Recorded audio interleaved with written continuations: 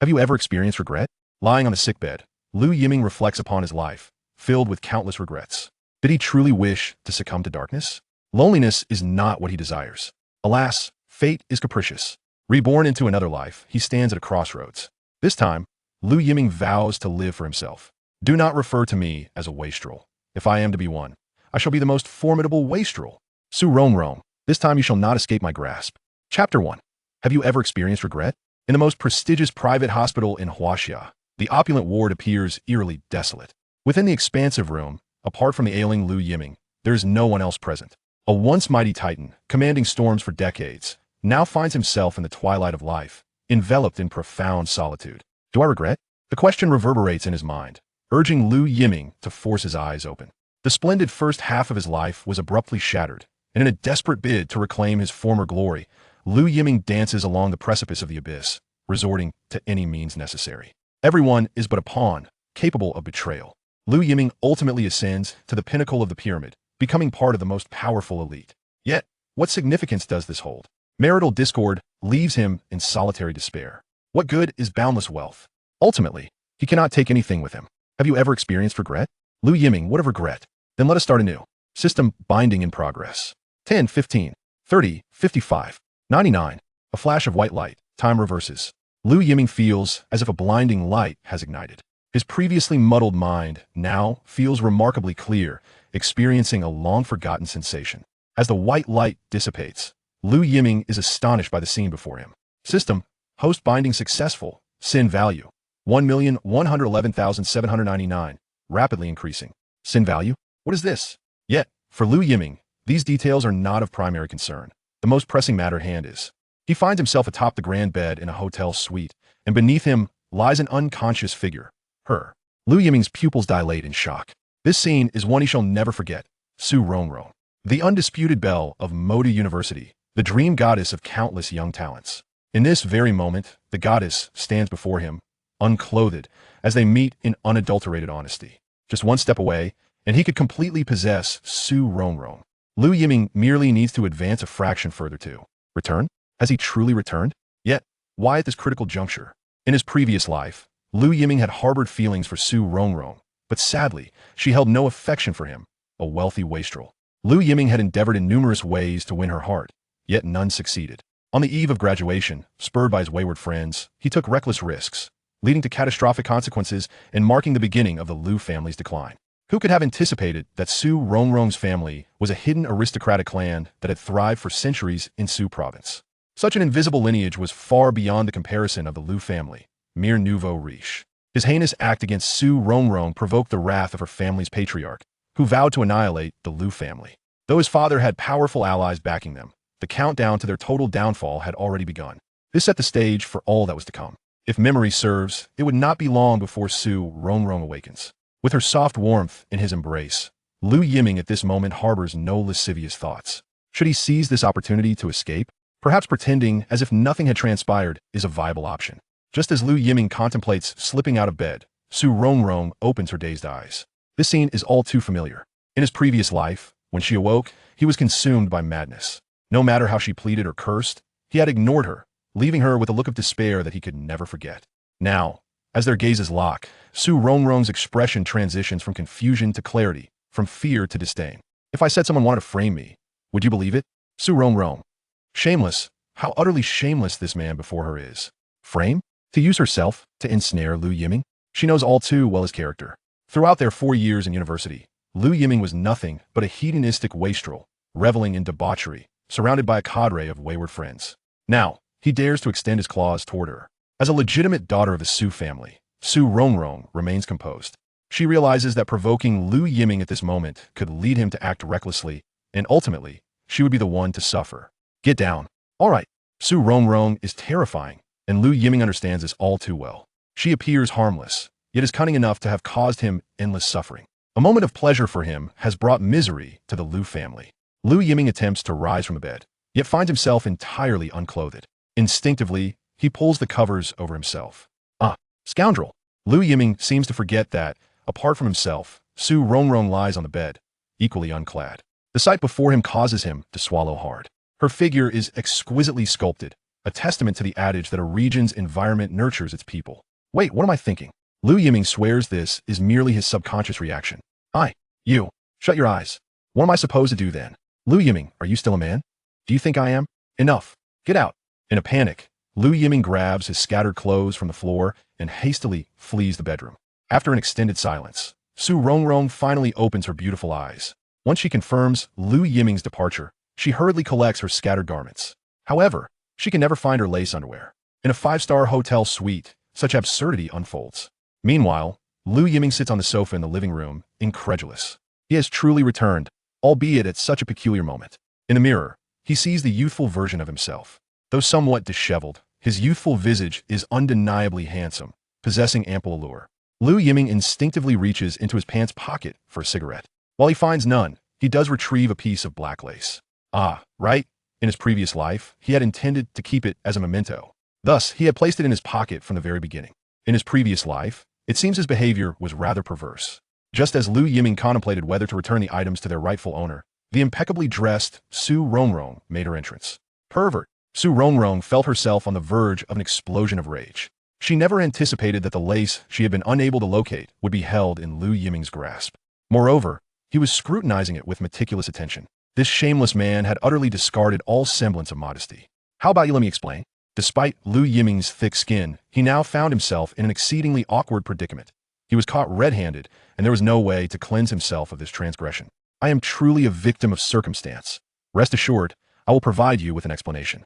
I shall place the item here. Given the current situation, words would prove futile. It was imperative to allow Su Rongrong a moment to regain her composure while he also gathered his thoughts. Everything had transpired too suddenly. Lu Yiming understood that Su Rongrong epitomized the delicate yet resilient archetype. If today's incident was not handled with care, the Lu family would face severe retribution. The events of the previous life must not be allowed to repeat themselves in this one. Under Su Rongrong's icy gaze, Lu Yiming departed from the suite.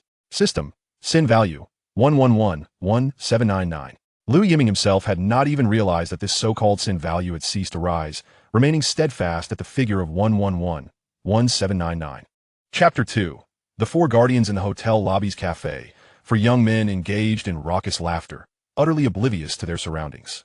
The nature of their conversation, however, was rather distasteful. These individuals were none other than the companions of Lu Yiming during his absurd years.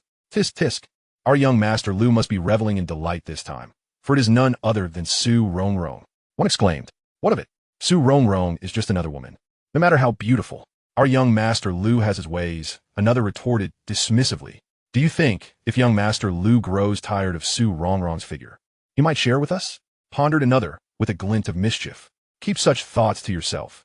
If you provoke young master Lu, our lives will become unbearable," warned one, revealing their underlying fear of Lu Yiming. After all, these men's families relied on the Lu family for their livelihoods, and they often fawned over Lu Yiming with insincere flattery. It was one of them who had concocted the plan to incapacitate Su Rongrong, attempting to force his advances. Though it was their first attempt at such a venture, they believed there was nothing in the magical city that the Lu family could not handle. What harm was there in playing with a woman? If young Master Lu had taken an interest in Su Rongrong, it was her fortune. It was unfortunate, however, that she had been too low profile in school. Once her true identity was revealed, the city would scarcely withstand the wrath of the Su family. Why is young Master Lu here? One suddenly exclaimed. Could it be? Has it only been a short while? Surely, would he have given up on Su Rongrong so soon? Another mused, puzzled. This does not align with young Master Lu's capabilities, another chimed in, as they observed his frosty demeanor. As Lu Yiming approached, his expression was indeed cold. So it is them, he thought, recognizing Zhang Zun, Wang Kun, Li Rui, and Fan Sheng, self-proclaimed guardians of his. These were the same individuals who had encouraged him throughout the years. When the Lu family fell from grace, they quickly shifted their allegiance. Zhang Zun had even taken pleasure in Lu Yiming's misfortune. Lu Yiming vividly recalled the time when he was desperate, having sought financial assistance from these four, only to be met with scorn and ridicule, particularly from Zhang Zun, who had humiliated him further. The chilling memories only intensified his resolve. It struck Lu Yiming as odd. Zhang Zun had assured him that the dosage would be sufficient, yet Su Rongrong had awakened after merely half an hour. He had previously attributed it to his own fervor, but now it seemed clear that someone among them harbored ill intentions towards him, having set a trap. Why choose Su Rongrong as the target, though? These enigmas required Lu Yiming's attention. Young Master Lu, what brings you down? One of them inquired, aware of Lu Yiming's infatuation with Su Rongrong. They had initially anticipated that he would indulge himself thoroughly before making an appearance. Is it not more entertaining to let her sleep? Why not tie her up? Zhang Zun suggested, his eyes gleaming with a lewd intent that made Lu Yiming frown slightly. If memory serves me right, it was you who drugged Su Rongrong? Lu Yiming inquired coldly. Young master, I did not expect you to disapprove of this approach, Zhang Zun stammered, attempting to justify himself. Though his eyes betrayed a flicker of anxiety, Lu Yiming realized that Zhang Zun was indeed the one orchestrating this scheme. Had he learned of Su Rongrong's background and sought to ensnare him? That seemed improbable, as Lu Yiming himself had not detected anything unusual about her. What could have been the motive? Zhang Zun's father held a substantial position in the company, a veteran, and a minister in the comprehensive department. Thus he had no reason to harbor resentment against Lu Yiming. Forget it. Let this incident be as if it never occurred, Lu Yiming decided. But young master, one of them interjected, we've already gone this far. Surely, if a woman loses her virtue, she may well yield. Had it been the former Lu Yiming, such an enticing proposition might have swayed him. However, for the current Lu Yiming, these base tactics were far beneath him. Enough. You may all leave, he waved dismissively, as if shooing away flies. Yet, he resolved to keep a watchful eye on Zhang Zun moving forward. The four, sensing Lu Yiming's disinterest, nodded and departed the hotel lobby, knowing well that all expenses would be charged to Lu Yiming, a long-standing habit. In his previous life, Lu Yiming viewed this as only fair, given that they were all enjoying their time together. But now, the thought of them squandering his resources left a bitter taste. Waiter, Lu Yiming beckoned, summoning a staff member. How may I assist you, young master? Acquire a set of clothing in this size and deliver it to my suite. This suite was one that Lu Yiming had long reserved, and the hotel staff recognized him as a valued patron, promptly accepting the note with respect. Meanwhile, in the suite reserved by Lu Sun, Su Rongrong had locked the door and conducted a thorough inspection. Aside from feeling weak, she found no other irregularities, which brought her a measure of relief. Luckily, she had awakened early, preventing the worst-case scenario from unfolding. What scoundrel, she thought, shedding her facade of strength. As someone who had yet to fully enter society, the upheaval she had experienced was understandably frightening. How could Lu Yiming resort to such despicable tactics? Yet, she could not fathom why he had suddenly spared her when they were so close to crossing a line. Had he experienced a change of heart? No. Such a rogue was incapable of such compassion. Was it possible she had been set up? Su Rongrong felt overwhelmed, her thoughts racing. Should she seek revenge? Would she confide in her family? As a young woman who had suffered a significant loss, the notion of her dignity being compromised by Lu Yiming was profoundly distressing. The Lu family, she mused. They were merely nouveau riche, having recently risen to prominence.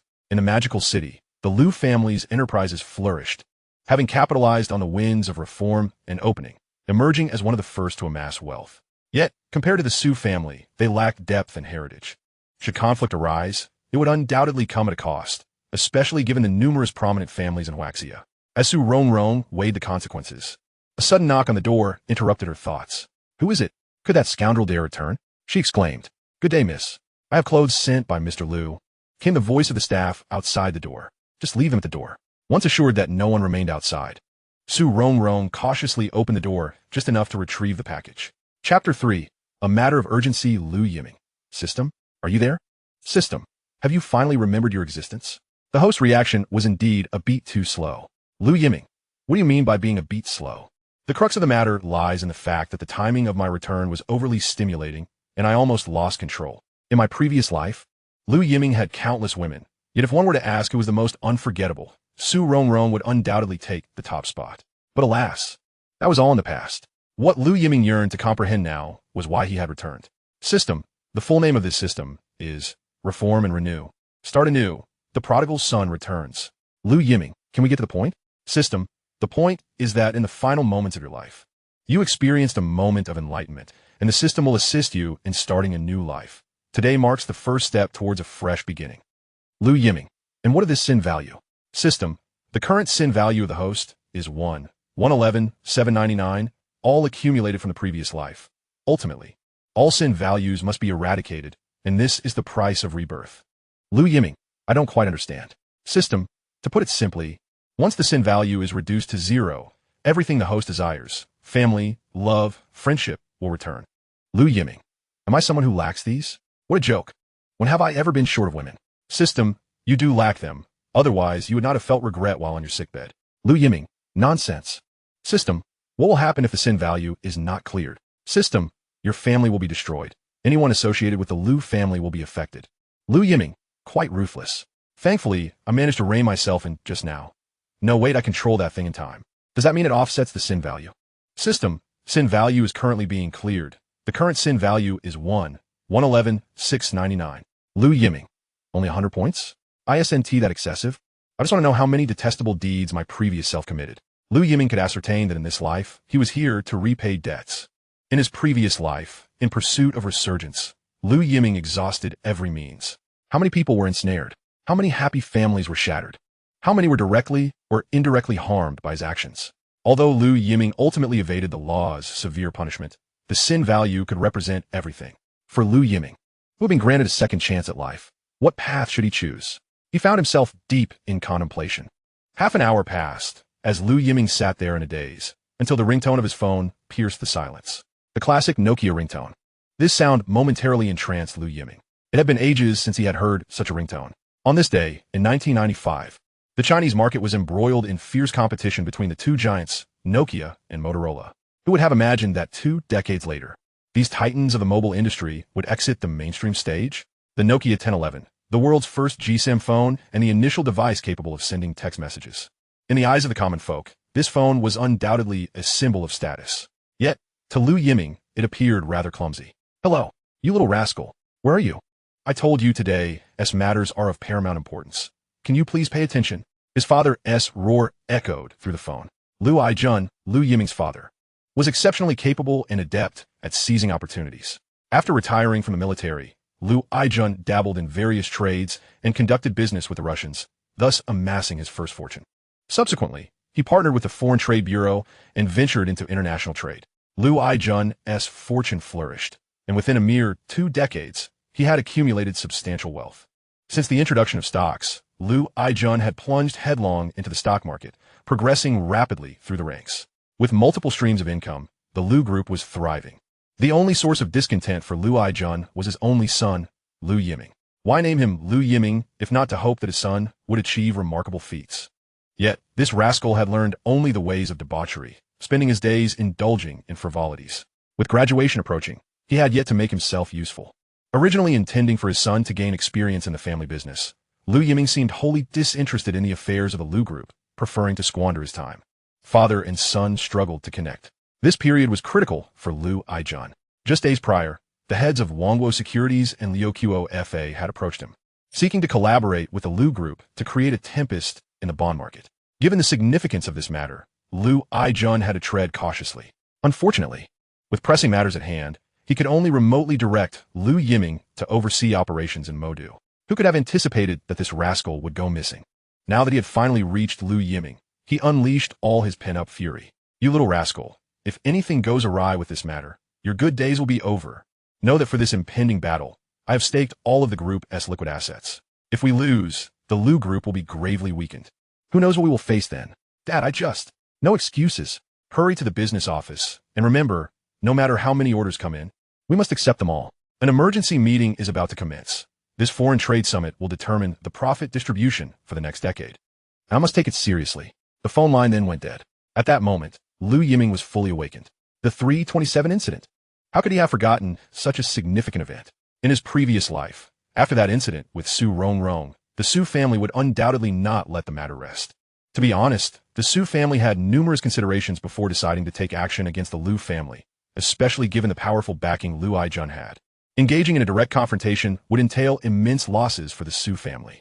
However, it was precisely at this critical juncture that Lu Aijun made a grievous miscalculation. He rashly involved himself in the 327 incident, ultimately facing disastrous consequences, draining the Lu Group's liquid assets entirely. The Su family seized this once-in-a-lifetime opportunity to launch a full-scale assault on the Lu family. In the end, Lu Aijun had to relinquish the Lu Group to protect his only son. Devoid of leverage, Lu Aijun was completely abandoned by the powerful forces behind him. The Lu family was utterly cast into the depths of despair.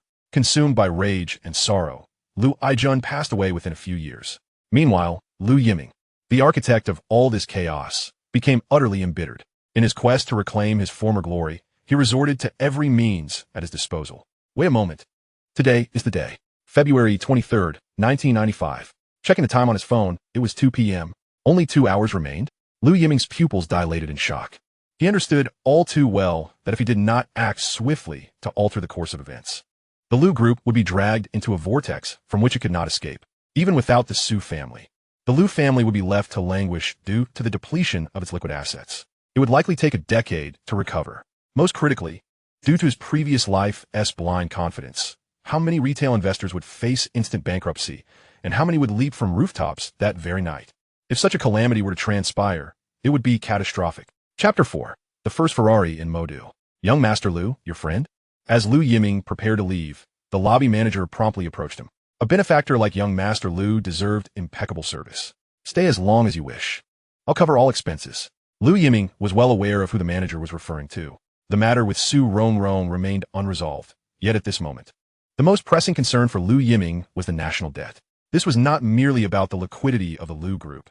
The ramifications were extensive, affecting countless families and leading many to despair. That night, a true river of blood flowed. If it were not stopped, one's conscience would be troubled. Rest assured, young Master Lu, I will ensure that the other party feels the warmth of true hospitality, the lobby manager immediately assured. It was the first time he had witnessed young Master Lu placing such importance on ensnaring a woman. The manager knew exactly what to do. Outside the hotel stood a Ferrari 348, its fiery red chassis capturing the attention of countless passersby. This vehicle, equipped with a 3.4-liter V8 engine boasting 296 horsepower and a dry sump oil system, could accelerate from 0 to 60 in just 5.3 seconds. On the streets of the bustling metropolis, it was a sight to behold. Although it was not the first Ferrari in China, it was undoubtedly the only one in the city at that moment. Priced at $140,000, it could easily purchase 10 apartments in the city center in this era. Young Master Lu had pleaded with his father for a long time to acquire this car. And at last, his wish was granted. The roar of the supercar's engine drew the gaze of many. In a previous life, this Ferrari had bestowed upon Lu Yiming an immense sense of superiority. However, with the collapse of the Lu group, the car was passed on to another, severing its ties with Lu Yiming. 20 years later, having risen once more, Lu Yiming expended considerable effort to reclaim the 348, which had languished in a warehouse. For him, this car represented a cherished connection to his father. Of course, that was a tale for another time. At that moment, Lu Yiming was driving the Ferrari towards the exchange. With little time left for him, 10 minutes after his departure, Su Rongrong, donned in a skirt, appeared in the lobby. Although she wished to avoid seeing Lu Yiming again, this matter demanded resolution. Deep down, Su Rongrong did not want to wear the dress that Lu Yiming had gifted her, yet her original skirt had been torn. Gazing at the rip in the fabric, she was consumed with anger. This was blatant evidence of wrongdoing. But at that moment, as she looked around, Lu Yiming was nowhere to be seen. "Miss, are you looking for young Master Lu?" The lobby manager approached her eagerly. "Where is he?" she inquired. Young Master Lu had to leave urgently. "If there is anything you need, please let me know, and I'll make sure Miss, what are you doing?" The lobby manager watched in astonishment as Su Rongrong turned to leave, puzzled about what had transpired. The expression on her face was far from pleasant. He realized that young Master Lu's affairs were beyond his jurisdiction, and he could only watch helplessly as Su Rongrong exited the hotel. Lu Yiming. The name escaped Su Rongrong's lips, filled with resentment. This hotel had left her feeling humiliated. This incident could not simply be brushed aside. In Su Rongrong's mind, the prodigal Lu Yiming had no urgent matters. He was merely fleeing to avoid facing the consequences of his actions. He was nothing but a coward. Truth be told, despite her seething anger, Su Rongrong found herself in a quandary regarding how to address the situation. Lu Yiming had backed off at the most critical moment. Even if she leveraged her family connections, the worst she could accuse him of was indecency, which posed no real threat to him. Su Rongrong was unwilling to let Lu Yiming off so easily. The humiliation she felt could not be resolved so simply. Meanwhile, Lu Yiming had parked the Ferrari at the entrance of the second exchange. "Young Master Lu, you finally arrived." The staff of the Lu group exclaimed upon seeing the Ferrari. In the metropolis, only one Ferrari 348 represented young Master Lu. There was no denying that his privileged background commanded respect. Whereas Sister Lily assistantly informed him that she was waiting for him inside. Sister Lily was the esteemed assistant to his father, highly capable and strikingly beautiful. Initially perceived as merely a pretty face when she joined the Lu group within a month, her competence earned her the respect of everyone in the company. She was undoubtedly the individual young master Lu trusted most. "Understood. The group has reserved a VIP room at the second exchange," he noted. The The VIP room was not the same as the so-called large trader S room. In this era, whether for stock trading or other transactions, the exchange was the optimal choice. In times when the internet was not well developed, the exchange provided the most reliable information. Moreover, it facilitated the most convenient transactions. Regular investors were relegated to the first floor, merely watching the public screens, while the large traders room was designated for those with funds exceeding 200,000. Equipped with a computer, it allowed for easier trading. As for the VIP room, it was generally not open to the public. For ordinary investors, those in the large trader S room were figures to be looked up to, while VIP clients existed only in legends. Transactions exceeding 5 million were required to access such a room. This was a concept that represented an astronomical figure for the common folk of that era. Little young master, young boss. As Lu Sun entered, all the staff stood to greet him. To them, Lu Yiming, soon to graduate from university, was destined to take over the company. In that moment, it was crucial to curry favor, lest they miss their opportunity. Have you arrived? The only person who did not rise was Lily. It was not because of her status as an assistant, but rather her disdain for Lu Yiming. Indeed, she looked down on him, and unlike others, she displayed this sentiment openly. Their relationship had never been amicable, and this was no secret within the company. Lily's competence was her source of confidence. In a previous life, Lu Yiming had seen her arrogance as a challenge, believing she was merely trying to captivate his father's attention with her appearance.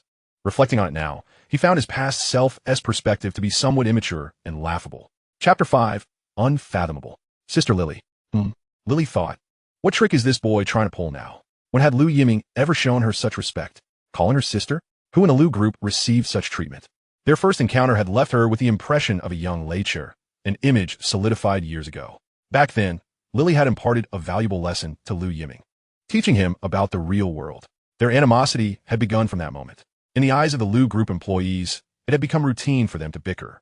But no one anticipated that today, the young master would suddenly change his demeanor. What is the matter? Surprised Sister Lily? Regardless of the schemes he concocted, she reminded him that today was crucial for his father and the entire Lu group.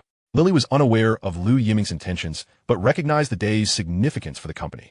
She could not allow him to jeopardize their plans. Lu Yiming. Indeed, the nature of impressions is not something that can be altered in a fleeting moment.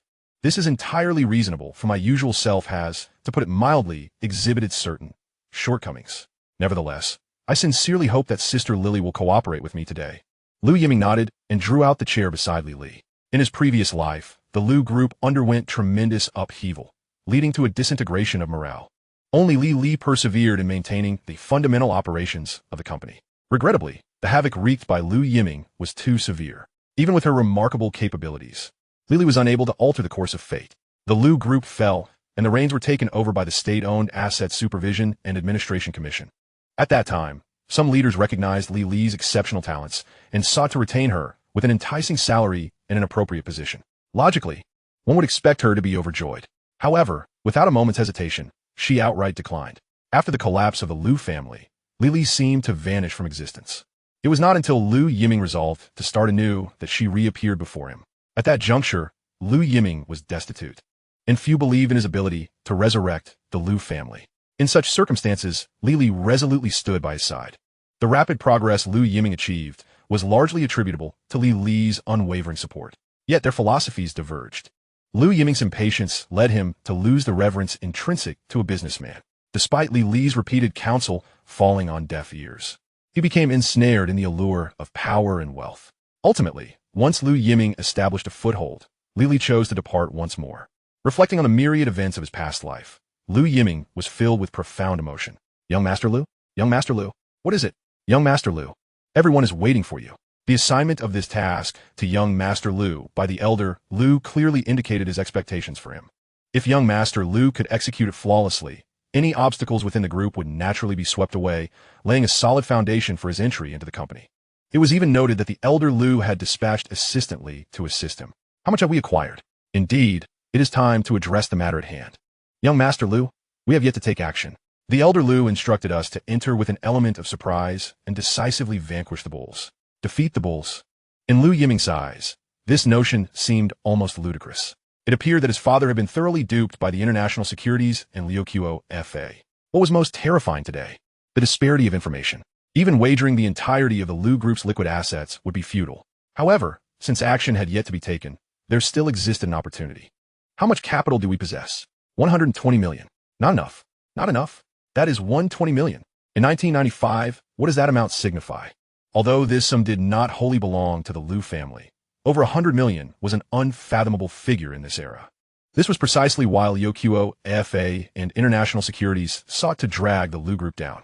The ongoing battle between bulls and bears had reached a stalemate. Currently, the bulls held the upper hand. For both Liuqiu, FA, and International Securities, the stakes had become a matter of life and death. Liu Yiming understood that. In the eyes of the common populace, both International Securities and Liuqiu, FA were titanic entities. International Securities, established in July 1988, was the first joint stock financial institution primarily engaged in securities business approved by the central bank in the Magic City region. It remains the only such institution in the area. Unlike the flourishing multitude of firms in later years, International Securities represented unassailable authority in this era. To put it bluntly, if International Securities desired a particular stock to rise, merely uttering a word would summon countless retail investors to drive up its price. Such was the standing of International Securities, unassailable and immutable. Has Manager Guan reached out to us? He contacted us half an hour ago, inquiring why we have yet to take action. The only one qualified to respond to Liu Yiming's query regarding this was Li. Indeed, Manager Guan of International Securities is a true heavyweight, akin to Liu Aijun, an individual of legendary repute. It appeared that he was genuinely anxious. Liu Yiming smiled faintly. Others might be oblivious, but he was keenly aware that International Securities was nearing its breaking point. Manager Guan had exhausted all means yet still could not contend with the bulls. Otherwise, why would he resort to enticing the Liu Group with immense benefits to enter the fray? In Liu Yiming's view, they were nothing but capital vampires, devouring flesh without leaving bones. Should we not make our stance known? Delaying further might lead Manager Guan to misinterpret our intentions. Liu Yiming glanced at his watch. It was 14:35. There remained an hour and 25 minutes until the market closed. He was acutely aware that in the final hour, the situation would reach its true climax, and International Securities would descend into madness. The real performance was just beginning. What do you mean? Today, Liu Yiming was exceedingly peculiar. Li felt a sense of confusion, as if she could not fathom the depths of his thoughts. How could this be? Was this still the frivolous young master who wore his heart on his sleeve? What had transpired? Could it be that the elder Liu had specifically imparted wisdom to Liu Yiming? No, even if that were the case, given Liu Yiming's intellect, he should not be capable of executing this performance adeptly. The elder Liu had sent her not merely to assist Liu Yiming, but to assume the role of decision-maker in critical moments. However, as Liu Yiming rightly stated, there was still ample time. She, too, wished to observe the surprises Liu Yiming had in store for her. Time dragged excruciatingly slowly, for everyone. Each minute felt like an eternity. Even Li's previously calm demeanor began to waver. Only Liu Yiming remained composed. Li, truly a heartless individual. Chapter 6. Deception and Intrigue. Sister Li, please contact the banks with whom we have amicable relations. I require funds as much as possible. This, given the vast scale of the Liu Group's operations, there were certainly numerous banks willing to collaborate. However, suddenly seeking loans from banks could lead to unnecessary misunderstandings. Moreover, from Li's perspective, the current sum of over 100 million should suffice for the impending acquisitions. Prior to this, she had conducted thorough background checks, and it was evident that both sides of the conflict had already exhausted their options. At this moment, the Liu Group's entry was opportune. Regardless of which side the Liu Group aligned with, it would hold decisive significance. Remember, there is no upper limit. This matter requires reporting to the elder Liu. Sister Li, please remember that I am the one in charge this time. I apologize, but under special circumstances, I have the authority to revoke your powers. As per the elder Liu's directive. Indeed, it is as I suspected. Initially, Li had anticipated that Liu Yiming would erupt in fury upon hearing this news. She had even prepared explanations in advance. To her surprise, Liu Yiming appeared unfazed. The elder Liu is only looking out for your best interests. I understand, but if you were in my position in a life-and-death struggle, would you not hold onto a trump card? What do you mean? Sister Li, I know that with your capabilities, you must have conducted thorough background checks, and the intelligence must be exceptionally detailed. That is my duty. Fool. No one had anticipated that Liu Yiming would suddenly turn against Li. Fool. Li's pupils widened with shock. She had done everything that was expected of her. Even the elder Liu had not foreseen this. Yet here was Liu Yiming, a frivolous youth, chastising her, and the proud Li found this unacceptable. Please mind your language. As for the others, they were utterly dumbfounded. How could anyone dare to insult Assistant Li? Hadn't President Liu already suffered enough at his hands? Sigh. Assistant Li, Please contemplate the gravity of the situation. Lu Yiming inhaled deeply before slowly speaking. A behemoth. Lily quickly regained her composure, taking several deep breaths. The tailored blazer hugged her form, the rise and fall of her chest indicative of her current state. Nevertheless, her professional demeanor compelled her to respond to Lu Yiming's inquiry. Indeed, it is a behemoth. Even for the Lu Group, Zhong Jingkai and Wangwo Securities are titans in their own right. Although Liuqiu FA may not be large in scale, it is a seasoned player in the brokerage arena, without a doubt. Regardless of the outcome of this battle, one side will surely collapse entirely. Yes, to my knowledge, Wangwo Securities has wagered everything. If they lose, it will spell doom for them. While Lily has not uncovered the full extent of Zhong Jingkai's operations, it is likely they are not in a much better position either. In a scenario where victory and survival are at stake, do you believe they would lack a backup plan? This, indeed, business is akin to warfare, especially when it has escalated to a matter of life and death. Under such circumstances, one's trump cards cannot be revealed to others. Even Lily would be unable to discern the true nature of their strategies. Therefore, what you currently possess is merely what they wish for you to know. Are you truly Lu Yiming? Lu Yiming, apologies, that was not my intention. Very well. Lily was indeed too shocked, which prompted her unguarded remark. This is certainly not something a mere wastrel could comprehend. Could it be that Lu Yiming has been concealing his talents all along? But why would Lu Yiming choose to do so? The usually astute Lily found herself perplexed. Still, I require sufficient capital to navigate the potential uncertainties that may arise. How much? There is no upper limit. Understood. I shall reach out at once. Lily nodded, picking up her phone and stepping aside. Hiss. The other employees of the Lu Group gazed incredulously at the unfolding scene. President Lu has actually gained the upper hand? This has never happened before. How outrageous. They had just witnessed a miracle. It is worth noting that even the high-ranking officials of the Lu Group tread carefully in the presence of Assistant Li. Staring blankly, what are you waiting for? What is the current price? 14,821 yuan. He truly possesses remarkable composure. Lu Yiming smiled slightly. That manager had been in such a rush to call Li. It was apparent he sought to exert pressure, treating the Lu Group as a pawn. The over 100 million from the Lu Group is no trivial sum, and once it enters the market, it will undoubtedly create significant waves. However, Lu Yiming understood more clearly. The Lu Group was merely being utilized by Wangwo Securities as a sacrificial pawn. Once Zhong Jingkai deployed its backup plan, the Lu Group would surely be discarded, hunted down by the bulls. At that point, Wangwo Securities, having discerned the hidden cards, would deliver a fatal blow. Meanwhile, the Lu Group would be reduced to mere scraps. A well-calculated strategy indeed. Keep a close watch on Wangwo. And has there been any new developments from Liuqiu FA? The leaders of Liuqiu FA, the Gao brothers, are among the early speculators of the Chinese capital market. They have made their mark in stocks, futures, bonds, and financing, leaving their imprint everywhere. Their collaboration with Wangwo Securities is aimed at making a stunning entrance into the financial market. Unfortunately, it appears that the Gao brothers have chosen the wrong target this time. President Lu, there has yet to be any notable activity. Since the last transaction was settled yesterday afternoon, Liuqiu FA has not shown any further movement. President Lu, could it be that their capital pool has encountered issues? The others were unclear as to why President Lu was focusing on Liuqiu FA. Despite its imposing name, it pales in comparison to the two titans, a company lacking the qualifications to operate in the financial sector, with only 40 million in revenue and a mere 26 million in profit. Why would a company like this capture President Lu's attention? Merely a disruptor. Lu Yiming chuckled. Indeed, Liuqiu FA had transformed from a main force to a mere meddler. Of course, this was also Liuqiu FA's predicament. Its small scale made it no match for the two giants. However, Lu Yiming understood that Liuqiu FA had become the harbinger of doom for Wangwo Securities. Former allies, in a bid for their own survival, betrayed the manager at the most critical juncture.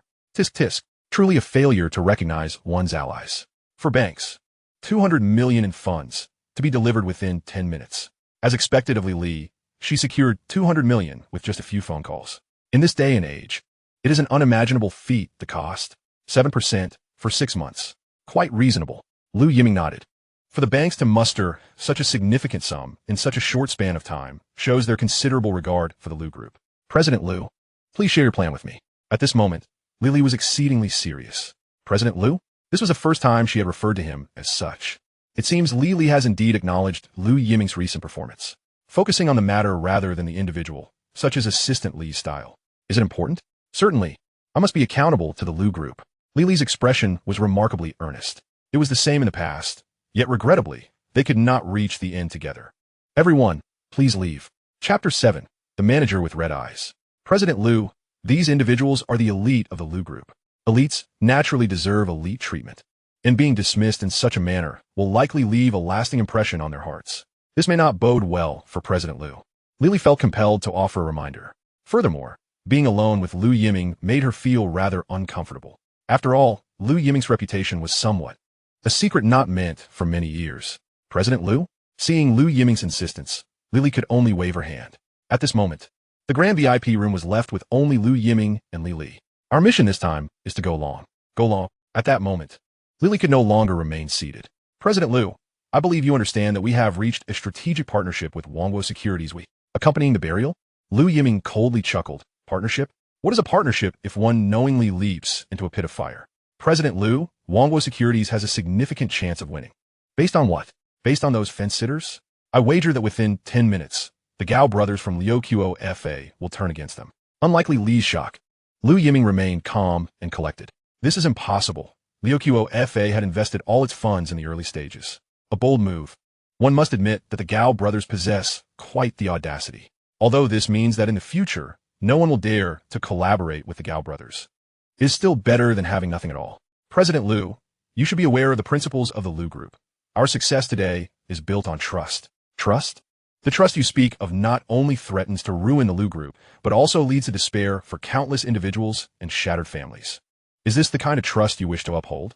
This. Lily was left speechless. Indeed.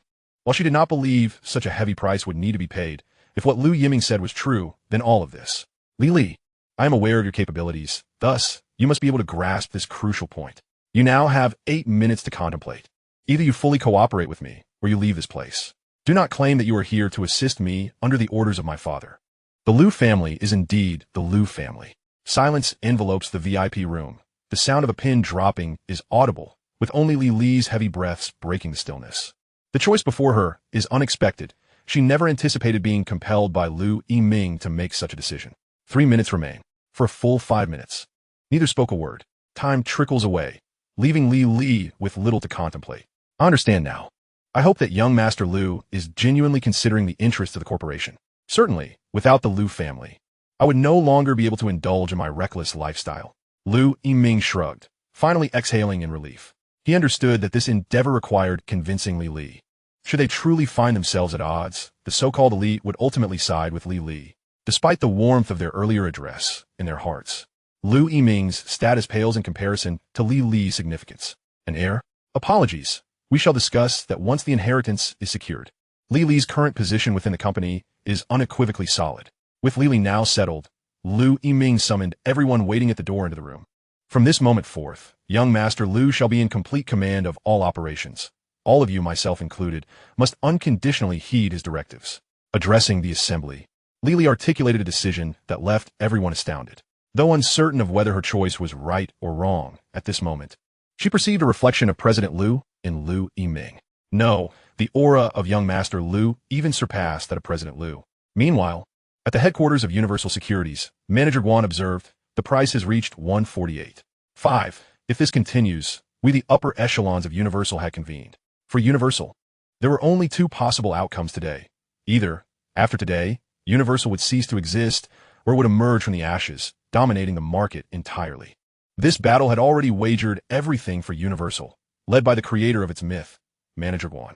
Despite the dire circumstances, the team retained faith that as long as Manager Guan was present, Universal would not falter. This was the conviction instilled by Manager Guan. Have we managed to contact the Gao brothers? They remain unreachable. We have dispatched individuals to locate them. Locate them? Huh. Today they are impossible to find, those short-sighted fools. Manager Guan chuckled coldly. The Liao family is indeed fickle. They cozied up to us when there were profits to be made. Yet now, at the most critical juncture, they have gone silent? They must have made up their minds. Manager, if the Gao brothers turn against us, it would be a significant blow. Once confirmed, the bullish forces will undoubtedly take action, and at that point, our leverage may not suffice to overturn the situation. What is the current deficit? 8 billion. That figure bore heavily on everyone's hearts. If the price were to remain at this level, combined with previous losses, Universal would likely never recover. Have we reached out to Liu AI Jun? We have, and he assured us, but he has delegated this matter to young Master Liu. That old fox. Manager Guan understood this was a ploy to avoid responsibility. Manager, while the Liu family is formidable, even a hastily assembled effort would only amount to around 100 million. It cannot sway the larger picture. Are we perhaps overestimating the Liu family? What do you know? The Liu family is a private giant. Once they enter the fray, the retail investors will have to rethink their strategies. A lack of funds is inconsequential. I intend to leverage the Liu family's influence. To drag the Liu family into the mire, Manager Guan had offered numerous guarantees. Isn't it said that young Master Liu is merely a spoiled rich kid? Yet, why does he seem so composed? Could it be that Liu AI June has been orchestrating everything from behind the scenes? Contact President Liu again. We must ensure action is taken. There remained 50 minutes until everything would be settled. Even Manager Guan, despite his overly mythologized persona, felt a bead of sweat form in his palm. Yet, he continued to project an air of calm. Just as he finished issuing commands, the secretary burst into the office, visibly flustered. Manager, their essay problem. Speak. Manager, no need for formalities. The secretary's meaning was clear to Manager Guan. Yet at this critical juncture, he could no longer concern himself with others. What was destined to occur would unfold, and Manager Guan had prepared for the worst. It is Liao Kuava. They have pulled their investment. They have gone long. With a crash, an exquisite ashtray shattered into pieces. Well done, Gao brothers. You stab us in the back at this juncture. Indeed, in the face of profit, trust is a fleeting notion. Seeking to recoup previous losses? That depends on whether I grant you the opportunity.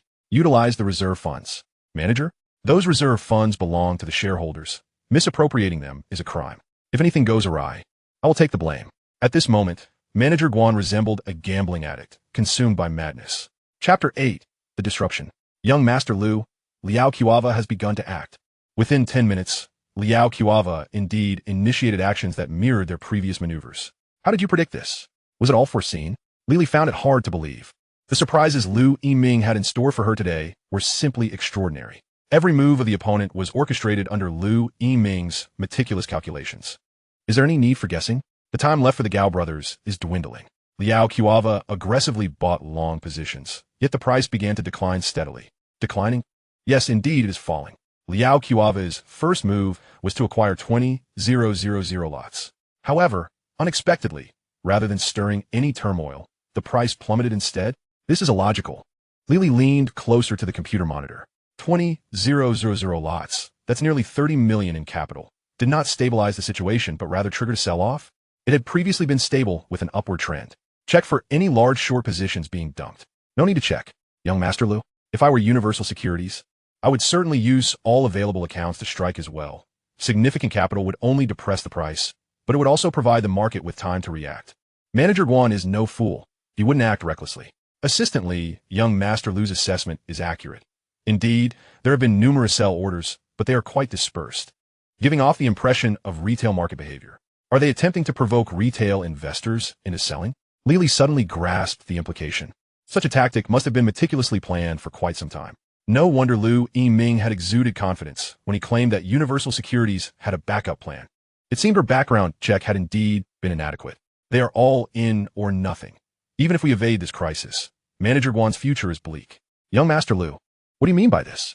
You conducted the background check. Does Universal still possess such substantial funds? No. Lily understood, well, that Universal had become a hollow shell. The funds on hand could not support such an extensive short-selling endeavor unless... A realization dawned upon her. He has lost his mind. The consequences of such actions are beyond what Universal can bear. With no way out, this battle will likely yield no victors. Young Master Liu, we should report the situation to President Liu and let him make the final decision. The developments had exceeded all initial expectations. Entering the fray now, the outcome was uncertain. The actions of the increasingly unhinged Manager Guan today were destined to be etched into history. Would they merely stand by and witness the ruin of retail investors? The struggle between Wangguo and Zhang Jingkai has also brought suffering to retail investors. For them, this could represent a lifetime of savings. Is it their own greed that has led them to this fate? How could Lily believe that Liu Yiming would utter such words? Since when has Liu Yiming cared about such matters? Yet, Lily knew she was swayed by his words. Indeed, is it wrong for countless families to seek financial management? Why must the innocent be entangled in the conflict between Wangguo and Zhang Jingkai? Young Master Liu, give your orders. What shall we do? Buy in. Acquire as much as possible. Very well. Assistantly, did you not hear young Master Liu's command? We should buy. However, Our instructions are to cooperate with Wangwo in short selling. This was set by President Liu from the outset. Now buying in would mean using the group's cash to stabilize the market. What benefit would that bring to the group? We shall follow young Master Liu's lead. While Liu Yiming alone may not have been able to control the elites of the Liu group, with Li Li's endorsement, everything changed. Dozens of individuals sprang into action. A substantial influx of cash caused the suppressed prices to surge instantly. 1,499 yuan, 150 yuan. Meanwhile, at Zhong Jingkai, someone has taken action, and it was not the retail investors. The executives at Zhong Jingkai had also gathered together. This small-scale trust company has always boasted a strong governmental background. It began by managing the Ministry of Finance's agricultural rotation funds and subsequently took on all financial rotation funds and agricultural comprehensive office capital. It has also emerged as a leader among the bulls, known in the industry for its aggressive and bold style. However, unlike Wangwo, Zhong Jingkai lacked significant funds and could only stabilize the market through the release of favorable news. Retail investors are the backbone of Zhong Jingkai. For the decisive battle today, Zhong Jingkai had specifically applied for a substantial amount of funds for unforeseen circumstances. Little did they expect that before they could act, someone had already stepped in to support the market. Investigate who is it, even if they are allies, with such a large influx of funds. Zhong Jingkai must ascertain the identity of the opponent. It was discovered that it was the second exchange. The second exchange? Yes, the positions originated from the second exchange. All established in a short time. Who was behind this? The Liu group. It is him. At this moment, the executives of Zhong Jingkai were equally astonished. How could this be? Was it not previously reported that Wangwo and the Liu group had reached a comprehensive cooperation? The large funds they applied for were intended to guard against the Liu group's incursion. Yet, it now appeared that events were unfolding in an entirely opposite direction. Should we take action? Seize the opportunity to strike. Early this morning, significant positive news was released. Government bonds would be redeemed at 14,850 yuan. This announcement spurred prices to rise continuously. Just as Wangwo had driven prices down to around 148 yuan, the Liu group's intervention caused prices to soar once again. At this moment, with a mindset to strike a fallen adversary, Zhong Jingkai's substantial funds also entered the fray. Young Master Liu, the price has reached 1505, 151 yuan. This, a full 2 yuan increase, and it continues to rise.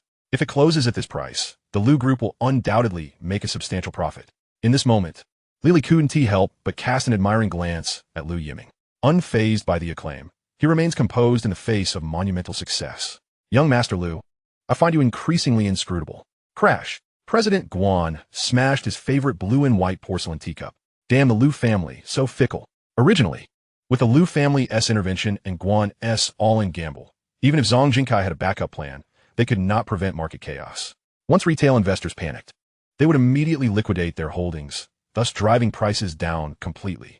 Yet now, with Liao Gui's and the Liu group's successive betrayals, they had plunged their daggers into President Guan and Wangwo. The final outcome could only be one, a complete defeat. Get out. President Guan. Everyone out. The executives left the office in succession. President Guan sat idly in his chair. The empire is crumbling. No, I cannot concede defeat. There must still be a chance. Chapter 9. The climax of the last 8 minutes. Young Master Liu, we have made a fortune. The price has risen by a full 2 yuan. Government bonds are not like stocks. A 2 yuan increase means a doubling of profits. Even for the Liu group, this is an unimaginable profit.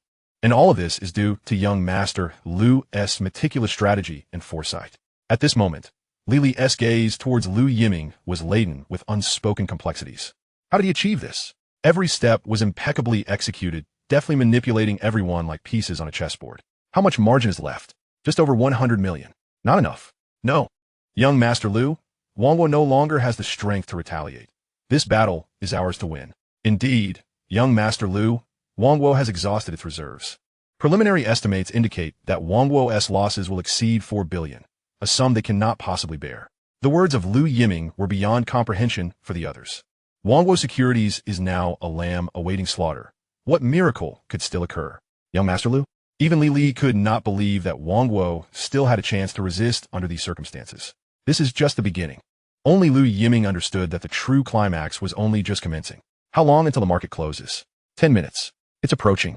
In the previous life, the final 8 minutes became Wangwo's elegy, casting countless retail investors from paradise into hell. Within an hour of the market's close, how many souls found themselves on rooftops? And what Liu Yiming aimed to avert was the occurrence of such a tragedy. In a desperate bid to escape the massive losses caused by a misjudged market trend, Wangwo Securities resorted to exploiting loopholes in the rules, unleashing a massive sell-off. This was Wangwo's final frenzy, and this frenzy led to a collective liquidation of bulls. Wangwo overturned the entire national bond futures market. Regardless of the reason, regardless of the size of the shorts, we will continue to buy. This, young Master Lu. We can only take on additional 300,000 contracts at most. The Lu Group indeed holds substantial funds, but this money is already transformed into government bonds. There is no time to liquidate it. The remaining margin cannot support the purchase of shorts. Someone is about to overturn the table. Lu Yiming's gaze remained fixed on the display screen. The moment that would genuinely influence the course of history was about to unfold before him. Lu Yiming found himself filled with anticipation. Lu Yiming, President Guan, this time, I will not grant you your wish. Even a hollow victory will not be left for you. The margin control and position limits are the two main mechanisms in the rules of government bond futures trading. According to the rules, the margin is only marked to market daily, thus failing to ensure that each trade's margin is sufficient in real time. To circumvent the exchange's restrictions, the market borrowed positions to open contracts, both long and short. These have long since been laid as traps.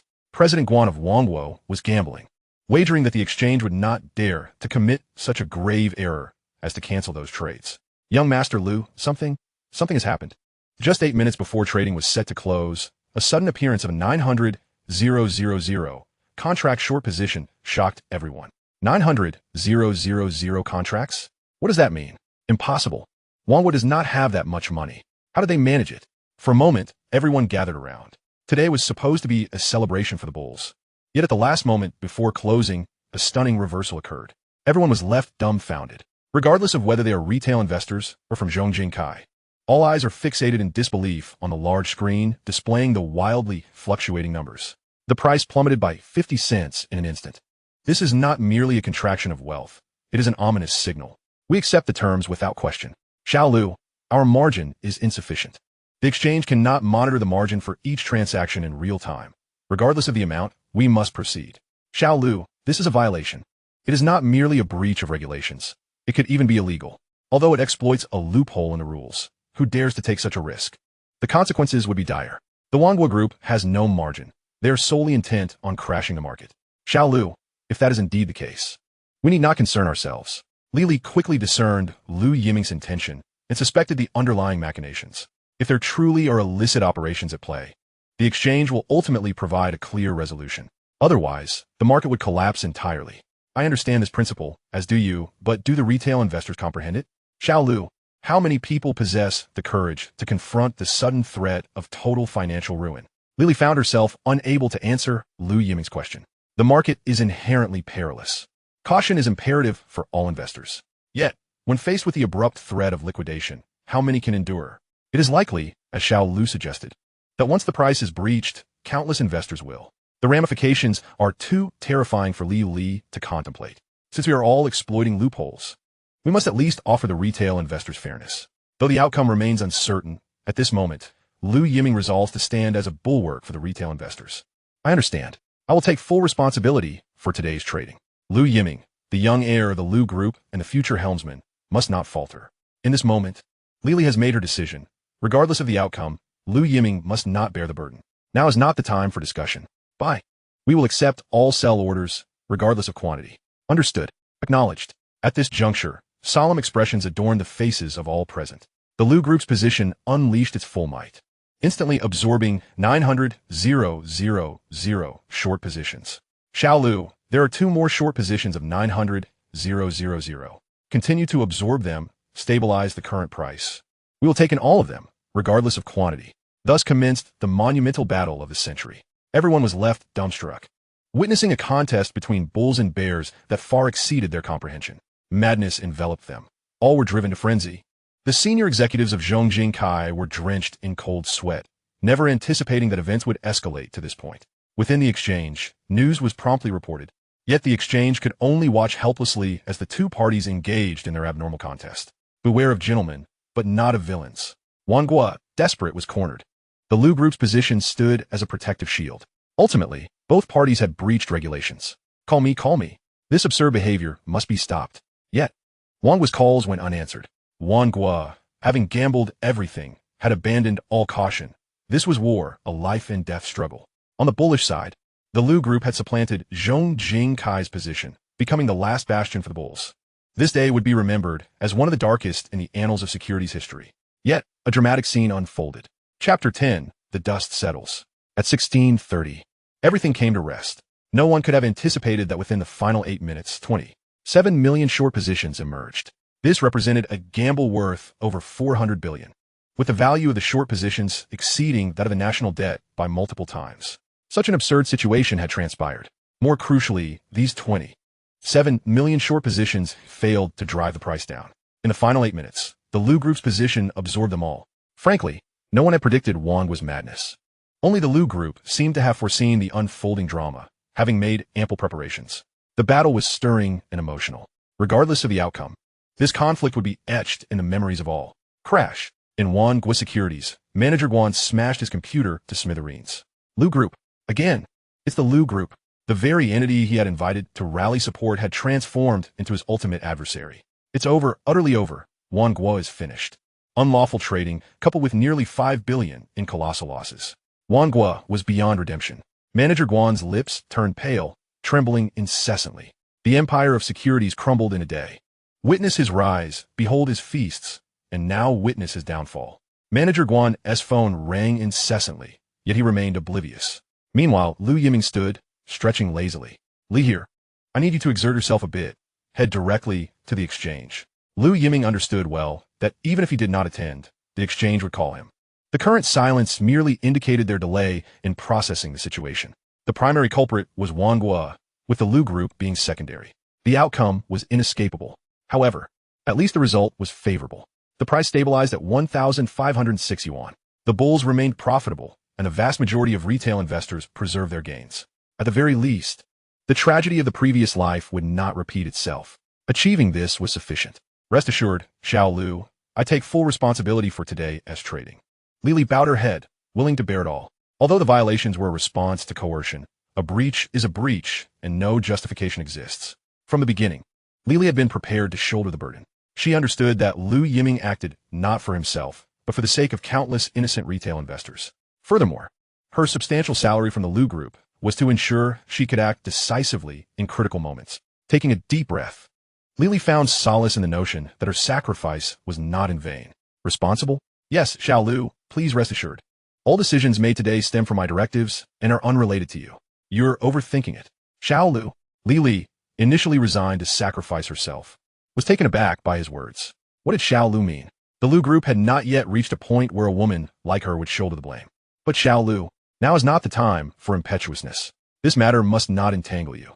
Moreover, the fewer high-ranking officials involved, the better it is for the Lu group. As the largest private conglomerate, countless eyes scrutinized their every move. What might seem a trivial matter could easily be smoothed over by powerful figures behind the scenes. However, the implications of this incident were far too significant. Even the powerful figures backing the Lu group could not intervene without getting embroiled. The optimal solution was for her to take the fall. Everything was the result of her recklessness. Only in this way could. Li, remember my words. The Lu group has not yet reached a point where a woman like you must take the blame. Lu Yiming recognized Li's loyalty to the Lu group, both in this life and the last. This fact would never waver. Yet this matter was too substantial. Li, being a mere floating reed, could not bear the weight. You go to the exchange. Regardless of the final penalties, we will bear the full brunt. Do not negotiate. We are not the victims. Remember this. The Lu group is willing to accept all responsibility. Xiao Lu, what if? There are no contingencies. Rest assured, in times of necessity, one must choose the lesser of two evils, and the exchange will undoubtedly make the correct decision. Lu Yiming gently patted Li's shoulder. This is the burden of a man. To some extent, the exchange ought to express gratitude to the Lu family. When no one else had grasped the situation, it was the Lu family that stepped forward, even though such words cannot be openly spoken. I understand, little Lu, Li remarked, her gaze locking onto Lu Yiming's eyes. At that moment, even feeling an illusion of being lost within them. How had the once frivolous youth, whom she viewed with disdain, grown to such heights? Sin value 110,000. The sin value plummeted rapidly. In this moment, how many families on the brink of collapse had Lu Yiming salvaged? Ding! Initial brilliance completed. Independent task completed, awaiting evaluation. Score, 89, perfect. System rewards dispersing. Lu Yiming mused. He certainly hadn't anticipated the existence of system rewards. However, he had not accepted any tasks. So why were there system tasks and rewards? What exactly was this system he possessed? As an open system, there are no rigid task requirements. All tasks await the host's exploration. He had heard of open-world games, but this was his first encounter with the concept of an open system. Indeed, he was gaining knowledge. Wait, it seemed he had forgotten something crucial. What could it be? Su Rongrong. Goodness, how had he forgotten her? Initially, Lu Yiming had intended to allow Su Rongrong to calm down before he explained. Lu Yiming was certain that someone was attempting to frame him regarding Su Rongrong's situation. Moreover, he had already found a breakthrough. The problem was they had indeed been candid with each other, and he had nearly. Lu Yiming was not a mind reader. He could not fathom Su Rongrong's thoughts. Yet, as the only daughter of the Su family, the cultivation she had received since childhood was beyond Lu Yiming's comprehension. This matter must be resolved. Little Lu, what are you doing? There's an urgent matter. You handle the follow-up and report the progress at any time. Understood. Lu Yiming drove his Ferrari back to the hotel at breakneck speed. What? She has already left? Yes, young Master Lu, we couldn't stop her. How was her expression when she left? To be honest, it wasn't very pleasant, young Master Lu. If there's anything our hotel can assist with, please let us know. She left without a word, no melodramatic scenes. After all, she was Su Rongrong, the apple of the Su family's eye. Although she had concealed her identity during university, who was Su Rongrong? The calmer the surface, the more it signified that a storm was imminent. Should he seek to clarify matters with Su Rongrong? The key was that even he, as the party involved, would not believe his own excuses. How could he expect Su Rongrong to trust him? Was it possible that everything was ultimately unavoidable? Chapter 11. The Car Accident. Reward, a Wine God Experience card. Just as Lu Yiming ignited the engine, the sudden system reward left him momentarily stunned. What on earth was this Wine God Experience card? Drinking? A smirk of disdain graced his lips. He wanted to inquire about the utility of the Wine God Experience card for himself. In the bustling metropolis, who could compel young Master Lu to drink? Lu Yiming thought. It's rather absurd, but then again, he lacked for nothing. Keeping it as a memento wouldn't be so bad. At the very least, it proved he had once been passionate. Lu Yiming's mindset was somewhat dismal, although he had just navigated a crisis. The thought of potential retaliation from Su Rongrong and the Su family gave him a headache. In his previous life, the Su family's vengeance had been ferocious. Lu Aijun had no choice but to relinquish the Lu group to safeguard Lu Yiming. Yet for Su Rongrong, such an outcome was not what she desired. After all, Su Rongrong had lost her purity, the most vital aspect for a girl. In his previous life, Su Rongrong had remained unmarried, becoming Lu Yiming's most formidable adversary upon his resurgence. Contemplating these matters only deepened Lu Yiming's turmoil. He had no desire to experience Su Rongrong's methods again. At that moment, a blaring horn pierced the air. Instinctively, Lu Yiming slammed on the brakes. A van in the opposite lane swerved urgently, veering toward the sidewalk. Lu Yiming had momentarily lost focus while driving, and the van, moving at excessive speed, failed to yield. Just as a collision seemed inevitable, he finally reacted. The van driver, realizing the impending crash with the valuable supercar, knew all too well that he could not afford such a loss. In this predicament, he could only swerve desperately, yanking the steering wheel. With the speed too great, the front of the van veered toward the sidewalk. At that moment, braking was impossible. Without ABS, the van was at risk of overturning at any moment. All of this transpired in an instant. Bang! When Lu Yiming regained his senses, the van had already crashed headlong into a roadside tree. At that moment, a body lay in front of the van, presumably a pedestrian caught in the chaos. This scene also awakened Lu Yiming's memories. In his previous life, he had caused a car accident at the same time and place. However, back then, he had been overly exhilarated after toying with Su Rongrong. The exertion had left him weak, leading to the mishap. Yet, he had not taken it seriously at the time. After all, he was driving straight. It was not his fault. Coupled with his terrible mood, he had no inclination to meddle in others' affairs. He had simply driven away in his Ferrari.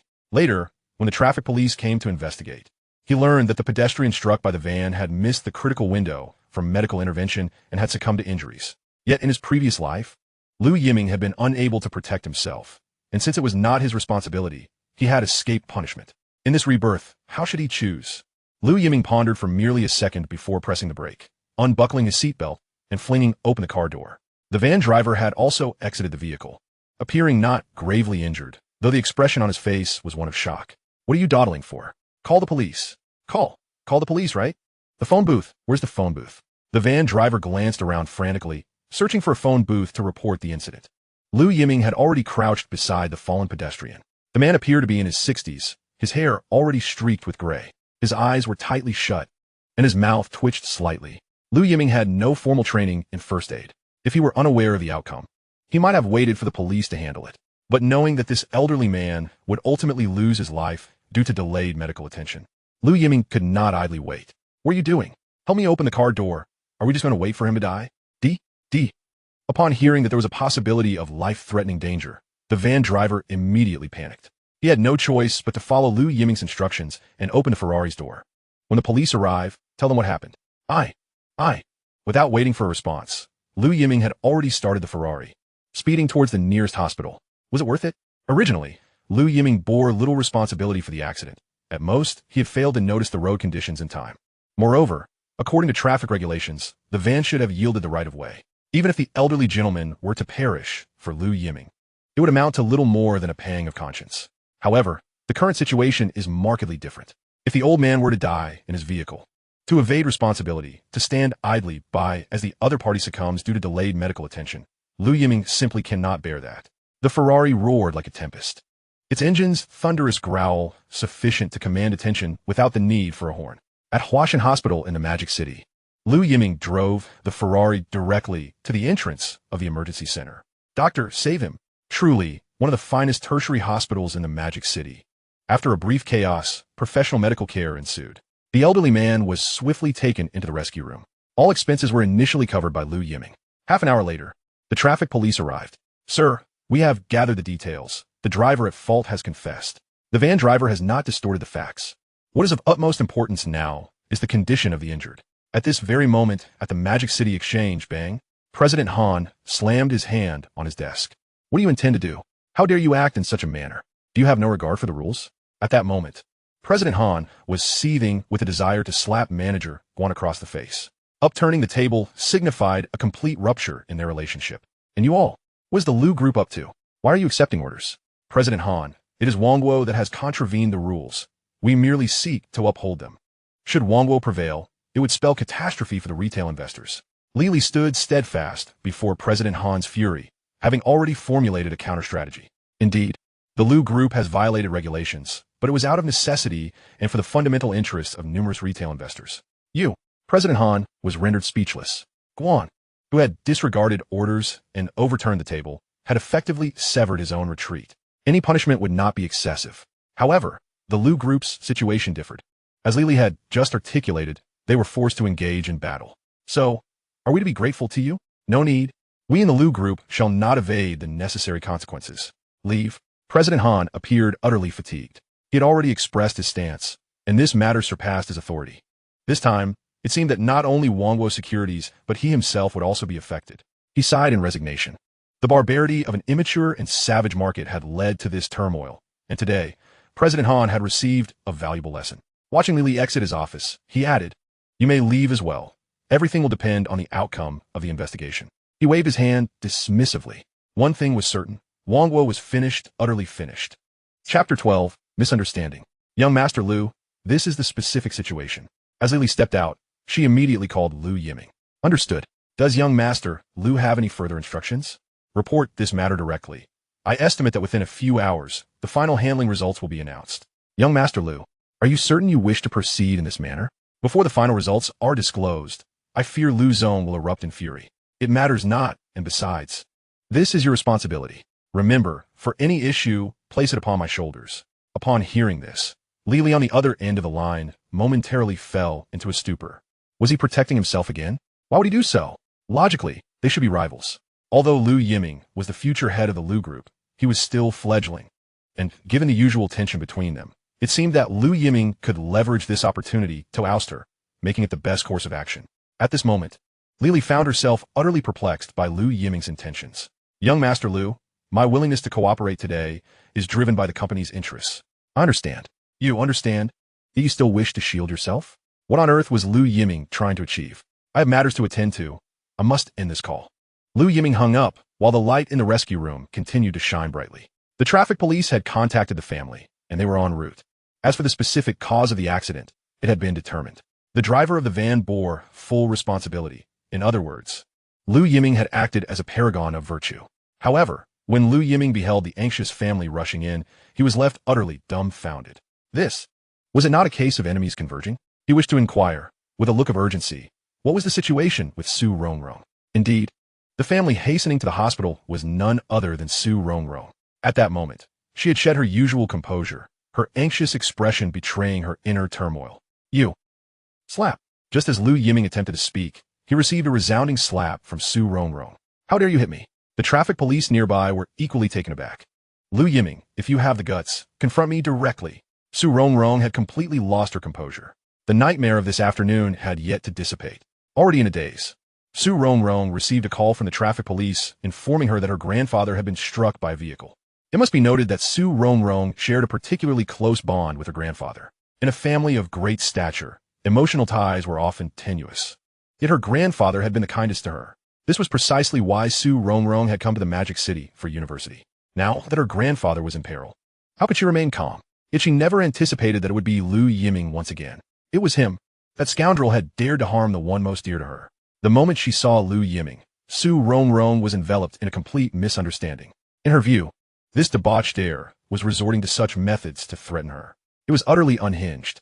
Lu Yiming, I swear, if anything happens to my grandfather, I will not let you off the hook. Her gaze at Lu Yiming radiated nothing but hatred. Suit yourself. In the midst of a public setting, the young master of the Lu family had just received a resounding slap. Had this been any other time, Lu Yiming would have exploded in rage. However, burdened with his own guilt, he was forced to endure. Coincidentally, at that moment, the light in the rescue room dimmed. Doctor, my grandfather's all right, isn't he? Su Rongrong abandoned Lu Yiming and hurried to the doctor. Who is the family member? I'm the patient's granddaughter. The patient has a fractured rib. But the more pressing concern was a sudden heart condition. Fortunately, he was brought in promptly, and he's been stabilized. Hearing that her grandfather was safe, Su Rongrong finally breathed a sigh of relief. If anything were to happen to him, she would. Miss, we require your cooperation for the case conclusion. The scene was somewhat chaotic, yet the traffic police needed to ascertain the details. Meanwhile, at the Lu group, the lights blazed brightly. In the chairman's office, Lu Aijun sat in his executive chair with a grim expression. Standing before him was Li, chairman. This is the specific situation. Upon returning to the company, Lily promptly reported the entire incident to Lu Aijun. This is outrageous, simply outrageous. Lu Aijun's face was filled with fury at the unilateral alteration of his intentions. No wonder his phone had dozens of missed calls from Manager Guan. Chairman, I also bear some responsibility in this matter. However, young Master Lu did not err this time. Lu Aijun could scarcely believe that Li would advocate for Lu Yiming. Chairman, if we had executed according to the original plan, we would not only exhaust all our liquid assets, but also doom Wangguo. Lu Aijun had not anticipated the gravity of the situation. Chairman, this was my oversight. The investigation was not thorough, and I overlooked the most critical information. This is a war of information asymmetry, and we are bound to lose. The government has set a clear tone regarding national debt. In this battle, the short sellers are destined for total defeat. It can be said that, were it not for Lu Yiming's words, perhaps, this rascal has truly stumbled upon a stroke of luck. Lu Aijun is all too aware of his son's disposition. If he manages to avoid causing trouble for a single day, it is already a concession to his dignity. This time, it must have been a case of serendipity. Yes, perhaps he merely wished to oppose Li, and thus. President Lu, you genuinely misjudged young Master Lu this time. His performance today is rather astonishing. Upon hearing Li praise Lu Yiming so highly, Lu Aijun's expression softened considerably. After all, regardless of how disappointing his son may be, he is still his own flesh and blood. It is often said that a tiger does not beget a dog, and naturally, Lu Aijun wishes for his son to rise above the rest. Regrettably, over the years, Lu Yiming has brought him nothing but disappointment. Once it became a habit, Lu Aijun resigned himself to reality. A piece of rotten clay cannot be molded into a wall. Yet this time, Lu Yiming has indeed surprised him. What on earth compelled this brat to act so recklessly, ultimately clashing with Wangguo? Wangguo was already in violation. Even without intervention, their situation would not improve. Now, in a bid to save face, they have thrown everything away. President Lu, everything was anticipated by young Master Lu. He has stated that, in comparing the two, one should choose the lesser evil. The government would not disregard the plight of retail investors. Though he scoffed coldly, Lu Aijun did not question this statement. Moreover, young Master Lu also expressed that he aimed to protect more individuals. Who does he think he is? Despite his dissatisfaction, pride flickered across Lu Aijun's face. It seems Lu Aijun is also a master of stubbornness. Where's that brat? To speak candidly, he seems to have encountered a traffic accident at the hospital. Damn it, Lu Aijun muttered, retracting his earlier statement. What growth, this rascal cannot go a day without causing trouble. Chapter 13. Is this truly my son? What? Is he not done yet? Observing Su Rongrong standing before him, Lu Yiming instinctively leaned back. That slap from earlier had quite a force behind it. What a farce. This so-called delicate lady. Yet when it came to action, she was utterly unreserved. The impact of that slap felt as though it had been forged through countless trials. Given another chance, Lu Yiming would likely not evade it again. However, he had not anticipated such a coincidence. The individual he saved turned out to be Su Rongrong's grandfather. Does this not mean that in a single day, Su Rongrong endured 2 colossal blows, both involving him? Are you not going to hide? Huh, Su Rongrong retorted. Lu Yiming found himself at a loss for words. Forget it, this is my debt to you. The crux remains that Lu Yiming feels guilty, especially in light of the events from earlier that afternoon, particularly Su Rongrong's fiery demeanor. It was utterly inconceivable. That delicate waist paired with, wait, what am I even thinking? Su Rongrong's emotions were equally tumultuous. She had just learned the entire sequence of events from the traffic police. Everything was mere coincidence. She had misjudged Lu Yiming. Were it not for him, she might never have seen her grandfather again. Yet, the events of that afternoon were an immense humiliation for Su Rongrong. How should she face Lu Yiming? There's no need for thanks. I did not know he was your grandfather. Consider a debt I owe you, but a debt is a debt. Su Rongrong pondered. What if I was indeed set up? I do not know. At this moment, Su Rongrong's heart was in disarray. Yes, a series of events unfolding in such quick succession left even her uncertain of how to respond. The man before her had nearly assaulted her, yet in a blink, he transformed into her grandfather's savior. What is she to do? Shall we first clarify our thoughts? Of course, I shall provide you with a satisfactory answer regarding this matter. Lu Yiming was also eager to understand why Zhang Zun sought to entrap him. Shall we address this first? What? It's nothing. Su Rongrong's gaze momentarily flickered. Very well. My earlier strike was devoid of mercy. The imprint of her slap was starkly visible on Lu Yiming's face. That was no ordinary severity. Focus on your grandfather for now. We shall discuss other matters later. Rest assured, I mean what I say. When the time comes, I shall heed your wishes. Lu Yiming stretched lazily. Though the gesture was initially quite suave, the slap mark on his face stole the spotlight. It was unexpected that his unwitting act of kindness had afforded him quite a bit of time. At the very least, for the time being, Su Rongrong should refrain from causing him trouble. For Lu Yiming, time was indeed ample. Beep. Sin value decreasing. Current sin value. 109, 193. Beep. Reward distribution in progress. Acquired reward. Irrevocable moves. Mastery of chess. Lu Yiming, huh? My system emphasizes such impractical skills as irrevocable moves and chess mastery. I simply wish to inquire what benefit this holds. Am I to cultivate my character with it? At that moment, Lu Yiming's phone began to ring. Gazing at the number displayed, he momentarily faltered. It was his father's call. To be candid, the image of his father had grown increasingly blurred in his mind. In his previous life, due to his own reckless actions, the Lu family fell into decline, leading to his father's melancholic demise at an early age. It was only then that Lu Yiming matured overnight. Regrettably, it was all too late. Brat, have you caused trouble again? Upon answering the call, his father's roar echoed through the phone. The dynamic between the father and son had always been this way. In the past, Lu Yiming held nothing but resentment towards his father, but now he reflects, which father does not wish for his son to succeed? Perhaps his actions had left his father utterly disheartened. In his previous life, in order to protect him, his father sacrificed everything. He never even had the chance to express his gratitude. Huff. Lu Yiming took a deep breath. Am I in trouble? It has been resolved. Resolved? Yet you remain in the hospital? Are you unharmed? Do you need me to send a driver to handle it? Had this been before, Lu Yiming would have dismissed his father's concerns as nagging. Yet, now he could perceive the deep-seated paternal love hidden within. No need. Then hurry back. Stop causing trouble all day. All right. What did you say? I said I am returning now. After hanging up, Lu Yiming waved goodbye to Su Rongrong. Su Rongrong thought, why does this silhouette evoke such an unusual feeling within me? It is almost ghostly. Lu Yiming started the Ferrari. Meanwhile, at the Lu residence. Is this brat on something? Lu Aijun stared at the phone in disbelief. When did this rascal become so obedient? He did not mutter a single word of protest, and is simply returning without fuss. No, something is amiss. There must be an ulterior motive behind this behavior.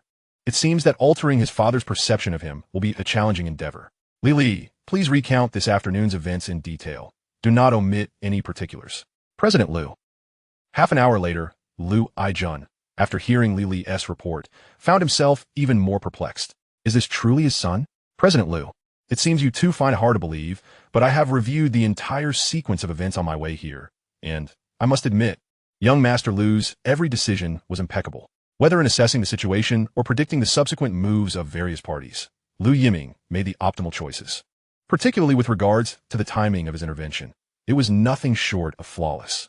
Aside from the final frenzy, all the steps taken today could be deemed as quintessentially textbook in Li Li's perspective. Could it truly be the work of that insufferable brat? Indeed. Do you think he might have someone backing him? Is President Lu concerned that someone is manipulating young Master Lu? It's hard to say, but what could their motive be? President Lu, with all due respect, if young Master Lu indeed has someone guiding him, it would be implausible for him to act with such meticulous detail. This battle has been fraught with tumult, yet young Master Lu has not received a single phone call. Are you suggesting that all of this is solely the brat's decision? It appears to be the case. Hiss. The sudden turn of events left Lu Aijun struggling to accept. President Lu, everything seems to be progressing positively at the moment. I understand. It's just a bit overwhelming to digest. If that's truly the case, I shall go burn incense and pray tomorrow. Li, President Lu is commendable in every aspect, though perhaps a tad superstitious. Yet, upon reflection, she realized she was not so different, equally astonished by young Master Lu's transformation. Chapter 14. The Old Ginger is the spiciest. Lu Yiming had already driven his Ferrari into the villa located at 99 Xiangzhong Road. This area was once part of the French concession and has now become a top-tier luxury residence hidden in the city center. The previous owners of this villa were all significant figures who left an indelible mark on the history of China. Lu Aijun had spent a considerable sum to acquire this villa. Oh, Yiming is back. Just as he parked the car, a sweet voice reached his ears. And Zhang Qian, from a legal standpoint, was Lu Yiming's stepmother. Lu Yiming's biological mother had a tumultuous relationship with Lu Aijun, and they divorced shortly after Yiming's birth. To be honest, Lu Yiming had little impression of his biological mother. In his previous life, when he was cornered, she had never appeared. It would be impossible to claim he bore no resentment towards her. As for Zhang Qian, she shared a harmonious relationship with Lu Aijun. They had a daughter, Lu Yao, 2 years younger than Lu Yiming, who was studying business management at a prestigious university abroad. Although her academic performance was rather disappointing, Lu Aijun's financial means made up for it. He adhered to the principle that daughters should be raised in luxury, while sons should be raised with frugality. Lu Yao had everything she desired in the Lu household. Yiming, what brings you back today? Just in time, I made some soup for you to try. Zhang Qian greeted him with a radiant smile, making one feel as if they were basking in spring sunshine. No need, I'll be leaving soon. To be honest, Aunt Zhang treated Lu Yiming quite well. Since marrying into the Lu family, she had never mistreated him. However, the term mother was something Lu Yiming could never bring himself to utter. Lu Yiming preferred not to live at home. Despite it being a mansion, it lacked a sense of freedom.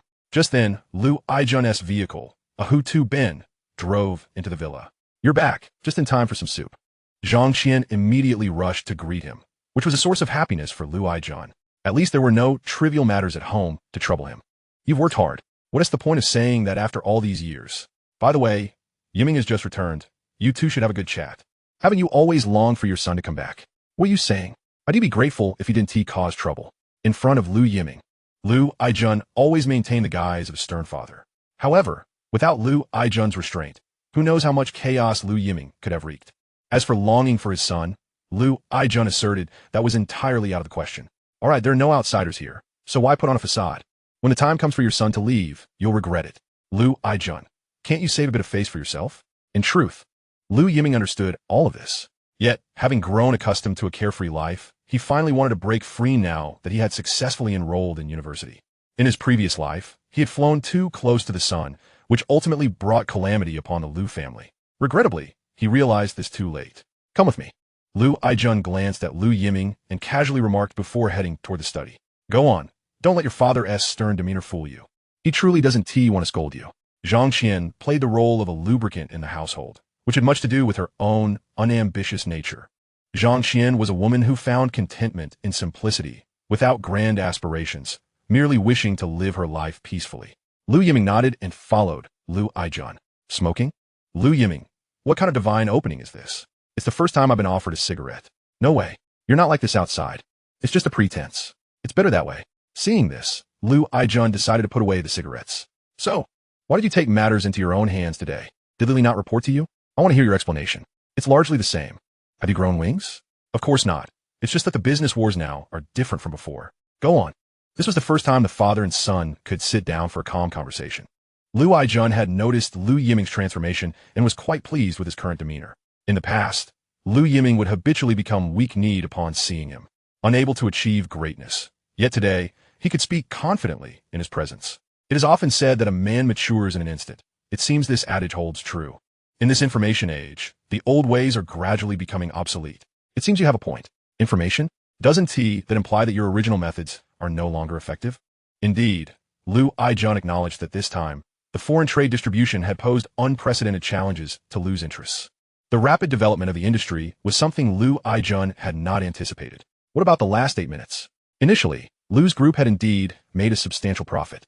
However, Lu Yiming's reckless decision to take on a massive sell-off from Wangguo in those final 8 minutes led to Lu's group's violation of regulations. The final penalty decision was officially announced half an hour ago. There is no need to elaborate on Wangguo. After all, for Wangguo Securities, the punishment had lost all significance. Nearly 5 billion in debts was something Wangguo could never repay. Bankruptcy and reorganization were their only paths forward. As for Lu's group, although the exchange had imposed a lighter penalty, they still forfeited the last 8 minutes margin of 1 billion, and all trades made during that period were deemed invalid. The national bond price closed at 15,267 yuan. For Lu's group, this would represent a significant loss. Lily had already reported on the final gains and losses. Although they hadn't lost money, the difference between Lu's group's profit of 300 million and the current modest goal was vast. They could have preserved the 300 million profit without doing anything. Your conscience in the business world will leave you with nothing but bone scraps. This amount of money, I can earn back. This blind confidence, such audacity. Fine, after graduation, come work at the company. This was ultimately Lu Aijun's objective. All right, you agreed? Just like that? He had prepared numerous arguments. This insufferable brat, who used to always oppose him, now capitulated so easily. It was quite difficult for Lu Aijun to accept. The sensation of hitting a soft cushion was indeed uncomfortable for him. Establish an investment department. I'll take charge. Ha! So, there are conditions. The investment department? Quite a bold claim. And, send Li to assist me. Truly, a lioness share of demands. On what grounds? On the grounds that I am your son.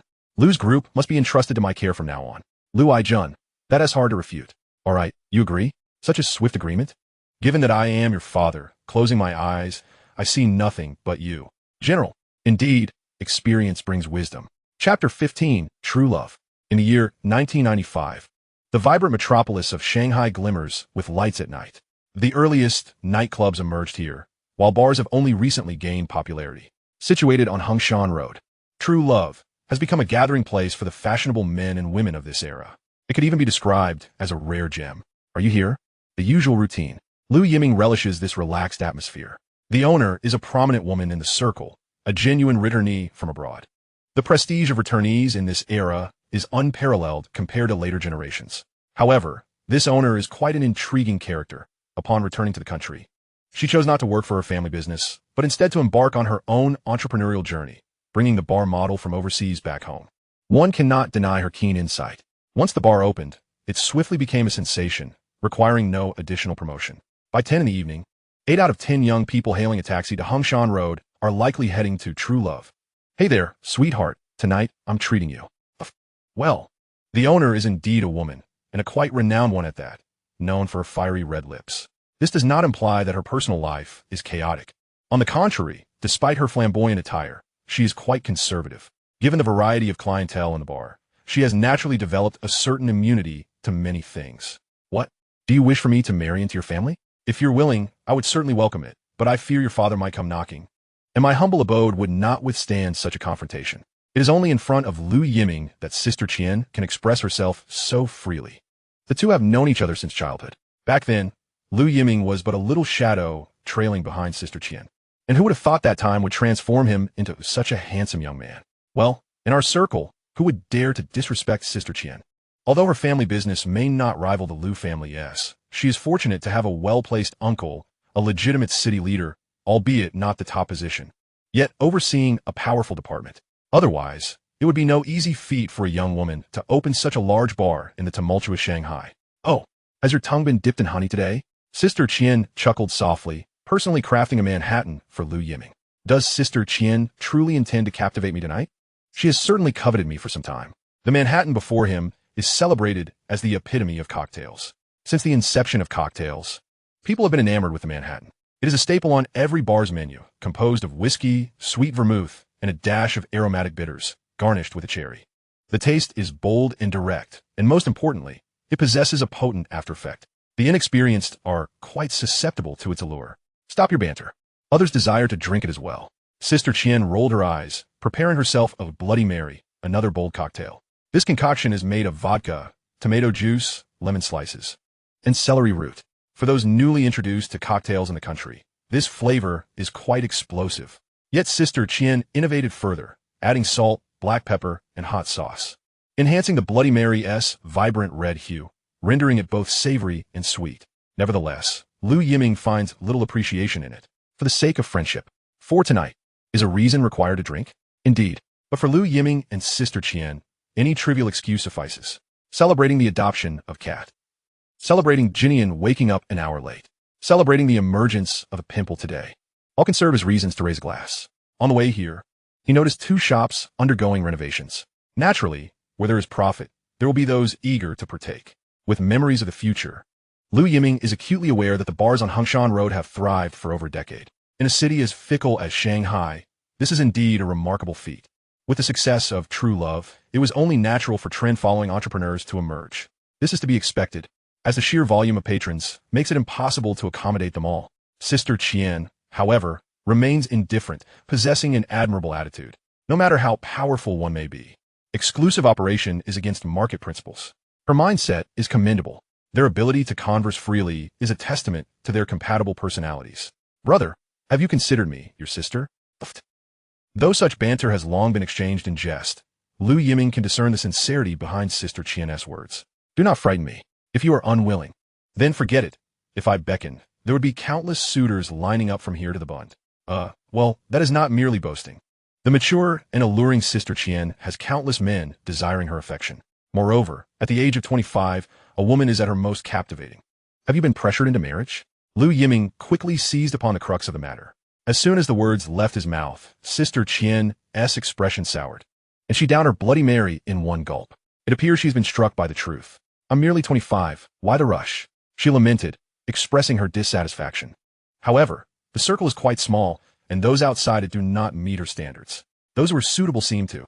Sister Qian cast a furtive glance at Lu Yiming, sighing inwardly. Sister Qian is career-oriented. If there were a man to rely on, would I need to expose myself and drink with you filthy men? Suddenly, their faces were mere inches apart. A tease, a blatant tease indeed. Lu Yiming belatedly realized he had just been flirted with. So close, it was as if she were almost pressed against him. The faint scent of alcohol from Sister Qian lingered in his nostrils. In that moment, his heart raced uncontrollably. A siren, undoubtedly a siren. Even someone as seasoned as he could hardly resist. Especially as Lu Yiming lowered his gaze, he was met with the sight of Sister Qian's ample bosom. Truly, a sight to behold. Instinctively, Lu Yiming swallowed hard. Every subtle change in expression was captured by Sister Qian's keen eyes. You little pervert. Sister Qian smirked, pleased to see that her allure remains intact. While they are familiar, there is no need to disregard my femininity. The previous action was perilously close, akin to playing with fire. I doubt you possess the courage for that.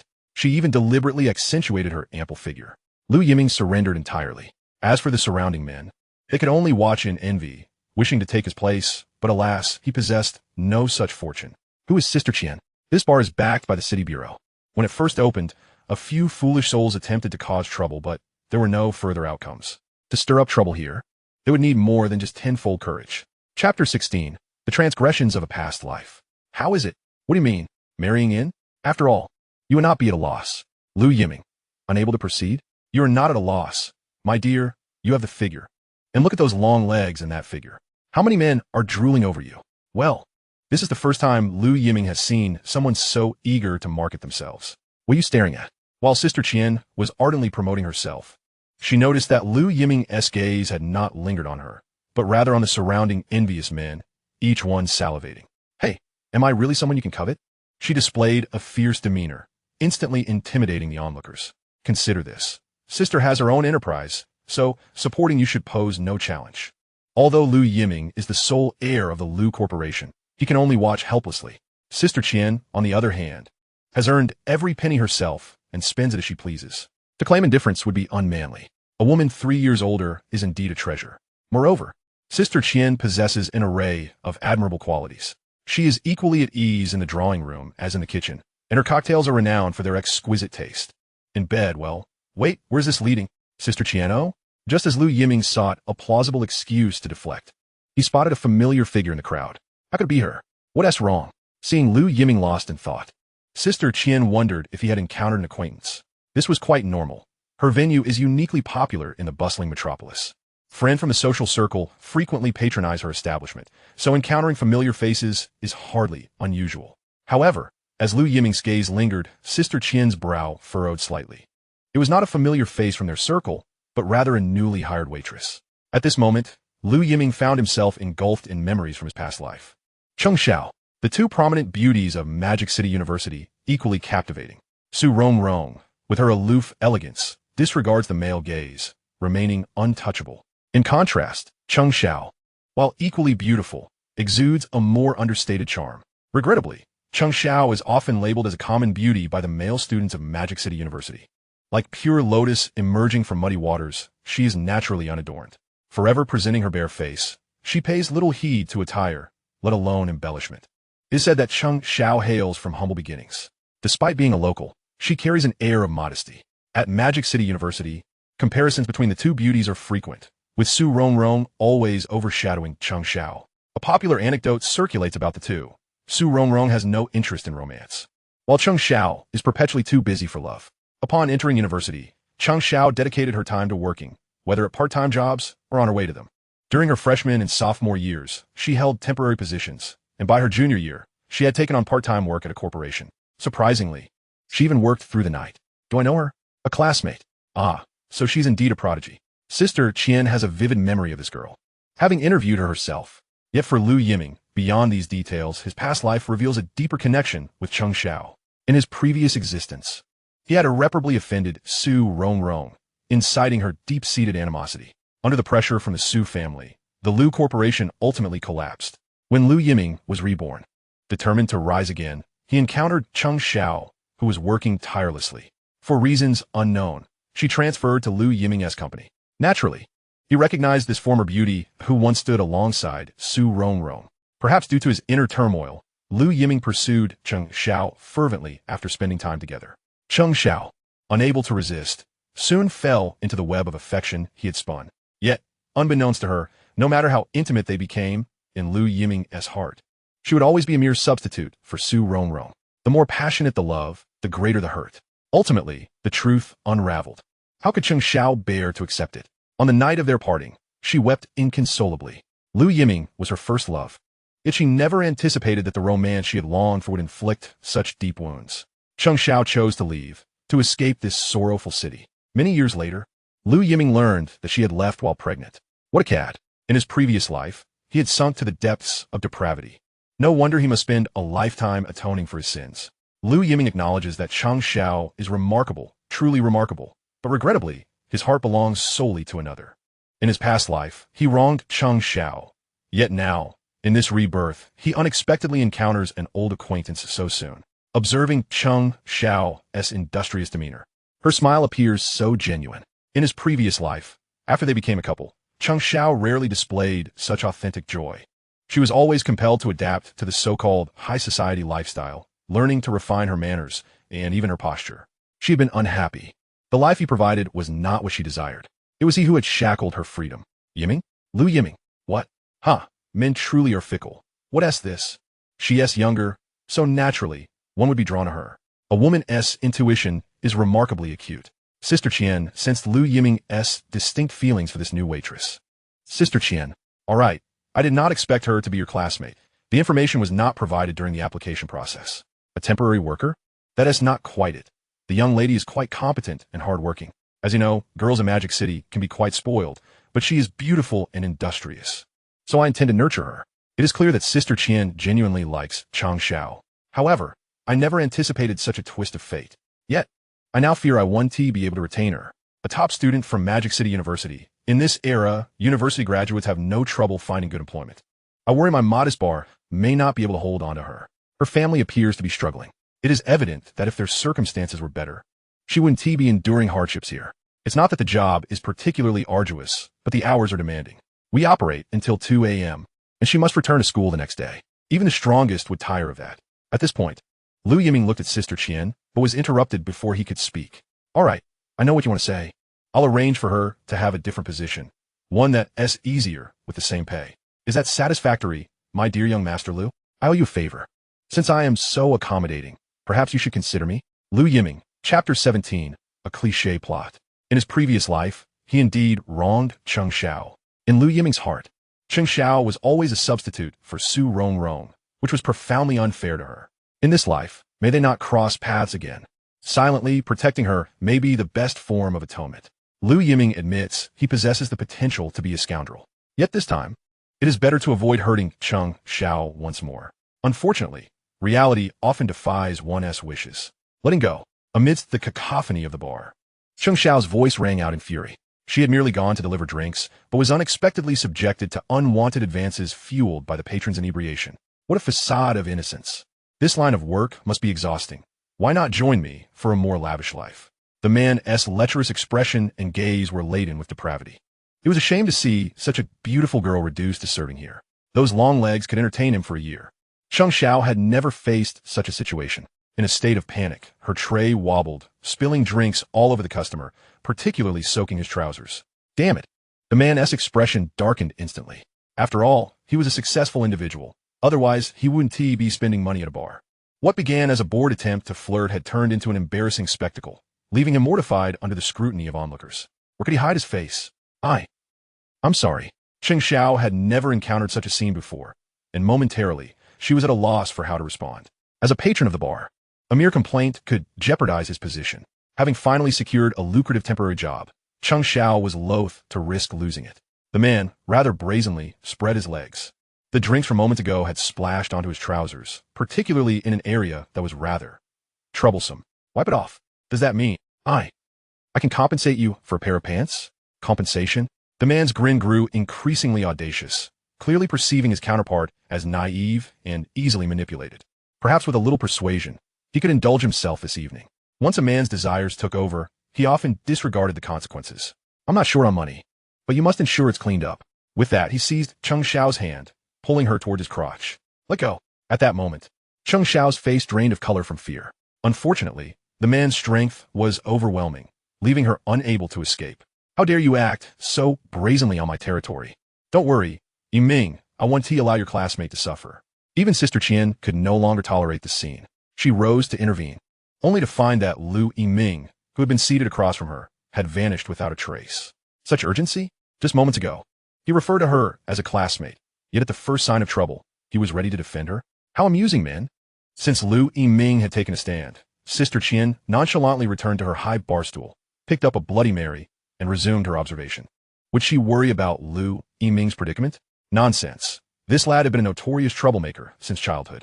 It would be a monumental joke if he were to be bested by such a man. Meanwhile, Cheng Xiao found herself engulfed in despair.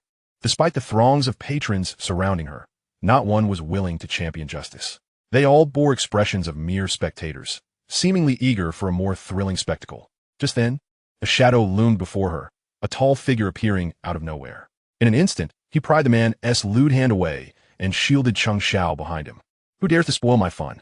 The man looked up, visibly displeased, only to be met with a torrent of beer cascading down upon him, instantly dousing him in a chilling embrace. Wow, so dashing.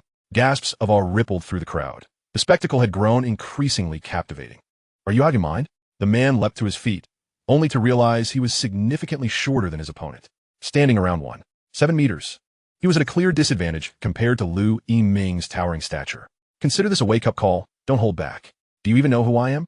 As the man attempted to intimidate his adversary, Lu Yiming swiftly snatched another bottle of beer from the table, delivering yet another soaking.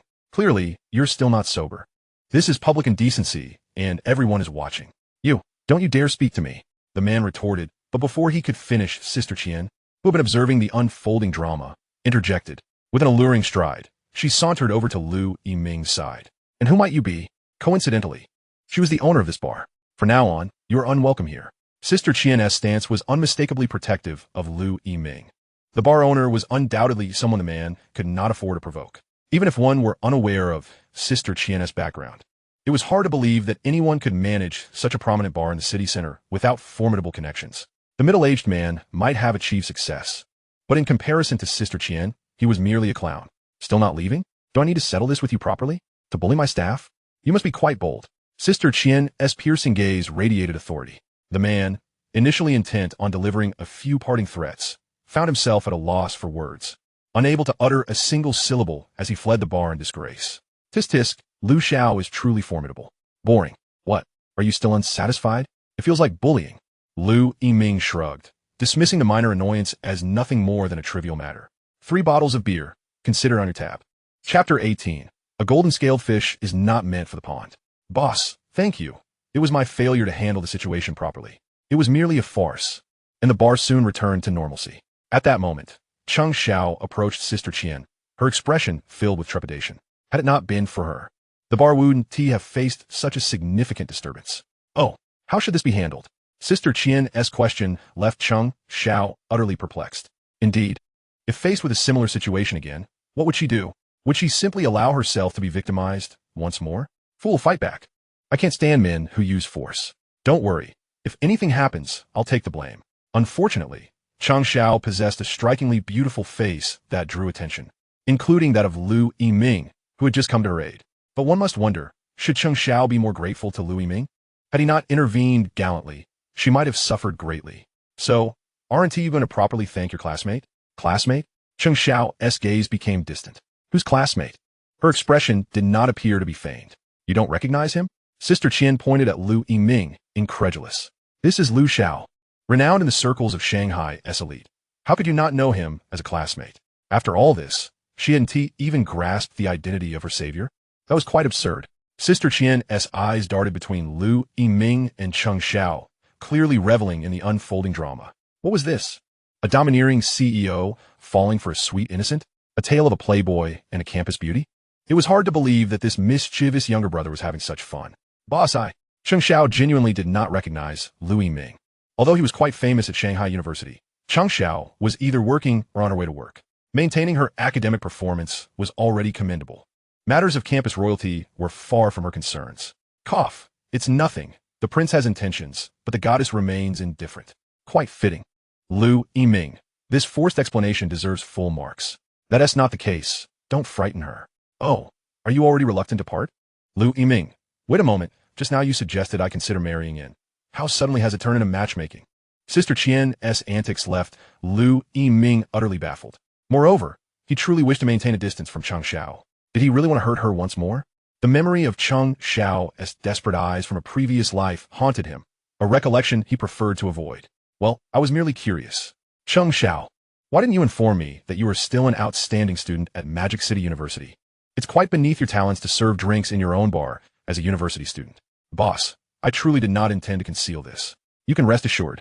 I can effectively balance work and studies without causing you any trouble. Cheng Xiao was genuinely anxious.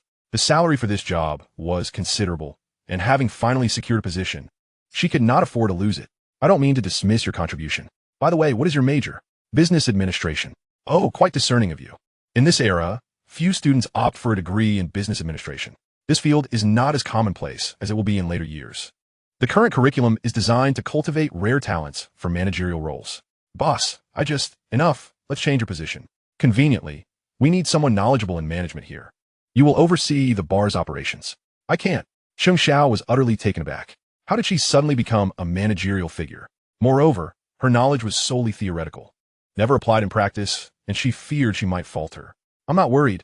Why should you be? Sister Qian waved her hand with authority. It's just a bar. How serious can it be? She trusted Lu Yiming's judgment.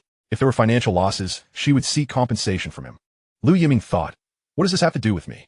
However, a managerial position would indeed offer better protection for Cheng Xiao, deterring any unscrupulous men from being overly forward. Lu Yiming did not voice any objections. Thus it was settled. Today you have a day off. Go home and prepare well. Oh, and your salary will be raised from 1,200 to 2,000. A raise?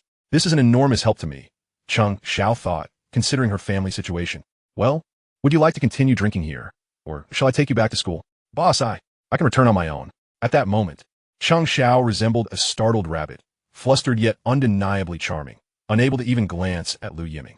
This display was somewhat. I won't go. Lu Yiming promptly declined. For some inexplicable reason, upon hearing his words, Cheng Xiao felt a sudden emptiness within her heart. Why did she feel this way? They were hardly acquainted. It must be because he had just saved her. It had to be that. Women are forever attempting to deceive themselves. Once Cheng Xiao departed, Lu Yiming finally downed his cocktail in one gulp. Is that it? Having tasted the drink and participated in the festivities, are you really going to leave without indulging further?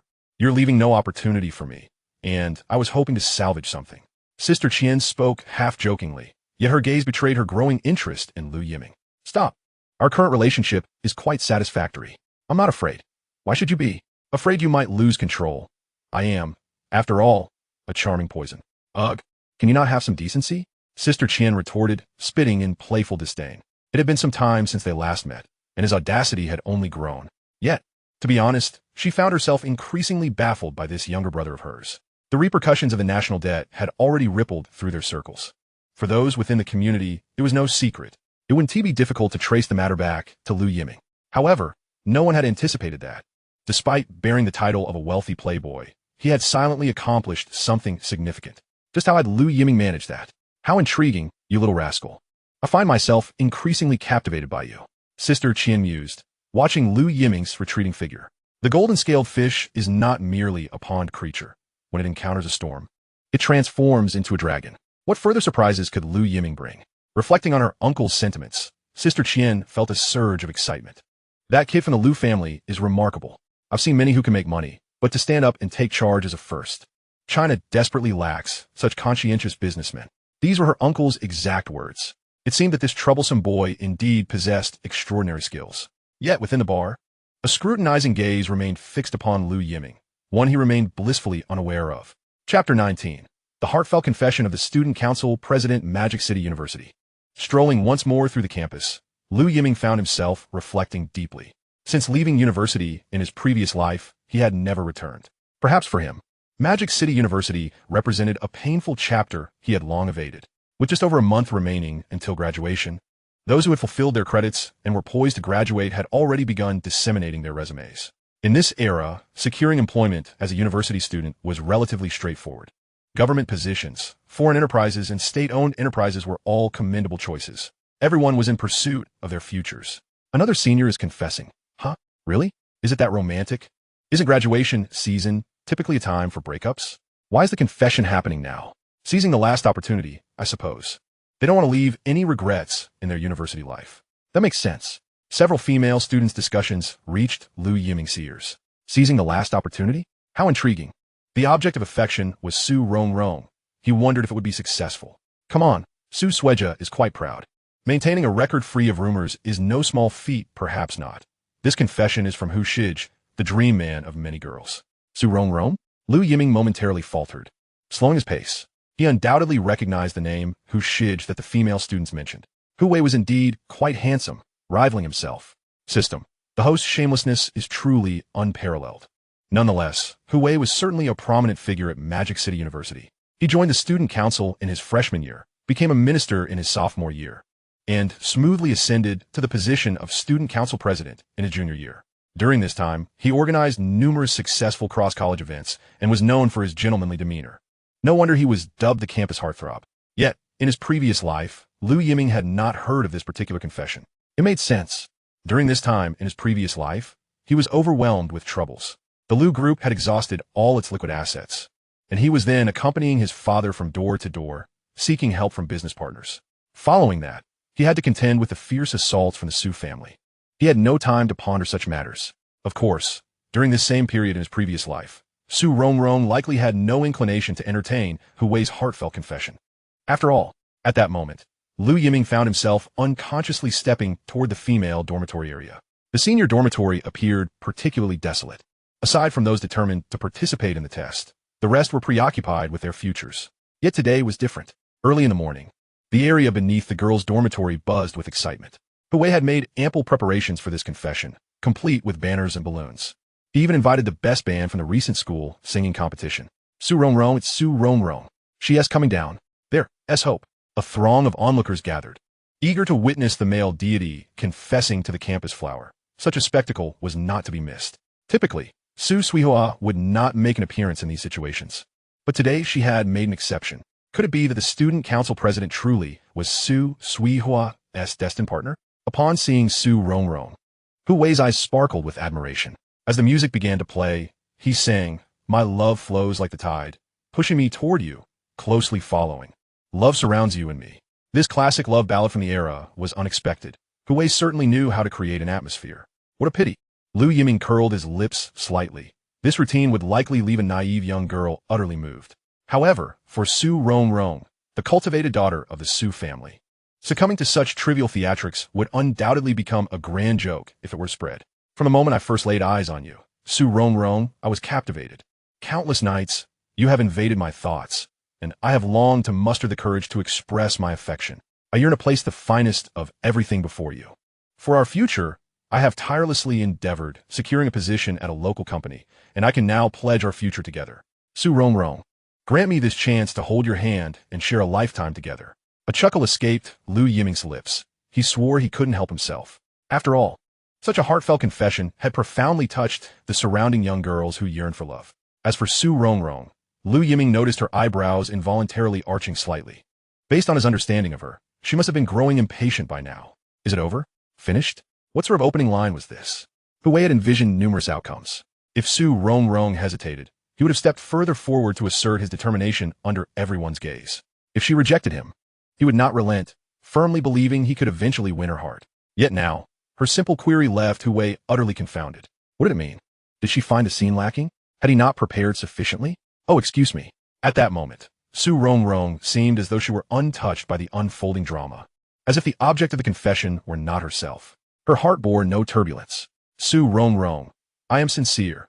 I would sacrifice everything for you. Agree to him. Agree to him. It was unclear who among the onlookers initiated the chant, but it seemed they were all moved by Hu Wei's earnestness. Lu Yiming, however, was quite familiar with this method. He had just caught Hu Wei's subtle actions, clearly a prearranged ploy. Such tricks were merely remnants of games played by his peers. This routine was one he had mastered in his past life. What was he trying to accomplish? Did he think to play the moral card and force Su Rongrong's hand? Hu Wei had orchestrated everything, yet regrettably, he had no real understanding of Su Rongrong. Step aside. At this juncture, Su Rongrong had entirely lost her patience. She had to rush to the hospital today. Her grandfather was scheduled for a cardiac examination, and she needed to accompany him. Otherwise, she wouldn't have even descended the stairs. Even if Hu Wei shouted to the heavens, it was unlikely he would receive any response from her. Su Rongrong, I am serious. I can swear.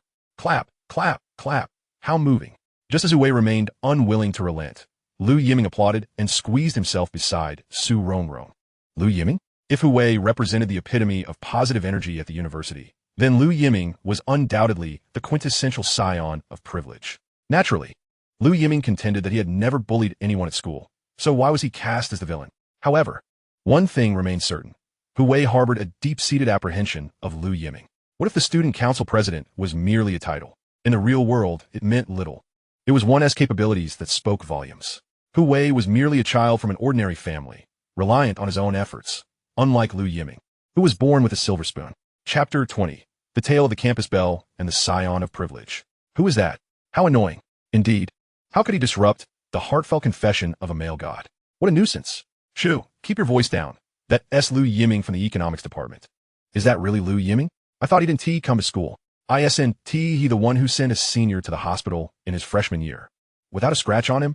It seemed the legends surrounding Lu Yiming in the university were numerous, albeit almost entirely negative. In the first semester of his freshman year, a senior from the student affairs department sought to intimidate the newcomers, a tradition in universities to ensure freshmen respect their seniors. An inspection of the dormitories was the perfect excuse. Unfortunately, the seniors had misjudged their opponent and picked on Lu Yiming, the young master. Naturally, Lu Yiming, the privileged scion, would not tolerate such affronts. A confrontation ensued. As it turned out, both sides suffered minor setbacks, and neither wished to escalate matters. However, the following day, several seniors found themselves on the receiving end of a beating. It was common knowledge who had orchestrated the incident. However, Lu Yiming faced no repercussions. Meanwhile, the beaten seniors remained tight-lipped. Thus, Lu Yiming became a figure no one dared to provoke at the university. The legend of Lu Yiming continued to circulate throughout Magic City University. Hu Wei, however, had not anticipated that his final confession of college would be interrupted by Lu Yiming. One can only tolerate so much. This was about his future happiness. Lu Yiming, what does this have to do with you? Is it disturbing me? Buddy, your approach is too cliched and rather melodramatic. You, what? Do you genuinely believe that gathering a few people to create a scene will force Su to comply? That's not my intention. Hu Wei was clearly flustered. Indeed, he had hoped to incite public opinion to compel Su Rongrong to acquiesce, but now that Lu Yiming had ruthlessly exposed his intentions, all his efforts seemed in vain. Tisk. Buddy, that's not how you pursue a girl. Forget it. It seems you can't be taught. Let us disperse. Lu Yiming. What business is my confession of love to you? Hu Wei was genuinely anxious. With graduation approaching, missing this opportunity might mean a lifetime of estrangement from Su Rongrong. Even if Lu Yiming stood in his way, he could not abandon his pursuit of love. She is my girlfriend. Does that not concern you? Impossible. Lu Yiming pointed directly at Su Rongrong. How can that be possible? How could Su Rongrong possibly have feelings for you? The esteemed campus belle would never look twice at a scion of privilege. Absolutely not. Boring. Su Rongrong glanced at her watch. The appointed time was drawing near, and this farce was merely dampening her spirits. Did you hear? I'm calling you boring.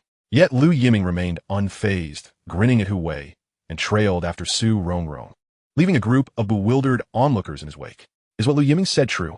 Has the campus belle really taken up with a scion of privilege? If so, it would be a tremendous blow to many. They could hardly bear the thought of losing to a playboy. Indeed, reality was often harsh. What good was excellence? Once one entered society, it was lineage and connections that mattered, not hard work and diligence.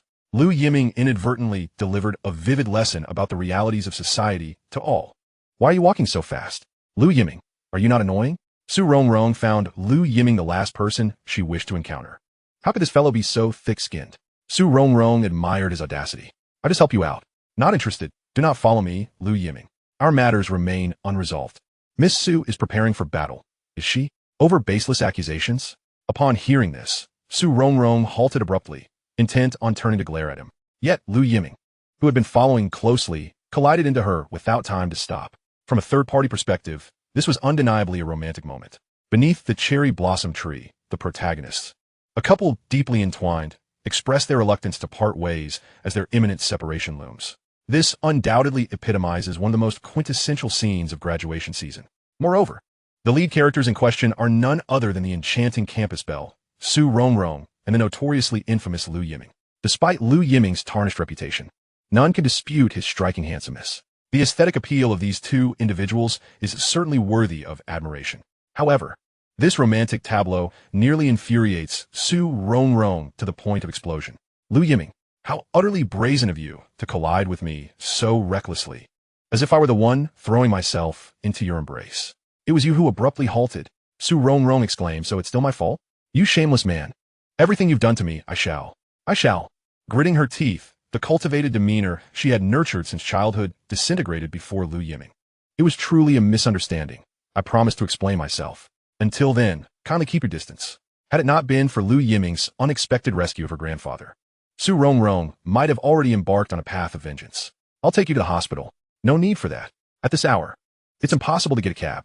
Originally, Su Rongrong had allocated ample time for her appointment. Alas, her plans are derailed by Hu Wei's sudden confession. They had arranged for a checkup at 10 in the morning, and glancing at the clock, it seemed she would indeed be late. I'll drive you, rest assured. I have no intention of doing anything untoward, Lu Yiming said, his expression earnest. What innocent face he wore. Su Rongrong felt an overwhelming urge to slap that seemingly innocent visage, for how could he feign ignorance when he had already taken her to bed? You, Lu Yiming, dare to act so innocent in my presence. Furthermore, the image of Lu Yiming handling her lace lingered in her mind, resurfacing without warning. Lecherous, shameless, a pervert, a degenerate. Every conceivable derogatory term was mercilessly hurled at him by Su Rongrong. Miss Su, please check the time. Where's the car? At the school gate. Turning on her heel, the proud Su Rongrong remained silent, albeit tacitly consenting to Lu Yiming's offer to escort her. One must admit, in that moment, the proud Su Rongrong appeared rather endearing. How had she not noticed this in her previous life? It seemed that when the goddess was enraged, she was equally captivating. One could only wonder how Su Rongrong would react upon discovering Lu Yiming's true intentions. This Lu Yiming, seemingly her nemesis, had an uncanny ability to provoke her ire. Lu Yiming revved the engine of his parked Ferrari, whisking Su Rongrong away from the confines of Magic City University. This scene did not escape the notice of countless onlookers. And soon the gossip regarding Su Rongrong and Lu Yiming spread like wildfire throughout the campus. The campus belle ultimately succumbed to the allure of wealth, preferring to weep within the confines of a Ferrari rather than smile from the back of a bicycle. Hui discarded the meticulously prepared roses, his silhouette forlorn. Chapter 21. Do you mind if I call you Grandpa? What is this? Nutritional supplements. I know they are nutritional supplements, but what do you mean by this? You could have simply taken me to the hospital. Yet, Su Rongrong was taken aback when Lu Yiming nonchalantly exited the car alongside her. That aside, she was compelled to inquire, what do you intend to convey by bringing so many nutritional products from the trunk? The solar god oral solution regulates the human nervous, immune, digestive, and circulatory systems effectively. And this red peach K oral solution treats iron deficiency anemia with its nutritional component, porphyrin iron. Also, this American ginseng is quite good. Am I asking you about the efficacy of these health products? Lu Yiming, I'm here to accompany my grandfather for a checkup. I understand. I'm here to see the patient as well, since it was I who brought you to the hospital. It's only natural for me to show concern. Let us. All right. You almost compelled the campus belle to lose her composure. One must admit, Lu Yiming's knack for irritation is truly exceptional. I will see my patient, and you take care of your grandfather. We shall not interfere with one another. Such a reasonable assertion. But are we not discussing the same individual? Lu Yiming, what do you really want? To offer a gift. Su Rongrong's grandfather, prior to retirement, was a leader among officials, although he retired at the bureau level. His integrity and uprightness were impeccable. In Su Rongrong's eyes, how could he possibly accept a gift from Lu Yiming, especially given the latter's ulterior motives? Furthermore, their relationship had yet to reach a conclusion, and the shamelessness of this scoundrel was once again shattering Su Rongrong's understanding. A person without shame renders themselves invincible. By the way, I reached out to a cardiovascular specialist through a friend yesterday, and they are available. How about scheduling for the afternoon? Lu Yiming, I will handle my grandfather's matters. Don't be absurd. Can't the Su family afford to hire an expert? After all, the Su family is a prestigious clan with some connections. This is Magic City. The Su family's reach does not extend here. You. Caught by Lu Yiming's astute observation, Su Rongrong realized that the Su family's foundation was not rooted in Magic City and indeed required assistance. Though it merely entailed a bit of time, the end result would still be the same. Su Rongrong had not anticipated that Lu Yiming would consider her ahead of time. All right, time is running short. Let us not keep your grandfather waiting. Lu Yiming, carrying gifts, walked ahead of Su Rongrong. Faced with such brazen behavior, Su Rongrong found herself at a loss for a better approach to cope. She could only stomp her foot in frustration. Rascal, despicable, shameless, scoundrel, she muttered incessantly, her demeanor contrasting starkly with her image as the campus belle. Lu Yiming, I warn you, don't speak out of turn once we enter. At the door of the hospital room, Su Rongrong stood sternly in front of Lu Yiming. This was her most severe warning. Had it been her previous life, Lu Yiming might have genuinely been intimidated by her. After all, he had wronged Su Rongrong first, and at that time, the Lu group was unable to contend with the Su family's merciless retaliation. However, the present circumstances were entirely different. By a twist of fate, he had become her grandfather as savior, and for that alone, Su Rongrong could not harbor any murderous intent. Rest assured, I understand. What do you understand? Su Rongrong herself could not articulate her thoughts clearly, yet Lu Yiming claimed to comprehend. Consequently, seizing the moment while Su Rongrong was momentarily distracted, he pushed open the door. Grandpa, I come to see you. Su Rongrong. This invocation of Grandpa felt astonishingly natural, further altering Su Rongrong's perception of Lu Yiming's audacity. In a high-ranking patient room, with the financial resources of the Su family, securing such accommodations was hardly a challenge, especially considering that Su Rongrong's grandfather was a retired official of bureau level. Yet, at that moment, her grandfather appeared utterly bewildered. Grandpa, how come I was unaware that I have a grandson I haven't seen in over 20 years? Lu Yiming, if I claim it was a slip of the tongue, will Su Rongrong believe me? Who are you? Su Rongrong's grandfather scrutinized Lu Yiming with confusion. The young man indeed possessed a fair complexion, but his youthfulness was marred by a hint of foolishness, mistaking family elders. Step aside. Su Rongrong felt her temper flare. Rongrong? Grandpa, who is this? A classmate of mine, not too familiar. This introduction was rather heartfelt. A classmate, not too familiar, yet you bring gifts to see me? Did he truly believe her grandfather was senile? Furthermore, her grandfather was quite well acquainted with his granddaughter, who was exceedingly proud. Typically, few could capture her attention. This young man before them was an exception. Su Rongrong. Where had her thoughts wandered? She had not only failed to develop feelings for Lu Yiming, but she also wished to give him a sound thrashing.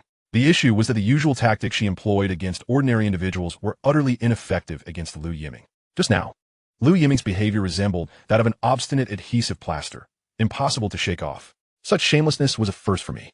Observing Lu Yiming at this moment, he wore an expression of utmost respect, a stark contrast to his usual debauched demeanor. Truly skilled at pretense, I silently criticized him again in my mind. Apologies, that slipped out. As long as I remain unembarrassed, it is others who shall feel awkward. Lu Yiming fully embodied this potential. After placing down the gifts, he immediately inquired about my grandfather's health, his solicitousness rendering me, Su Rongrong, momentarily speechless. Even I, his own granddaughter, could not demonstrate such meticulous care. Young man, no need to hurry, please sit down first, my grandfather said. A seasoned figure who quickly discerned Lu Yiming's intentions. He was clearly attempting to make an impression on his cherished granddaughter. I was curious to see what merit this young man possessed. According to Su Rongrong, my grandfather had recently discovered heart issues, and, fortuitously, there were elders in the family acquainted with specialists in this field. My grandfather raised an eyebrow, detecting Lu Yiming's attempt to showcase his connections. Wasn't he being a tad too opportunistic? After all, he was young and lacked a certain composure, while my grandfather maintained a facade of indifference. Inwardly, he began to strategize. Regardless of this young man's character, he was the first of Su Rongrong's peers to be introduced to him, and he felt it necessary to scrutinize the situation. I wondered whether Su Rongrong would find my grandfather's peculiar thoughts amusing or exasperating. The young man? He was indeed hard to shake off. No rush. How old is he? The same age as Su Rongrong, graduating this year. Oh, a local resident? Yes. Have you secured employment? I neglected to mention that my grandfather was a retired prosecutor. Their exchange bore the semblance of an interrogation. Meanwhile, Su Rongrong was utterly bewildered. Why was this happening? Shouldn't they be trying to send him away? Chapter 22. It seemed I was merely superfluous. Just as my grandfather was interrogating Lu Yiming, the attending physician entered for rounds. Coincidentally, it was an old acquaintance. This was the doctor who had performed the emergency treatment when Lu Yiming brought my grandfather to the hospital. It's you, Director Liang. Do you know each other? The doctor looked puzzled, wondering how they had ended up in conversation. What? My grandfather also appeared baffled. Old sir, it was this young man who brought you to the hospital. Fortunately, if it had been a moment later, the outcome could have been dire. Is it him? Old Liang never expected that the life-saving benefactor he had been inquiring about was the very youth standing before him. Why didn't you tell me? Grandfather. It was merely a matter of seeing injustice and lending a hand. It was simply the right thing to do. Rongrong, why didn't you mention it? Su Rongrong replied, did I have the opportunity? You two were too engrossed in your questions for me to interject. Youth, I sincerely apologize for earlier. Moreover, to think you're also Rongrong's classmate. What a coincidence. Yes, I didn't expect it either, Lu Yiming said, careful not to take undue credit. Let us pause this conversation. We must prepare for an examination shortly. The doctor approached to conduct a physical examination on my grandfather. His condition temporarily stabilized. However, my grandfather's heart remained a persistent concern. The next episode might not afford such good fortune. A coronary angiogram was necessary to assess the recently blocked area. Heart attacks are notoriously perilous, and indicators had already emerged in the blood work, warranting serious attention. Su Rongrong had previously inquired about her grandfather's health, receiving an answer that was far from optimistic. Wait, I've invited a specialist to participate in the treatment. A specialist? The doctor's expression suddenly darkened, perceiving this as a clear indication of distrust in the hospital's capabilities. Yet, given the old gentleman's retired status, he could not voice his discontent. In fact, treatment for heart attacks generally follows a similar protocol. Professor AI is an expert in cardiology. He should be able to assist. Professor AI? Which Professor AI? The Professor AI from Xinhua Hospital. Hiss. You mean academician AI? The doctor was visibly taken aback. What a figure academician AI was. He was a national authority in cardiology, and most chief cardiologists in major hospitals across the metropolis were his protégés. Academician AI's stature in the field is monumental. However, it was rumored that he had retired to a life of seclusion, so to think that this young man could summon him back into practice. If it were indeed academician AI, then there would be no issue. When will he arrive? Shortly. They had originally scheduled for the morning, and, given the time, he should be arriving soon. Excellent. Please hold on. I will summon our director. He is a student of academician AI. The doctor, now brimming with excitement, hurriedly left the room. Little Lu, I feel rather embarrassed to trouble you. The young man who had just been subjected to an interrogation turned out to be my savior, and had even managed to invite the titan of cardiology. Such a favor was not trivial. Not at all. It's merely a connection. Little Lu, come please sit. Old Liang's face beamed with satisfaction, increasingly impressed by Lu Yiming. The transformation was indeed remarkable. Su Rongrong was utterly bewildered. Why did it seem as though she was the extraneous one? Grandfather, enough chatting. We must prepare for the examination. Also, Lu Yiming has matters to attend to, perhaps. Little Lu, do you have pressing matters? What a pity. Perhaps we could continue another time. Young people have so much time. Unlike me, retired and with endless leisure. Actually, it's nothing of great importance. Then let us converse a bit longer? Sure. I would like to hear about your grandfather's illustrious past. Haha, what illustrious past? Just a few old, trivial stories. Are we back to chatting again? Su Rongrong was completely flabbergasted. Grandfather, where did your usual aloofness go? You're typically so reserved. It seemed Lu Yiming had a remarkable talent for charming the elderly. Every word resonated with old Liang's heart. Recalling glorious years gone by, the elderly often cling to their past splendor. In this moment, as old Liang spoke animatedly, his face lit up with excitement, and Su Rongrong found it hard to interrupt. Fine, I shall consider this an opportunity to alleviate my grandfather's boredom. Su Rongrong decided to remain silent, and she began to peel an apple for him. Thank you. Yet, in the blink of an eye, Lu Yiming snatched the freshly peeled apple away from her. Lu Yiming, that's excessive. What? Su Rongrong glared at Lu Yiming, who feigned innocence, her irritation mounting. Was that apple intended for you? If you want it, you should peel your own. Rongrong, why speak so harshly? It's just an apple. To her astonishment, her grandfather even defended Lu Yiming. Was this truly just about an apple? This scoundrel had nearly forced her hand earlier. Yet, Su Rongrong could not voice her grievances, fearing it might cause her grandfather undue distress. Little Lu, where were we? About the economic case under central supervision. Yes, that case. In retrospect, it feels troublesome. They were clearly well prepared. Indeed, flawlessly executed, yet still with vulnerabilities. Oh, did you notice something? Details often determine success or failure. Haha, well said. You seem to possess a knack for this. Their conversation grew increasingly animated. Su Rongrong pondered, should I leave? The key issue was that she found it impossible to interject. She had little interest in the legal realm. To her surprise, Lu Yiming, this seemingly spoiled youth, was remarkably well informed.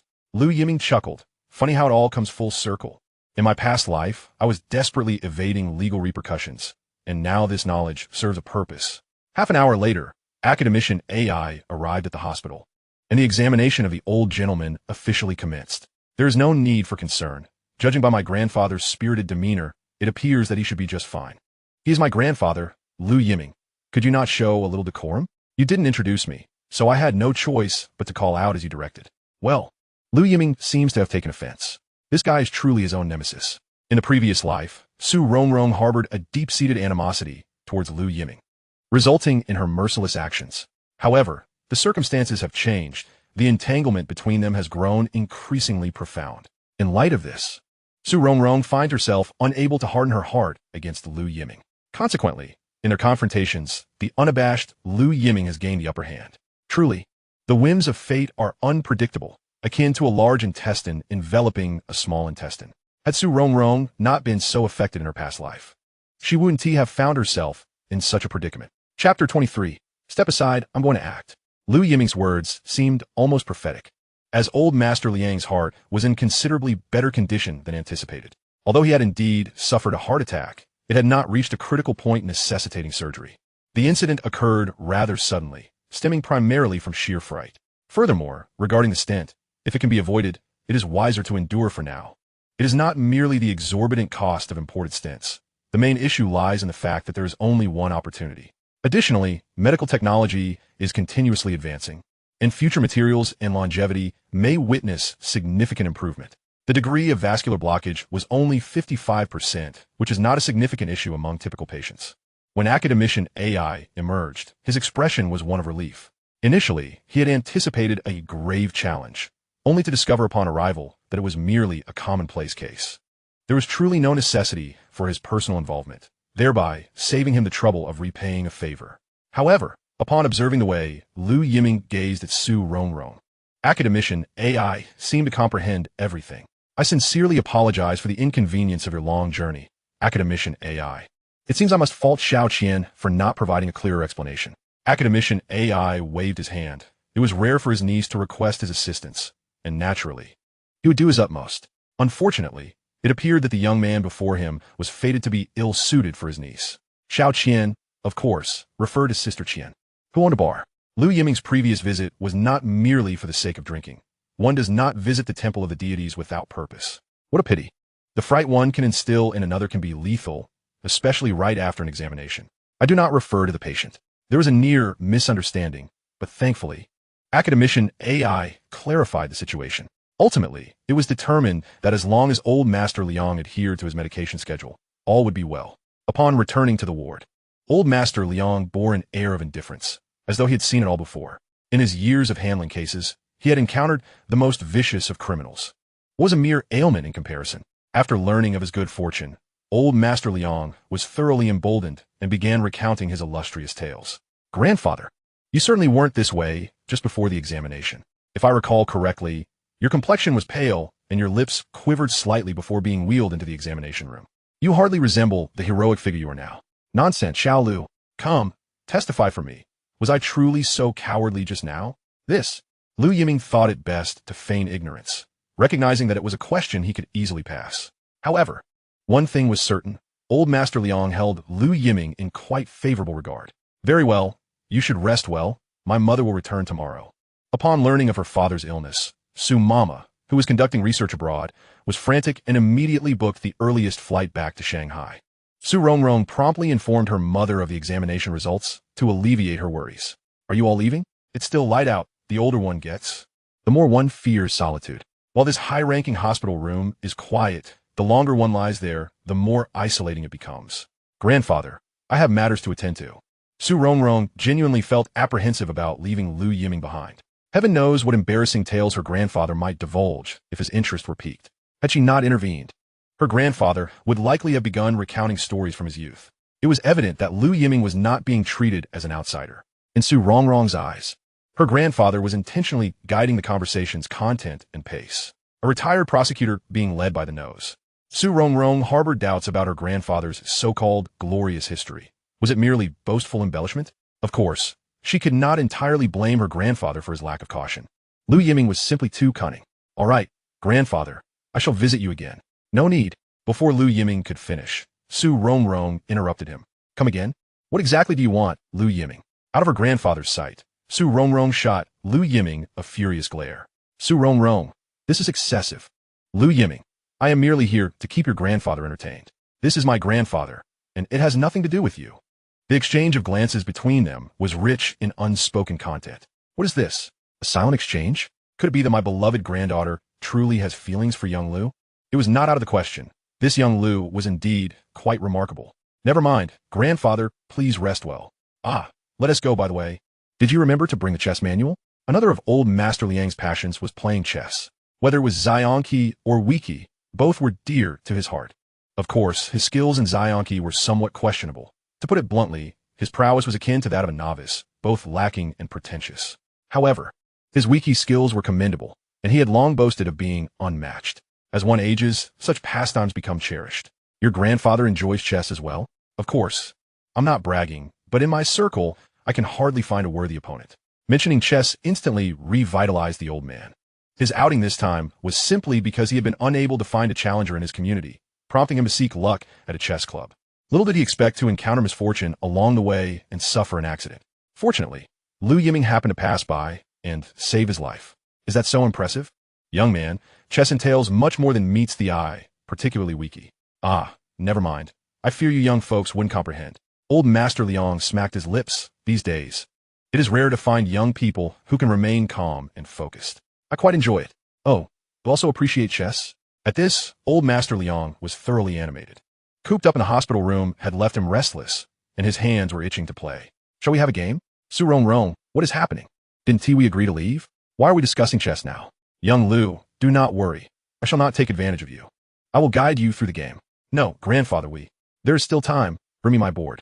Once her grandfather set his mind on something, Su Rongrong found herself utterly powerless. She glared fiercely at Lu Yiming, thinking, is he never going to stop? Yet upon reflection, what could a scion of privilege like Lu Yiming possibly know about chess? She was well aware of her grandfather's level of expertise. In Su Rongrong's eyes, Lu Yiming was merely indulging her grandfather's whims. So be it. This would provide an opportunity for her grandfather to witness Lu Yiming's true character. Once he learned that Lu Yiming was nothing more than a decorative pillow filled with straw, her grandfather's affection for him would likely diminish. This would alleviate many of her troubles. Fine, let us play a match. One match will suffice. I'll discern Lu Yiming's caliber in a single game. Su Rongrong scoffed, realizing she was courting disaster. As the two set up the chessboard, old Master Liang asked, "How many pieces shall I give you? How about you take black and make the first move?" Hey, the toad yawns, what a wide mouth it has. Unexpectedly, the young man still pretends to be impressive in front of me. He wants to let himself win, yet he still allows himself to play black. It's time for a proper education. With this thought, old Master Liang wasted no time and placed his first stone decisively. Chapter 24. Is the world of the dandy so intense? A product of the system must be of exquisite quality. Lu Yiming, who originally knew nothing of Go, found himself capable of challenging professional players after mastering the art. As for old Master Liang, he fell prey to a common flaw among the strong, underestimating Lu Yiming. One must never underestimate one's opponent. This was a conclusion Lu Yiming had reached in his previous life. Taking black, old Master Liang made his opening moves with a small point, showing a commanding start. It seemed he wished to impose a sense of awe upon Lu Yiming. If Lu Yiming were a novice, he might have been genuinely intimidated by old Master Liang's aggressive stance. With black stones positioned at 9 and 11, old Master Liang seemed to see this as nothing more than a casual game. Let's cut to the chase. Breaking the game is the true skill. The old master, engrossed in the game, appeared to transform into a different person, decisive and formidable. His prowess was undeniably impressive. Meanwhile, Su Rongrong watched with a sense of calm, despite her lack of understanding of Go. However, with her grandfather's skill, it was only natural that he would easily overpower Lu Yiming. Once a bad impression was formed, it would be challenging to alter it. Good, let you show off. Throughout the day, Su Rongrong felt increasingly oppressed by Lu Yiming, nearly at the brink of a cerebral hemorrhage. Now she relied on her grandfather to decisively vanquish Lu Yiming and teach him a lesson. Initially, old Master Liang wore a relaxed expression, believing the young man was not as formidable as he seemed, still leading him by the nose. He even intentionally tested him, leaving a flaw that Lu Yiming failed to notice. It was almost certain that Lu Yiming's skill was no better than that of the old man in the park. Perhaps after a few Go lessons, he thought himself a master. Such an opponent was easy to manage. Without hesitation, old Master Liang launched his offensive. However, 20 minutes later, his expression turned grave. Why did it feel as though every move was anticipated by his opponent? Could it be that this young man was so formidable? Those seemingly chaotic moves of white stones had surprisingly influenced the game. Although he used the small sharp move, a common tactic in Go, it was proving to be a source of great difficulty for him. Are you doing this on purpose? What? Never mind, continue. Old Master Liang refused to believe he couldn't outplay a young man. Hadn't his 30-plus years of experience been for naught? Another 10 minutes passed, and holding the black stones, old Master Liang found himself utterly dumbfounded. Where to place them? Everywhere seemed fraught with traps. He fell into deep contemplation, paralyzed by indecision. At this moment, Su Rongrong was already astounded. She had accompanied her grandfather to play Go before, and wherever they went, he would sweep the board clean. Even when facing professional players, he could hold his own, with victories and defeats often evenly matched. Yet today, in such a short time, he was forced into deep thought by Lu Yiming. Was this too exaggerated? When did the young dandy start to become so intense? What is he thinking? Unlike old Master Liang's deep contemplation, Lu Yiming was relaxed enough to observe Su Rongrong's astonished expression. Indeed, it was quite a unique sight. Can you really play Go? Isn't it obvious? Well, Lu Yiming was not wrong. He had pushed her grandfather to this extent, revealing that he was no novice, but rather a prodigy. She had asked such a foolish question. Cough, cough, that doesn't count as a move. Was had said that one should play without regret? Watching her grandfather behave so unreasonably, Su Rongrong was left speechless. Regret? What regret? I just wasn't paying attention. Fine. Lu Yiming, feeling magnanimous, had a fair grasp of old Master Liang's capabilities, which were indeed commendable. However, compared to the system standards, the gap was not insignificant. Half an hour later, this game doesn't count. You, pretending to be a pig to eat the tiger, I underestimated you at the start. Losing the match, the old man was quite unconvinced, constantly reassuring himself that he had underestimated his opponent.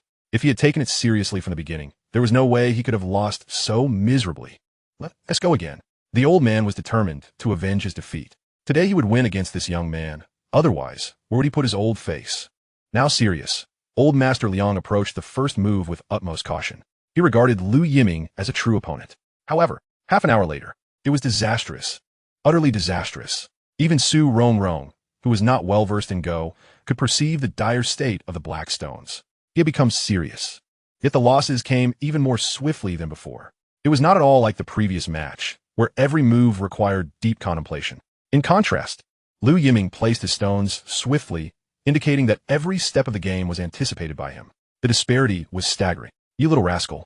Old Master Liang was thoroughly convinced. His opponent's skills far surpassed his own. Could he not give a little leeway? If my grandfather were to be angered, I would not spare you. If I do not give my all, my grandfather would surely hold it against me. In the face of Su Rongrong's concerns, Lu Yiming remained steadfast in his principles. Indeed, it was just a game of Go. Why should I hold back? I can afford to lose. Little Lu, you are capable. With your level of skill, you could easily participate in professional leagues. Such praise was indeed the highest compliment. As for Su Rongrong, she rolled her eyes and thought it best to keep quiet. However, the admiration in her grandfather-esque gaze towards Lu Yiming was impossible to conceal. The outcome was worlds apart from her expectations. Shall we wrap it up? It's getting dark. Grandfather, you should rest well. I'll come to see you tomorrow. This cannot continue at this rate. Su Rongrong felt a wave of anxiety.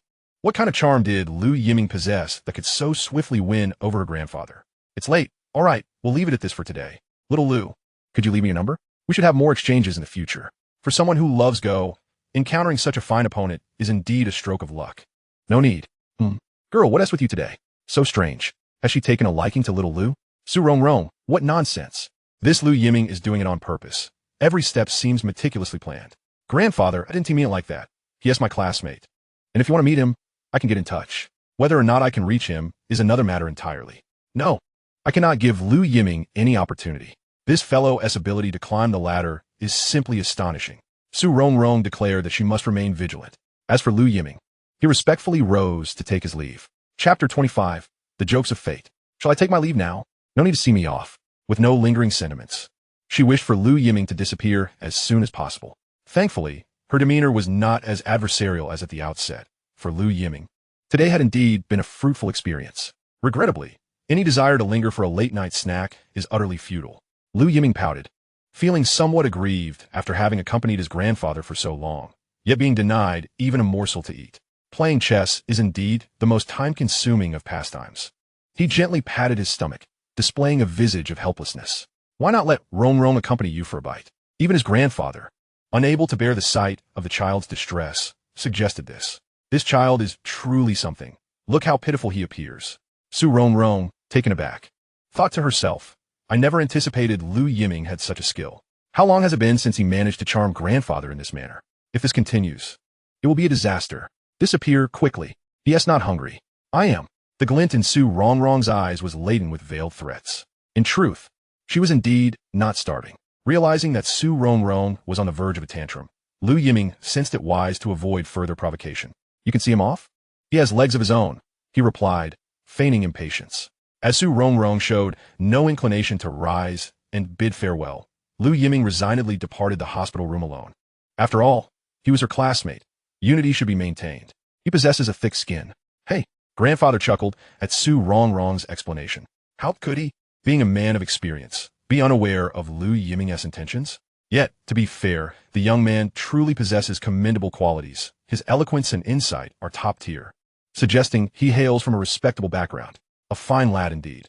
He should visit often to engage me in chess. Su Rongrong thought, regular chess games? Perhaps I should spare myself that. If her grandfather were to discover the unsavory deeds Lu Yiming had committed against her, he would likely be driven to eliminate him, even while receiving treatment. However, Su Rongrong was also taken aback by Lu Yiming's unexpected refinement. No, it must be a learned behavior meant to please girls. Shaking her head, she endeavored to banish all thoughts of Lu Yiming from her mind for the time being. Grandfather, you should rest well. The doctor just advised that a balance of work and rest is beneficial for your heart's recovery. Fine, I shall heed your counsel. With age comes a stubbornness that can only be softened by Su Rongrong's words. Are you not leaving?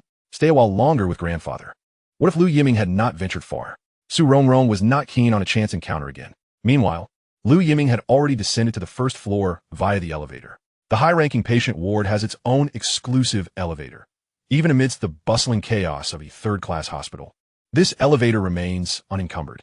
Sometimes it strikes him as a waste of resources, yet such is the nature of societal stratification, no matter where one finds oneself.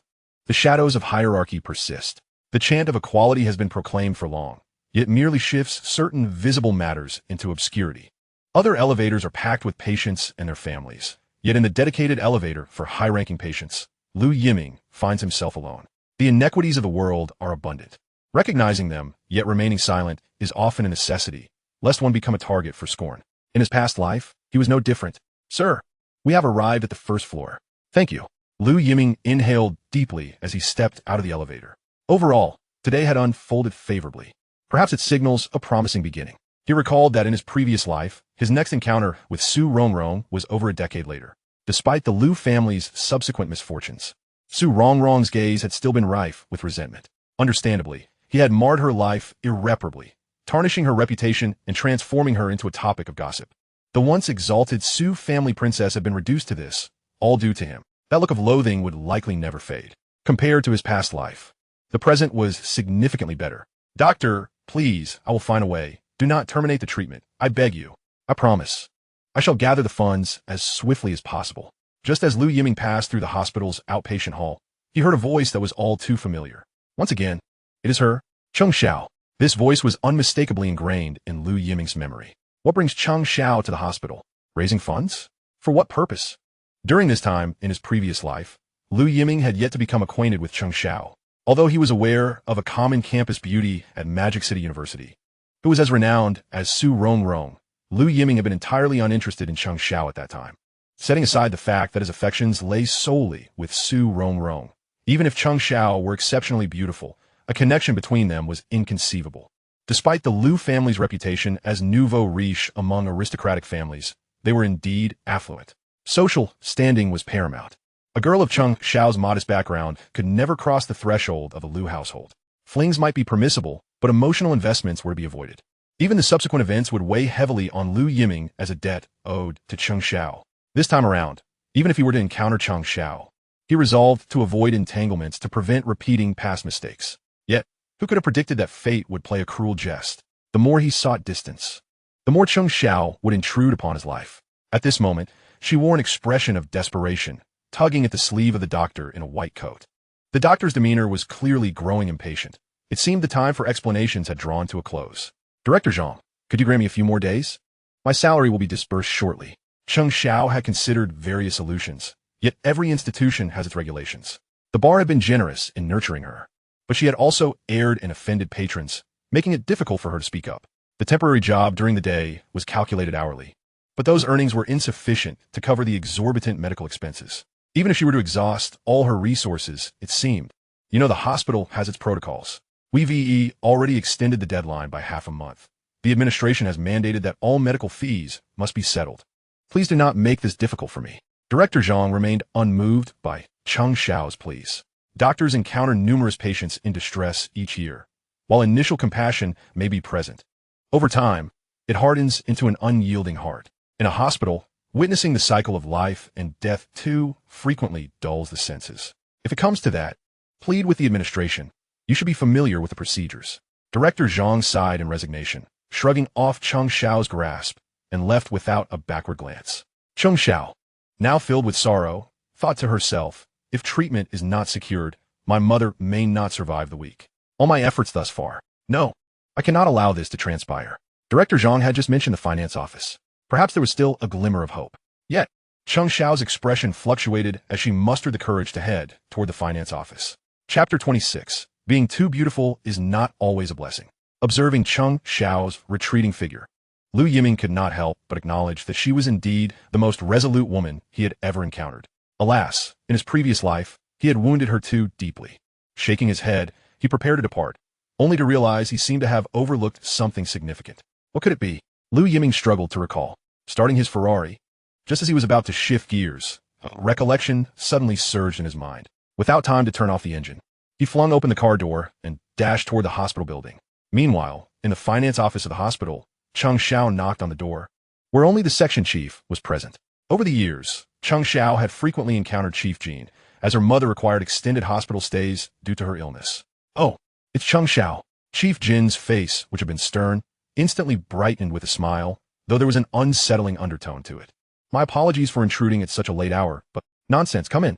Chief Jin beckoned to Cheng Xiao, signaling her to enter. Cheng Xiao seemed to sense something amiss. Upon entering the office, she merely stood at the threshold, not advancing further. In contrast, Chief Jin rose from his seat. I have a bit of understanding regarding your situation.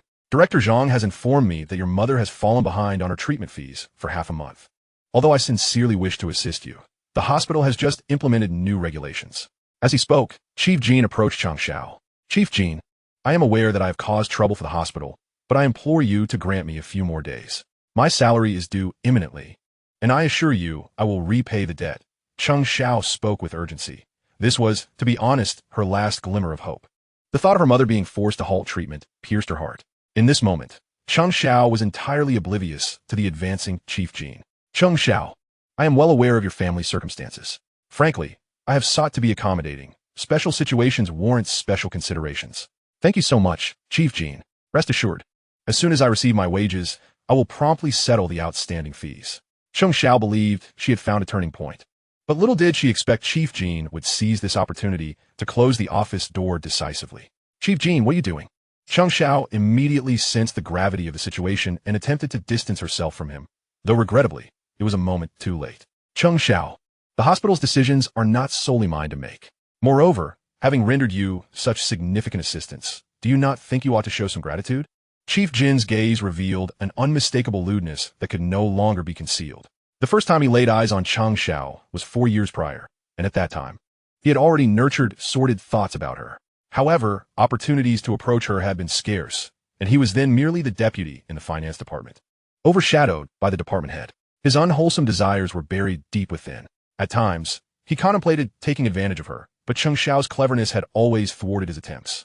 Last month, the department head finally reached retirement age, allowing him to realize his ambition and ascend to the position of the finance department head. Satisfied, Chief Jin quickly set his sights on Cheng Xiao. In truth, the hospital had no intention of pursuing treatment fees. This was entirely fabricated by Chief Jin, and the reasons were all too evident. Now, with Cheng Xiao presenting herself on a silver platter, he would not let this opportunity slip away. Chief Jin, please be assured, I will certainly settle the fees. If absolutely necessary, I can prepare a token of appreciation for you. Cheng Xiao, I am aware of your family's financial situation. I could hardly accept a gift from you. At this moment, Cheng Xiao found herself with no avenue for retreat, cornered against the wall, while Chief Jin continued to close the distance. Panic gripped Cheng Xiao. Throughout her life, she had been acutely aware of her beauty. However, for a girl from an ordinary family, such beauty was not always a blessing. In her youth, she enjoyed the attention of boys, but as she matured, the glances from the opposite sex were often laden with possessiveness. Cheng Xiao had faced numerous temptations.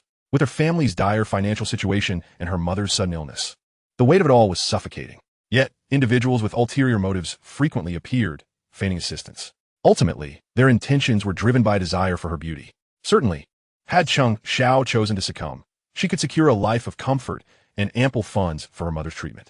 However, she opted instead to rely on her own efforts, earning every penny through honest means.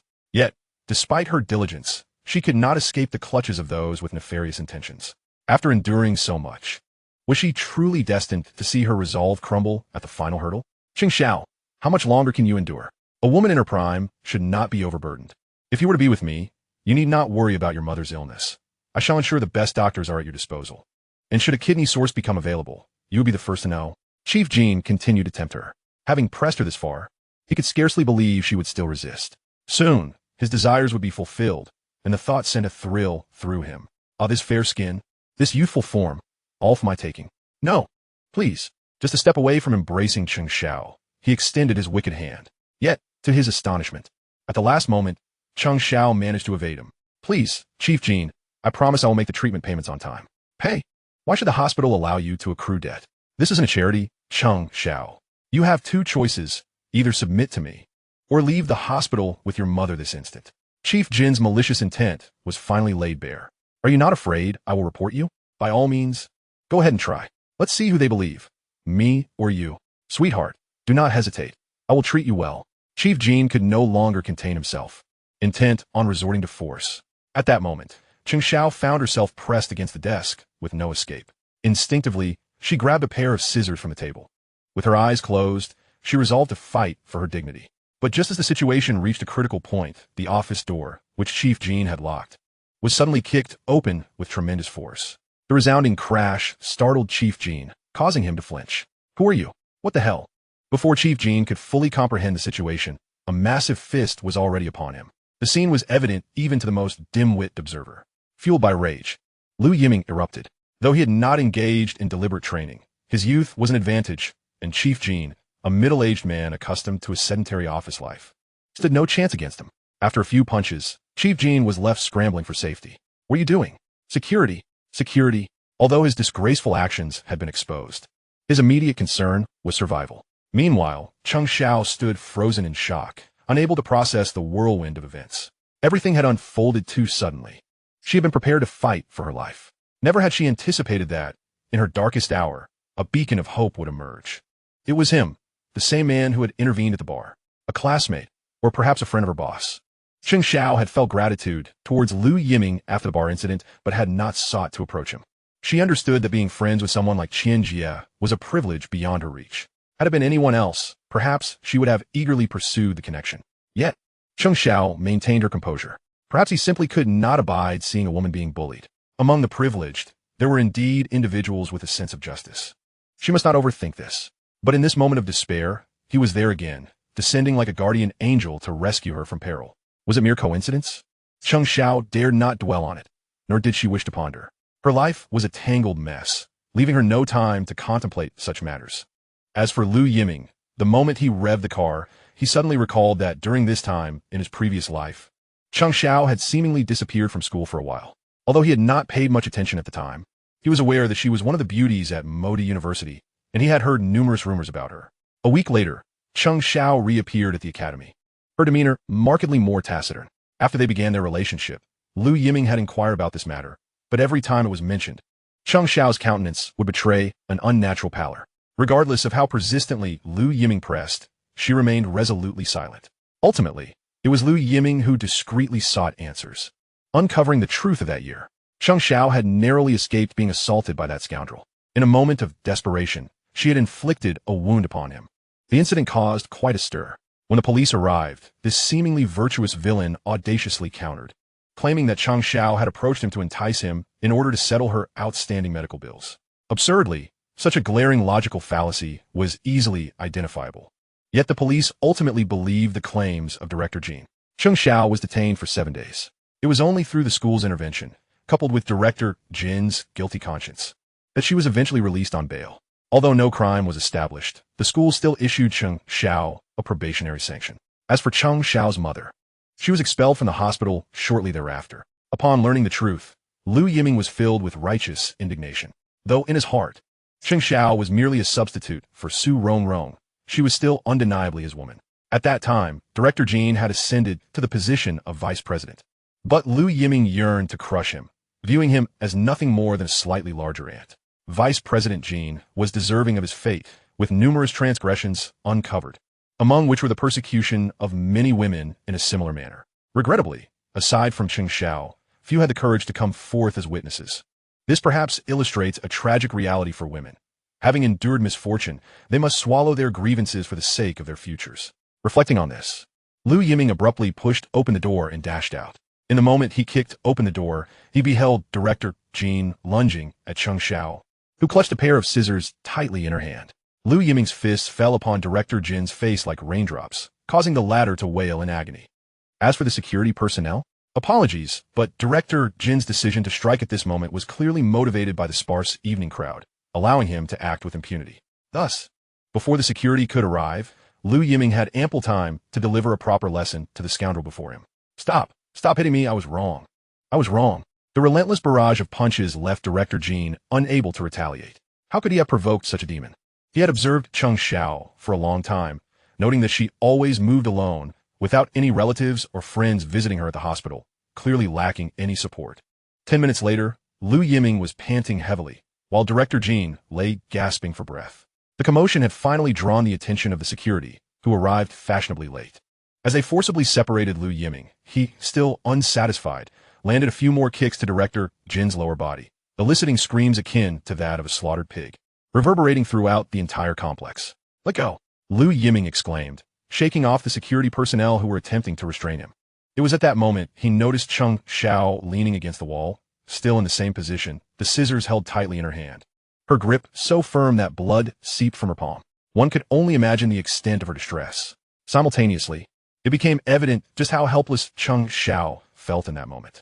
He truly could not fathom how the previous incarnation of Cheng Xiao had endured such trials. Not only had she narrowly escaped defilement by that rogue, but she had also been unjustly accused, a burden so great that few could withstand it. With this thought, Lu Yiming shot a fierce glare at the crumpled figure of Director Jean, who resembled a beaten dog. Let go, it's over, trust me. He half-squatted before Cheng Xiao, his tone unusually gentle. At this moment, it was imperative that Cheng Xiao not endure any further fright. Listen to me, let go, you're safe now. Lu Yiming attempted to coax Cheng Xiao into releasing her grip on the scissors, but she held on with such tenacity. The metallic handle seemed to imprint deeply into her flesh, perhaps her final bastion of defiance.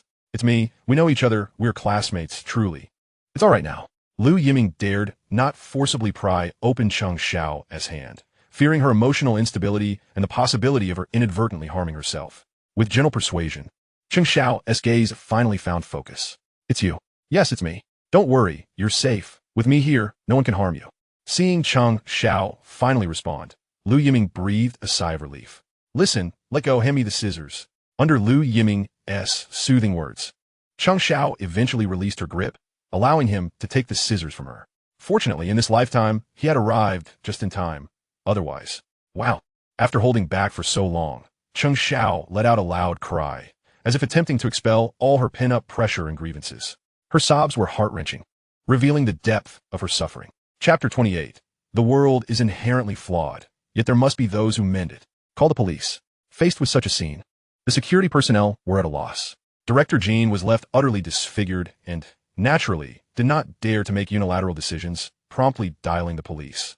Upon hearing the intention to report, Cheng Xiao instinctively clutched at Lu Yiming's shirt, her eyes filled with trepidation. Such a reaction further tugged at Lu Yiming's heartstrings.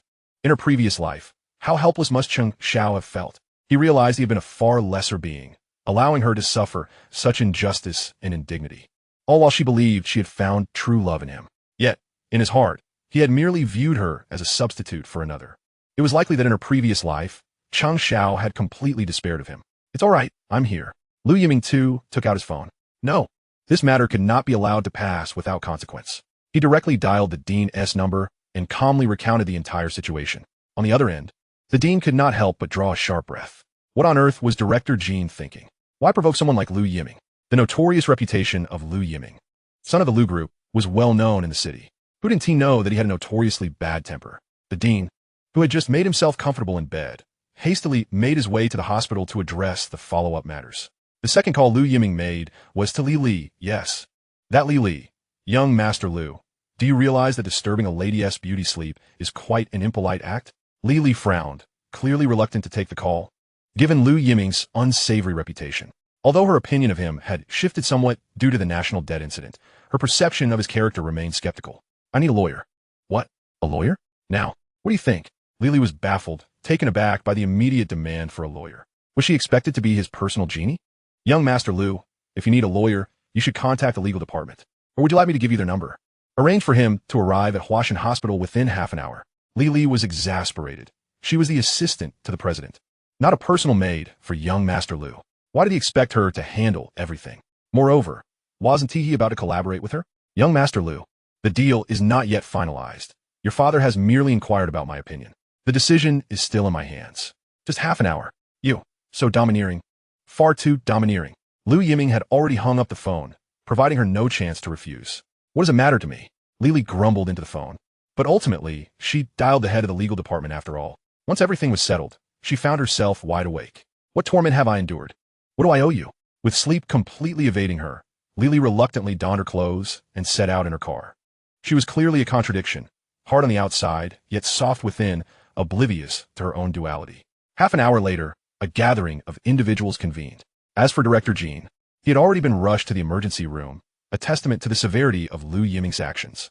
The sequence of events was all too apparent, and the attending lawyer provided suitable counsel. Regardless of the circumstances, resorting to violence is inherently wrong.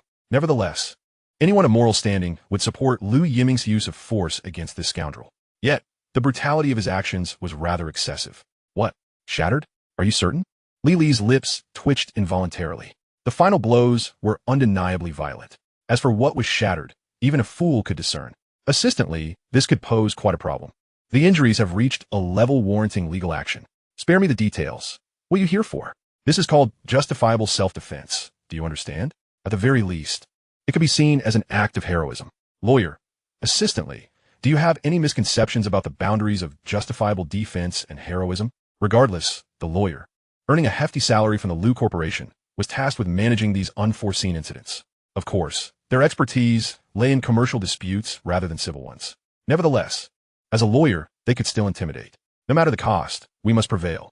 Initially, Lily thought the young Master Lu was merely flexing his power, but upon arriving at the scene, she realized this time he stood for justice. Director Jean was indeed a scoundrel, resorting to such tactics to coerce women. Were the roles reversed, his own dignity would be lost. Should we seek a settlement? After all, the other party is equally shameful. A settlement? What use would you be then? Young Master Lu's intent is quite clear. No matter the expense, the other party must face the consequences. If you cannot achieve that, you may explain to young Master Lu yourselves. Understood, we shall strive with all our might. This is a direct order. No matter how difficult, it must be accomplished. Given the severity of the injuries, the police would typically need to detain Lu Yiming immediately. However, circumstances were compelling, and after all, the investigating officers are human. They inherently disdained Director Jin's actions. This matter required no prompting from the Lu family. The officers proceeded directly to grant bail. Lu Yiming could leave the hospital without hindrance. As for Director Jin, while he faced charges of attempted sexual assault, the history of such a scoundrel remained uncertain. An investigation is imperative. The hospital director assured Lu Yiming in his presence that he would pursue the matter to the bitter end, showing no leniency. It was evident that young Master Lu was still fuming, and no one dared provoke his wrath. I'm sorry. Cheng Xiao had not anticipated that she had caused Lu Yiming such trouble. Had he not arrived in time, she shuddered to think of what her fate may have been. Perhaps. It's nothing, I owe you. What? It's all right. Your shirt. In her moment of fear, Cheng Xiao had clutched the hem of Lu Yiming's shirt, which now bore several stains of blood. Only now did she realize. This shirt must be quite expensive, right? It matters not. Lu Yiming, would you like me to wash it for you? This. Cheng Xiao vowed she had no ulterior motives. Her intentions were purely. No need. Take care of yourself. Cheng Xiao was at a loss for words. This monumental favor would likely remain unpaid for the rest of her life. Li, could you please give her a ride back to school later? Me? Li pointed at herself, exasperated. Was she indebted to him? It seemed he was growing increasingly accustomed to issuing commands. However, after all that young Master Lu had done, was it not for the sake of the other party? Tisk, the young lady is indeed beautiful. Even as a woman, one cannot help but be moved, especially in her current vulnerable state. Is young Master Lu truly willing to forego such an opportunity? Why are you being so kind to me? This question was one Cheng Xiao could not suppress before leaving. She indeed felt gratitude towards Lu Yiming, but to pledge herself for this matter was beyond her. She would have acted for anyone. The world is inherently flawed, and someone must mend it. Chapter 29, A Pain Called Shattered Eggs. The world is inherently flawed, and someone must mend it. Perhaps this was the most heartfelt reasoning Cheng Xiao had ever encountered. Yet, it provided her with a measure of comfort. This sentiment resonated deeply within Cheng Xiao. Why? Why must her life be thus? So fragmented. Before her stood Lu Yiming, seemingly possessing a magical aura that could soothe her troubled heart. Why are you still here? Just as Li Li was about to escort Cheng Xiao away, a voice resonated from behind. A cool, clear tone, unmistakably belonging to a beautiful woman. Upon hearing the voice, one yearned to catch a glimpse of her true nature. Su Rongrong had only just settled her grandfather for the night before preparing to return to school. Unexpectedly, she encountered Lu Yiming at the hospital entrance once more. Was this guy truly like a stubborn adhesive, waiting for her on purpose? However, upon seeing the startled figure of the other person, she froze. Cheng Xiao, why was she here at the hospital? Being co-named as the campus beauty of Magic City University alongside Su Rongrong was an intriguing novelty for her. Accustomed to being the center of attention, the sudden emergence of a peer who could rival her was quite a surprise. Thus, Su Rongrong had paid special attention to Cheng Xiao. Upon seeing her in person, Su Rongrong could not help but concede that Cheng Xiao exuded a captivating charm. Regrettably, Cheng Xiao rarely made appearances at school. It was said that due to her family circumstances, she bore a heavy burden. Yet, at this moment, Chang Xiao's reddened eyes seemed to suggest, Su Rongrong. Indeed. He is a shameless scoundrel, just moments ago fawning over me. Yet now he bullies another girl.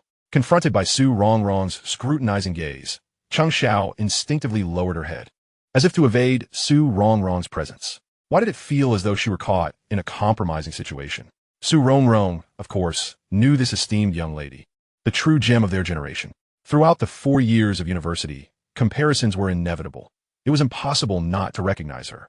They had never exchanged words, nor had they encountered each other at such close proximity. Su Rongrong was breathtakingly beautiful, radiating brilliance. Wherever she appeared, she became the undeniable focal point. I happen to be heading back to school. Shall we go together? Lu Yiming, seemingly unfazed, extended the invitation to Su Rongrong. Lu Yiming, your audacity knows no bounds.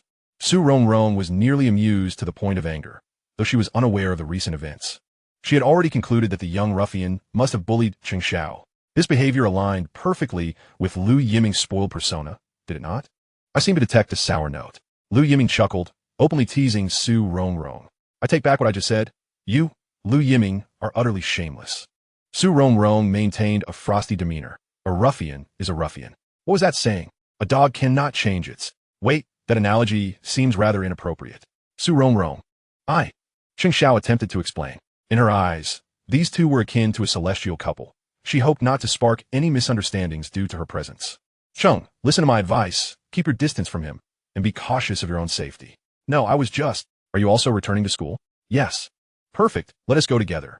The abrupt shift in the scene left Lily feeling somewhat out of sync with the unfolding events. She had anticipated an exhilarating spectacle, expecting a scenario rife with tension, yet was taken aback to see the two beauties depart hand in hand. Young Master Lu, do you not intend to chase after them for an explanation? What is there to explain? Are you not concerned about misunderstandings? If jealousy is to be had, then so be it. Lu Yiming shrugged. Is Su Rongrong truly the type to be jealous? He was well aware of his circumstances. They had left together precisely to prevent Chang Xiao from falling into the clutches of others. If young Master Lu has no further matters, I shall take my leave.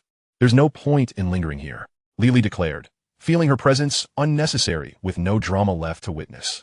I will be at the company tomorrow. In such a hurry?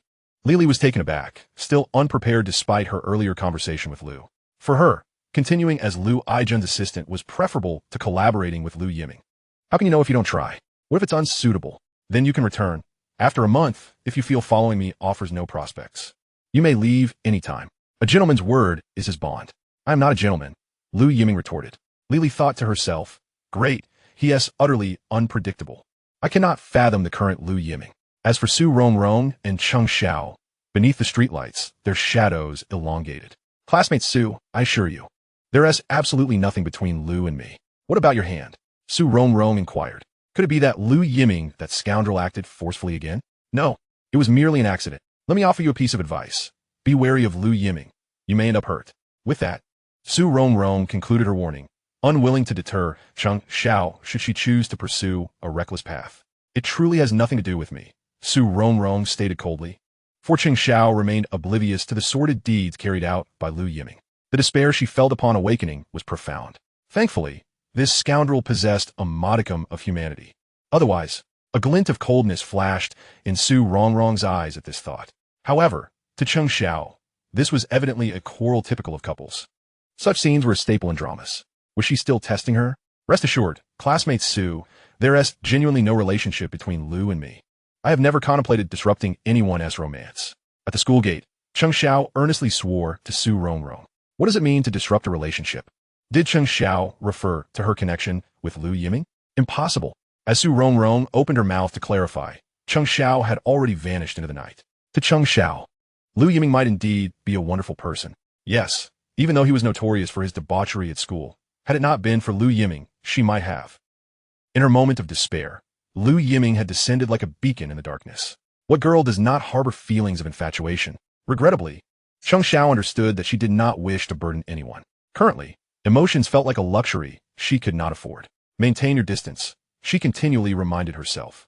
Meanwhile, Lu Yiming had returned to the Lu family villa. You little rascal, have you caused another ruckus? This time, even the legal department has been stirred. Lu Aijun received the news promptly. Unexpectedly, The boy in front of him appeared unfazed, as if nothing had happened. I consider this an act of heroism. You ought to be grateful if you don't attract trouble, and yet you speak of heroism? Clearly, Lu Aijun had not grasped the full extent of the events. Once Lu Yiming elucidated the situation, Lu Aijun, known for his fierce disdain for injustice, was evidently enraged. Such audacity! How could you not beat him senseless? A scoundrel like that deserves no mercy. Lu Yiming replied, "It appears I made a grave error in my past life. My father would forsake everything to protect me." Quite the double standard indeed. With his egg shattered, he feared his future would be far from humane. Cough, cough. It truly was a brutal blow. The pain of that encounter can only be comprehended by those who have experienced it. Nevertheless, this time, Lu Aijun was firmly on his son's side. Regardless of the turmoil, the Lu group would endure. Chapter 30, Unstable Hearts. In 1995, the infrastructure development in the Magic City surged with unprecedented vigor, drawing considerable attention. The Lu group had also set its sights on the real estate fast lane, officially launching its real estate ventures with exceptional fanfare. To this end, Lu Aijun established the Lu Real Estate Group. The headquarters of the Lu Group was situated in the newly developed Lujiazhuai, adjacent to the Oriental Pearl Tower. As the Lujiazhuai financial district had yet to be formally initiated, everything remained in the preparatory stages. At this time, the Lu Group could be regarded as one of the iconic landmarks of Lujiazhuai, which would soon be a land of immense value. One must concede, the old man's foresight was indeed unparalleled. Early in the morning, a Ferrari rolled into the Lu Group headquarters. "Sir, I apologize, but this parking space is reserved for the chairman." Just as Lu Yiming parked his car, a security guard promptly approached to dissuade him. "This space is strictly for the chairman's use. Even if it's empty, no one is permitted to park here." Who is this young man, so lacking in awareness? As for the Ferrari, the guard truly did not recognize it. Moreover, in a mere 10 minutes, the chairman would arrive, should the space be taken. His job would be at stake. Do not underestimate the positions at the Lu Group. Even as a security guard, the salary was approximately 50 above the city's average. In Lu Aijun's words, employees at Lu Group must embody a sense of superiority. Only then could they serve the Lu Group more effectively. Therefore, the salaries at Lu Group were benchmarked against top foreign enterprises. Even a security guard's position was highly sought after. "It's fine. Let him park elsewhere." "But, sir..." The guard was astounded. Who did this man think he was, to occupy the chairman's space? "All right, you've uncovered the truth." At that moment, Lu Yiming did not rush to leave, but patiently waited for Li Li to park her car before approaching her. "Come, let me show you around." "Young Master Lu is jesting. This is your domain. Do you truly need my guidance?" This time, the circumstances are different. Observing Lu Yiming and assistant Li laughing and leaving together, the security guard was left bewildered. 10 minutes later, Lu Aijun's imposing vehicle arrived, and the guard felt a sense of trepidation. To his surprise, the car quietly parked in an adjacent space without a hint of commotion. This left the guard utterly perplexed, and he ultimately inquired with his supervisor to discover that the owner of the Ferrari was indeed the boss's son. "Kid, keep your eyes peeled. We cannot afford to offend this young Master Lu." This was sage advice from a senior, considering that the young master was notorious for his reckless behavior. As for the current atmosphere within the group, it was one of palpable anxiety. What did it mean? Quite simply, the sudden establishment of the investment department left the upper echelons of the group in a state of confusion. The group has just ventured into the real estate market, and even for a private behemoth like the Lu Group, financial matters are proving to be somewhat challenging. What does the establishment of an investment department at this juncture signify? Given the already strained finances, where could there possibly be surplus funds for further investments? Numerous senior executives have voiced their dissenting opinions. Yet, Chairman Lu has resolutely dismissed their concerns, asserting that the Lu Group ultimately remains a dictatorship under his leadership. Before long, internal news began to circulate. This investment department is specifically tailored for the young Master Lu. This revelation sent shockwaves throughout the Lu Group. Who among them is unaware of the young Master Lu's reputation as a wayward scion? To entrust this frivolous heir with the newly formed investment department? Is this not a jest with the future of the group? No one harbors optimism regarding Chairman Lu's decision. It appears that, despite his sagacity, he is not immune to the customary practices of family enterprises. This move is merely to bolster the resume and leverage of the Lu Group's successor. However, the pressing issue is that this is precisely the opportune moment for the Lu Group's rapid expansion. The current market is characterized by swift changes. Any misjudgment in decision-making could lead to incalculable losses for the Lu Group. Many senior executives sought out Chairman Lu, but he remained steadfast. He even appointed his aide, Li Li, to the investment department, intending to recruit 2 elite individuals from each department to strengthen it, with their attempts to dissuade him proving futile. The executives resigned themselves to await the outcome. For the employees of the group, this was not a harbinger of good news. The future of the investment department was uncertain. It could very well become a mere plaything in the hands of the young Master Lu. Should it falter, he would remain unscathed, but for those beneath him, it would mean either bearing the brunt of blame or facing repercussions. A palpable sense of anxiety enveloped the atmosphere, with each department bracing for the final verdict. No one volunteered for the task. Even with Li Li's presence, the young Master Lu's notorious reputation loomed large in everyone's minds. No one was willing to gamble with their future. Were the personnel selections finalized? A total of 20 individuals had indeed been chosen, but enthusiasm was notably lacking. This posed a significant issue. Even Li Li struggled to accept the situation initially, let alone others. Do they lack faith in me? Perhaps other concerns are at play. Li Li's response was circumspect, but Lu Yiming understood that it stemmed from worries about her own future. After all, each time the young Master Lu visited the group, chaos ensued. No one could believe that this heir apparent was genuinely there to accomplish meaningful work. Logically, the investment department is the most crucial division for any enterprise. Gaining entry into it equates to stepping into the core of the company. Yet at this moment, the Lu Group was a department that everyone sought to avoid. This was indeed troubling. Notify all personnel in the department to convene in the conference room in half an hour. Understood. Lily nodded, although perplexed as to why Lu Yiming would call a meeting on his very first day, especially a meeting that included the entire department. Given that the investment department was in its infancy, devoid of any projects, the young Master Lu should have prioritized instilling confidence rather than rushing to prove himself. Such an approach often yields counterproductive results. Lily had intended to offer counsel, as she believed that individual discussions would be more effective in stabilizing morale. However, Lu Yiming was determined to forge his own path. Proceed as you see fit. Just as she was about to voice her thoughts, Lu Yiming did not afford her the opportunity to share her opinion. Understood.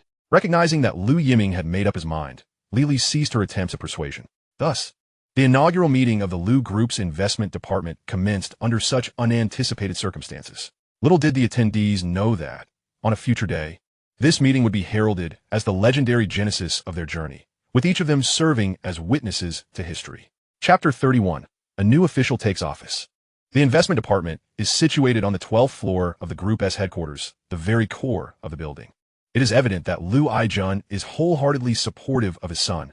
Since his son aspires to carve out a successful career, Lu Aijun naturally offers his backing, which is certainly preferable to bearing the stigma of being a wastrel. Of course, Lu Aijun is not entirely relinquishing control. Otherwise, he would not have assigned Li Li to the investment department. Lu Yiming is acutely aware that, despite their familial bond, Lu Aijun cannot place complete trust in him. After all, the trope of a prodigal son returning to righteousness is more suited to stories than reality. This understanding is why Lu Yiming sought Li Li as assistance, as a means of reassuring his father. At 10 a.m., the conference room was filled to capacity, with everyone awaiting the proceedings. However, the expressions on their faces varied, predominantly reflecting concern. None could predict the future of the investment department, nor were they certain about their own prospects within the Lu Group. At that moment, the conference room door swung open, and Lu Yiming strode in confidently, with Li Li following closely behind. Upon their entrance, everyone promptly rose to greet them. Enough of the formalities. The investment department will not concern itself with such niceties moving forward. Who could have anticipated that the young Master Lu would disregard conventional protocol? He waved his hand dismissively, prompting everyone to take their seats while he confidently claimed the central position. You all likely recognize me by now. Even if you haven't seen me in person, you've undoubtedly heard whispers about my reputation. As he spoke, Lily couldn't help but feel her lips twitch. After all, it was hardly a commendable reputation. Starting off with such self-deprecation, one had to admire the young Master Lu's audacity. I understand that you may harbor reservations at this moment, but from this instant onward, I require your unwavering commitment. I have no desire for idle chatter. You will witness the future of the investment department. Lu Yiming wasted no time, diving straight into the crux of the matter. His decisive approach left many momentarily taken aback. Was this the proverbial fire of a new official taking office? Li, how much capital do we currently have at our disposal? The chairman has allocated a budget of 20 million. 20 million? Upon hearing this figure, Lu Yiming furrowed his brow in disbelief. The esteemed investment department of the Lu Group possesses a mere 20 million? Surely this is a jest. After all, this is a leading private enterprise in the metropolis. It's worth noting that during the recent national bond incident, the Lu Group managed to achieve 2 modest targets, and while Lu Yiming's benevolence had significantly dampened profits, this 20 million is simply the young Master Lu is also under considerable pressure, given that the investment department has just been established and many senior executives harbor concerns. Their vision is merely short-sighted. Is it truly appropriate to criticize the company's executives right out of the gate? Moreover, many present in the conference room are trusted allies and spies from various departments. I suspect that within an hour, your words will echo throughout the entire group. Enough of that. Let's not dwell on these matters. Li, I am assigning you a task. Regardless of the means, contact the upper echelons of the telecommunications group in the shortest time possible. Telecommunications? Li's expression was one of astonishment. The Lu Group was founded on foreign trade and currently engaged in stock market ventures and real estate. The telecommunications sector, which Lu Yiming mentioned, was entirely outside the group's realm of expertise. This sudden leap seemed rather drastic. Young Master Lu, the telecommunications industry is firmly under state control. Private entities cannot participate, and moreover, although she was uncertain of Lu Yiming's intentions, she felt that the industry was simply misaligned. Initially, she had believed that the young Master Lu held a trump card, yet it now appeared that he was. Impractical. Contact is permissible. However, permit me to speak candidly. Proceed with the arrangements, and also prepare 3 individuals for a week-long overseas inspection. An inspection of what? This. An overseas inspection? What is it for? Li was utterly bewildered. What, precisely, was Xiao Lu planning? The capital of the Lu Group is rooted domestically, with no involvement abroad. Even in foreign trade, it is conducted through the Foreign Trade Bureau, and we possess no experience in this domain. International trade? No. How does this relate to telecommunications? The group of individuals in the conference room was completely at a loss. Everyone else. Gather the relevant data on the mobile phone industry currently available in the market. The more detailed, the better. I expect a report within 3 days. Without granting anyone a moment to react, the investment department became a realm governed solely by Lu Yiming's directives. At this juncture, even Li could not maintain her composure. Just as she was about to speak, Lu Yiming concluded the meeting with a decisive announcement, leaving the attendees exchanging bewildered glances. Vice President Li this. All eyes turned to Li. Was this a reckless endeavor from the outset? Not even knowing the project details, is this not absurd? Do not inquire. Xiao Lu has already given his orders. He distributes tasks. I only observe the outcomes. Lu Yiming departed with an air of ease, while Li was left to clean up the mess. It was exhausting. 10 minutes later, in Lu Yiming's office. Xiao Lu, what precisely are you intending to do? Li barged into Lu Yiming's office, her tone laced with inquiry. To her, the day's events had been nothing short of chaotic. What a jumble of tasks assigned suddenly during a meeting. It was 5 minutes earlier than I had anticipated. Unlike Li, Lu Yiming appeared remarkably composed at that moment, even taking the time to brew tea. What? I knew you would come, but I did not expect you to arrive so swiftly. Xiao Lu, are you having a moment of madness? Is it inappropriate to question my direct superior like this? The exchange was charged, reminiscent of a collision of celestial bodies. All right. I apologize for my demeanor. However, may I ask, what exactly do you wish to accomplish? Telecommunications, mobile phones, overseas inspections. Li was inclined to question whether Xiao Lu was aware of the total funds available in our investment department. Did he truly aspire to venture into the mobile phone business? Such aspirations were utterly fantastical. Setting aside the fact that the Lu Group lacked the requisite capabilities, this particular sector was not one that the Lu Group could penetrate. The foreign giants had long since established themselves in the mobile domain, with no domestic competitors capable of standing against them. While the government may desire to provide robust support, without key technologies, success is unattainable. The cost of developing a mobile phone, in Li's estimation, was astronomical. Even state-owned enterprises would find it challenging to proceed. Do you know why I asked you to contact telecommunications? Li responded, in my view, both China Mobile and China Unicom far surpass the telecommunications company you mentioned in this regard. Indeed. Xiao Lu, could you not be forthright? Engaging in speculation serves no purpose. Since you are fully aware of the situation, in my opinion, the current telecommunications company is merely a hollow shell that has recently been spun off, lacking any competitive advantage. Even if collaboration were to occur, it should not be with telecommunications. If I were to suggest you seek cooperation with China Mobile or China Unicom, how confident are you? That, I am not. One slice of the cake, and both China Mobile and China Unicom can consume it entirely. Is there any necessity to share it with others? To Li, only a fool would entertain such thoughts. Chapter 32. Handheld Wireless Telephone System. Try this to Hong Pao. It is a rare treasure from the mother tree. Lu Yiming pushed a freshly brewed cup of red tea towards Li Xiao Lu. As Lu Zong's special assistant, how could she not recognize the Hong Pao? It was Lu Zong's prized possession. Yet, unexpectedly, on Xiao Lu's first day, He had squandered the treasure collection. It was known that even the most esteemed guests would rarely be graced with such a gift. However, Lu Yiming seemed to waste it with such nonchalance. If she were to drink it, would that not make her complicit? This was clearly an attempt to drag her down with him. Do not look at me with such eyes. Even the finest tea requires someone to savor it. Do not believe me? Smell it. If left for a while, the leaves will truly go to waste. One could not help but admire Lu Yiming's earnest nonsense. I will not partake. Take it as an opportunity to bond. Let us consider ourselves kindred spirits. Lily, could you be any more absurd? Fine, I understand your concerns. By the way, what is your monthly phone bill? Is the mobile phone expense reimbursed by the Lu Group? 300. The company does not currently reimburse it, but it has already been brought to Lu Zong's agenda. One must acknowledge that in 1995, the national average salary was barely over 500. Lily's mobile expenses were nearing 300. Though mobile phones were gradually becoming more widespread, they remained a luxury for the vast majority of the populace, let alone a device costing nearly 10,000. See, the mobile phone tariffs are quite steep, are they not? Xiaolu, what exactly are you trying to convey? Indeed, mobile communication costs are not insignificant, particularly with two-way charges at 0.5 yuan per minute. Even executives like Lili strive to keep conversations brief when using mobile phones. Yet, what relevance does this hold for Xiaolu? Can a privileged heir genuinely concern himself with mobile phone expenses? What if we could reduce the communication costs to match those of landlines? That is implausible. For Lili, this notion was downright absurd. Mobile operators are state monopolies. There is no possibility of price reduction in this regard. Even if such a shift were the future trend, presently, it was merely a fantasy. One must remain vigilant. Comfort can breed complacency. Xiaolu, I genuinely do not comprehend your intentions. PHS. What does that mean? Personal Handy Phone System. Translated, it refers to a personal mobile communication system, more accurately understood as a handheld wireless telephone system. Mobile phones? Such a specialized term ultimately refers to mobile phones? Lily sincerely could not fathom what tricks Lu Yiming was playing.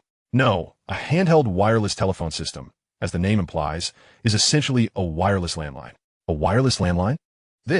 Lily was utterly flabbergasted. Is such a possibility feasible? Xiaolu, the handheld wireless telephone system you refer to does not seem to exist in our country. Of course, Lily was eager to challenge Lu Yiming, questioning whether he was jesting at her expense. What was the point of showcasing something that did not even exist domestically? To prove that the young Master Lu was well-versed in esoteric knowledge? You see, I am not anxious. Savoring tea requires a tranquil mindset. Xiaolu, are you considering pursuing this handheld wireless telephone system? Once Lili regained her composure, she immediately recognized the potential business opportunity. Indeed, your capacity for understanding is quite strong. That is impossible. Xiaolu, I reiterate my previous statement. The mobile sector in our country is firmly under state control, and private entities cannot undertake such ventures. This is a matter of national policy. Not to mention, even the Lu Group, should they approach higher authorities, would find no room for negotiation. Since the advent of mobile phones in our domestic market, there have been those who have entertained notions in this area. After all, it is a substantial market. And who wouldn't be tempted? Many with power and influence have tried. Yet who has succeeded? Even agents are firmly in the grasp of the mobile giants. Attempting to secure a share of this pie is nothing short of a pipe dream. Lily once believed that young Master Lu possessed extraordinary abilities, but it has now become evident that such thoughts were mere fantasies. Patience is a virtue, indeed. Young Master Lu, I merely suggest that it is unnecessary to squander time on endeavors that are seemingly impossible. Have you forgotten the task I assigned to you? The telecommunications venture? Yes, precisely that. Lu Yiming smiled faintly. Previously, there had been no opportunity, but now, the prospects appear genuinely promising. With the recent separation of mobile from telecom, and the latter's mobile operations having been divested, telecom finds itself in urgent need of developing its mobile business. The dilemma, however, lies in the fact that telecom currently lacks its own license. Yet, the higher-ups are pressing for growth metrics. For the executives at telecom, this situation is indeed quite pressing. For Lu Yiming, however, it presents the perfect opportunity. If he can seize it, the thought made Lu Yiming smile broaden even further. Young Master Lu, telecom is, after all, a state-owned enterprise, and instances of collaboration with private enterprises are scarce. State-owned enterprises often regard themselves as superior, and even the Lu Group, a titan among private firms, is still viewed with indifference by them. The crux of the matter is that state-owned enterprises are not short on funds. With powerful backing, they naturally have no shortage of capital, a luxury that no private enterprise can match. You suggest they are aloof? Is that not the case? It is simply because they lack compelling incentives to engage. Young Master Lu, by what rationale do you presume they would be interested in a portable wireless telephone system? Because they possess no better alternatives. This, Lu Yiming's confidence rendered Li Li speechless. Certainly, if Lu Yiming's judgment proves correct, it would indeed be a splendid entry point for the Lu Group. However, what gives young Master Lu the conviction that he can acquire this technology? Young Master Lu, from whom does this technology originate? The telecommunications giant NTT. That seems unrealistic. If it were as you suggest, why would they transfer the technology to us? The domestic market holds immense potential, a fact that they cannot afford to overlook. If this portable wireless telephone system is truly as advantageous as you claim, why has NTT not ventured into the domestic market themselves, waiting instead for the Lu Group to reap the rewards? Quite simply, they lack the financial means. That reason is indeed hard to refute. NTT may possess the technology, yet their initial research direction was misguided. In my view, the portable wireless telephone system could serve as a transitional solution in a market gap, but the overall research trajectory has veered off course. I find this increasingly perplexing. There is no need for you to comprehend all of this. Just remember one thing. The portable wireless telephone system is currently the most suitable option for the domestic market. As for how to persuade NTT, that is my concern. You need only focus on securing the support of telecom's upper echelons. I can certainly attempt it, but I cannot guarantee the outcome. Lily was not entirely confident. That is your responsibility. I only care about results. You are the assistant. And is this all you are capable of? Very well, although I recognize this as an obvious provocation, it has proven effective for Li Li. Being looked down upon in her professional capacity by a wealthy scion was something she could not abide. You see, the tea has grown cold. Lu Yiming's remark was loaded with meaning. I will do it. You may proceed as you wish. Li Li downed the cup of Dahong Pao before her in one gulp. A fruitful collaboration indeed. This was more than just a cup of tea. Gaining Li Li's support was of great significance. At that moment, the two found themselves united in purpose. What was that saying? We have weathered the storm together. Perhaps not quite that. Chapter 33.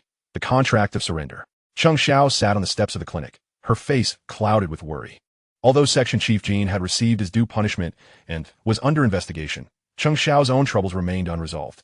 Upon arriving at the hospital early in the morning, her first visit was to see her mother. The attending physician soon found her as well. It was still the issue of unpaid fees. The hospital had agreed to grant an additional day's grace.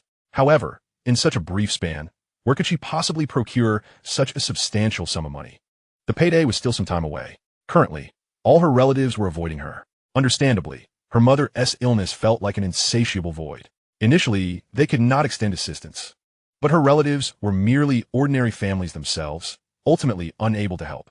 Cheng Xiao could see no glimmer of hope. Yet if treatment were to cease, there would be only one inevitable outcome. Her mother was her sole remaining family in this world. She could not bear to watch her mother die before her eyes. Just then, the ground before her suddenly darkened, and Cheng Xiao looked up in surprise. Backlit, a familiar figure appeared before her. It was him, Lu. The classmate? It was none other than Lu Yiming. Look at him. Lu Yiming wore an expression devoid of emotion, yet he held several sheets of paper in his hand. What is this? Your contract of surrender. Classmate Lu, please do not jest. A contract of surrender? Cheng Xiao felt as though her heart had been pierced. A dull ache settling within. Could it be that he was like the others? Was her only flicker of hope destined to be extinguished as well? I have learned that your mother requires treatment, and, barring unforeseen circumstances, the entire course will amount to 200,000. You. How does Lu Yiming know such intricate details? Has he investigated me? Cheng Xiao's guard was instantly up. What does this man intend to do? I can resolve it. Resolve it? With your relentless toil? Those meager earnings wouldn't even suffice for daily expenses. Your only property has already been sold, hasn't it? What exactly do you mean? Cheng Xiao's frustration surged. Although Lu Yiming's statements were factual, they felt like daggers piercing her heart, making it hard to breathe. Why was this man tearing apart her last vestige of resilience? I offer you an opportunity for a permanent solution. Lu Yiming extended the agreement towards Cheng Xiao. Lu Yiming, I misjudged you. Cheng Xiao rose to her feet, glaring fiercely, knowing all too well the nature of the document in Lu Yiming's hand. Cheng Xiao was aware that her beauty had always attracted attention, yet also meant she was perpetually at risk. Throughout her life, countless men had gazed at her with unabashed desire. Such looks terrified her. It was unfathomable that Lu Yiming was no different from those men. A despicable agreement. A proposal to keep her as a mistress. The contents of this contract might be even more repugnant. Perhaps his act of saving her was merely to prevent her from falling into another's clutches. For these men, Her chastity was what they truly valued. No wonder Su Rongrong had warned her to steer clear of Lu Yiming. It appeared that Su Rongrong's words held truth. I am in need of money, but I will never sell myself. So, you would rather watch your mother perish? A threat, a blatant threat, wielding her sole vulnerability against her. To Cheng Xiao, this was an unbearably cruel ultimatum. Watch her mother die before her eyes? She could not accept that. Yet, the mere thought of selling her body sent tremors through her. It was not fear but indignation that coursed through her. Such stubborn defiance left Lu Yiming momentarily entranced. In his previous life, he had seen that same look, despair, and yet more despair. Originally, Lu Yiming had hoped to avoid entanglements with Cheng Xiao. After all, for him, distancing himself from Cheng Xiao might be the best resolution. However, her mother's illness had reached a critical juncture. Relying on medications and instruments may perhaps prolong the search for a kidney source. However, once treatment is abandoned, the prospect of a miracle is utterly implausible. In her previous life, this very circumstance led Cheng Xiao to lose her only family member. For a time, she lived as if she were a mere shell of her former self. These revelations were only brought to light by Lu Yiming after the fact. Now, with an opportunity laid before her, Cheng Xiao felt compelled to act, even if it was merely to atone for past transgressions. Yet, she would never accept money without cause. This was something Lu Yiming understood all too well. Cheng Xiao sought no one's pity. She had likely already discerned the harsh realities of the world. Perhaps this was indeed the best course of action. You are shameless. You have but this single opportunity. There's no need to rush. Let the agreement guide your decision. Lu Yiming placed the document in Cheng Xiao's hands and turned away without a backward glance, leaving her in a daze, clutching the crumpled agreement. For a full 10 minutes, Cheng Xiao remained motionless, lacking the courage to open the document she held. She was frightened, terrified of losing control. Silently, she returned to the corridor of the ward. What are you doing? Cheng Xiao gasped in shock as she discovered that the hospital staff had moved her mother's room into the hallway. I'm truly sorry, but we have no choice. This is the directive from above. Young lady, we understand your filial piety, but you must find a solution. The hospital can only provide basic life support at this point. Everyone was aware of the young lady's misfortune, yet the staff were merely doing their jobs, dependent on their meager salaries. Such circumstances were not unprecedented. The outstanding medical fees were simply too great. Mom, Cheng Xiao stood resolutely before her mother. Let us go home. We want to continue treatment. You'll be fine, Mom.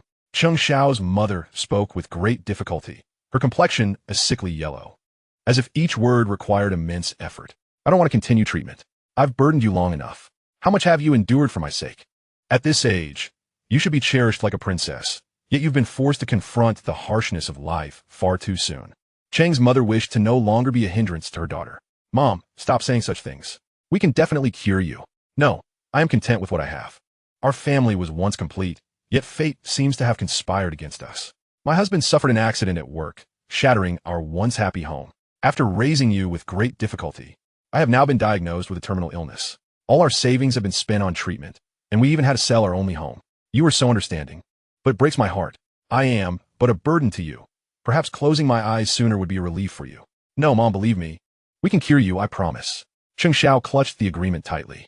Ultimately, she steeled herself. Sooner or later, she would become someone else's plaything. What difference did it make to submit to Lu Yiming? At the very least, he had once assisted her. Cheng Xiao had no choice but to gamble on the hope that Lu Yiming retained some humanity, that he would honor his word after acquiring her. Gritting her teeth, she resolved to act decisively. Mom, it will be resolved soon. Trust me, wait just a moment. I will find a way. Cheng Xiao handed her remaining 50 yuan to the nurse, requesting that she take care of her mother while she dashed out of the hospital. I must find Lu Yiming. I will agree to any terms he sets, as long as I can save my mother. Even if it means descending into hell, I am willing. Chapter 34. Descending into Hell. Young Master Lu, someone is here to see you. Zhang Zun wore a lewd expression, grinning mischievously at Lu Yiming. Zhang Zun, Wang Kuan, Li Rue, and Fan Cheng, Lu Yiming's 4 loyal followers, were also the instigators behind Lu Yiming's infatuation with Su Rongrong. They were also his college roommates. However, ever since the last incident, Lu Yiming seemed to be intentionally distancing himself from them, which instilled a sense of panic among the quartet. They understood that their power relied on being close to Lu Yiming. If he abandoned them, their good days would be over. Today, with Lu Yiming back in the dorm, the 4 were eager to curry favor with him, vying for his attention. How long has it been since young Master Lu returned? And someone is already at the door. During their university years, many girls had pursued Lu Yiming, but those who relied solely on their looks to win his favor were often misguided. After all, What kind of women had Lu Yiming not encountered? Just because a girl was somewhat attractive and received attention from male classmates did not mean she understood her own worth. Yet this time, the visitor was definitely unexpected. Look, young Master Lu just got back. Those ordinary girls wouldn't catch his eye. Just send them away. Exactly. Zhang Zun quickly chimed in. I'll go buy some skewers. Let's have a nice meal together. With a chance to flatter Lu Yiming. They were determined not to miss it. This time is different. You should meet her, young Master Lu. There might be a pleasant surprise. Zhang Zun was teasing them, which made the other three itch with curiosity. This fellow was clever and knew how to win Lu Yiming's favor. What scheme had he concocted this time? What Zhang Zun did not realize was that he had already been placed on Lu Yiming's blacklist. The last incident had yet to be settled. There were many matters to address, and once Lu Yiming was free, he would certainly confront Zhang Zun about his motives. Meanwhile, Lu Yiming maintained his composure, opting not to alert the others. Once Lu Yiming left the dormitory, the others turned their ire on Zhang Zun. What are you scheming? Can't you see, young master, Lu has been ignoring us lately, right? After finally returning, you still choose to stir up trouble. No, guys, this time is different. What is different? Young master Lu despises those self-important girls. You know that. Hey, this time it's Cheng Xiaohua. Cheng Xiao. The other three were momentarily stunned. How could it be Cheng Xiao? Cheng Xiao was quite renowned at the University of Magic City, while she might not surpass Su Rongrong. She was still a dream girl for many boys. However, they had never heard of any connection between Cheng Xiao and young Master Lu. Could it be that Lu Yiming had shifted his affections? It was not entirely out of the realm of possibility. In terms of looks, Su Rongrong and Cheng Xiao were equally matched. Perhaps Lu Yiming found Su Rongrong too challenging and turned his attention to the flower of Cheng Xiao instead. However, this time, it was Cheng Xiao who had approached him. Perhaps if young Master Lu is in a good mood, our fortunes might change as well. Indeed, I heard from my father that although the investment department has just been established, the support is substantial. If we can get in, we'd be living the good life. That makes sense. Let us take advantage of young Master Lu's good mood and see what happens. Thus, these four were plotting such schemes. Entering the investment department? Wasn't that a recipe for chaos? Meanwhile, Lu Yiming encountered Cheng Xiao at the dormitory entrance. Her eyes were red, and her right hand trembled as it clutched the agreement. Have you come to a decision? Could we possibly speak somewhere else? Numerous boys were passing through, their gazes drawn to Cheng Xiao. The arrival of the campus bell was enough to create a stir. At that moment, Cheng Xiao simply hoped for a change of venue. She had sacrificed all her dignity and merely sought for Lu Yiming to refrain from being overtly brazen. Very well, they walked in tandem, with Cheng Xiao closely following Lu Yiming. The teaching building was devoid of students at this hour. They selected a random classroom, and Lu Yiming came to a halt. Cheng Xiao, lost in thought, failed to notice and collided with his back, jolting her back to reality as she stepped back 2 paces. Since you've come to a resolution, let's proceed with haste. Right here, Cheng Xiao's voice trembled involuntarily. Initially, she had presumed that Lu Yiming would be exceedingly pleased and would escort her to a hotel. Who could have anticipated that it would be a classroom instead? Lu Yiming, this pervert, does he derive pleasure from such a setting? Cheng Xiao had heard tales of certain boys with pathological tendencies, seeking thrills in provocative places. Is this not an appropriate venue? Lu Yiming was taken aback as well. It was merely a contract, after all. Where could one not sign? Lu Yiming, could you not afford me a modicum of dignity? What do you mean? If you cannot comprehend, then let it be. Observing the despair in Cheng Xiao's eyes, Lu Yiming furrowed his brow. Had he pressured her too intensely? Perhaps he should allow her some time to deliberate. Surely, there must be a more prudent approach. Yet to Cheng Xiao, Lu Yiming's demeanor seemed to strip away even her last semblance of dignity. Not only did he demand she shred her self-respect, but he also sought to plunge her into an abyss. Watching Lu Yiming prepare to leave, she was reminded of her mother, still languishing in the corridor. Unable to receive treatment, Cheng Xiao bit her lower lip, the metallic taste of blood igniting her senses. No, she could not afford to hesitate any longer. For her mother's sake, she could do it right here. You should have said so earlier. As Lu Yiming turned around, the ensuing scene utterly shocked him.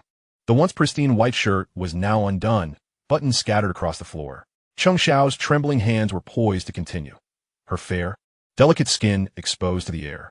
Cheng Xiao, shaking uncontrollably, did not pause for a moment. A trickle of blood adorned her lips, bitten raw by her own teeth. What a profound provocation this was for a man. Stop! His roar startled Cheng Xiao into a shiver. In the next moment, a man's coat was draped over her shoulders. The collar was tightened, and Lu Yiming's astonished expression was mere inches away. What are you doing? Isn't this what you wanted? Lu Yiming, I have already acquiesced to your demands. What more do you desire? I beg you, save my mother. She was crumbling utterly unraveling. At this juncture, Cheng Xiao could no longer hold her ground. Having reached this point, what further humiliation must Lu Yiming impose? Did he require her to confess that it was she who had seduced him? Lu Yiming, yes, I am indeed like this, for my mother's sake. I am willing to do anything. You have won. Is that sufficient? Are you satisfied now? Cheng Xiao closed her eyes in despair, bracing for the tempest to descend. Chapter 35. A different charisma. Cheng Xiao had told herself countless times to endure, to grit her teeth, to consider it akin to being bitten by a rabid dog. However, at this moment, she realized that all her mental preparations had been in vain. Her body trembled uncontrollably, even with Lu Yiming's coat enveloping her. She still felt an overwhelming sense of shame, as though she were laid bare before him. Why did he not make a move? Was he truly toying with her at this stage? I implore you, take me. Her voice was nearly a plea. Yet when Cheng Xiao mustered the courage to open her eyes once more, the classroom lay empty. He had left. Was he dissatisfied with her previous display? Had her hysteria dampened his enthusiasm? But what of her mother? Would she simply watch her languish in the hospital corridor, awaiting death? Cheng Xiao was engulfed in despair. She had squandered her final chance. She lacked the strength to support her own body any longer. Slowly, she crouched down, allowing her tears to flow freely. Have you finished crying? After an indeterminate span, a familiar voice broke through the silence. It was him, Lu Yiming. Had he returned? Was this merely a mockery of her? What do you truly want? Each word felt as though it drained her of all remaining strength. Water. Lu Yiming offered her a bottle, and as he observed Cheng Xiao gradually regaining her composure, he finally deemed it appropriate to engage in earnest conversation. Cheng Xiao did not reach for it. Lu Yiming twisted off the cap. Drink some water, otherwise, we have nothing to discuss. A threat. Under Lu Yiming's ultimatum, Cheng Xiao reluctantly accepted the bottle. The cold sensation seemed to restore her rationality. Have you not reviewed the agreement I provided you? Is there truly any need? Once, twice, or perhaps a month, a year. Cheng Xiao, a year? Before her stood Lu Yiming, undeniably a devil. Within a year, she would belong entirely to him. It was true, aside from her beauty. What could she offer Lu Yiming? Very well, just a year. Wait, have you misunderstood again? This desolate expression is rather. Lu Yiming, I have acquiesced to everything. Is that not enough? Slap. Cheng Xiao felt a sharp sting on her forehead. Does it hurt? Yes. Knowing it hurts is sufficient. Now, I grant you 10 minutes. Examine this agreement thoroughly. Lu Yiming wondered if his visage truly resembled that of a villain. 10 minutes later, Cheng Xiao stared blankly at the crumpled agreement she had mangled. An assistant? A year as an assistant? Or an employee of Lu's corporation? Surely, this must be a dream. Was she truly reduced to mere assistance? Of course. But you must be on call at all hours, prepare to handle any unforeseen events. Is that all? Cheng Xiao, who instilled this confidence in you, that I would accept your unsolicited advances? Was it truly a misunderstanding? At this moment, Cheng Xiao was a whirlpool of conflicting emotions. 200,000. A staggering sum. Not only did it cover the hospital expenses, but also her mother's future treatment costs. Cheng Xiao could scarcely fathom that her year was worth so much. Why? What do you mean by why? The average income for a graduate from Magic City University is less than 800. What qualifies me to be valued at 200,000? Lu Yiming, damn that pride. Cheng Xiao, I do not desire your body. However, during this year, your soul shall belong to me. Do you comprehend? Lu Yiming feigned a menacing demeanor. In his past life, he had possessed the same look. Lu Yiming wished never to witness it on Cheng Xiao again, whether as penance or for another reason. He only wished for her to find happiness in this life. Lu Yiming also longed to distance himself from Cheng Xiao. Yet, he found himself powerless to do so, helplessly watching her descend into despair. For him, perhaps it was all too easy to alter the course of Cheng Xiao's life. Matters solvable with money are trivial. Read it and sign. His tone was icy, projecting an aura of businesslike detachment. He clearly cared, yet feared losing control. Why? What? Why? The repetitive inquiries caused Lu Yiming to frown. The world is already a patchwork of chaos. Someone must stitch it together. Lu Yiming, are you here to mend my life? Noting Lu Yiming's silence, Cheng Xiao spiraled into her own thoughts. Ultimately, she inscribed her name upon the agreement. I will give you half an hour to change your clothes. We are heading to the hospital. Very well. At this moment, Cheng Xiao was utterly compliant. Yet, her current appearance was rather. She could only don Lu Yiming's coat to obscure her vulnerability. They exited the teaching building, one in front of the other. Glancing back, the classroom no longer appeared as a terrifying nightmare to Cheng Xiao. Observing Lu Yiming's silhouette ahead, she felt a tumult of emotions. However, this scene did not escape the eyes of others. On this late evening, a man and a woman emerged from the teaching building. What could they possibly be up to? Especially clad in the boy's coat. This tableau was all too easily misconstrued. Notably, both Cheng Xiao and Lu Yiming were exceedingly well known at Magic City University. They were quickly recognized. The story of Cheng, the school beauty, and Lu, the playboy, is one that cannot be overlooked. Following the tumultuous events surrounding Su, the school beauty, Cheng has also fallen prey to misfortune. This is indeed explosive news. Lu Yiming granted Cheng Xiao a mere 30 minutes to prepare, yet she astonishingly required only 5.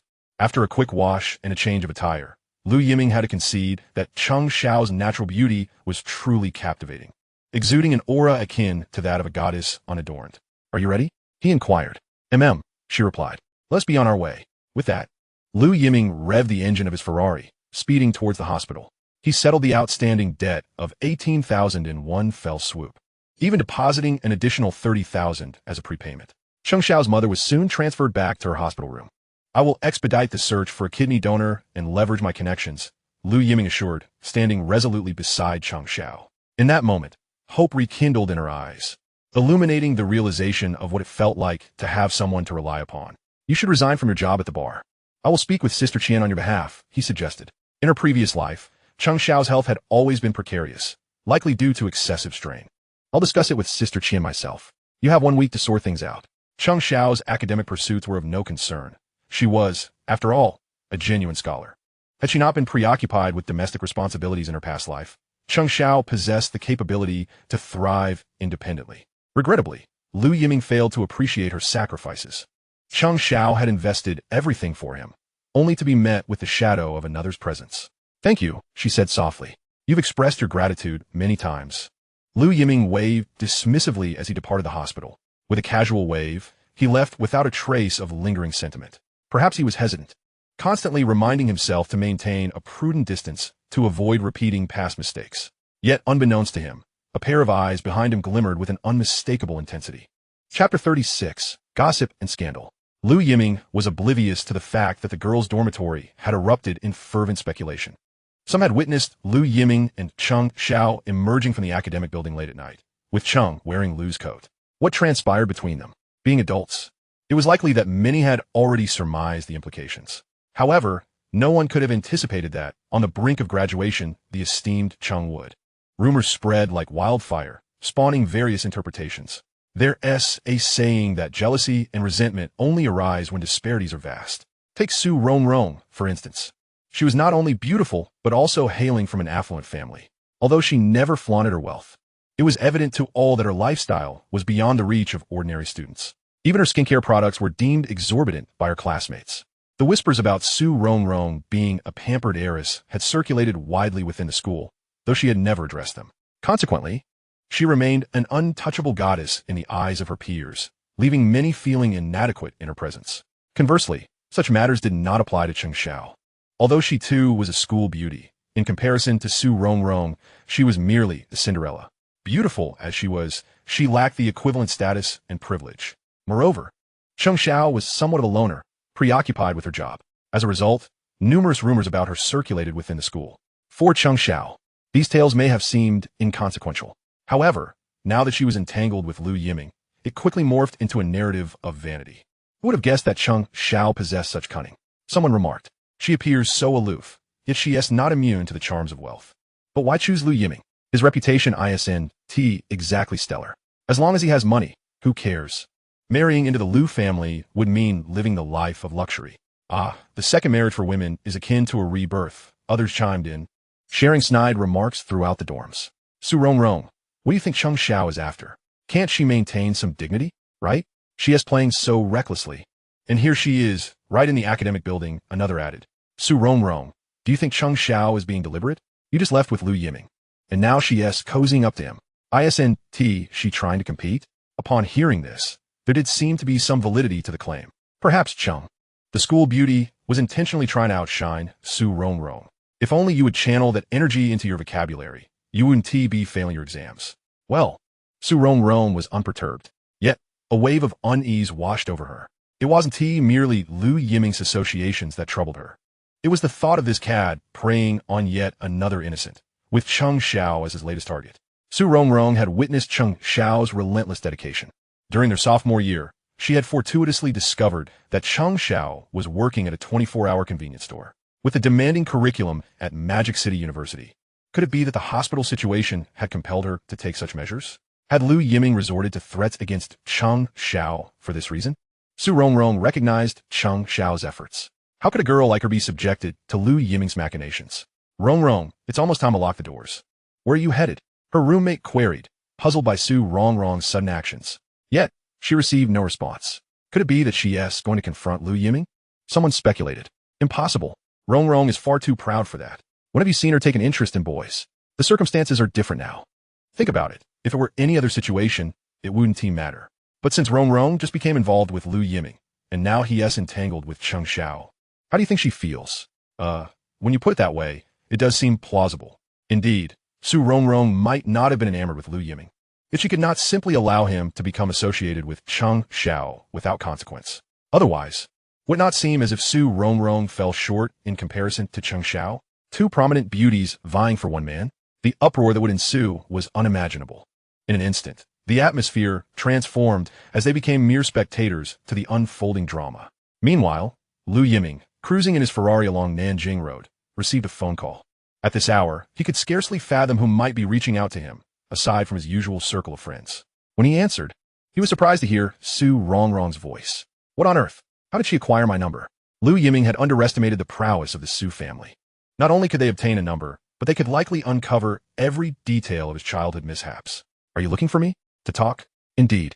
Su Rongrong's initiative sparked a flicker of excitement within Lu Yiming. They arranged to meet at the school gate. As the Ferrari came to a halt, Su Rongrong hesitated but ultimately opened the door. Where to? A crowded place. Lu Yiming remarked. You're worried I might do something inappropriate again? Our last encounter was merely a misunderstanding. Lu Yiming, I have my reservations about your character. With a resigned smile, Lu Yiming started the car. Half an hour later, a gentle breeze swept through the Jiangsu area. Su Rongrong mused that while she had indeed requested a public venue, Lu Yiming had opted for the Bund. A rather extravagant choice. Isn't it quite populated here? He retorted. Tourists throng the streets, a bustling scene of comings and goings.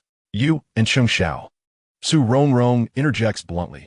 Are you feeling jealous? Lu Yiming, could you possibly behave more seriously? Whether you live or die is of no concern to me. But you certainly cannot tarnish Cheng Xiao's reputation. The relationship between Su Rongrong and Cheng Xiao could perhaps be characterized as one of mutual admiration, despite their limited interactions. However, should Lu Yiming resort to despicable means, Su Rongrong would undoubtedly not let it slide. Can't you think of me in a more favorable light? Lu Yiming offers a bitter smile. Lu Yiming, I'm being quite serious. I merely wish to assist her. Nothing more? The last incident was truly a misunderstanding. Huh. My heart only holds silence. Her fierce demeanor conceals her own fluster. Su Rongrong herself is puzzled as to why she feels compelled to meddle. As the gentle breeze cools her down, she begins to realize the absurdity of her actions. Chapter 37. The Su family's direct line. Young Master Lu, we have established contact with the senior executives of the telecom company, but progress has not been smooth. They appear to show little interest. Lili reported to Lu Yiming promptly upon starting her workday. However, the telecom executive stance is ambiguous, seemingly lacking a willingness to collaborate with the Lu Group. Who is the person in charge? General Manager Gao, who specializes in domestic market development. Be more specific. Young Master Lu, here is General Manager Gao's resume. Lili was thoroughly prepared, which reflects her competence. Lu Yiming took the document from her. As he examined General Manager Gao's resume, Lu Yiming discerned a significant issue. First and foremost, the resume is impressive at under 40. Attaining the position of Deputy General Manager of the Telecom Marketing Department speaks volumes about his capabilities. However, the resume is almost too pristine. The Deputy General Manager of a telecom group holds a significant rank.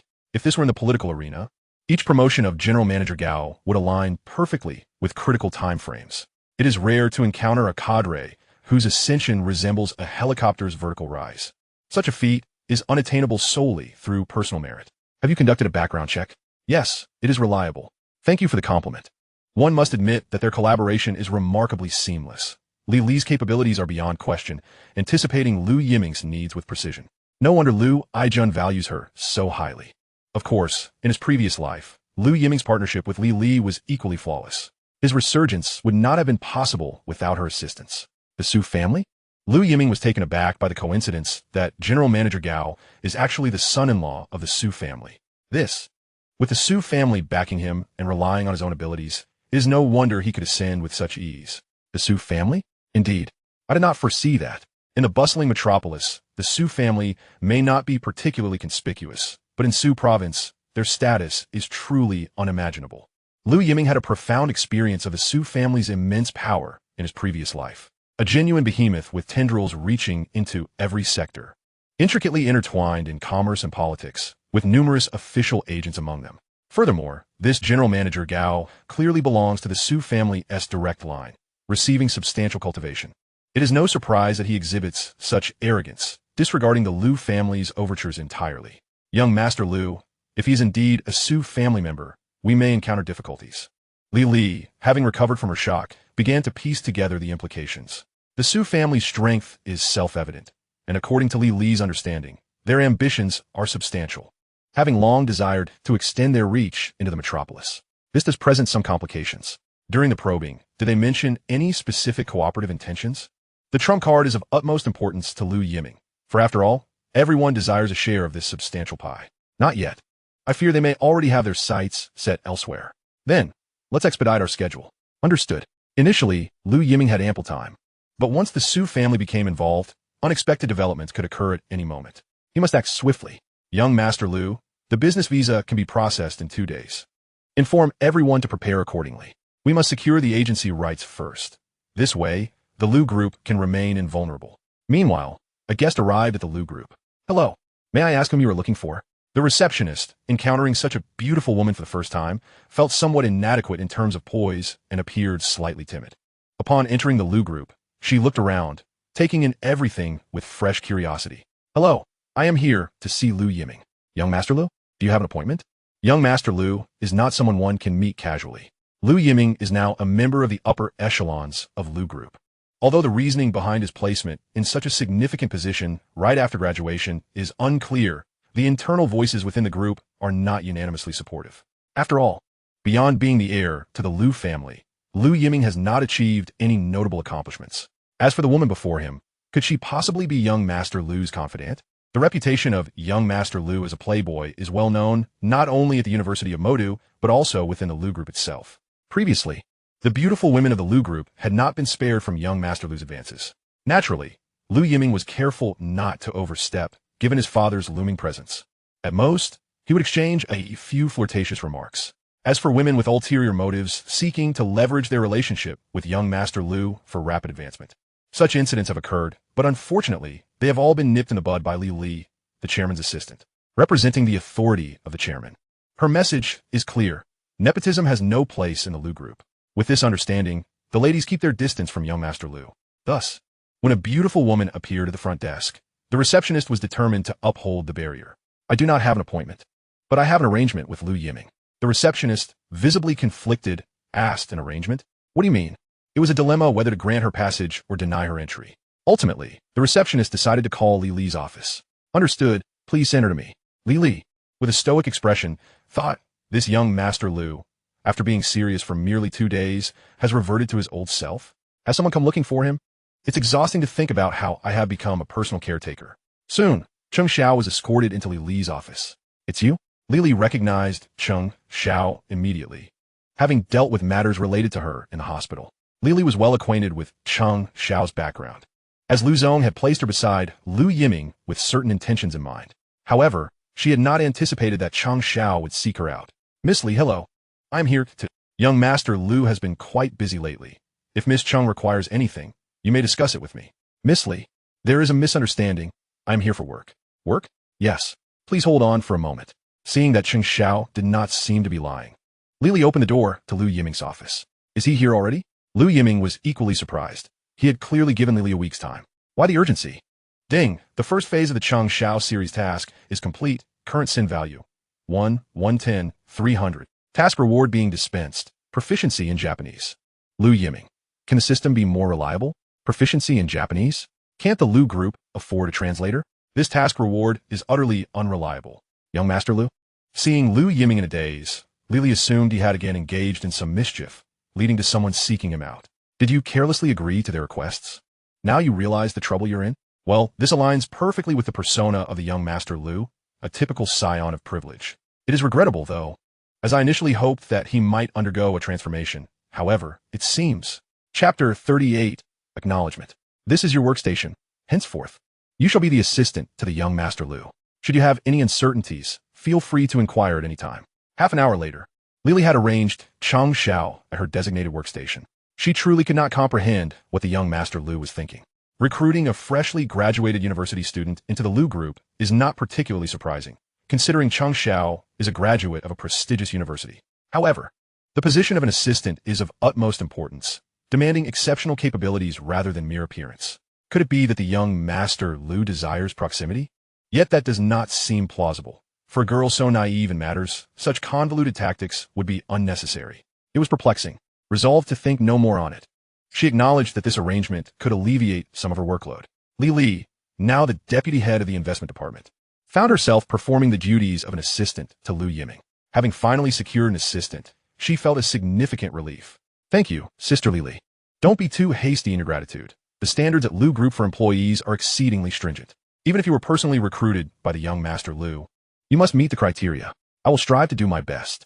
With her worries set aside, Chang Xiao could devote herself wholeheartedly to her work.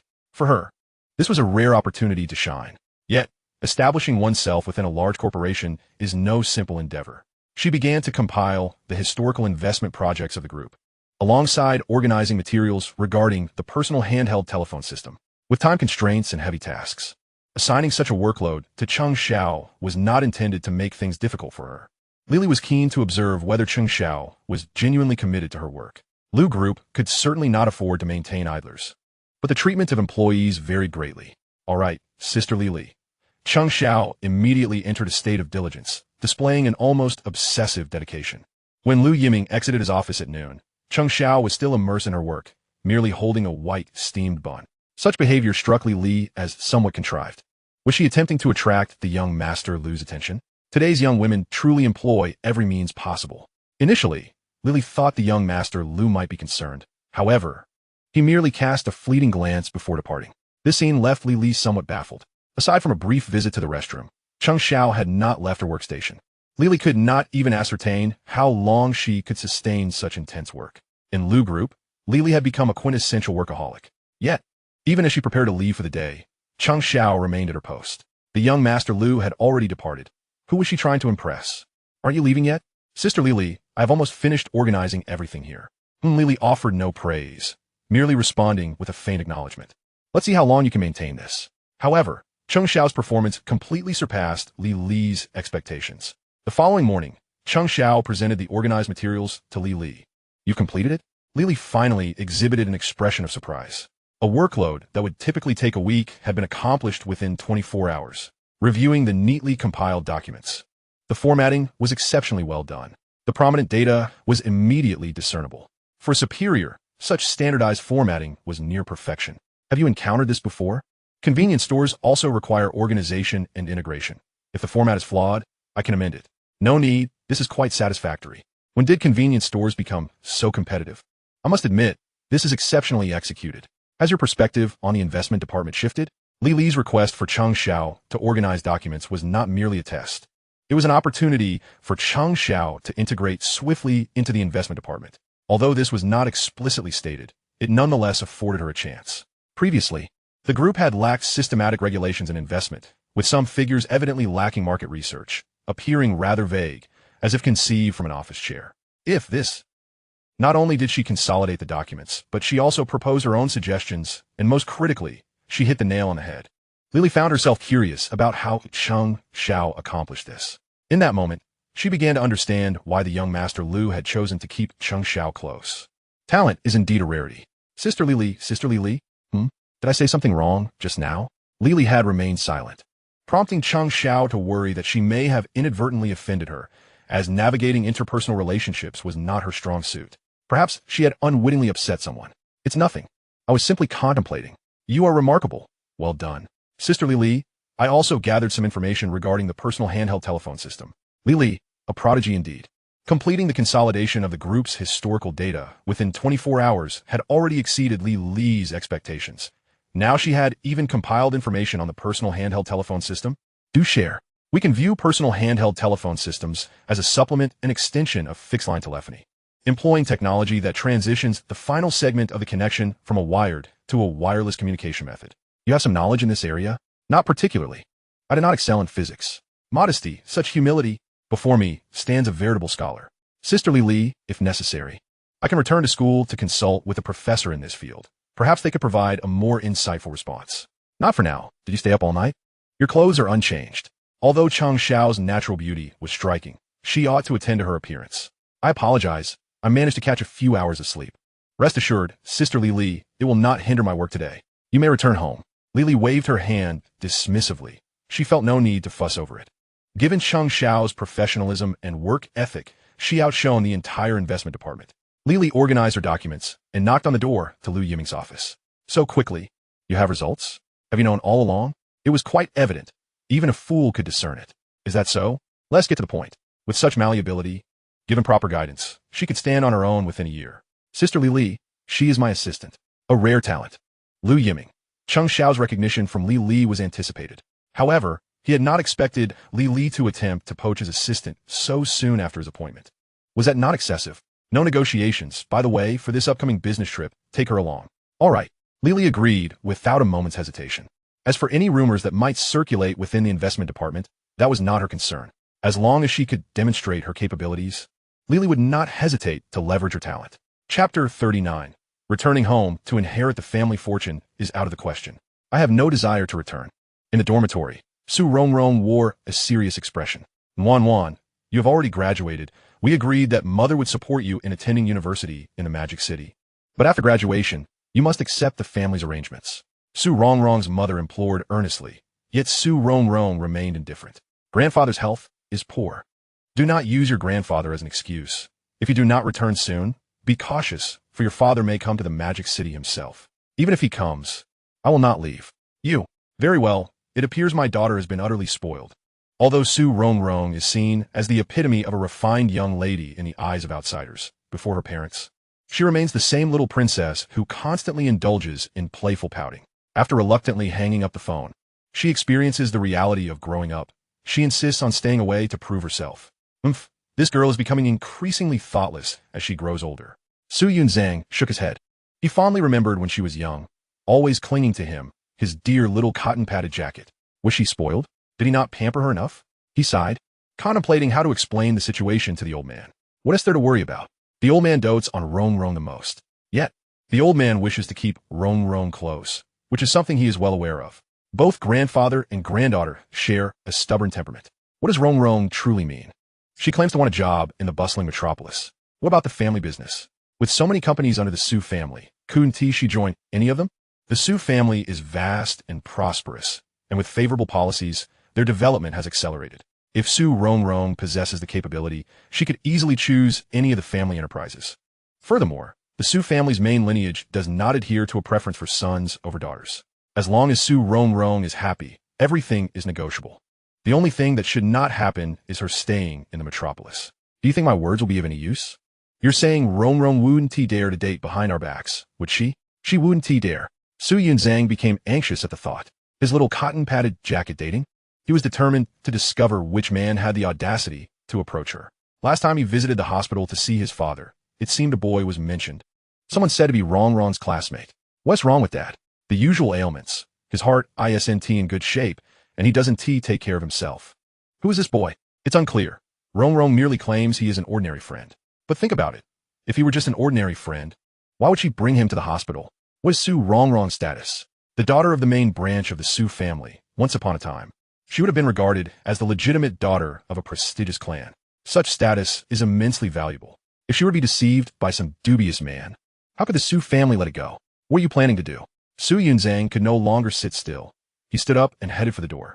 Where are you going? To the metropolis to clarify things. Prepare the car. Su Mama remarked. Why are you so anxious without any solid evidence?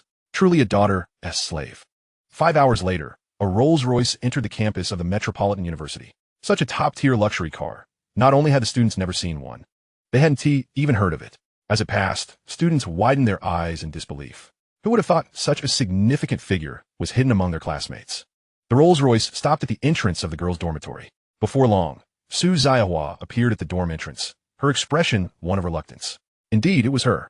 Rumors about Su Rongrong had circulated throughout the campus. Regardless of the variations, one certainty remained. Su Rongrong was undeniably a wealthy heiress. Little did they realize just how affluent her family truly was. Surrounding boys pounded their chests in frustration, lamenting that had they known, they would have shamelessly pursued Su Rongrong. Once they captured her heart, wouldn't their lives be set? They wouldn't just save 10 years of hard work. They could retire right after graduation. Dad, what brings you here? To take our daughter home. In front of Su Rongrong, Su Yunzang had no temper left. I'm not going back. Come on. I've already spoken to your advisor. You've completed your credits and can leave at any time. I have made myself clear. I want to work in the metropolis. Rongrong, you're not staying behind for someone, are you? Su Rongrong replied, I just don't know why my father has such a misconception. Stay for a man? What a joke. However, in Su Yunzang's eyes, his daughter's silence indicated something. He immediately became furious. Which scoundrel? I'll break his third leg.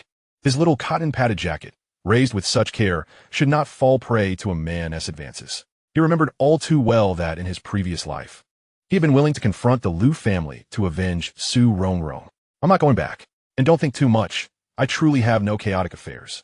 I just want to stay in the metropolis to prove myself. Wan, in my heart, you are already the best. Su Rongrong replied, here we go again. It's always the same, just sweet-talking me. Su Rongrong's expectations were not high. She simply desired independence. Others would be grateful for familial support, but for her, the family felt like a shackle.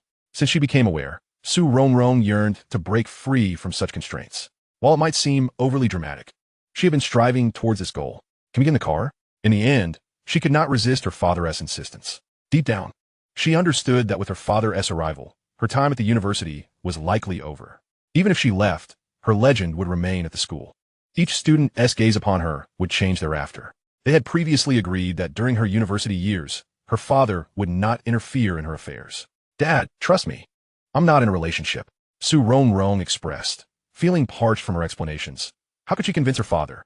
Wan, it's not that I don't believe you, but you brought someone to your grandfather's place. Grandfather? Su Rongrong exclaimed, wait, grandfather Liu Yiming. Excellent. We've found the source. It was Liu Yiming again. That guy just wouldn't leave her alone. Achio Liu Yiming thought to himself. The weather hasn't changed today. Why am I suddenly sneezing?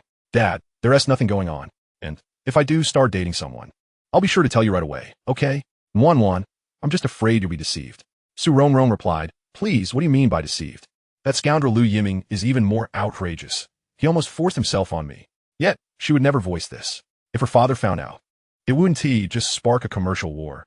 She would likely never escape her parents' watchful eyes for the rest of her life. For the future life she yearned for, Su Rongrong resolved to endure. Chapter 40. Every drink and bite is ordained by fate. Just as Su Rongrong was diligently negotiating with her father, the Liu family had already established contact with the telecommunications giant NTT regarding their handheld wireless telephone system project. Upon learning of the Liu family's interest in discussions, NTT expressed strong enthusiasm. The two parties quickly reached an agreement and formally initiated the process. Bring the materials you've gathered to my office. Cheng Xiao received a call from Liu Yiming and promptly stood up, carrying the documents into his office. This scene evoked envy among her colleagues. Access to young Master Liu's office was not easily granted. The last time, a vice president of the company had waited outside for a considerable time. It's worth noting that in terms of position, it was difficult to ascertain who held more weight between the vice president and the investment department manager. It could only be said that young Master Liu had the backing of Liu Zong. At least within the group, no one dared to provoke this prince lightly. Everyone realized that young Master Liu was not merely seeking to enhance his resume. He was genuinely intent on carving out a successful career. Liu Aijun observed this transformation with keen interest. A prodigal son returning is worth more than gold. His son's change brought him immense joy. As for the sudden hiring of a beautiful assistant, Liu Aijun chose to turn a blind eye.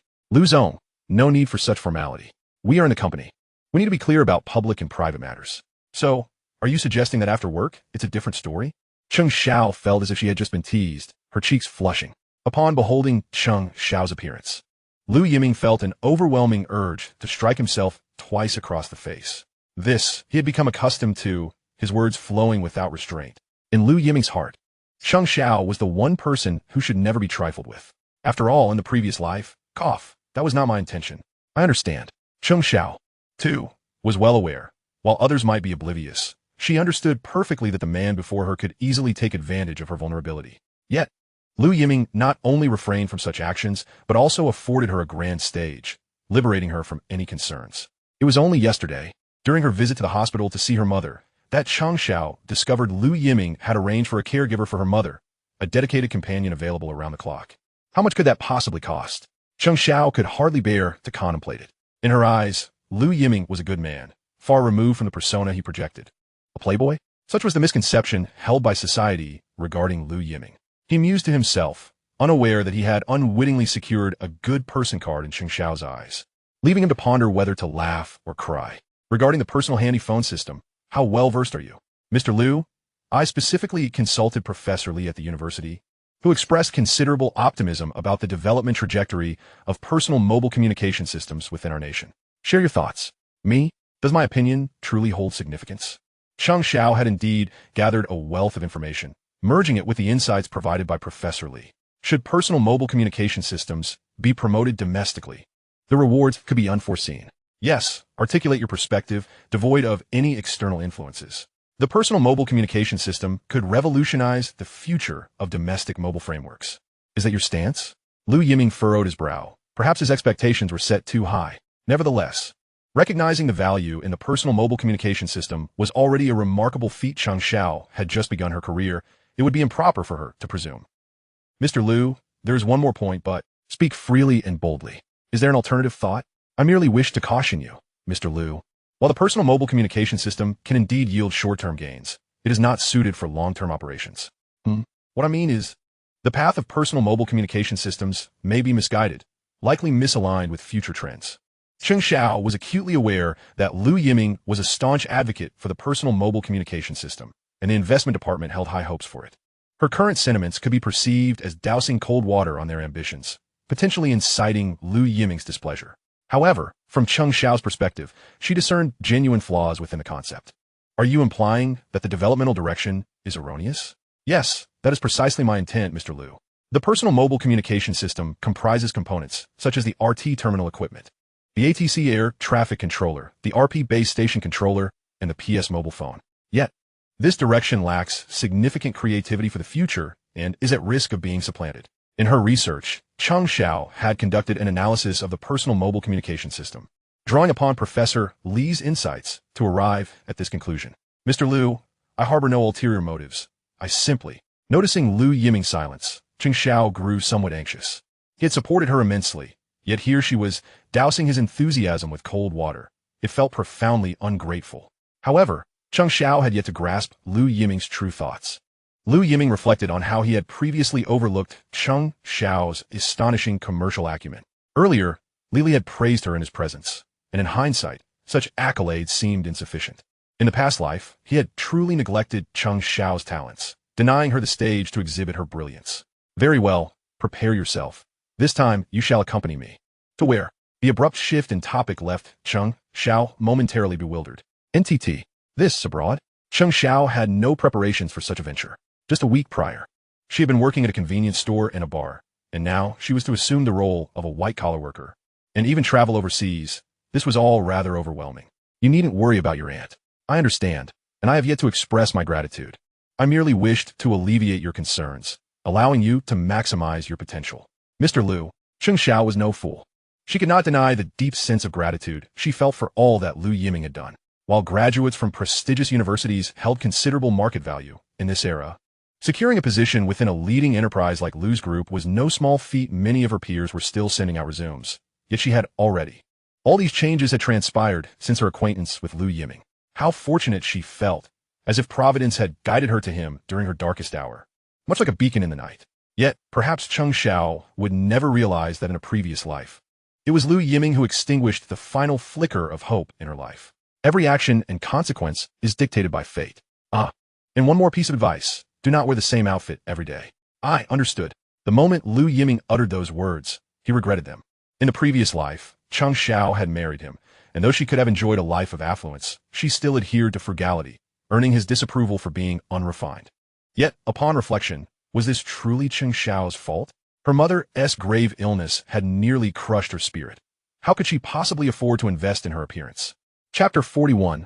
Refusal. Come with me, young Master Lu. Lu Yiming offered Chang Xiao no grounds for refusal. Located on Nanjing Road, The Hanglong Plaza stood as the sole billion-yuan building in the metropolis. What does a billion-yuan building entail? Monthly revenue exceeding 100 million. Such a figure could leave countless individuals astounded in these times. Before the establishment of Hanglong, the vast majority of the populace had never even heard of LV or Gucci. The Hermes store at the entrance was a paragon of luxury, standing unmatched among high-end brands. For the common folk, the prices were unfathomably high. Luxuries served as a status symbol, with some willing to endure multiple bus rides just to experience a taste of affluence. At this moment, Lu Yiming parked his Ferrari in the VIP section of the underground garage. Cheng Xiao was truly awestruck, as if all the luxury vehicles in the metropolis had congregated in this very garage. Among them were the Tiger headbands, top-tier BMW 760 models, and even the humble Toyota Crown. Naturally, Lu Yiming's Ferrari was the most conspicuous of them all. Young Master Lu? Cheng Xiao had certainly heard of the illustrious Hanglong. Since its opening, it had been exceptionally popular, and she had overheard her dorm mates discussing it with a tone of admiration. Yet for Cheng Xiao, it had always seemed a distant dream. Never had she imagined that one day she would set foot in such a place. I do not relish a mundane existence. An utterly baffling statement, disliking a mundane life? What could that possibly mean? Simply because I detest it. I do not wish to be embarrassed this time. Young Master Lu actually... Cheng Xiao intended to say more, but Lu Yiming offered her no chance. He opened the car door and stepped out, greeted by the professional sales staff of the mall, who were already poised with charming smiles, eagerly anticipating his arrival. At Hanglong, it was not only luxury brands that had sales personnel. For VIP clients, the mall ensured that upon their arrival, they would receive the most professional service available. Young Master Lu, it is an honor to serve you today. Lu Yiming was a regular here, and describing his spending as extravagant would hardly be an exaggeration. Today, he was here for business purposes. Lu Yiming was sparing with words, directing his finger toward Cheng Xiao. Understanding his intent, the sales associate's gaze fell upon Cheng Xiao, her eyes brimming with admiration. Cheng Xiao's natural beauty sparked envy in the saleswoman's heart. Of course, the greatest envy stemmed from the fact that Lu Yiming, the illustrious young master, stood beside her. Miss, please follow me. The sales associate possessed the acumen to recommend suitable brands based on the customer's preferences. With a business-casual style in mind, the appropriate brands naturally belonged to the upper echelon. A tailored women's suit, complemented by a white shirt adorned with lace. Madam, you may try this on.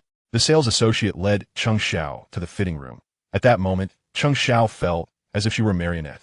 Accepting the garments from the associate, she stepped into the fitting room, only then regaining her senses.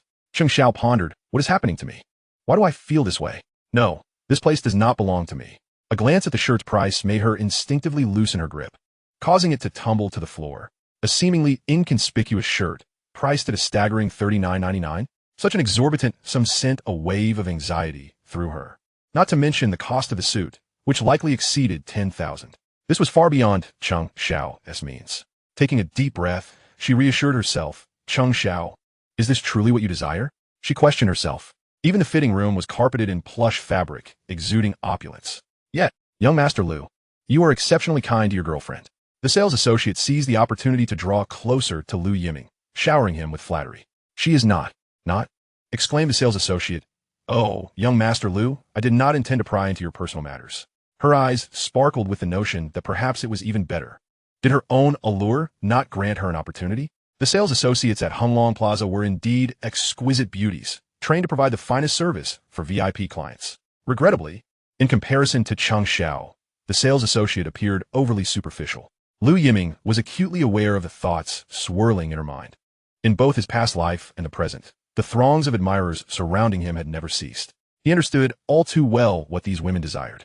In his previous life, he had reveled in the attention, basking in the company of beautiful women. However, what did that ultimately mean? When faced with death, he lay alone on a cold, sterile hospital bed. In this new life, Lu Yiming recognized the absurdity of the illusions he once chased. He subtly created distance, a courteous rejection. The sales associate, perceptive to his demeanor, promptly understood her next course of action. She refrained from being overly persistent. After all, a complaint from a VIP customer could jeopardize her glamorous position. It is worth noting that the salary of a VIP sales associate was several times greater than that of a typical white-collar worker in this era.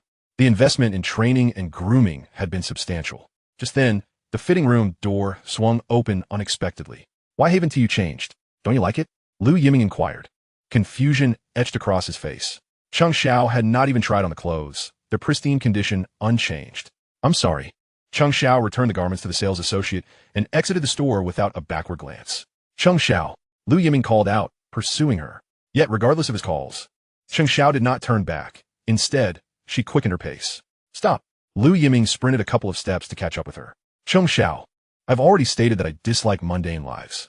Therefore, all expenses for today will be covered by the company. As my assistant, you must cooperate with me in such situations. It is part of your role. Lu Yiming understood that Cheng Xiao would likely reject his goodwill. Hence, he fabricated such a rationale. However, for Cheng Xiao, how could she possibly decipher the underlying intent? Young Master Lu, I apologize, but this place is not suited for me. You. Cheng Xiao's stance was unwavering. Indeed, this venue felt wholly inappropriate for her. To Cheng Xiao, this plaza resembled a princess's castle, excessively extravagant. Regrettably, she was no princess, and this was not her rightful domain. Cheng Xiao was even less inclined to accept such feelings. It is easy to transition from frugality to extravagance. Yet once accustomed, returning to her previous life would indeed be arduous. Cheng Xiao would neither attempt nor wish to try. She was but a Cinderella. This place did not belong to her. I'm sorry, young Master Lu, but if this is not feasible, please seek another assistant. Cheng Xiao held firm to her convictions. Her expression resolute. Lu Yiming felt momentarily disoriented. In his previous life, Cheng Xiao had acquiesced to his every whim, conforming to his preferences. Yet reflecting now, he realized that her heart had been wholly devoted to him. Consequently, all his decisions had received her unconditional support. However, the Cheng Xiao of today was independent, with her own thoughts, while he wore the guise of considering her feelings, neglecting her true sentiments. Chapter 42, The Invitation. Young Master Lu, I apologize. She must be quite upset, he mused. Though they had departed from Honglong, Lu Yiming's expression remained grim. Cheng Xiao understood that Lu Yiming acted out of concern for her. Yet he had already invested so much. She felt unable to reciprocate. If she were to accept Lu Yiming's kindness once more, she would struggle to overcome her own internal conflict. Tomorrow, you will wear another outfit. As my assistant, that is your responsibility. All right. This command surprisingly relieved Cheng Xiao. Young Master Lu, I'll be dropped off at the bus station ahead? Even though she sat in the only top-tier supercar in the city, to Cheng Xiao, the confined space paled in comparison to the freedom of a bus. Perhaps such a fate was not meant for her. Lu Yiming complied and pulled over. Watching Cheng Xiao exit the vehicle before he drove away, he noticed the astonished expressions of those waiting at the bus station. A beautiful girl in a supercar choosing to take the bus? How utterly inconceivable. Yet, in Cheng Xiao's countenance, Lu Yiming discerned a sense of relief. It was as if she was silently conveying that the two of them were simply from different worlds. Lu Yiming's phone rang, an unfamiliar number. Hello, who is this? Young Master Lu? The familiar voice belonged to Su Rongrong's grandfather. Grandfather? Hey, do you have some time? Su Rongrong's grandfather was unabashed. Yes, tonight. I wish to treat my savior to dinner. Dinner? Is there an occasion? Not exactly. I will send you the address shortly. By the way, do arrive early. I've been cooped up in the hospital for quite some time. All right.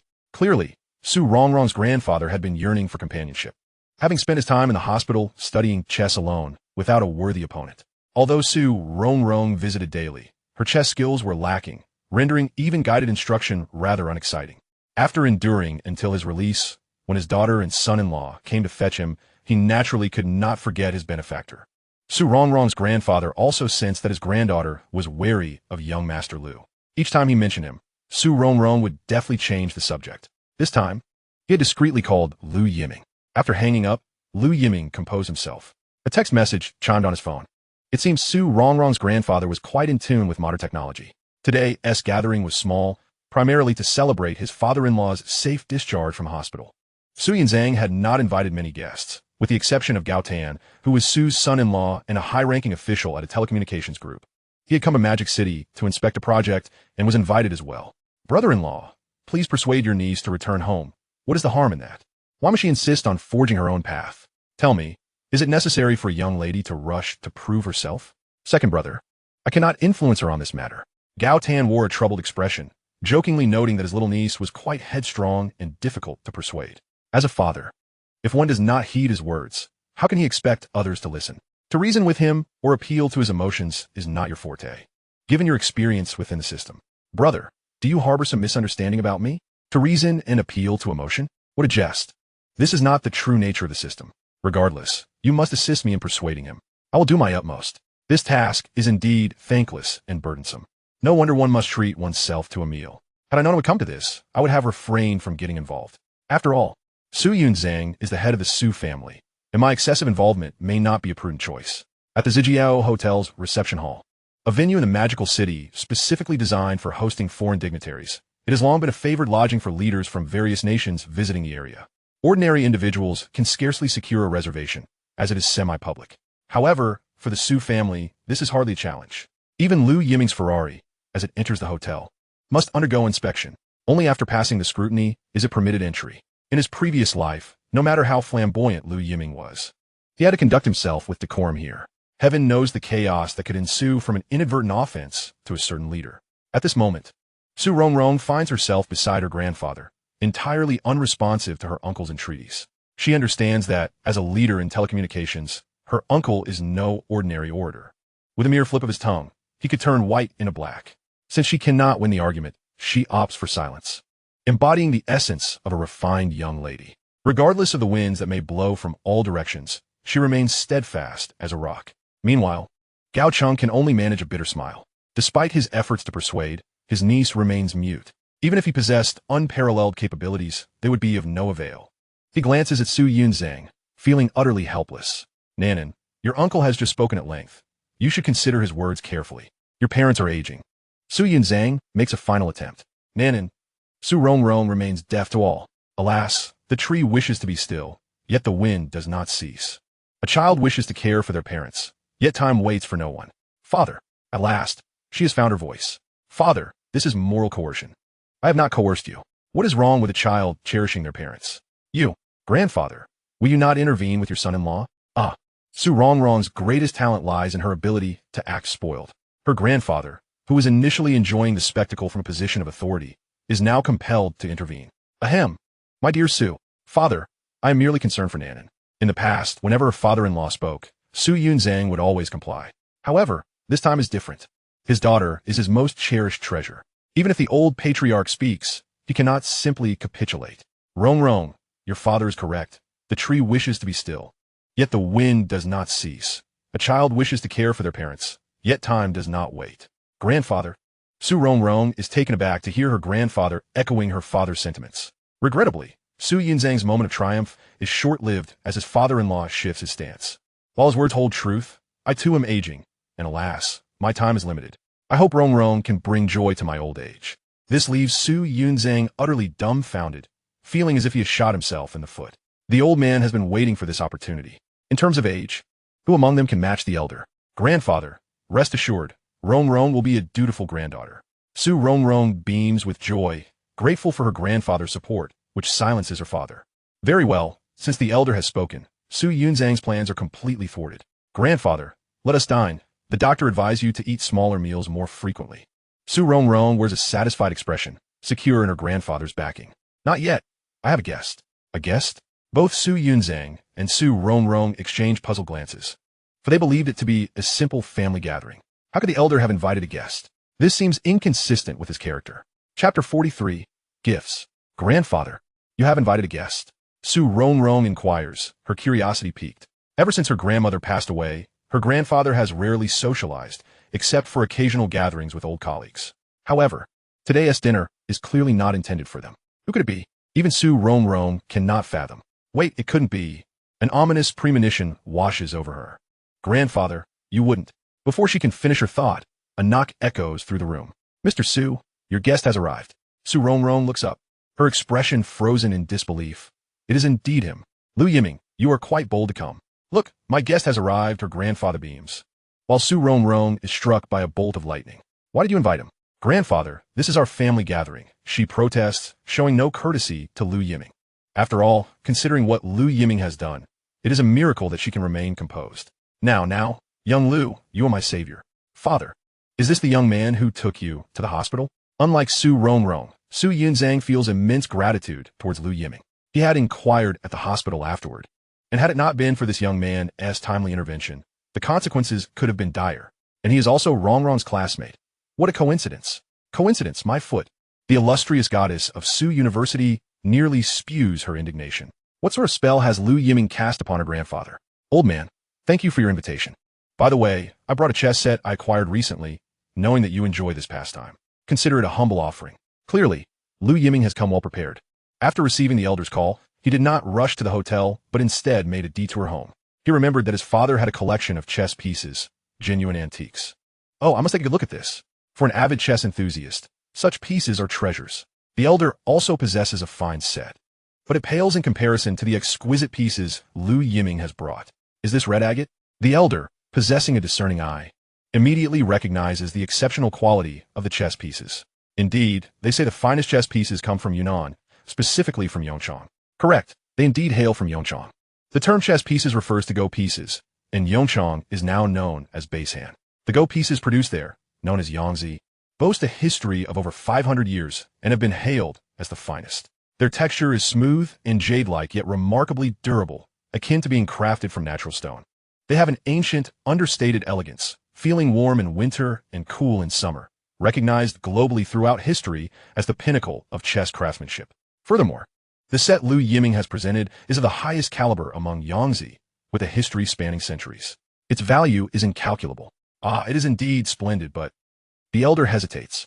Such a generous gift is beyond my means. Young Lu, have you forgotten my former profession? The elder was once a prosecutor. Surely he cannot allow himself to be seen as corrupt in his old age. Elder, they say a treasured sword should be given to a hero. These chess pieces would only gather dust in my possession. Don't try to deceive me. Your skill at chess is far superior to mine. You should keep these exquisite pieces safe. The elder makes it clear he will not accept the gift. How about this? If you don't want to keep them, I can use them when I come to play chess with you. It will be cumbersome for me to carry them back and forth.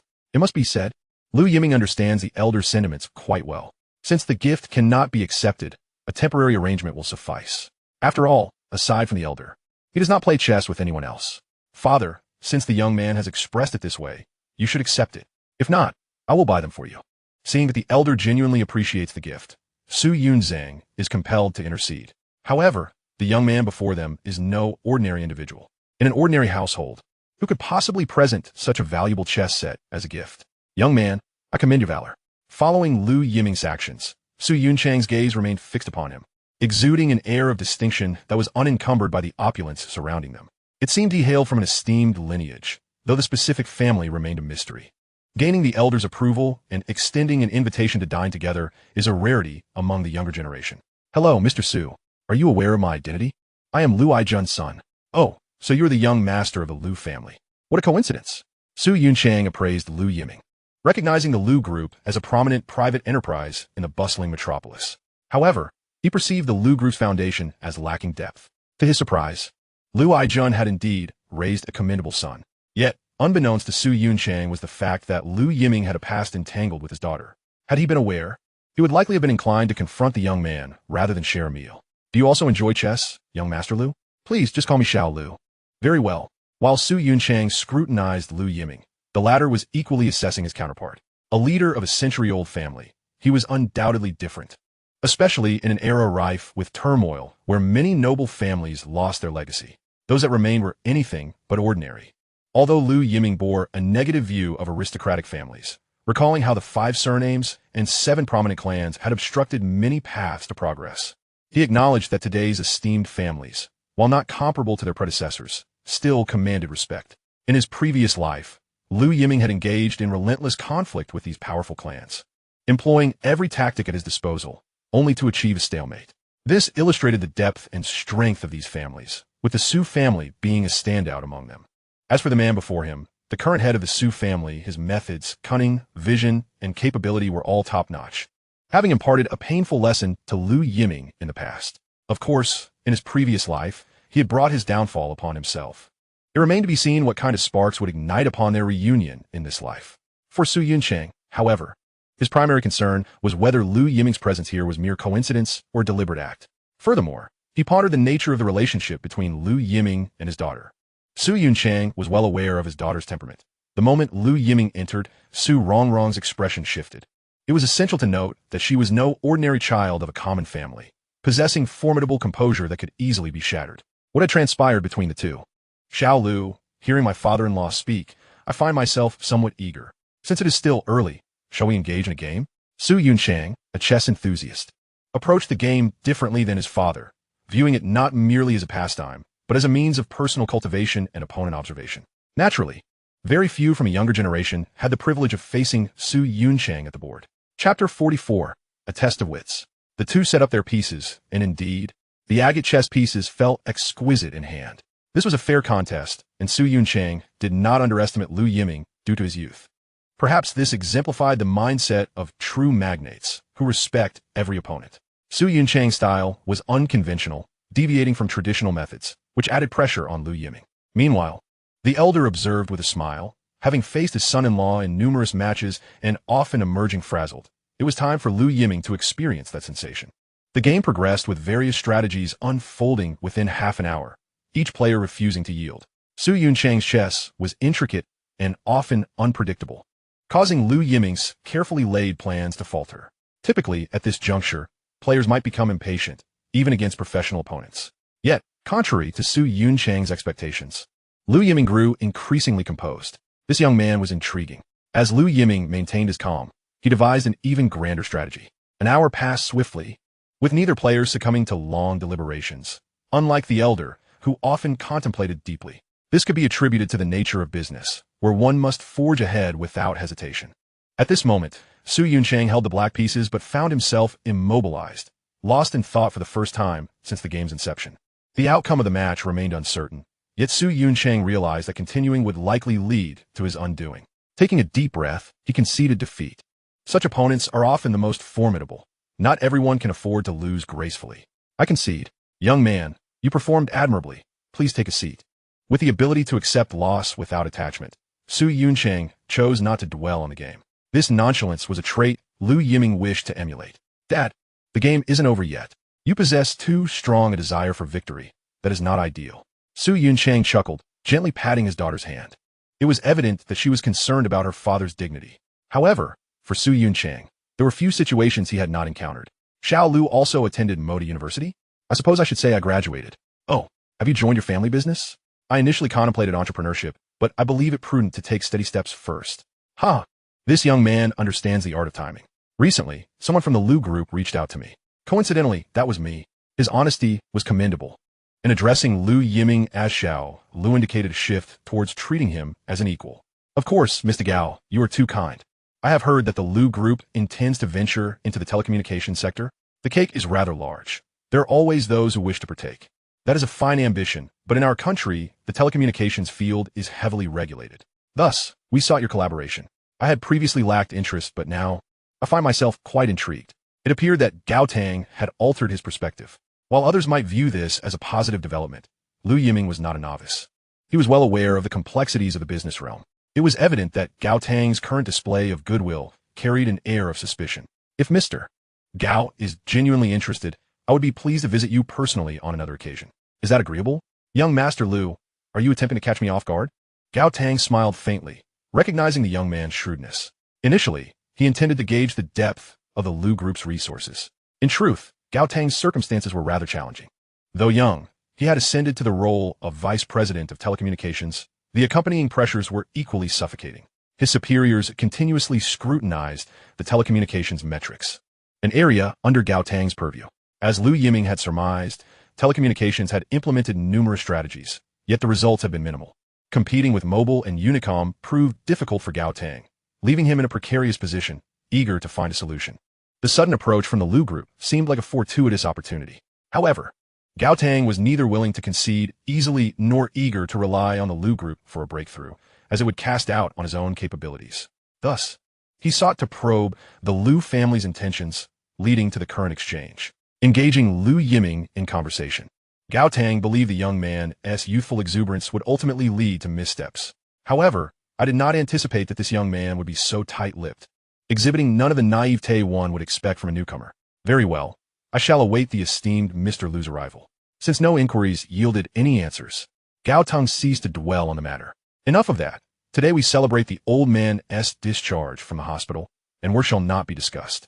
Observing this, Su Rongrong chuckled and intervened. Lu Yiming, truly, he is a cunning old fox. Their interplay was seamless. Lu Yiming could discern that Gao had just made an impromptu decision. Yet, Su Rongrong, with his seasoned tact, had struck a beneficial chord. As for Su Rongrong, she secretly frowned, although she held a disfavor towards Lu Yiming. He was nonetheless a guest invited by her grandfather, and it seemed rather inappropriate to treat him poorly. Lu Yiming, I raise a toast to you. Thank you for saving my grandfather, and we are even now. In that moment, Su Rongrong finally chose to let go of her grievances. This signified that she would no longer pursue the rudeness Lu Yiming had previously displayed towards her. This was the utmost concession Su Rongrong could muster. I have mentioned that I owe you an explanation, and I shall certainly provide one. No need for that. The subtext being, henceforth, we shall part ways and lead separate lives, never to cross paths again. This might be the greatest compromise Su Rongrong could achieve. You too. What sort of riddle are you playing at? Dad, it's a matter concerning the youth. Indeed, Uncle, this is a private affair between Su Rongrong and myself. Su Yunzhang, this is precisely what I was worried about. My daughter has grown up, harboring her own little secrets, unlike before when she would share everything with me. There's a sense of loss. The meal proceeded amicably, with Lu Yiming maintaining an appropriately courteous demeanor. After an hour, he expressed his intent to take his leave. He had accepted the invitation and comported himself well. Now it was time to depart, for he remained, after all, an outsider to the Su family. I shall see you out. To his surprise, Su Rongrong volunteered. This development set Su Yunzhang on edge, silently fearing that his daughter might choose to stay in Shanghai because of Lu Yiming. Su Rongrong, what are you talking about? I merely wish to remind Lu Yiming not to appear before me in the future. Chapter 45, A Great Effort. Brother-in-law, what is your perspective? Once Lu Yiming departed, Su Yunzhang's expression turned grave. The Lu family has a promising successor. Gao Tong drained his glass. His recent attempts to probe had been deftly sidestepped. One must admit, this Lu Yiming is indeed remarkable. Despite his youth, he exhibited a level of sophistication that was quite astonishing. He even gave Gao Tong the impression of being rather inscrutable. By the way, does the Lu family aspire to venture into the telecommunications sector? Such an ambition seems plausible. However, I have gathered that the Lu group has been expanding quite ambitiously as of late, having recently announced their foray into real estate. This is also why Gao Tong harbors doubts about the Lu group. While he acknowledges that the Lu group's revenue and net profit remain robust, their foundation in foreign trade is solid and difficult to shake. Nevertheless, to thrive in multiple sectors simultaneously appears unrealistic. Both real estate and telecommunications are capital-intensive endeavors, and with the Lu group's current financial capacity, sustaining such expansions seems challenging. So, do you suspect it is a smokescreen? Initially, I held that belief. But after meeting the young Mr. Lu today, my conviction has wavered. It is utterly perplexing, truly inscrutable. A foe who plays outside the bounds of convention is indeed a source of frustration. Gao Tong realized he could not ascertain Lu Yiming's true hand. This was the most daunting aspect. The big boss had encountered numerous individuals, not to mention that the Su family belonged to the upper echelons of society. Gao Tong's experience was considerable, yet this young man. Yes, I too find him enigmatic. Second brother? This. Su Yunzhang's remark left Gao Tong further astonished. It was one thing for him to be unable to gauge the depths of Lu Yiming, but for his second brother, the head of the Su family, who presides over a vast commercial empire, to express such sentiments about a young man, if this were to become public knowledge, Lu Yiming would surely gain notoriety. Phew, I'd rather not dwell on that. My current concern is my daughter. She seems to harbor a peculiar fondness for young Lu. Second brother, he is merely a youth. Nonsense. If he were not your daughter, you would not be concerned at all. Gao Tong. Fine, I shall pretend I said nothing. As for Su Rongrong, she had already escorted Lu Yiming to the door. Lu Yiming, are you deliberately playing the fool? Su Rongrong's tone was far from pleasant. He, of all people, should be the one avoiding suspicion. How could their meeting not be awkward? After all, they had seen each other as truths and falsehoods. What do you mean? Lu Yiming resolved to continue feigning ignorance. You should not have come. I was invited by my grandfather. He is my grandfather. Yes, at present. He is your grandfather, but who can predict the future? You. Unless I were blind, otherwise, it would be ill-omened to curse oneself. Su Rongrong. I could just scream in frustration. Fine, Lu Yiming is shameless. I have experienced this before. Uncle, what brings you to Shanghai? This is a matter concerning my family. I might as well take you back. In truth, Lu Yiming had anticipated Su Yunzhang's presence in Shanghai. In his previous life, he had wronged Su Rongrong, prompting Su Yunzhang to take decisive action, ultimately bringing Su Rongrong back to the Su family. This incident had become widely known. Su Rongrong lived her life to the fullest, yet she had demonstrated immense talent in the business world. Of course, that was all in the past. Lu Yiming understood clearly that Su Rongrong had always desired to prove herself. This ambition would not wane. Thus, he speculated that after graduating, Su Rongrong would not wish to return to the Su family, but instead sought to carve out her own path in Shanghai. Su Yinzang, naturally, did not want his daughter to face hardship, which is why he wished to take her back. Little did he realize, Lu Yiming had come remarkably close to the truth. This does not involve you. One cannot say that. The opportunities in Shanghai are limited. If the Su family insists on encroaching, we might find ourselves adversaries. Lu Yiming, are you afraid? Indeed, I am afraid. Afraid that I might lack the resolve to act against you. You, shameless. For some reason, Lu Yiming's gaze instilled a sense of unease in Su Rongrong. A scoundrel. He is indeed a scoundrel, casually uttering sweet nothings. Save those words for Cheng Xiao. Are you perhaps feeling jealous? You. Fine. That brazen expression of his maid, Su Rongrong, wished to educate him properly. She suppressed her anger. When words fail, it is best to part ways. Farewell. No need to see me off. I have promised to give you an explanation. Leave? Why must you bring up that? I'm the one being coerced here. This scoundrel had been disrespectful to her yet. Fine, Lu Yiming, just you wait. There will come a time when you will regret it. Su Rongrong silently resolved to strengthen her determination to remain in Shanghai. As she walked away without a glance back, Lu Yiming smiled. Indeed, he had managed to provoke her. This was fortuitous, as it further solidified Su Rongrong's resolve to stay. At the very least, she would not return to Su province.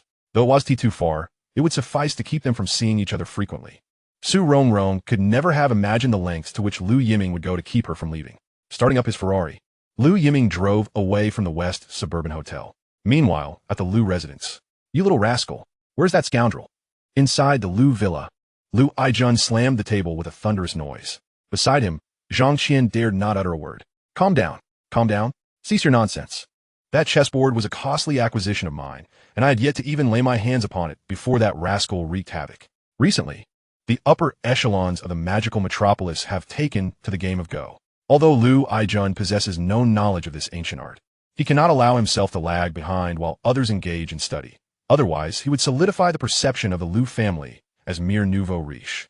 To hone his skills, Lu Aijun not only hired a tutor, but also invested heavily in a superb set of antique chess pieces. Such treasures are rare indeed. Unfortunately, due to his busy schedule, he had kept the chess set tucked away in his study.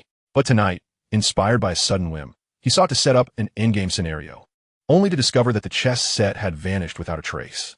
Upon inquiry, he learned that it had been pilfered by his own son. That prodigal wretch. How could this not infuriate Lu Aijun?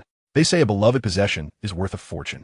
He had initially thought that his troublesome son had turned over a new leaf, especially with his commendable performance at the company lately. But now that fleeting good mood was shattered in an instant. This wretched boy seems to have been born of Vexham. This time, he would certainly break the boy's legs. At that moment, the thunderous roar of a Ferrari echoed nearby. Lu Aijun exclaimed, "Does that rascal dare to return? Where's that feather duster? Fetch it for me." Chapter 46. Chaos ensues. Don't run, you little rascal.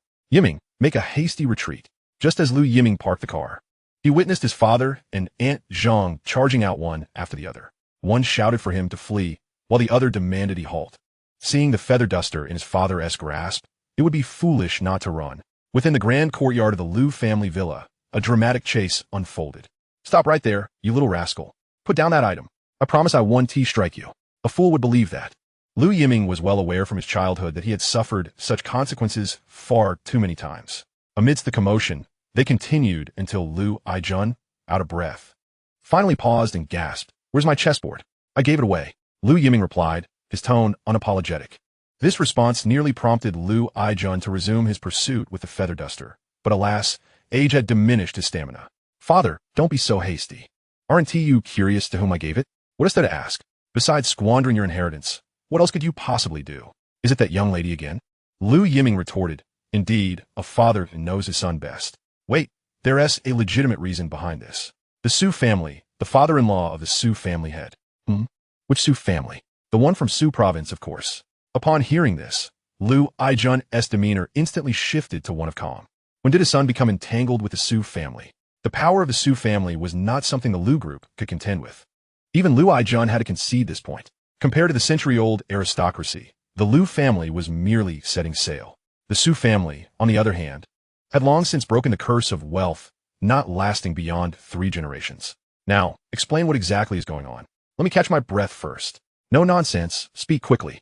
But I just returned, and you're chasing me around the courtyard to beat me. And now you want to even let me catch my breath? You deserve it. How many troublesome things have you done in the past? All right. Lu Yiming conceded, unable to counter his father's accusations. Father, is it truly necessary to make such a fuss over a mere chess set? A mere chess set?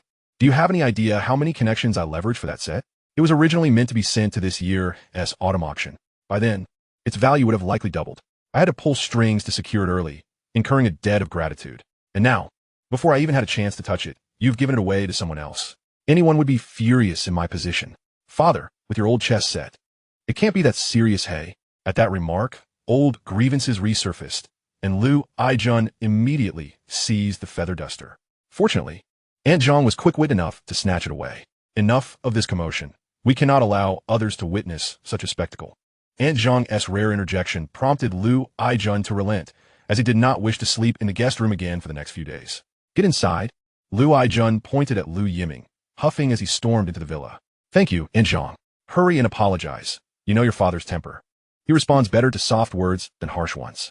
A few kind words will help ease the situation, Aunt Zhang advised before following Lu Aijun inside. I'll prepare some soup for you both. Indeed, Aunt Zhang played a significant role in this household, though it was unfortunate that Lu Yiming had not treated her well in his past life. Perhaps he could never quite get past that hurdle. In this second chance at life, Lu Yiming had come to understand that the divorce of his parents could not be solely blamed on his father. Some matters were beyond his father's control. Thankfully, he still had time to make amends. The father and son entered the study, one after the other. Now tell me, what is truly happening? Lu Aijun still wore a disgruntled expression. My classmate, Su Rongrong, is the legitimate daughter of the Su family. So you're still chasing after a woman. Back to square one. Wait, while that is part of it, it's more circumstantial. Lu Yiming recounted the accident he encountered and how Su Yunzang had come to the magical metropolis. Naturally, he omitted the more thrilling details of his interactions with Su Rongrong. If his father were to discover such tantalizing information, he would likely not escape punishment tonight. So, you're a benefactor to the Su family? Lu Aijun, ever the businessman, quickly grasped the crux of the matter. I suppose so. Is the portable wireless telephone system you reported last time also connected to the Su family? The deputy general manager of telecommunications is indeed the Su family's son-in-law. Is there potential for collaboration? Not necessarily. What do you mean? Now, it was Lu Aijun's turn to be perplexed. His son had saved the father-in-law of the Su family head. Wouldn't collaboration be a natural progression? Could it be that the Su family had ulterior motives? Father, such a century-old aristocracy has far too many intricate internal conflicts. Internal discord? Perhaps. At today's banquet, the Su family's son-in-law did mention the possibility of collaboration, but I managed to deflect it. Why? It shouldn't have been so straightforward. I fear there may be a trap. The business world is inherently such. Only lasting interests remain. Lu Yiming was not so naive as to believe that saving Su Rongrong's grandfather would automatically result in the Su family's gratitude and a willingness to forego their own interests. If it were as simple as that, the Su family would not have thrived for a century. Being cautious is wise. Lu Aijun was thoroughly impressed with his son's prudence. By the way, I heard you're about to embark on an inspection. It's been confirmed. We'll be departing in the next couple of days. Do you feel confident? Father, I know what you're concerned about. Hey, you little rascal, do tell. Lu Yiming's transformation took Lu Aijun by surprise. The confidence radiating from him was something Lu Aijun himself could not embody. He never anticipated that his son, once so careless, could now command such respect. Father, your concern lies with the real estate business. The Lu Group has just announced its entry, and it urgently requires funds for turnover. You fear issues with the capital chain. Exactly. Currently, the real estate project is indeed at an opportune moment, but funds are limited. Although the bank has provided favorable policies, if they tighten up, we will be placed in an extremely passive position. Therefore, I won't be able to support you too much. Lu Aijun was never blindly arrogant. He was always cautious and prudent. This approach was crucial for the development of the Lu Group. What I'm giving you is a surprise, rest assured. Lu Yiming was filled with confidence. He had a mental tally and knew that the initial investment would not be substantial. Otherwise, he would not be so fixated on this project. I refrained from interference. Let us discuss the chess apparatus. I have expended 3 million. What do you say? Lu Yiming, no money, just a life. A typical example of a stubborn individual unafraid of boiling water. Observing his son's insolent demeanor, Lu Aijun completely lost his temper. Chapter 47, Whispers Abound. Good morning, young Master Lu. Morning. Lu Yiming, having parked his car, yawned widely, looking severely fatigued. His handsome visage bore the marks of dark circles. Young Master Lu, you must take care to rest. Do not overexert yourself. It was the same security guard from before, now displaying an unusually courteous demeanor. Since discovering Lu Yiming's identity, he seemed ready to grovel. After all, providing for a family is no easy task. Don't you think young Master Lu is working too hard? He has only just graduated, and the burden on his shoulders is excessively heavy. Heavy my foot. Do you think it's the same for everyone? The joy of the wealthy is beyond your imagination. The team leader scoffed, asserting that young Master Lu adeptly utilized his limited time. Do you understand what it means to struggle? What good is wealth when at 11 o'clock at night the television station shows nothing but a blank screen? Television? Can't you aspire for something better? Do you know what a nightclub is? What is that? A man's paradise. Very well, such dialogues were lost on Lu Yiming, who had no inkling of the so-called paradise or nightclubs. Last night, he had boasted, believing that with his father's temperament, he could easily escape unscathed. He promptly retrieved the spare chessboard from home, determined to teach himself a lesson. In Lu Aijun's words, with his chess skills, it would be a mere trifle to handle an unlearned brat like himself. Yet in the end, Lu Yiming only required 20 minutes to enlighten his father about the phrase pride precedes a fall. Ironically, Lu Aijun remained unconvinced, stubbornly dragging Lu Yiming into the early hours of the morning. After losing over 10 matches, his face was ashen. Had it not been for Aunt Zhang, who could no longer bear it, forcibly ushering Lu Aijun back to his room, he would likely have stayed up all night. This was unfortunate for Lu Yiming, who initially sought to temper his father's arrogance. However, even a man of iron could not withstand such an ordeal. In the end, Lu Yiming had even gone easy on him, yet his father still proved to be a poor sport. Reflecting on this, Lu Yiming couldn't help but shake his head. At such a level, all chess apparatus was wasted. As he stepped out of the elevator, Lu Yiming contemplated heading to the pantry to brew himself a cup of coffee. The Lu Corporation provided its employees with top-tier benefits. Each floor boasted its own independent staff lounge, complete with tea and coffee. In this era, such a humane management style is seldom seen among companies. Even before work hours commenced, many colleagues gathered to engage in light banter, a form of relaxation before their high-intensity labor. However, the topics of discussion were somewhat. Did you see it today?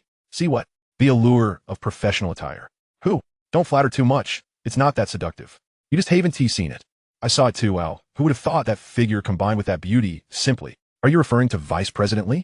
You're quite bold. Come on. Vice President Li is indeed attractive, but compared to her, she still falls short. Who on earth are you speaking of? Who else? The new assistant hired by young Master Lu, Cheng Xiao. Yes, that is her. No way, I know Cheng Xiao. She usually dresses the same. True, she is pretty, but she's just on par with Vice President Li. You don't understand anything. Today she wore professional attire, plus those eye-catching black stockings. Wow, it's simply. As this male colleague recalled the stunning sight of Cheng Xiao earlier, he found himself lost in daydreams, instantly falling in love. This is absurd. When you see her, don't drool. Lu Yiming thought to himself. Indeed, when men congregate, the conversation invariably revolves around women. It was the same in school, and now as white-collar workers. They remain unable to shed this facet. Do you think Cheng Xiao dressed like this is? She'll keep it down. Regardless, I'm preparing to pursue her. Are you out of your mind? She is young Master Lu's assistant, personally recruited by him. From my observations over the past few days, she seems quite innocent. Then why not give it a try? Whoever succeeds will treat the others to a month's worth of lunch. That is not a bad idea. Just as their conversation grew increasingly ludicrous, a cough interrupted. Young Master Lu. Ah, young Master Lu, what brings you here? Upon seeing Lu Yiming, the group instantly fell into a more disciplined demeanor. We weren't doing anything wrong. Who would have thought we'd run into you while having a rare moment of camaraderie? Also, why are you personally making coffee? End of month evaluations. Those who fail. Huh. Understood, young Master Lu. We shall get to work immediately. Exchanging glances, they promptly exited the lounge. Have you had enough? Although the lounge was empty, Lu Yiming spoke as if addressing the air. I have no habit of eavesdropping. Vice President Li, it seems you've been here longer than I. Young Master Lu. You yist. Li smirked, intending to inquire how Lu Yiming had discerned her presence. The younger generation is rapidly surpassing the older. Does Sister Li feel the pressure? In the earlier comparison, Cheng Xiao had clearly held the upper hand. Is young Master Lu trying to sow discord among colleagues? Huh. Lu Yiming chuckled lightly. Indeed, Li's status would not provoke her ire towards Cheng Xiao. He merely sought to test the waters. Observing Lu Yiming's retreating figure, Li felt a sense of resignation. Who would have thought he could be so petty? A little protective, yet claims to have no ulterior motives. Pouring herself a cup of hot milk, Li mused that Cheng Xiao had truly made quite an impression on her today. The professional attire was simply perfect.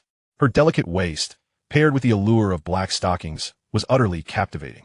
No wonder those young men were unable to resist. Having just observed, she noticed that wherever Cheng Xiao went, there were always plenty of admiring glances. Should she offer a word of caution? But then again, professional attire is hardly a problem. Originally, Lily had intended to remind Lu Yiming, considering Cheng Xiao was his assistant. However, it seemed the principal party was not concerned. Cheng Xiao, please come to my office. Lu Yiming returned to his office with coffee in hand. The first order of business was to summon Cheng Xiao. After her departure the previous day, Lu Yiming had reflected on his oversight regarding Cheng Xiao's feelings. For her, such expenditures were beyond comprehension. Yet, the moment Cheng Xiao entered the office, Lu Yiming's gaze remained fixed upon her. Chapter 48. The Allure of Professional Attire. Truly, there was no exaggeration. The ability to wear professional attire to such an astonishing degree rendered Cheng Xiao's charm boundless. Young Master Lu Cheng Xiao felt quite awkward. After leaving the previous night, she had ventured to Kipper Road. The shirt cost 40, the suit 120. At Honglong, a set of professional attire would typically cost nearly 20,000, yet Cheng Xiao had acquired hers for a mere 160. Indeed, the fabric was slightly inferior. Nevertheless, on Cheng Xiao, it was an entirely different concept. This was the first time she had spent that much, having deliberated long before finally deciding to buy it. As for the black stockings, it was a first for her. Cheng Xiao had undergone considerable mental preparation, yet now she felt a twinge of regret. Upon arriving at the company, I found myself under the scrutinizing gazes of numerous colleagues. It was rather unsettling. Just moments ago, I had a brief discussion with Vice President Li, and we are set to depart tomorrow. So soon? Cheng Xiao did not anticipate that President Liu would be so eager.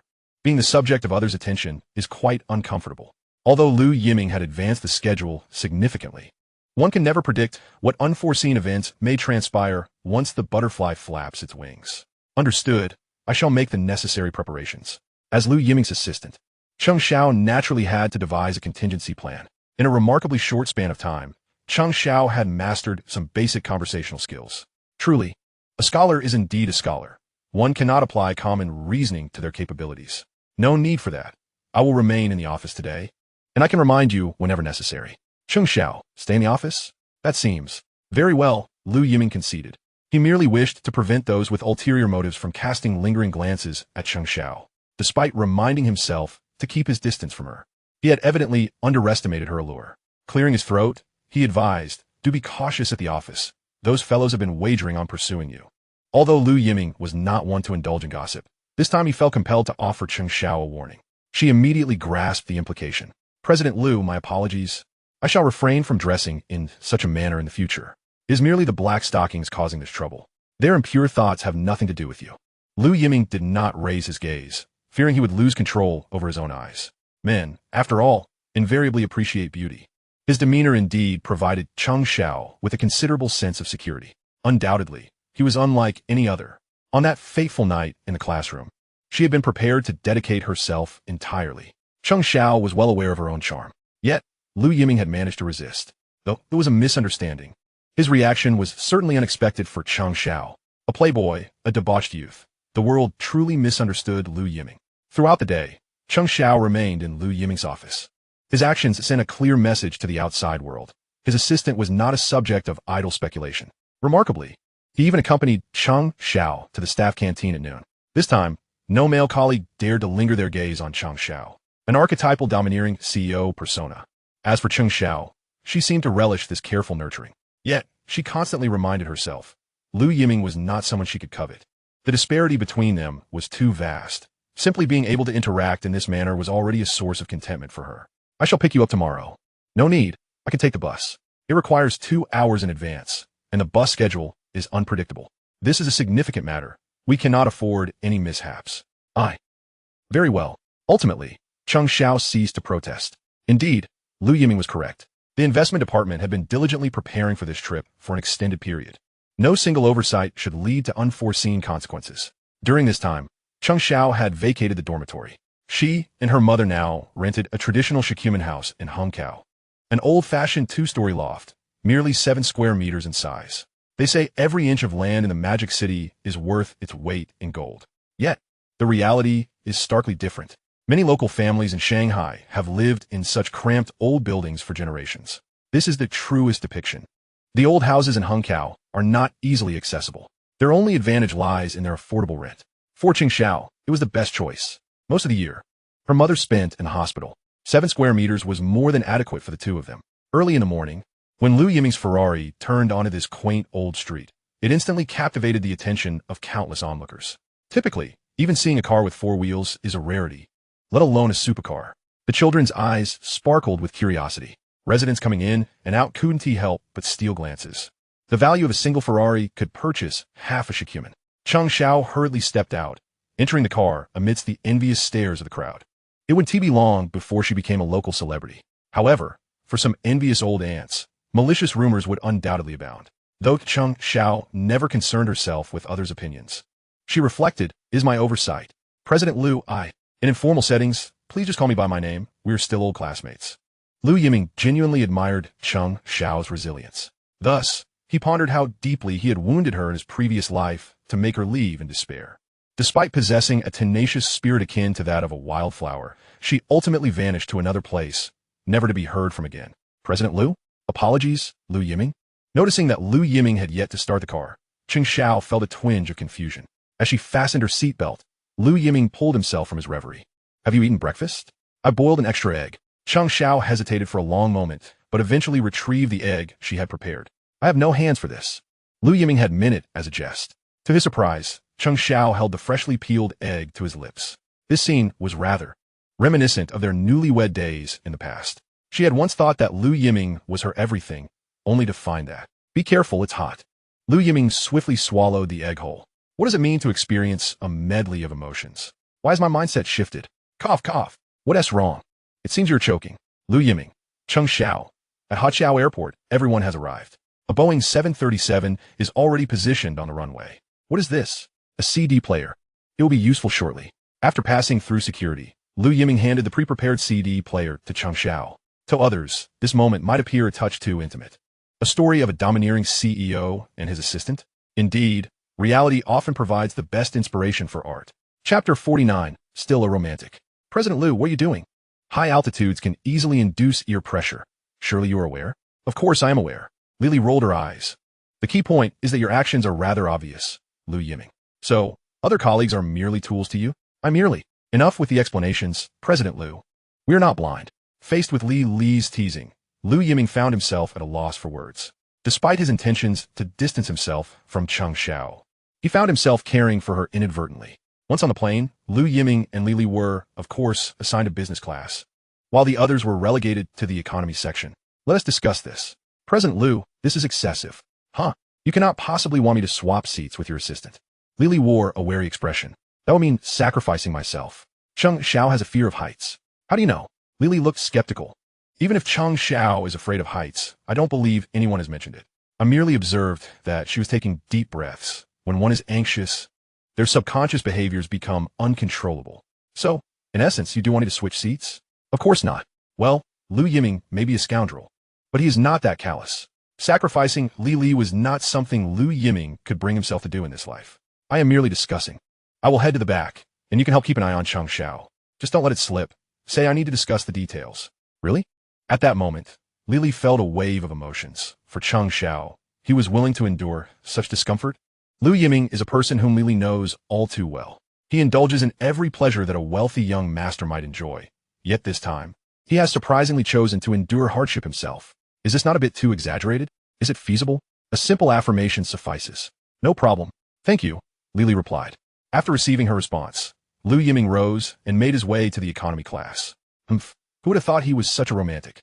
It was as if she was seeing Liu Yiming in a new light. Indeed, his recent behavior has thoroughly challenged Li Li's previous perceptions of him. Meanwhile, in the economy section, Cheng Xiao appeared quite tense. She gripped the armrest of her seat with such force that the knuckles of her fingers turned pale. Assistant Cheng, is something the matter? And no, it's nothing. Her voice quivered slightly. This business trip, apart from Li Li and Cheng Xiao, consisted entirely of men, which made her feel rather out of place. Just then, Liu Yiming approached the group. Young Master Liu, what brings you here? Upon seeing him, they instinctively rose, only to be halted by a wave of his hand. Change seats. What? This command was directed at Li Li. I need to verify some data. You can take my seat, right next to Vice President Li. But that's against the rules. Cheng Xiao was about to refuse, but Liu Yiming would not give her the chance. Hurry up, we will be taking off soon. All right, I understand. Cheng Xiao reluctantly stood aside. and Lu Yiming unceremoniously took her place. What? Don't need to call the flight attendant to guide you? No need. Cheng Xiao hurriedly left. Though inwardly, she harbored some resentment towards Lu Yiming. Already feeling nervous, having to switch seats was quite aggravating. Watching Cheng Xiao depart, Lu Yiming couldn't help but smirk. Young Master Lu, what data do you need? The opportunity to impress his superiors had presented itself, and she immediately pulled out her laptop, eager to showcase her professionalism. Yet, I'm tired. Huh? She had intended to inquire about the data. Lu Yiming lamented, damn this economy class. My long legs have nowhere to go. Thankfully, the flight was only 3 hours long. He could endure it. With his eyes closed, Lu Yiming paid no heed to the astonished expressions around him. It became apparent to everyone that there was an unspoken connection between young Master Lu and Assistant Cheng. The previously eager male colleagues immediately reconsidered their intentions. After all, competing for a woman with young Master Lu? That would be sheer folly. Meanwhile, Cheng Xiao nervously entered the business class. The changes were minimal. The seats were just a bit more spacious. She truly couldn't comprehend why the ticket price was more than double. Was it to showcase the distinctiveness of the affluent? This aspect baffled her. Young Master Lu. I know, there's still some data to verify. Have a seat. Li gestured towards Lu Yiming's spot. Observing Cheng Xiao's cautious demeanor evoked a sense of pity in Li. Little did she know that Lu Yiming had a soft spot for such qualities. Nonetheless, she admired Cheng Xiao. Although there were areas for improvement, Cheng Xiao possessed talent and demonstrated sufficient diligence. With proper guidance, she could potentially stand on her own in the future. Nervous? Yes, just a little. At that moment, the plane began taxiing down the runway. Cheng Xiao's entire being was tense. It's all right. Flying is the safest mode of transportation. I know, Do you understand why business class tickets are so expensive? Better comfort? That's one reason. The most crucial aspect is that these seats are located in the plane's most stable area, where turbulence is significantly reduced. This is why Lu Yiming insisted on switching seats with Cheng Xiao. Due to time constraints, the available economy class seats were concentrated at the tail end of the plane. If turbulence struck, wouldn't Cheng Xiao be terrified? It's fine. Once we take off, have a drink. It will greatly ease your nerves. I used to do the same. Li, are you afraid of heights? What's so surprising about that? Everyone has their fears. Li grasped Cheng Xiao's right hand. Wow, your palms are sweaty. Little did Cheng Xiao expect young Master Lu to be so observant. She wanted to say something, but the sudden strong thrust of the plane startled her, causing her to shut her eyes tightly. It wasn't until 10 minutes later that the plane finally stabilized. 2 beers, please. Li requested from the flight attendant. Try this. It works wonders. All right. To alleviate her tension, Cheng Xiao unhesitatingly downed the beer in her hand. However, Lu Yiming thought, damn, how could I forget to warn her? With Cheng Xiao's alcohol tolerance, no amount of planning had prepared him for this unforeseen outcome. Chapter 50. Nothing a cold shower can't fix. After the 737 landed, Lu Yiming finally opened his eyes. The 2 seated beside him had endured quite the discomfort. Young Master Lu occupied the aisle seat, and throughout the flight, he had simply closed his eyes, not daring even to visit the restroom. The pent-up pressure made his face turn blue. The most torturous moment came when the plane landed, and he found the restroom still unavailable. What is this? The 2 faces beside him displayed expressions akin to those who had suffered abuse. It's fine. Everything is fine. He smiled on the surface while inwardly grappling with his discomfort. Originally, he had the pleasure of a beautiful companion, but now, young Master Lu had used an excuse to switch seats with Assistant Cheng, leaving him feeling slighted throughout the journey, too afraid to even breathe loudly, lest he disturb young Master Lu's rest. The distance from paradise to hell was merely the journey from business class to economy class. You think we should wait for Vice President Li and Assistant Cheng? Business class disembarks first. Right, I almost forgot about that. Observing young Master Lu endure such discomfort for Assistant Cheng made it clear that his feelings were genuine.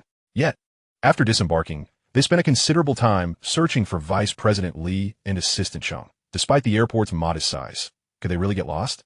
Just then, Lu Yiming's phone rang. What? All right, I understand. After hanging up, Lu Yiming's expression was one of amusement and exasperation.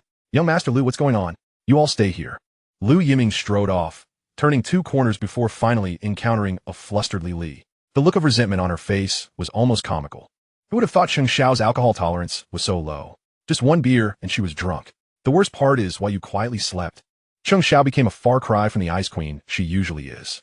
Throughout the flight, Li had devoted all her energy to soothing Cheng Xiao, who oscillated between laughter and tears. Thinking of the shocked expressions of the elite in business class, Li found herself speechless. Why did you let her drink? Lu Yiming, equally exasperated, recalled how terrifying a drunken Cheng Xiao could be. After becoming acquainted with Lu Yiming, Cheng Xiao naturally had to accompany him to various events. However, just one cocktail sent her into a complete meltdown, a memory Lu Yiming would rather forget. He still felt a headache just thinking about it. Since that incident, Lu Yiming had never allowed Cheng Xiao to drink even a drop of alcohol again. Perhaps Lu Yiming remains oblivious to the fact that after their separation, Cheng Xiao has developed a troubling habit of excessive drinking. Regrettably, it is likely that Lu Yiming will never come to know of this. At this moment, Cheng Xiao is slumped on the ground, still murmuring to herself, indicating that she has yet to fully regain her senses.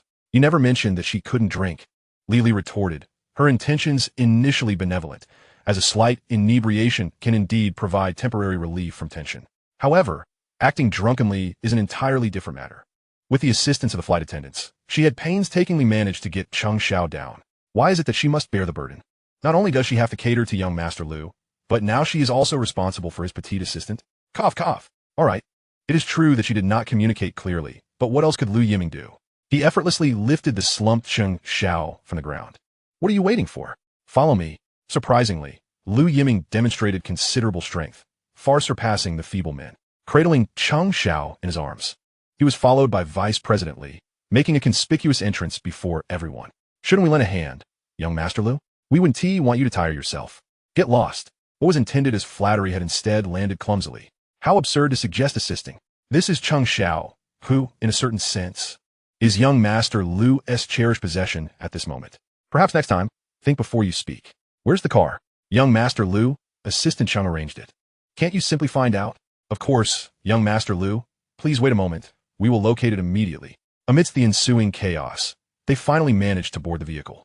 Young Master Lu, according to the itinerary, our first stop is the NTT factory for inspection. Take me to the hotel. But young Master Lu, everything is already scheduled. Change the itinerary. Well, it appears evident now that our young Master Lu values beauty over power. Perhaps I should go ahead. It wouldn't be appropriate to keep them waiting. They are quite particular about this. We cannot afford to seem neglectful. You can tend to Cheng Xiao and then hurry over. In such circumstances, it was Li who stepped forward. You have my gratitude. In reality, the factory tour was merely a formality. All the necessary parameters were already etched in Lu Yiming's mind. He had long been prepared, but it was merely a facade. Otherwise, it might appear overly peculiar, raising the suspicions of others. Li's willingness to step in was a relief. Young Master Lu, we are already in the car. I know. Why not set Assistant Cheng down? There's no need to hold her like this in the car. Lu Yiming replied. NTT has prepared the finest hotel in the area. As for Lu Yiming, he placed Cheng Xiao in the executive suite that was originally meant for himself. Do you think young Master Lu might? Exchanged knowing glances among the men. If this opportunity slipped away, would he still be considered a man? Just then, a cold chuckle interrupted their musings. I almost forgot Vice President Li is still in the car. The previously lecherous expressions of a few men instantly morphed. What are you thinking? Young Master Lu is not that kind of person. Exactly what's wrong with your mind? Silence and get to work. Fit. Dismissing their gossiping with a wave. It's so hot. Meanwhile, in the hotel suite, Cheng Xiao was frantically tearing at her outer garment. It's hot, really hot. Not at all refreshing. Watching Cheng Xiao disrobe, Lu Yiming could only use the blanket to shield her modesty. After much struggle, Cheng Xiao finally quieted down, allowing Lu Yiming to breathe a sigh of relief. He poured himself a glass of whiskey and downed it in one gulp. After all, he was a normal man. Moreover, in his previous life, every inch of Cheng Xiao's skin was intimately familiar to him. His patience was truly being tested. Loosening his tie, he involuntarily swallowed hard. You are the one tempting me. Gazing at the defenseless Cheng Xiao resting on the bed, Lu Yiming promptly removed his jacket and headed for the bathroom. What could be more effective at cooling down than a cold shower? There was no other choice. After all, this was a debt he owed from his past life. Chapter 51, Bound Like a Zongzi. Memories of passionate encounters from his previous life flashed through Lu Yiming's mind. Although Cheng Xiao was merely viewed as a substitute for Su Rongrong, those passions had undeniably transpired. Every inch of her skin, every hidden nuance, was vividly clear to Lu Yiming. Whoever said cold showers were effective? The cold water was an incessant stimulus for Lu Yiming, yet it seemed utterly futile. Just then, the bathroom door was suddenly pushed open. This is quite stimulating. I never expected that Cheng Xiao would have a wild side when intoxicated. It appears I still do not know her well enough from my previous life. Unfortunately, fantasies are lush while reality is stark. Ugh. Cheng Xiao didn't even cast a glance toward the bathroom. Ugh. A single beer, Is it really necessary to react this way? Lu Yiming was left wondering how he could make his exit. In a five-star hotel, in a suite nonetheless, life was indeed complicated. Slumped beside him, Cheng Xiao effectively blocked all exits. The only way for Lu Yiming to leave was to step over her. The most critical issue was that his bathrobe lay on the other side. This was unreasonable. A poor review. Cheng Xiao, he called softly, noting her lack of response. He cautiously took a step forward. At that moment, Lu Yiming's only thought was to escape quickly, lest Cheng Xiao awaken and leave him speechless. Little did he realize that as he stepped over her, she had already opened her eyes, only to hastily close them again. At that moment, Cheng Xiao felt as if her mind had exploded. A severe headache, accompanied by confusion, enveloped her. What should she do now, in this predicament? Should she continue to feign unconsciousness or flee? Would Lu Yiming succumb to his primal instincts? As Cheng Xiao spiraled into her thoughts, Lu Yiming finally donned the bathrobe. He turned to face her. Cheng Xiao's eyelashes trembled incessantly. Her breathing quickened. Surely, he won't take advantage of me? How did I end up drinking? What the predicament? Lost in her thoughts, Cheng Xiao heard Lu Yiming's muttering. In the next moment, he scooped her up and headed toward the bed. What was he planning to do? Could it be? No, absolutely not. I cannot allow this to happen in a haze. Just as she contemplated resisting, Cheng Xiao felt herself being lifted. And before she could express her shock, she found herself crashing onto the soft bed. Ugh! Her stomach churned violently. Lu Yiming, do you have no humanity? Can't you see that I'm distressed? Indeed, the gentle yet domineering So only exists in novels. In reality, just as she attempted to turn over, Lu Yiming had already seized a blanket from the side and bound her up like a zongzi. Finally, some peace. Cheng Xiao gazed at her predicament, and Lu Yiming expressed his satisfaction. At the very least, this way, her modesty was preserved. Poor Cheng Xiao, at this moment, even lacked the strength to struggle. Relegated to internally grumbling about Lu Yiming's violent actions. Little did she know, in her drunken state, the allure of the opposite sex was exceedingly potent. Were it any other man, even without the audacity, they would surely take advantage to some extent.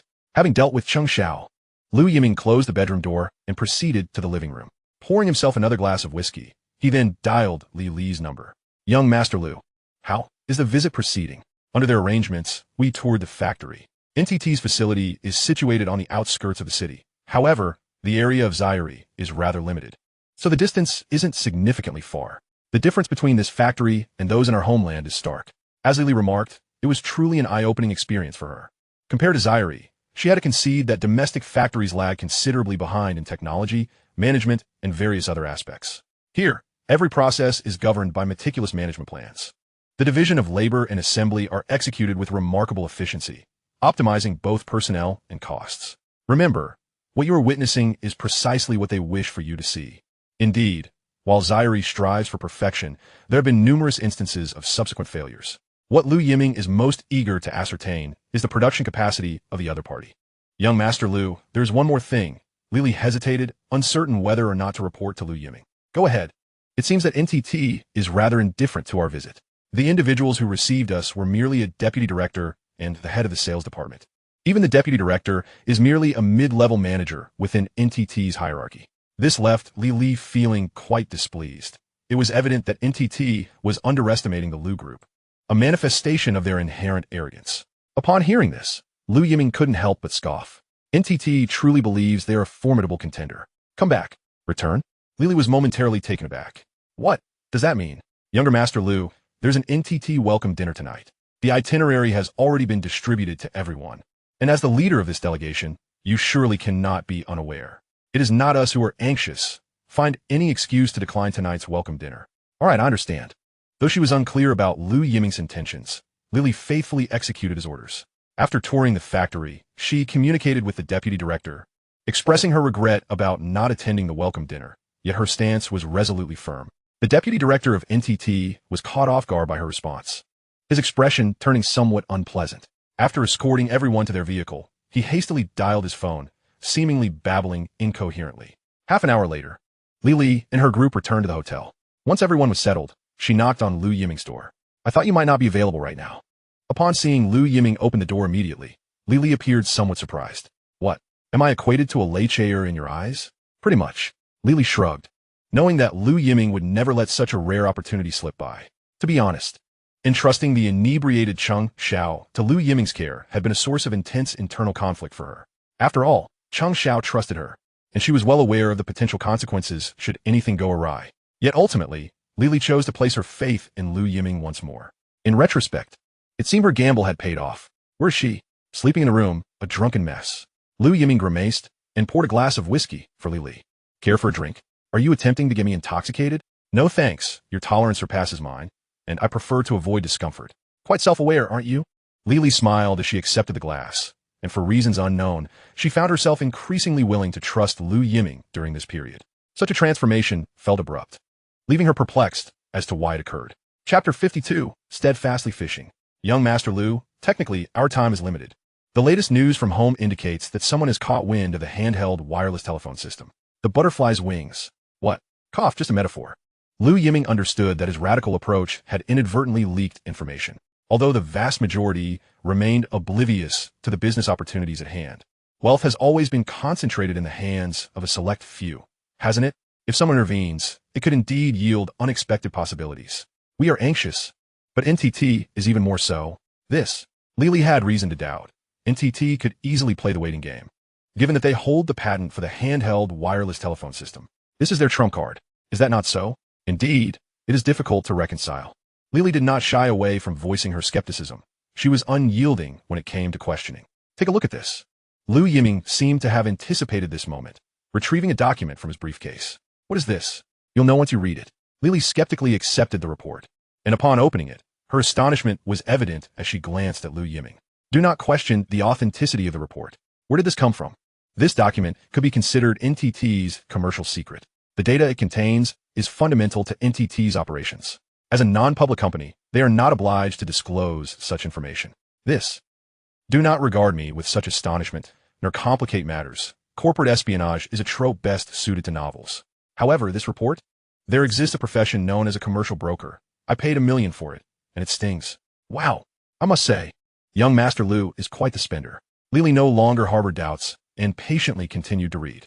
Has NTT's financial situation deteriorated to this extent? There's a saying about appearances being deceiving.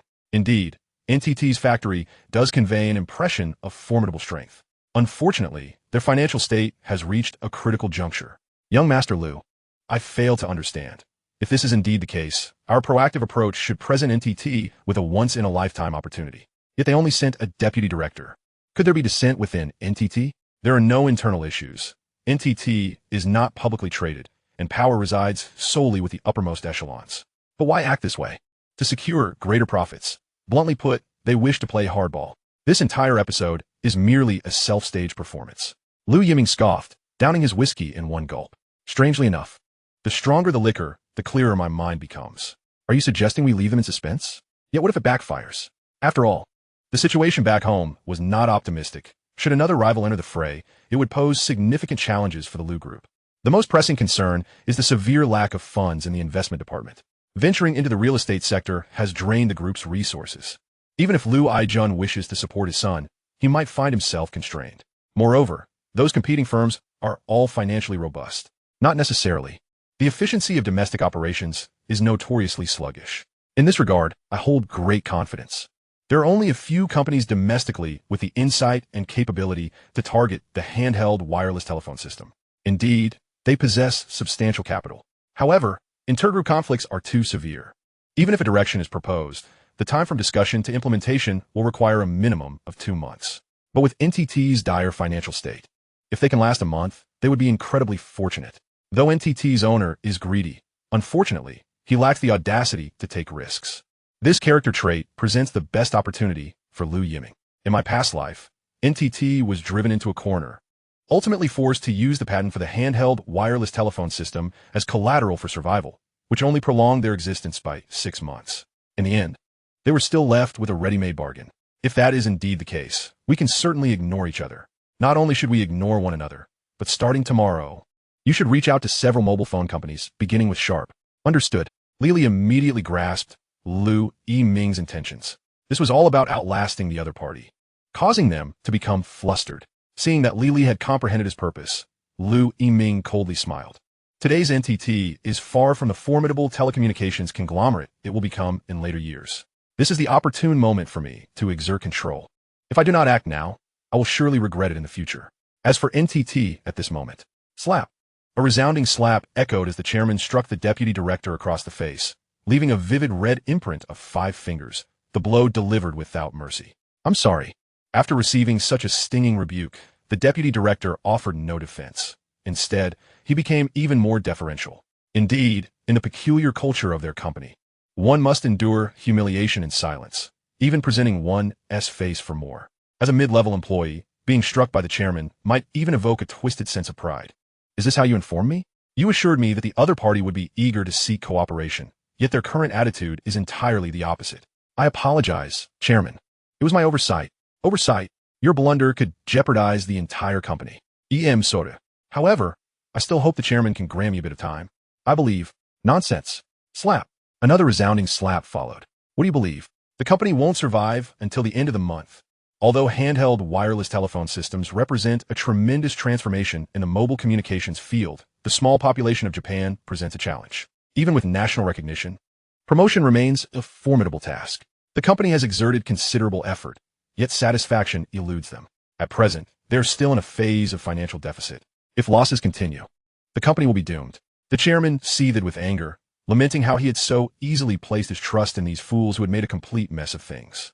And where is the representative from the Lu Group? Still at the hotel. Have someone keep watch. Inform me immediately of any developments. Understood.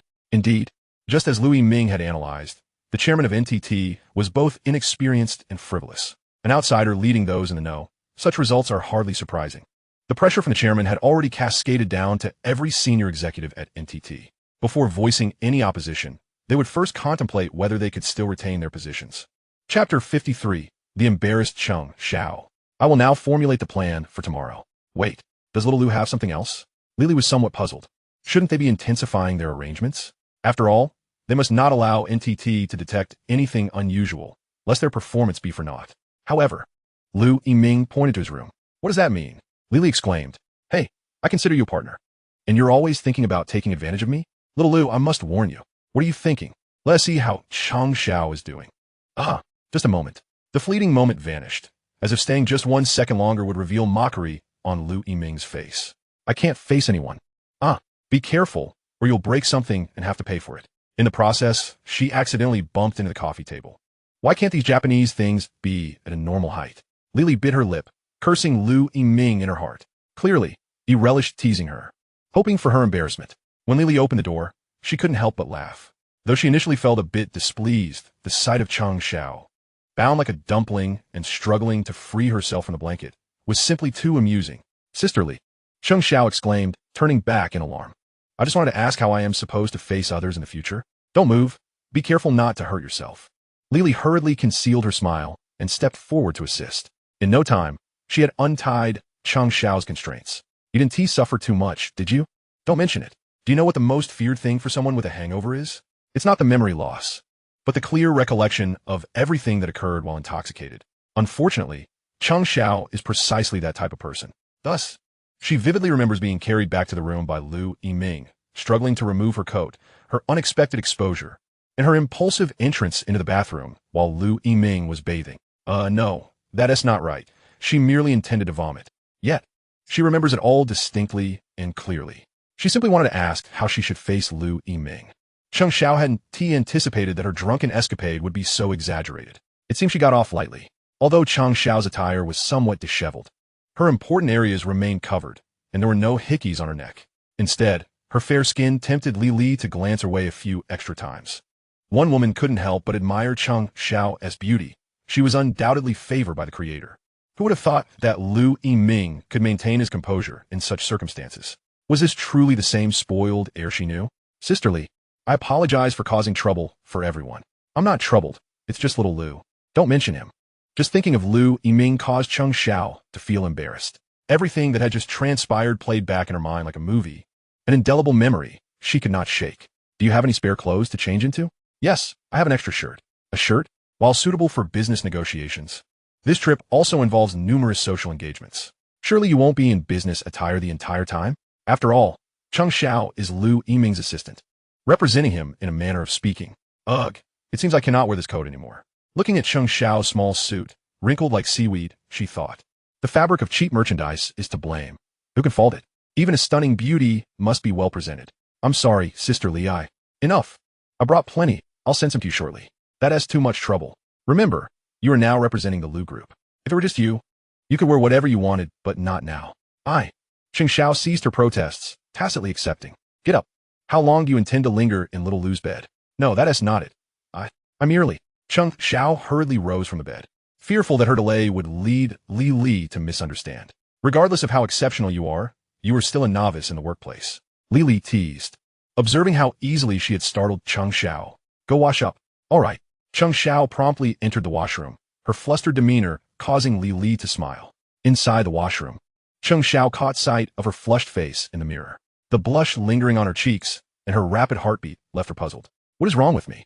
Nothing truly happened, yet why do I feel so different? It was here that Lu Yiming had showered earlier. Though crucial areas were concealed, she recalled his physique, his muscles, the way clothes fitted him, slim when dressed, robust when undressed. Slap. Cheng Xiao slapped her own face. What nonsense am I thinking? Cheng Xiao, are you all right? Came Li's voice from outside the washroom. I'm fine, just washing my face. Hurriedly turning on the faucet before her. Cheng Xiao splashed cold water haphazardly onto her face. Gradually, the icy stream of tap water helped her regain her composure. If given a choice, Cheng Xiao would have preferred to remain in the washroom indefinitely. The mere thought of facing Lu Yiming filled her with a profound sense of despondency. Are you ready? We have a meeting shortly, Li urged, prompting Cheng Xiao to confront reality. Summoning her courage, she finally pushed open the washroom door. What a sight you are, looking like a drenched chicken, Li remarked, shaking her head. Cheng Xiao's disheveled appearance was indeed pitiable.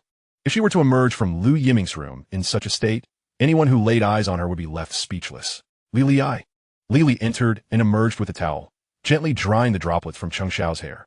Once she was presentable, despite her reluctance, Cheng Xiao had no choice but to follow Li out the door. Cheng Xiao thought to herself, this is it. I'm about to meet the young President Lu. What on earth am I supposed to say? For her, this was undoubtedly a moment of social embarrassment. Wait, where is he? She wondered, lowering her gaze as she trailed behind Li. To her surprise, Lu Yiming was nowhere to be found in the room. Had he left? On the coffee table, she spotted a note. Meeting in the hotel conference room in 1 hour, Lu Yiming. This guy, Lidiscofet.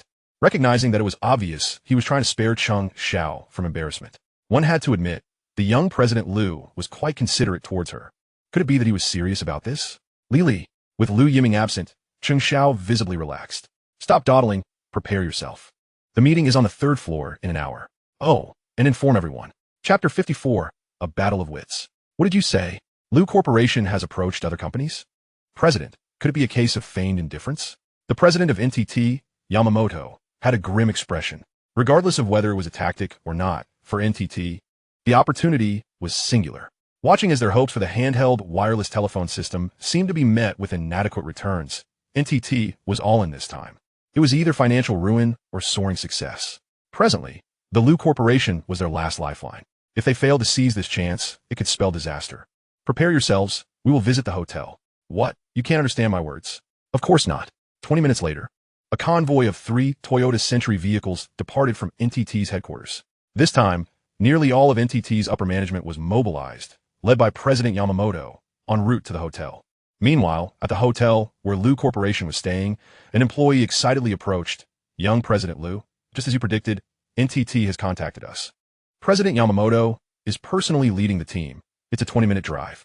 You truly are remarkable, young President Lu. Everyone had felt stifled, as Lu Corporation did not receive the respect it deserved from NTT. However, your strategic maneuvering has completely turned the tide. Recalling the doubts expressed during yesterday's meeting regarding young President Lu's decisions, it was now evident that the gap between him and his colleagues was as vast as an ocean. Understood. Please notify Vice President Li that they may return soon. Right away, young President Lu. Should we wait at the hotel entrance? We're not the ones in a hurry. Also, please inform the hotel that we require the largest conference room on the 3rd floor. On it, confidence radiated from Lu Yiming. This was also the backbone of Lu Corporation. The 3 Toyota Century vehicles came to a halt at the hotel entrance.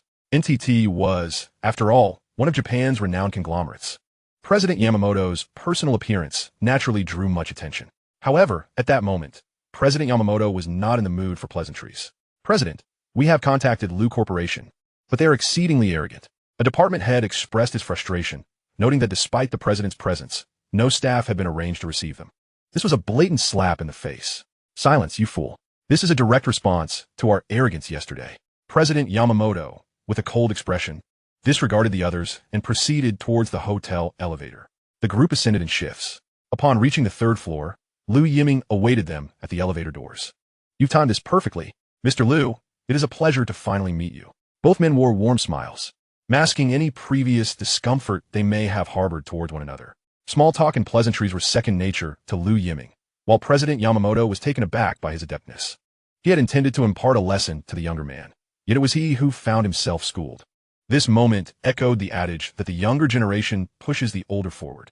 Meanwhile, Li and the others had returned to the hotel. Once seated in the conference room, President Yamamoto delved straight into the matter at hand. I understand that Lu Corporation is quite interested in our handheld wireless telephone system technology. At that moment, the translator was about to speak, but, of course, otherwise we wouldn't be here.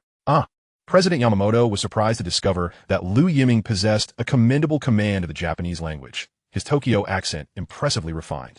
The translator, on the other hand, wore a bewildered expression. Does this mean I am now out of job? It was worth noting that this translator had been hired at a considerable expense. Previously, they had been working with Li and had missed the earlier pleasantries. Initially, they had relied on NTT's translator. However, now, you mean young President Lu also speaks Japanese? Li was perplexed, yet this was not the time for deep inquiries.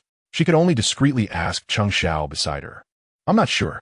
Although there were Japanese courses at school, they were merely electives. Moreover, Shanghai University does not teach the authentic Tokyo accent. To be honest, Cheng Xiao was equally astonished. Was this truly the so-called prodigal son? Had the elite circles become so convoluted? After all, she was renowned as a beautiful and academically accomplished student at Shanghai University. Yet in comparison to Lu Yiming, she felt utterly insignificant. President Yamamoto, this format is more convenient. Naturally, I also have a profound admiration for Chinese culture. We need not dwell on pleasantries. I hope to introduce a production line and purchase the usage rights for the patent technology. Purchasing the usage rights for the patent technology is certainly feasible. But as for introducing the production line, I must candidly say that I do not believe China currently possesses such capability. Is President Yamamoto expressing doubt in our domestic manufacturing industry? Mr. Lu, you should know that we hold an uncompromising attitude towards every product. If your company requires products, we can supply without limitation. I assume you've seen our production line. We are fully capable of delivering. For NTT, controlling the production of their products was imperative. This was non-negotiable. The sale of patent technology would be determined by duration, a matter on which there was no dispute. Everything was firmly in their grasp. Only then could NTT better manage its partners. Embarrassment was of little concern. President Yamamoto was confident that he could recover any lost face later. However, it appeared he had misjudged Lu Yiming's resolve. Handing over the lifeblood of Lu Corporation to another, such a loss was not unfamiliar to him from his past life. To Lu Yiming, the credibility of the Japanese was worth less than a whisper.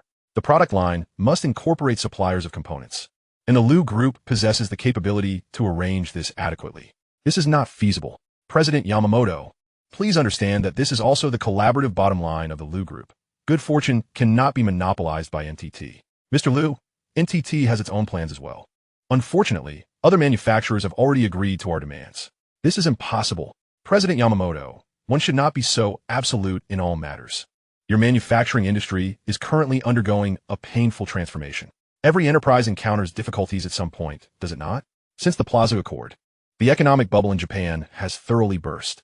Even a giant like NTT is not faring well, let alone others. In terms of leverage, Lu Yiming holds more cards. This is something President Yamamoto knows all too well. However, for a formidable figure like Yamamoto, being at the mercy of others is undeniably uncomfortable. Chapter 55. Full of confidence.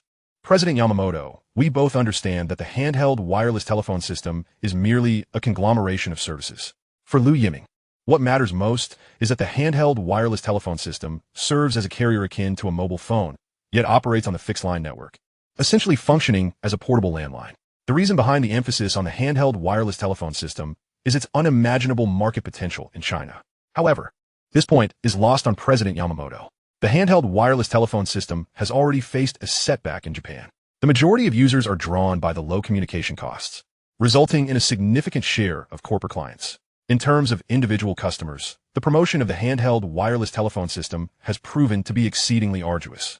NTT has transitioned from a state of confidence to one of confusion. Now, with the Lu Group extending an olive branch, It represents a final lifeline for NTT. An annual patent usage fee of $2 million, with no need for you to explore overseas markets. Naturally, the production line can also be established through leasing. But it must be domestic. Mr. Liu, we need to deliberate on this. Certainly, I will remain in your country for a week, and during this time, we will engage with other companies, hoping for fruitful collaboration. Liu Yiming showed no hesitation as he rose to see his guests off, transforming the atmosphere into his own domain. He shook hands with President Yamamoto in farewell. As for the other senior executives of NTT, they had not voiced their opinions throughout, indicating that President Yamamoto held unilateral authority. For Liu Yiming, this was undoubtedly splendid news. He could discern that President Yamamoto's mind was already in disarray. Young Master Liu, should we prepare alternative plans? He was asked. Inform everyone to enjoy themselves over the next couple of days. Rest assured, the daily allowances are on the company. Long live young Master Liu. Following a leader like this is indeed a stroke of fortune, someone who excels in both work and enjoyment. As for contacting other large manufacturers, forget it. The technology for mobile phones is not something the Liu Group can afford to delve into at this moment. While focused development on mobile phones might be possible, the Liu Group is committed to a multifaceted growth strategy, and it is simply impractical to allocate such extensive funds. Technological research and development is an endless pit. Although Liu Yiming possesses foresight, he is not omnipotent. Lily, Cheng Xiao, please come with me. The rest may disperse. Liu Yiming retained only Li Lily and Cheng Xiao. Li Lily maintained a composed expression, while Cheng Xiao felt somewhat uneasy in Liu Yiming's presence, recalling their prior encounter during a drunken episode. Under young master, Liu's tailored suit lay 8 well-defined abdominal muscles and a chiseled physique. Cheng Xiao, what you lost in thought about? Huh? Cheng Xiao, caught in a daze, was roused by Liu Yiming's amused call. Focus. I'm sorry. Cheng Xiao, draft the contract. Now, Cheng Xiao was taken aback. Where did young master Liu's confidence stem from? The negotiation was yet to commence, and now he was to draft the contract? On what basis did young master Liu believe that NTT would acquiesce to the Liu Group's demands? Is it feasible? No problem. One must admit that Liu Yiming's confidence was contagious. Li Lily, you will return to the country immediately. The site selection and production line must be established in Shanghai to showcase your strengths. We need the government's sincerity. Why must it be in Shanghai? Li Lily was more astute than Cheng Xiao regarding this matter. To be frank, she could secure the best government policies, but if it were outside Shanghai, she could obtain even better prices. As for the outreach, let's not delve into that now. I trust this matter to you. Understood. Although Li Lily was unsure of Liu Yiming's intentions, it was evident that his decisions were sound. She would follow his directives without question. Perhaps she was unaware that in such a short time following Liu Yiming, she had already been utterly convinced by him. Had this been in the past, such an occurrence would have been utterly impossible. Liu Aijun's intention was for Li Lily to assist Liu Yiming. Yet it seemed that Li Lily had completely fallen under Liu Yiming's sway, failing to fulfill her expected role. It was uncertain how Liu Aijun would react upon discovering this, given that Li Lily, as his aide, was exceptionally capable. Meanwhile, in Shanghai, Su Yunzang had remained there for several days. The reason was evident. He sought to win back his precious daughter's affection. However, Su Rongrong was resolute in her decision to stay away from Su province. Compared to her previous life, Su Rongrong's situation had undergone a remarkable transformation. At least she had not suffered at Liu Yiming's hands, while at the very least there had been no substantial harm. As for other grievances, Su Rongrong was determined to settle them with Liu Yiming in due course. Regarding her reluctance to return to Su province and her desire to carve out a niche in Shanghai, Su Yunzang, though reluctant, had no choice but to respect his daughter's wishes. The most significant factor was that his father-in-law stood firmly on his daughter's side. Discussing filial piety, one must consider that the elder was still alive, thus making it impossible for him, as a father, to assert dominance. In resignation, Su Yunzang took a step back. Very well, staying in Shanghai is acceptable. If you wish to showcase your talents, that is also fine. I desire for my daughter to achieve great things. However, ideals and reality often stand in stark contrast. Graduates from prestigious universities in Shanghai are naturally in high demand among large corporations. Yet, to expect immediate advancement to a pivotal role where one can truly make an impact is outright unrealistic. Furthermore, Su Rongrong was keen on working in investment banking. Considering the investment banking landscape of 1995, if Liu Yiming were aware, he would undoubtedly commend Su Rongrong for her astute vision. Mastering the investment banking sector for the next 30 years is indeed a commendable choice, capable of creating a myriad of investment legends. In the rapidly developing China, countless opportunities abound, contingent upon one's ability to seize them. Unexpectedly, Lu Yiming and Su Rongrong shared such strikingly similar perspectives. I will choose the company. Dad, there is no choice here. The realm of investment banking is intricate. Since his daughter wished to remain in Shanghai, it appeared that his long-standing plans had found an excellent executor. As Su Yunzhang observed Su Rongrong drifting into thought, a smile crept upon his lips. Not wanting to return to headquarters? No matter. The Su family's investment banking sector welcomes you. Indeed, wisdom comes with age. Chapter 56, Gao Yuan Capital. Gao Yuan Capital? Su Rongrong looked at her father with a perplexed expression. Gao Yuan Capital? As someone well-versed in the investment realm, Su Rongrong seemed unfamiliar with the name her father mentioned. It is a renowned investment bank in Huaxia, alongside illustrious names like Sequoia Capital, Shinchuang Investment, and IDG Capital. However, in this current era, foreign capital reigns supreme. Familiar names such as Fidelity, Blackstone, Morgan Stanley, Goldman Sachs, and KKR epitomize immeasurable wealth and are the preferred choices of the affluent.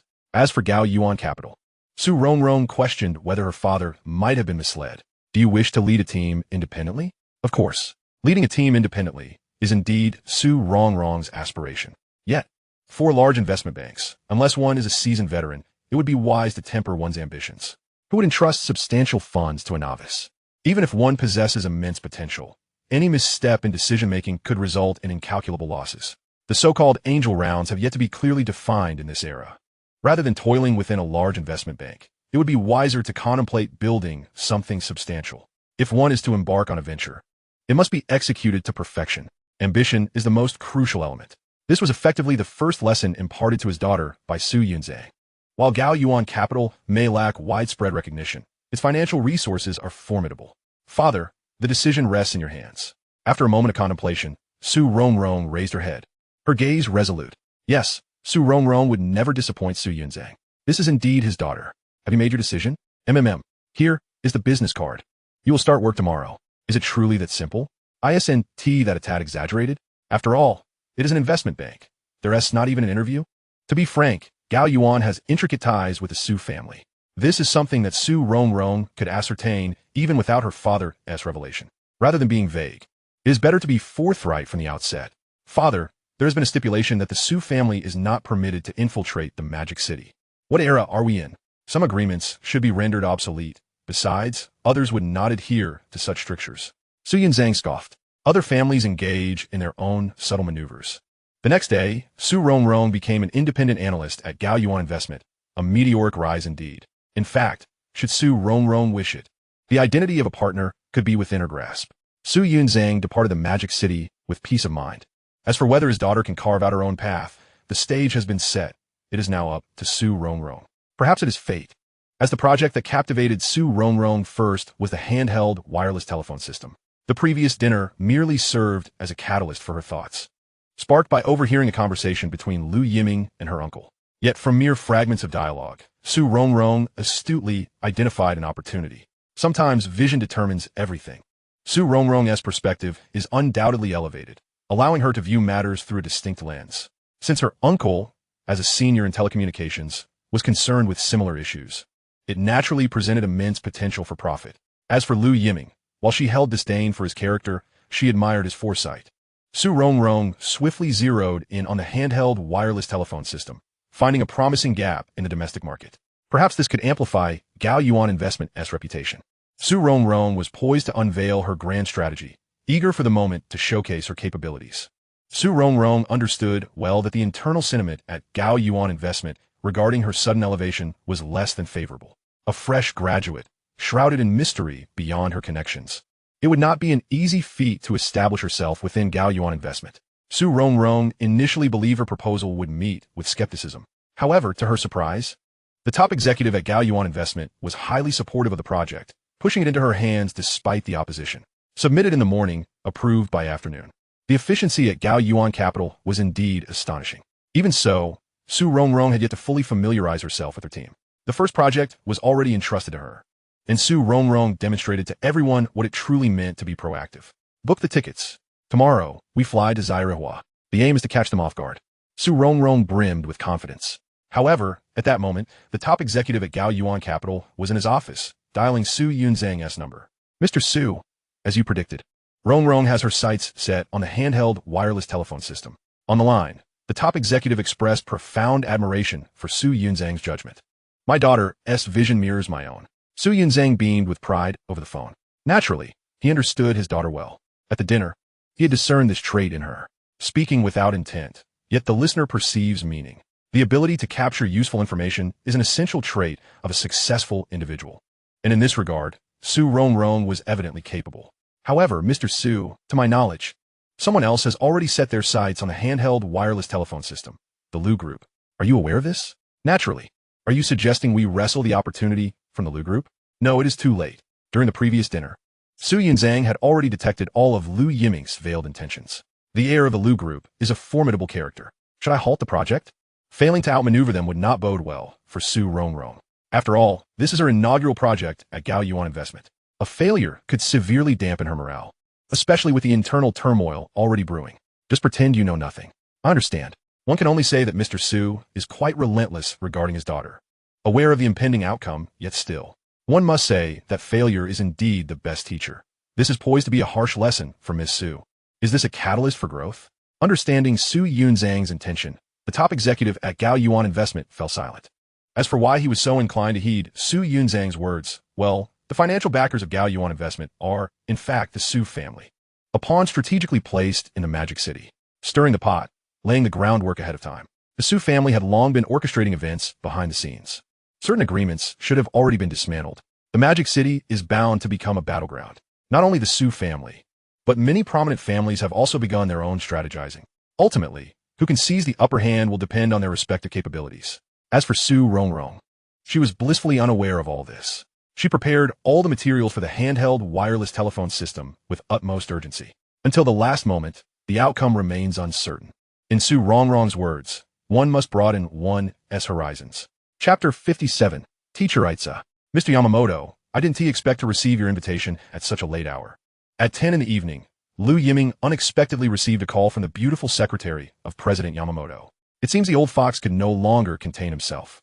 A day earlier than Lu Yiming had anticipated, the internal troubles at NTT appear to be more severe than he had imagined. Welcome, Mr. Lu. President Yamamoto smiled warmly, welcoming him to an exclusive private club. One must admit, this place is undeniably discreet. The ambience is pleasant. Of course, Mr. Yamamoto smiled slightly. This is one of the most favored clubs among the upper echelon of Japanese society. A rare membership system. Even wealth cannot guarantee entry. NTT has reached a precarious state, yet President Yamamoto remains content to indulge in luxuries. His mindset is quite remarkable. Mr. Lu, allow me to introduce you to a few young ladies. President Yamamoto clapped his hands, and in the next moment, the sliding door opened to reveal a familiar face kneeling outside. Okibo Matsuo, who would later become the renowned Ijima-sensei. Regrettably, a decade later, her fate would be sealed. Yet, this is not the crux of the matter. What truly matters is the expression that President Yamamoto wore, one that only men could comprehend. Lu-san, a first-rate technician indeed.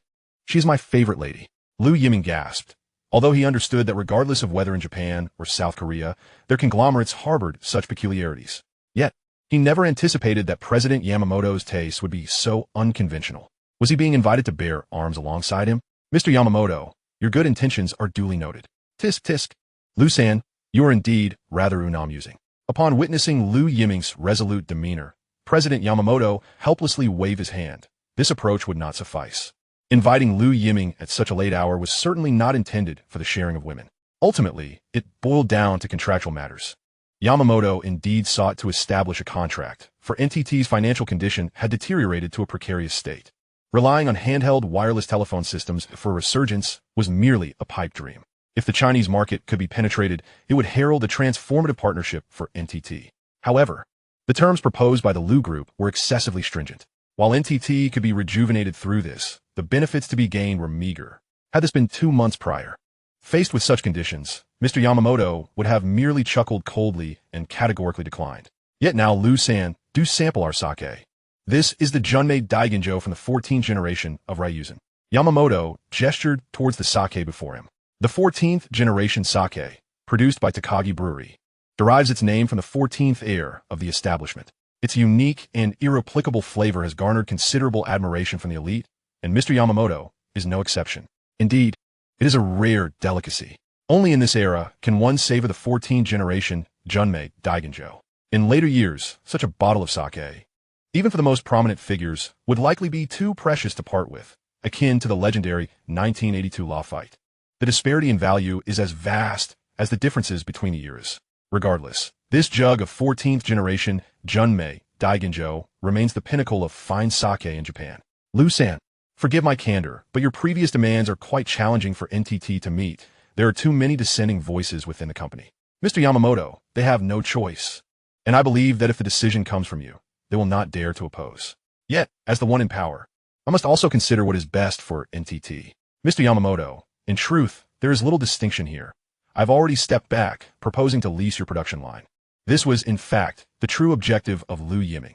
While the current significance of NTT's production line cannot be overstated, Lu Yiming was acutely aware that in 10 years, no, in 5 years, this production line would be obsolete. The pace of advancement in the communications sector can only be described as rapid. At this moment, NTT treasures its production line, yet it is oblivious to the fact that in 5 years, it will be rendered obsolete. As for Lu Yiming's initial boast about acquiring the production line outright, that was merely a tactic to negotiate. Acquiring such a production line at a steep price would be tantamount to folly. What Lu Yiming truly valued were the component manufacturers. They were the key players. Thus, for Lu Yiming, leasing the production line was indeed the most prudent choice. The real challenge lay in retaining the component suppliers, but fortunately, that was not the immediate focus and could be discussed later. Lu-san, this is why I have invited you. Leasing is certainly within my considerations, but this contract can only be signed for 2 years. For President Yamamoto, 2 years represented the most suitable time frame for NTT. Impossible. Forgive my frankness, but the Lu Group is not naive, nor are Chinese enterprises. Lu-san, do not be agitated. Lu Yiming's animated reaction startled Yamamoto. That is because NTT has underestimated me. Lu Yiming scoffed. Your calculations are indeed astute. Under the guise of mutual benefit, do you truly consider me a novice in the business realm? Lu-san, you have misunderstood my intent. As a partner, I am also mitigating potential risks for your company. Mr. Yamamoto, have you ever calculated the implications? Once the Lu Group promotes the handheld wireless telephone system, at least a year of preparation will be required. Should the system achieve significant sales, you would seize the opportunity to raise prices. While the Lu Group, this left Mr. Yamamoto utterly speechless, for his counterpart had already discerned his intentions. 10 years was out of the question. 5 years represented the bottom line for the Lu Group. To be candid, I am personally more invested in the mobile phone business rather than the handheld wireless telephone system. That is NTT's greatest vulnerability. History has shown that a single erroneous decision can lead a company to ruin. Sai Yamamoto remained silent, draining his cup of sake in one swift motion. Lu-san, you have persuaded me. Lu Yiming replied, virtue, even a fool knows the significance of being out at such an hour. Why feign ignorance? However, since cooperation was indeed possible, Lu Yiming saw no reason to indulge in theatrics with the other party. Mr. Yamamoto, this is your most prudent choice. So, may we now enjoy the company of lovely ladies? Apologies, I must revise the contract overnight and report back. I trust Mr. Yamamoto will understand. What a pity. Ijima's skills are unparalleled. Lu Yiming remained nonplussed. Chapter 58, Signing the Contract. Yesterday's return was rather late. There was little to be done. One cannot refuse the hospitality offered. The scent of perfume was pleasant, albeit a touch too commonplace. Chanel No. 5, a successful marketing gimmick, has become the go-to choice for many women. Yet, in Li Li's eyes, it was too ubiquitous, lacking in individuality. Lu Yiming mused. In Li Li's view, he must have spent the night indulging in frivolities. Prepare the contract. I shall head directly to NTT shortly. Have you truly secured the deal? This time, it was Li Li who was taken aback. If he had indeed finalized the contract, would it not be a grave injustice to little Lu? I told you, yet you didn't believe me. Lu Yiming stretched lazily. It was noteworthy that despite Mr. Yamamoto's advanced age, his stamina was remarkable. Lu Yiming had endured until 2 in the morning, yet the man still managed to embrace women on either side. Had he not departed in a timely manner, a rather scandalous scene might have unfolded before him. Tisk, tisk, the old man harbored a lecherous heart. Had it been his previous life, Lu Yiming might have succumbed to temptation. Alas, the sin value he carried continually reminded him to tread carefully. As for the conversation between the two, not a word was lost on Cheng Xiao, who overheard every detail. Naturally, the focus was not on Chanel No. 5, but rather on whether Lu Yiming had engaged in any untoward activities the previous night. Having never seen a pig run, one might as well say they have never eaten pork. Throughout 4 years of university, the dormitory sisters had often discussed such topics. When women become coy, men find themselves utterly sidelined. Moreover, the sisters in the dorm had no reservations, treating certain cultural aspects of Japan as subjects for in-depth study. They concluded that in the aftermath of the bubble economy's collapse, life in Japan had become a veritable paradise for the affluent. Nights filled with revelry had taken certain industries to unprecedented heights. Words spoken without intent can still be received with meaning, even if one wished to avoid hearing such gossip. They found themselves passively absorbing a considerable amount of it. Could it be that Lu Yiming's true nature has been laid bare? It cannot be. It must merely be a misunderstanding of the public regarding the young CEO. The image I hold of the young CEO is far from that. Otherwise, with so many opportunities, how could he have let them slip by? If Lu Yiming were to harbor even a hint of malice, I fear I would have long since become his plaything. Throughout my life, countless men have looked at me with unabashed possessiveness in their eyes. The mere fact that Lu Yiming can maintain his integrity in my presence sets him apart from all others. Cheng Xiao is perplexed as to why such thoughts have arisen within her, particularly after her inebriation. These sentiments have only deepened. Cheng Xiao. Huh? What? Have you revised the contract I asked for? Yes, it has been amended according to your suggestions. I'll bring it to you shortly. Is there something bothering you? Why is your face so flushed? Strangely, Cheng Xiao's behavior has been rather unusual these past few days. Logically, the incident of her intoxication should be behind her, and she ought to have returned to normal. Yet, her demeanor remains somewhat. Never mind. Young CEO, please take your time with your meal. I shall go prepare the contract. There's no rush, Alas, before Cheng Xiao could finish her thought, she had already vanished from sight. Her speed is nothing short of astonishing. Heh, what are you laughing at? Confronted by Li Li's pointed smile, Lu Yiming is left bewildered. Both of them have become rather peculiar. Young CEO, please eat at your leisure. I've finished eating and indeed need to replenish my strength. Lu Yiming had previously asserted that nothing transpired the previous night. Is that so? Then I must inquire. Can you explain the lipstick mark near your trousers? Would you believe me if I said it was merely a coincidence? Of course, setting aside such matters, Lu Yiming's capabilities have garnered Li Li's unwavering admiration. Since the national debt incident, the prowess he has displayed is beyond what even the CEO can match. What could possibly transform a spoiled rich kid in such a brief span? At 10 in the morning, the group gathered at the hotel entrance. 2 business vehicles departed for the NTT headquarters. En route, Lu Yiming meticulously reviewed the contract details. Conducting business abroad is not akin to domestic dealings. Any number of traps could befall one. For this reason, he had brought along the company's legal counsel. It is imperative to have a thorough understanding of both domestic commercial law and the legalities of the foreign land. The specifics of the contract posed no issues, but it was essential to double-check the legal clauses, lest they be ensnared by the foreign entity. Lu Yiming exhibited a heightened level of caution. After all, disputes over contracts are not uncommon domestically, particularly in international business, where many domestic companies have fallen prey to deceit. Better safe than sorry, he mused. Rest assured, young CEO, last night we had the group's legal team work overtime to review everything multiple times. It is evident that NTT is quite serious about this collaboration. Very well. Lu Yiming closed his eyes to gather his strength. At that moment, a flight departing from the bustling metropolis was en route to the foreign land. Su Rongrong gazed out the airplane window, her heart stirred by the scenery. If she could successfully persuade NTT, it would alter the landscape of the domestic communications sector. Moreover, this investment could potentially become the most talked about topic in the industry, a breakthrough that would bring her fame. Lu Yiming, I truly owe you my gratitude. Without your insight, I would not have considered the portable wireless telephone system.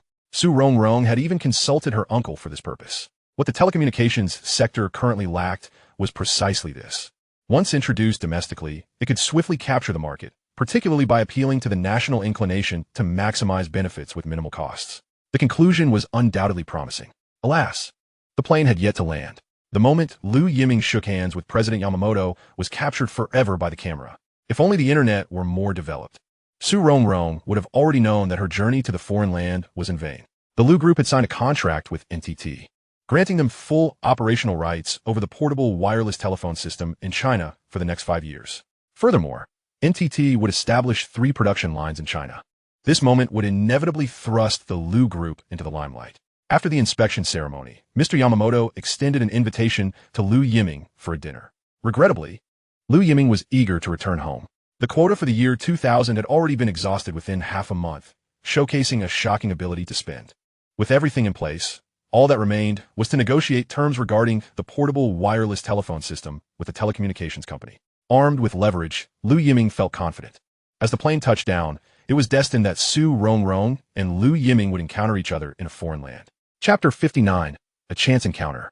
Is it him? Mr. Su, what brings you here?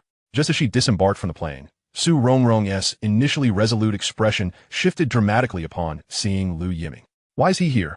A sense of foreboding washed over her. Let everyone take a brief respite. If Lu Yiming is also here for the portable wireless telephone system, his presence suggests he has likely secured it. If that were the case, considering that the inspiration for the portable wireless telephone system had originally come from Lu Yiming, Su Rongrong had not anticipated that despite her swift actions, Lu Yiming would have beaten her to the punch. And Cheng Xiao, in Lu Yiming's entourage. Su Rongrong also spotted Cheng Xiao. Could it be that the rumors circulating in school were indeed true? What a formidable figure Lu Yiming is. Su Rongrong scoffed. Mr. Su, shall we contact NTT? There's no time. Su Rongrong sighed internally. Even if they met, the outcome would likely be unfavorable. Thus, a direct approach seemed more prudent. Lu Yiming. The scheduled flight was still an hour away from departure. It was a surprise to encounter Su Rongrong here.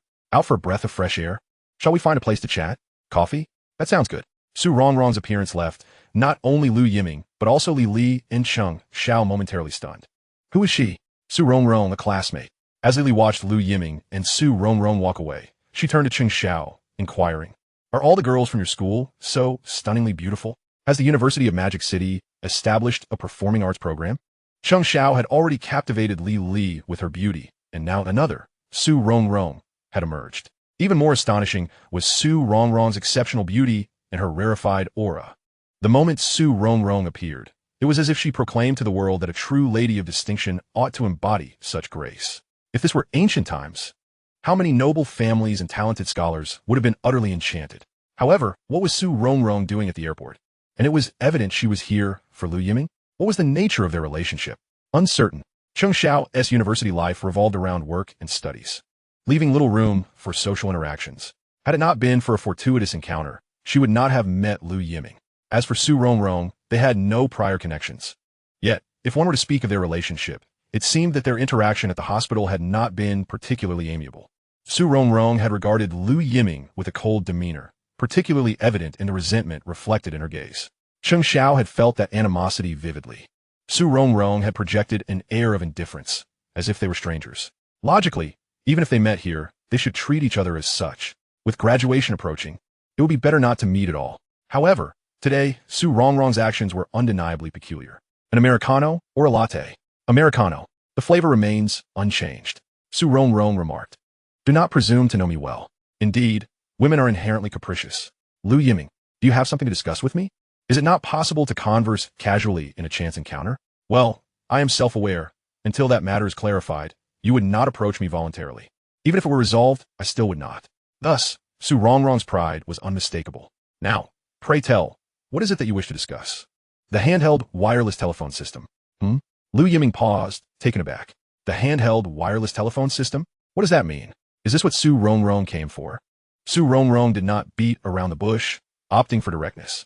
After all, there was no need for pretense with Lu Yiming. Such antics would be a mere waste of time. Meanwhile, Lu Yiming's gaze subtly shifted. If his deductions were correct, this was the very topic he had inadvertently mentioned during their last meal together, albeit it had been Gao Cheng who had inquired about it.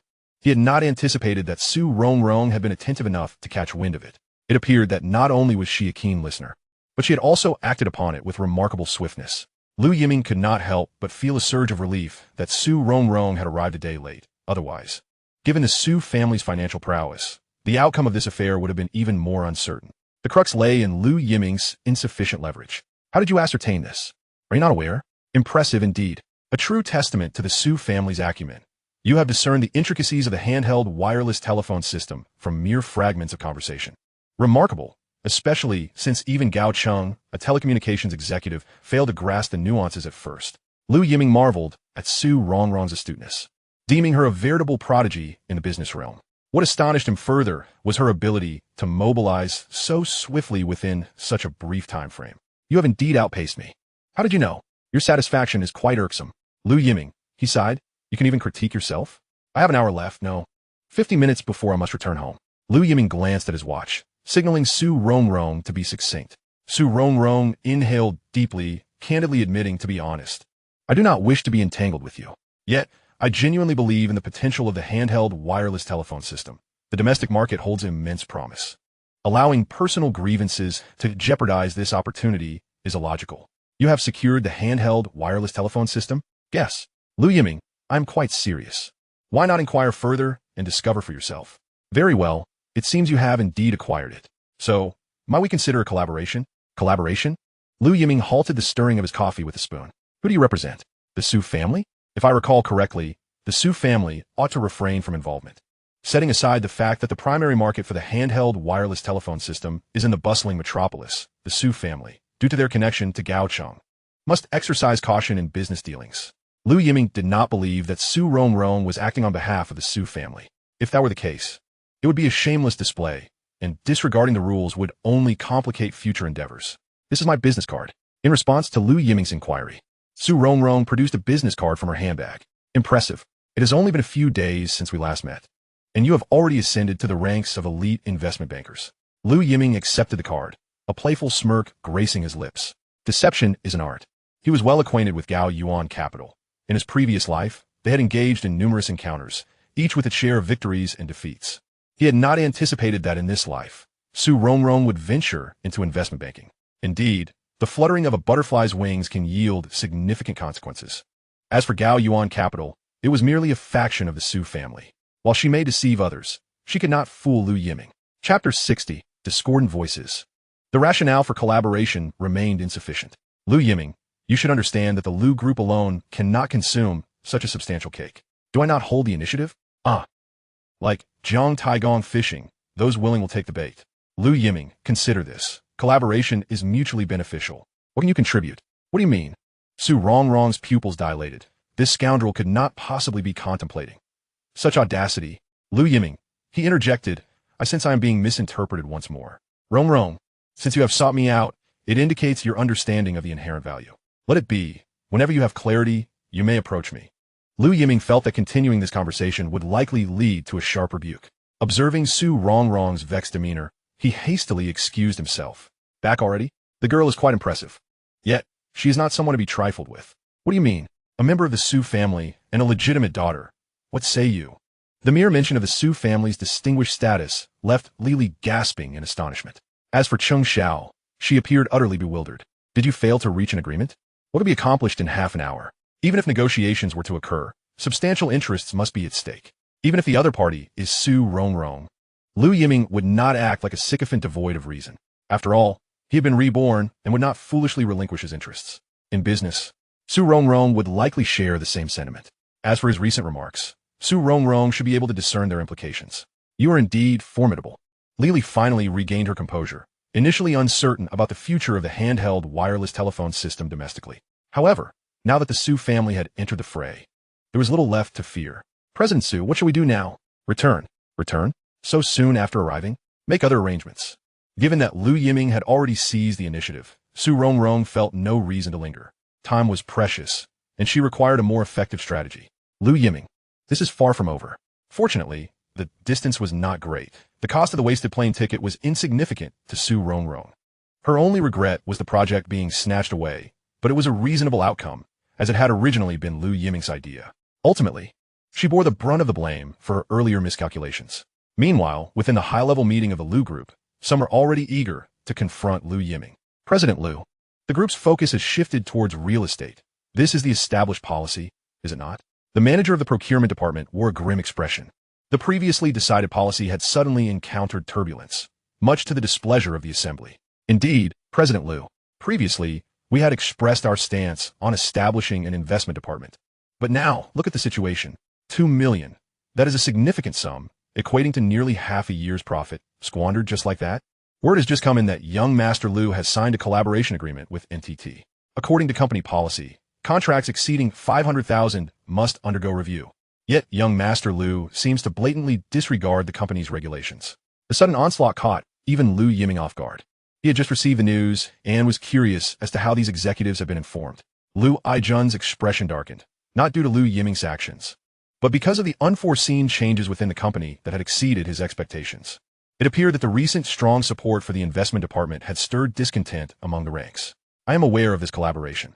Lili has already reported it. The specifics will be addressed once Lu Yiming returns. Mr. Lu, considering that we have never ventured into this particular arena, should research and development be necessary? The company lacks the financial resources for such an investment. As you are aware, we have just acquired the land parcel number 45, which represents the largest investment since the establishment of our group. All departments must collaborate wholeheartedly in this endeavor. Previous calculations indicate that if land parcel 45 is successfully developed, the profits could exceed 300 million. Although the initial investment is substantial, it would be an exceedingly lucrative deal for the Lu Group. However, Mr. Lu seems undeterred. Fully aware that embarking on the development of land parcel 45 might deplete the company's liquidity, yet he proceeds with such boldness. This has understandably left the senior executives present feeling disgruntled. Mr. Lu's ambiguous stance only adds to their disillusionment. Do my words hold no weight? Is he attempting a coup? Lu Aijun has witnessed various situations. A single remark from him could silence everyone else. They dare not speak. That was not the implication. The senior executives hastily clarified, fearing Mr. Lu might misconstrue their intentions. Yet, Lu Aijun perceives the situation clearly. Most of the company's upper echelon are veterans who have fought alongside him to build this empire. Their contributions to the group's development are undeniable. However, his conspicuous promotion of his son has sparked discontent among some senior members. There is a palpable fear that this dissatisfaction could escalate further. It appears that this handheld wireless telephone system must either dazzle or, otherwise, the consequences could be dire. Unexpectedly, not only Lu Yiming, but also Li Li has shown considerable support for this initiative. It can only be said that the Lu Group has become a cauldron of intrigue due to this contract. Perhaps Lu Yiming did not foresee this outcome. Of course, even if he were to know, what of it? In Lu Yiming's words, a new emperor brings new ministers. His father is merely benevolent. Were it his own decision, he would have already prepared for drastic measures. Between the old guard and the new, there exists a singular path. Either the Eastern Palace triumphs over the Western, or he exits the Lu Group in disgrace. Unfortunately, these individuals have chosen the wrong adversary. Li Li, please arrange a meeting with General Gao from the Telecommunications Department. Certainly, I shall attempt to schedule for next Monday. That's too far off. Make it tomorrow. Tomorrow? Li Li rolled her eyes in exasperation. Does he think this telecommunications entity is a family business? These bureaucrats are notoriously difficult to please. A meeting at a moment's notice is unrealistic, even for Mr. Lu, who likely lacks such influence. Rest assured, I will secure the meeting. Lu Yiming, however, exuded confidence. He presumed that General Gao had already learned from Su Rongrong about his contract with NTT for the handheld wireless telephone system. Even if he did not seek out General Gao, the latter would undoubtedly come looking for him. It remained to be seen how the Su family would respond to such a substantial opportunity, one that was indeed greatly anticipated. As the winds of change began to stir, it was time for him to reveal his brilliance. Lu Yiming gazed out at the azure sky dotted with clouds, a smile curving his lips into an alluring arc. Chapter 61. A call from Su Rongrong. Young Master Lu, I am currently welcoming the fifth wave of guests, she remarked, emphasizing the term guests. Since returning from Japan, Li Li's office had been inundated with visitors, hardly qualifying as genuine guests. Unwelcome guests still count as guests, she mused. There is merit in that. The investment department possesses only a limited amount of funds, yet it has become the target of scrutiny. It seems they are treating the investment department as if it were the finance department. There is no choice. Mr. Lu has decreed that the investment department's budget is not to be diminished by even a penny. Other departments will have to endure for the time being to be compensated once funds are recovered. Departments accustomed to a lavish lifestyle are naturally reluctant to endure hardship. During this period, the financial director has been driven to seek refuge elsewhere. In the absence of the financial director, the only option is to turn to the investment department, the sole department capable of extracting funds from the financial director. Naturally, no one dares approach young Master Lu. This predicament has placed Li Li in a difficult position. The office door has scarcely been closed. Visitors come and go, consuming her time and disrupting her work plans. Ignore them. Regardless of who arrives, send them away. I do not possess your esteemed status. We are colleagues, after all. When she served as an assistant, Li Li had maintained pleasant relations with the heads of various departments. It will be impossible to sever ties now. If push comes to shove, I shall emulate our financial director. If I cannot confront them, I shall evade them. Alas, this seems to be a trend of driving someone away. Very well. You shall lead the delegation to the telecommunications department. Initially, Lu Yiming had intended for General Gao to seek him out. However, upon reflection, he surmised that even General Gao could not withstand the pressure for long. Time is of the essence, and the task is arduous, not to mention the numerous supervisors keeping watch from above. if he were to inadvertently disclose information regarding the handheld wireless telephone system. It would place General Gao in a precarious position. All right, I shall await your word. Lily readily agreed, eager to escape the office, where she wished to linger not a moment longer. Still not leaving? After discussing business, Lu Yiming turned to find Lily motionless, a look of confusion on his face. Do you believe that once I depart, they will not flock in immediately? Lily sighed. These individuals are like a persistent adhesive bandage. Just then, Lu Yiming's phone rang. It has arrived. Lu Yiming had been anticipating this call. Go inform them that if all goes smoothly, fund will be forthcoming shortly. Huh? Where will the money come from? Lily was acutely aware of the company's limited liquidity. Salaries for the next month were contingent upon recovering funds urgently. One could only conclude that the real estate ventures were exceedingly costly, with unexpected expenses continually arising. Furthermore, during this period, banks had inexplicably tightened their lending criteria.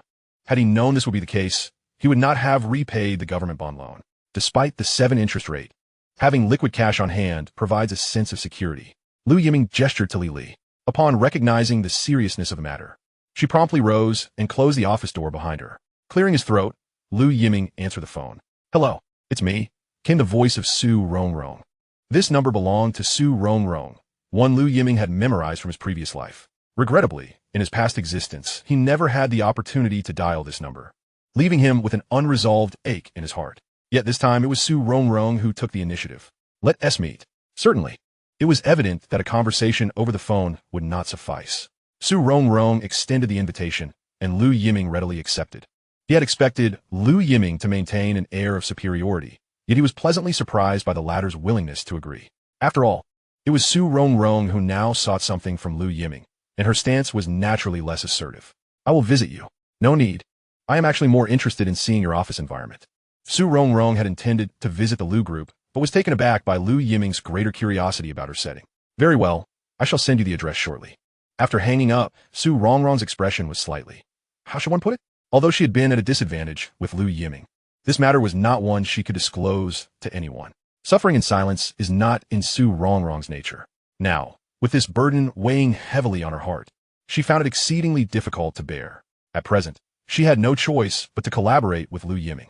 To carve out a successful career, she needed a strong start. Su Rongrong had made a pact with Su Yunzang. If she failed to achieve results, she must return to Su province. Relying on her family's influence was a line she refused to cross. Since returning from Japan, Su Rongrong had been conducting investigations with her team. In order to negotiate with Lu Yiming, one must at least ascertain his bottom line. However, Su Rongrong received an unexpected piece of news. The Lu Corporation was experiencing a shortage in its financial chain. Despite venturing into multiple industries, even the Lu Corporation was finding it somewhat overwhelming. Su Rongrong astutely seized this opportunity and dialed Lu Yiming's number. After ending the call, she pondered for quite some time. Would this loquacious individual make any unreasonable demands? At the airport, Su Rongrong nearly lost her composure and resorted to physical action. The crux of the matter was that Lu Yiming had an infuriating way of speaking, often bringing up sensitive topics. As for Cheng Xiao, Su Rongrong preferred not to dwell on it. Perhaps that scoundrel Lu Yiming had already taken advantage of the situation. Could he not exercise a modicum of restraint? What could possibly be appealing about a playboy like Lu Yiming? President Su? President Su? Huh, I was lost in thought. President Su. We've already established contact with the higher-ups at the telecommunications company. Why did Su Rongrong reach out to the telecommunications sector? The key was to gauge the situation. One thing Lu Yiming had misjudged was that Su Rongrong had not directly contacted her uncle-in-law, Gao Tang. She did not wish to rely on familial connections, and her uncle-in-law was naturally categorized as part of the family influence. Thus, Gao Tang had yet to receive any concrete information. Otherwise, he would have approached the Lu Corporation for a collaboration long ago. What did they say? Their lips are sealed, but it's evident they're in a rather foul mood. Foul mood? All right, I understand. By the way, prepare yourself. We might need to host an important client shortly. Understood. I'll make arrangements at once. To be referred to as an important client by President Su signifies an extraordinary status. The fact that President Su was able to independently lead a team right after graduation speaks volumes about her formidable background. It was apparent that the company's upper management treated her with the utmost respect. Is it lamenting the unfairness of fate? Spare me. She is no naive idealist. Investment banking operates in such a manner. Connections outweigh everything. Consequently, Su Rongrong's team members would only draw closer to her once they achieved success. Each member of the team would undoubtedly share in the accolades. Chapter 62. Negotiation. Can we not be a tad more serious? Gao Yuan Capital is situated in Puxi, in what will be the future Sui Riverside, although the current location is somewhat remote. In 1995, there were still whispers in Shanghai that one would prefer a bed in Puxi over a room in Pudong. How laughable that sentiment will seem 2 decades later. Lu Yiming, driving his Ferrari, made his way confidently. The receptionist, upon seeing the dashing and affluent Lu Yiming, was utterly captivated. When she realized Lu Yiming had come to see Su Rongrong, her eagerness intensified. This scene struck Su Rongrong as somewhat, yet another young woman deceived by appearances. With a frosty demeanor, Su Rongrong strode into the reception room, her high heels clicking on the floor. Her sophisticated attire caught Lu Yiming's eye. One could not deny that Su Rongrong effortlessly carried any outfit. Have you finished staring, Rongrong? After all, I am a guest you summoned. Lu Yiming settled onto the sofa, but his smile seemed rather insincere. Coffee or tea? Coffee, please. Your brew is the finest. Have brew by me? Aren't you afraid of poisoning yourself? Su Rongrong shot him a disdainful glance. The handheld wireless telephone system was too large a cake for the Lu Corporation to consume. The point remains, once others grasped the immense profits involved, the entire market would likely erupt in frenzy. Indeed, it could be said that the handheld wireless telephone system could create countless wealth myths in a remarkably short time. Meanwhile, the Lu Corporation held the key to this fortune. Many with ulterior motives lurked about. It would be quite challenging for the Lu Corporation to safeguard alone. This was one concern Su Rongrong need not worry about. The exclusive 5-year patent usage rights in Huaxia were enshrined in the contract. Again, if Lu Yiming were unwilling, the handheld wireless telephone system would languish in his hands, and no one else would have access to it. Why bother? It's all for profit. You certainly don't lack in funds. Su Rongrong asserted. Gao Yuan Capital possesses that capability and can alleviate many of the Lu Corporation's burdens. I don't believe it. Lu Yiming. Gao Yuan Capital boasts a vast network of connections. Unfortunately, not in Shanghai.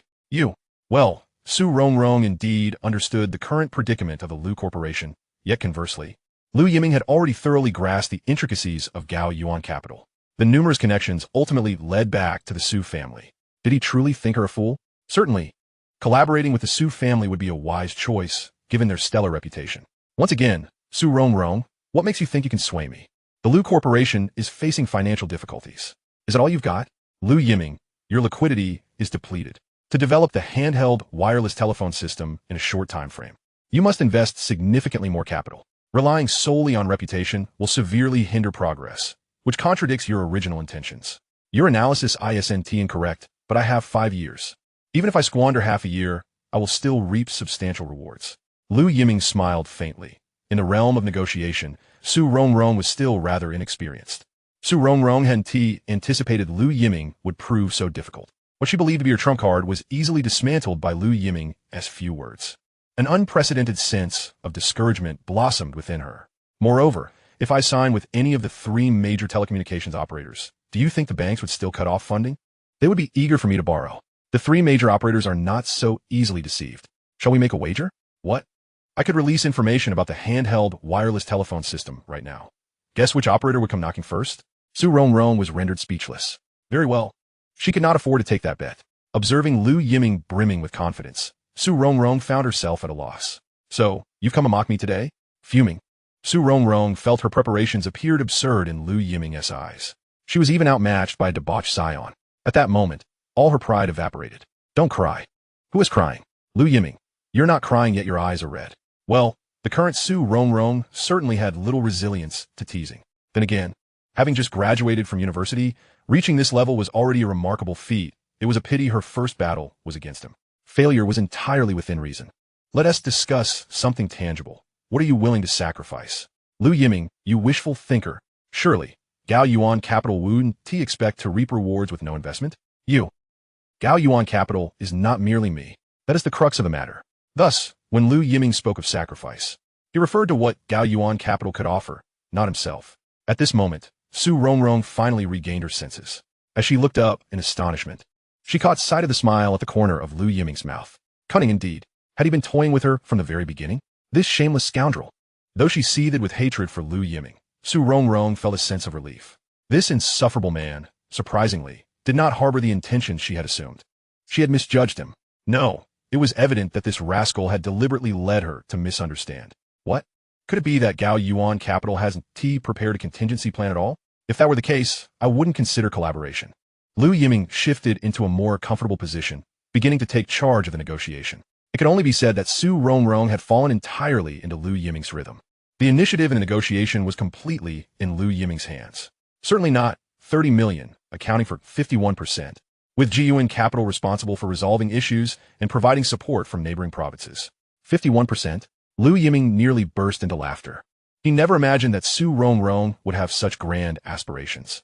Clearly, she aims to pluck the fruit for free. In such circumstances, she still manages to present her demands with a sense of righteousness. How did I fail to see the thickness of Su Rongrong's skin? Why are you staring at me? Upon finishing her words, Su Rongrong realized that Lu Yiming was fixated on her. This made her quite uncomfortable. Just look at how thick-skinned you are. Lu Yiming, if you were in my position, would you acquiesce to such demands? I would. Indeed, your audacity knows no bounds. Su Rongrong, let us be realistic. Don't even think about 51%. Sky-high prices, payback on the ground. Su Rongrong, have you taken me for a local vendor? Lu Yiming discerned that Su Rongrong lacked experience in this regard. Lu Yiming, 30 million could alleviate your immediate predicament. You've appraised me thoroughly. I merely wanted to inquire if your mouth could refrain from chattering. Thoroughly appraised. This reminded Su Rongrong of that day. You, Lu Yiming, were quite hands-on and even. Chapter 63. Is this a leading question? Where's Su Rongrong? President Wang. Su is currently in a meeting. A meeting? Quite proactive, isn't she? President Wang. Wang Lan, a senior investment consultant at Jiyuan Capital, has led her own team for 6 years and won the Gold Award for the best domestic investment case last year. She is certainly a luminary in the investment sector. Wang Lan has been at Jiyuan Capital long enough to build a vast network. Within the company, she holds considerable influence, second only to the owner. To be frank, at Jiyuan Capital, Wang Lan has achieved everything. However, the sudden arrival of Su Rongrong has alerted Wang Lan to a sense of crisis. Yes, a crisis. In principle, Su Rongrong is merely a newcomer to the investment world. In every aspect, she is no match for Wang Lan. Yet, from the very first moment she laid eyes on Su Rongrong, Wang Lan felt a wave of wariness. Every investor has endured their share of struggles. Do not be deceived by Wang Lan's current success. When she first entered the industry, she faced numerous hardships. For a single deal, Wang Lan would spend days and nights at a client's company. This is where her tenacity lies. After switching to Jiyuan Capital, Wang Lan gained recognition and accessed ample resources, thriving in her new environment. Just one step away, and she could have become a partner at the company. Not to mention the coveted director position that occupied her thoughts day and night. Yet, in this situation, Su Rongrong appeared. Wang Lan does not deny that in the capital market, especially in the investment circle, background is immensely significant. Yet, it shouldn't be so glaringly obvious. What merits does Su Rongrong possess? She parachuted in and not only led a team, but also became a partner without a single successful investment case to her name. How could Wang Lan not be infuriated? Everything that was rightfully hers has been snatched away. This left Wang Lan unable to swallow her indignation. The employees of Jiyuan Capital are well aware that during this period, President Wang's mood has been extremely poor. Even minor issues can provoke her wrath. As for the source of her ire, it goes without saying. This Su Rongrong truly is a fearless rookie. On her third day in office, she led a team to Zaire IZ. Initially, it was thought she would accomplish something remarkable. Instead, less than a day later, she returned in disgrace, instantly becoming the subject of ridicule within the company, especially Wang Lan, who sees the opportunity to advise the boss. She possesses talent, yet unfortunately lacks experience. Implicit in her words was a belittlement of Su Rongrong. If anyone else had made such a blunder, the boss, even if indifferent, would at least indicate a stance. Yet this time, the boss even laughed it off personally. What does that mean? A gentle pass? Do the company's rules mean nothing? Wang Lan, seething with anger, exited the boss's office, growing more incensed with each thought. Since the boss chose not to intervene, she resolved to take on the role of the villain herself. However, she could not locate Su Rongrong. Upon inquiry, she discovered that Su Rongrong was, in fact, in a meeting. A cold smile spread across Wang Lan's face. A meeting? With what kind of guests? Surely it can't be a self-staged performance. Dismissing the employee's explanations, she headed straight to the meeting area, intending to barge in. Yet, she unexpectedly heard a familiar voice. So familiar. Where had she heard it before? Wang Lan's outstretched hand halted midair. Through the crack in the door, she caught sight of Lu Yiming seated on the sofa. It's him? As a seasoned investor, Wang Lan possesses a comprehensive understanding of the merchants in Magic City. The Lu Group, being a leading private enterprise, is undoubtedly a focus of her attention. During university, Lu Yiming had accompanied Lu Aijun to several banquets. Su Rongrong recognized him at a glance as the future helmsman of the Lu group. Lu Yiming? The Lu group. Su Rongrong's guest is actually him? Could it be that Su Rongrong's backing is the Lu group? If that is the case, then it makes sense why the boss would be so accommodating. Perhaps the company and the Lu group have already reached some form of agreement, and Su Rongrong is the key liaison dispatched by the Lu group to coordinate and integrate. In that moment, Wang Lan's mind raced with various possibilities. She truly is fortunate. Wang Lan secretly scoffed. She knew better than to act rashly in the presence of Lu Yiming. However, curiosity compelled her to linger by the door. Lu Yiming, this is our bottom line. And according to my estimations, your agreement with NTT certainly does not exceed this price. You've unjustly profited 30 million. What more could you possibly desire? Clap, clap, clap. As soon as Su Rongrong finished speaking, Lu Yiming erupted in applause. This left Su Rongrong utterly speechless. Since their meeting began, Lu Yiming had never played a straightforward hand. What trickery is he up to this time? Indeed, you've guessed correctly. You agree? Agree? If it were you, well, I shan't inquire further. Your audacity is simply too thick. Su Rongrong, does this count as a personal attack? Indeed, I acknowledge your point. In a short time, I could earn 30 million from this investment. With the subsequent operations assigned to Jiyuan Capital, I could indeed profit effortlessly. Then what are we hesitating for? Rongrong, have you calculated how much profit this investment could yield? Of course. Then I'm all ears. The technology will not fall below 10 million, based on this estimate. The profits will exceed 1 billion. Tisk tisk, do not play tricks. A base of 10 million with foundational profits of 1 billion does not even include dividends from operators and product lines. Lu Yiming, some relationships need to be maintained. What I am discussing is net profit. Su Rongrong immediately countered. However, there was a hint of insecurity in her words. Fine. Su Rongrong conceded that she had indeed withheld quite a bit. She initially thought Lu Yiming hadn't considered these factors, only to find that he was already fully aware. Every endeavor carries risks. Jiyuan Capital not only absorbs these risks but also compensate for the Lu Group's funding shortages. In the end, you all profit. Su Rongrong continued to assert her viewpoint. Naturally, from the current market perspective, expectations can be fully met. Su Rongrong remained confident. So, should I thank you then? No need. It's mutually beneficial. Rongrong, initially, I had little confidence, but seeing your unwavering assurance now, it seems I made the right bet. You, Su Rongrong. So after all this time, you, Lu Yiming, were merely fishing for your own words? Lu Yiming. This is called tactical deception. Once again, regarding the future of handheld wireless telephone systems, Lu Yiming possesses a clarity that surpasses all others. The market's fervor has far exceeded expectations. Even third and fourth tier agents are reaping substantial profits. Relinquishing such bountiful rewards would render oneself a laughingstock. Naturally, Lu Yiming does not dismiss Su Rongrong's viewpoint. Under any circumstances, monopolizing the benefits is simply untenable. Thus, selecting formidable partners from the outset becomes crucial. Chapter 64. I'll take you down. Lu Yiming does not deny that the Su family is undoubtedly his best option. However, the pivotal question remains, how substantial is the Su family's appetite? 20%. What? Su Rongrong could scarcely believe her ears. 30 million for 20%? Lu Yiming, have you lost your mind? Su Rongrong's expression darkened. While it is true that one can demand exorbitant prices, to assert that 30 million constitutes 20%. Do you take me for a fool? Your previous user base was 10 million. What if it were 100 million? Lu Yiming, do not indulge in fanciful dreams.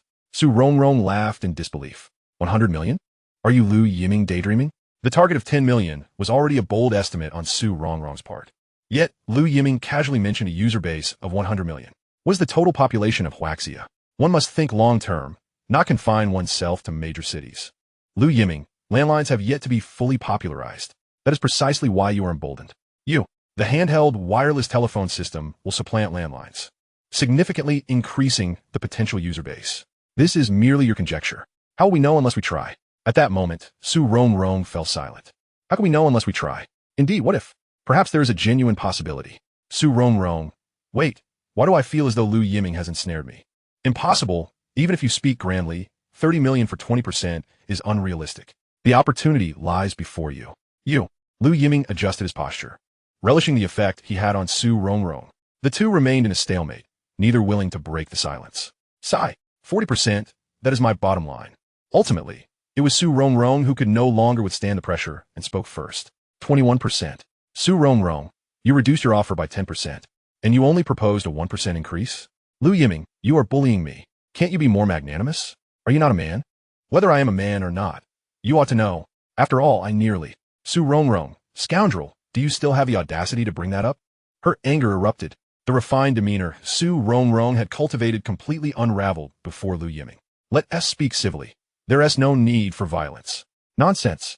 Su Rongrong could no longer contain herself and lunged at Lu Yiming. This scene, witnessed by Wang Lan outside the door, was simply too captivating. Ahem, how thrilling. However, Su Rongrong seemed to have misjudged the situation. Firstly, she was the woman, and in terms of gender, she was at a disadvantage. After lunging at Lu Yiming, she was utterly at a loss regarding her next move. Did she truly intend to claw at Lu Yiming's face like a shrew? Although she had such thoughts, Su Rongrong simply could not bring herself to act on them. Straddling Lu Yiming, she found herself momentarily stunned. The proximity rendered them locked in a gaze. Crucially, in self-defense, Lu Yiming instinctively pushed her away. As fate would have it, the angle was precisely. Feeling an unexpected pressure on her chest, Su Rongrong glanced at Lu Yiming's mischievous hands. This time seemed to stand still. Ahem, if I said this was merely a coincidence, would you believe me? I would believe your nonsense. Scoundrel, late-sharer, villain. Every conceivable disparaging term was hurled at Lu Yiming. Let go. Were it not for the fear of being misunderstood by those outside, Su Rongrong would have likely shouted. Fine. Without Lu Yiming's obstruction, Su Rongrong tumbled into his embrace. I admit I'm not bad, but you need not be so eager to throw yourself at me. Su Rongrong blinked, savoring the implications of Lu Yiming's words. Throw myself at you? Go to hell. Stay calm. We agreed this would be a negotiation. How did it devolve into a scuffle? The key was that Lu Yiming appeared to be thoroughly enjoying the situation. What a loss. Wang Lan outside the door was equally speechless. Although she was not fond of Su Rongrong, as a fellow woman, from an observer's perspective, Su Rongrong had truly suffered a considerable loss this time. Unbeknownst to her, she was the one at a disadvantage.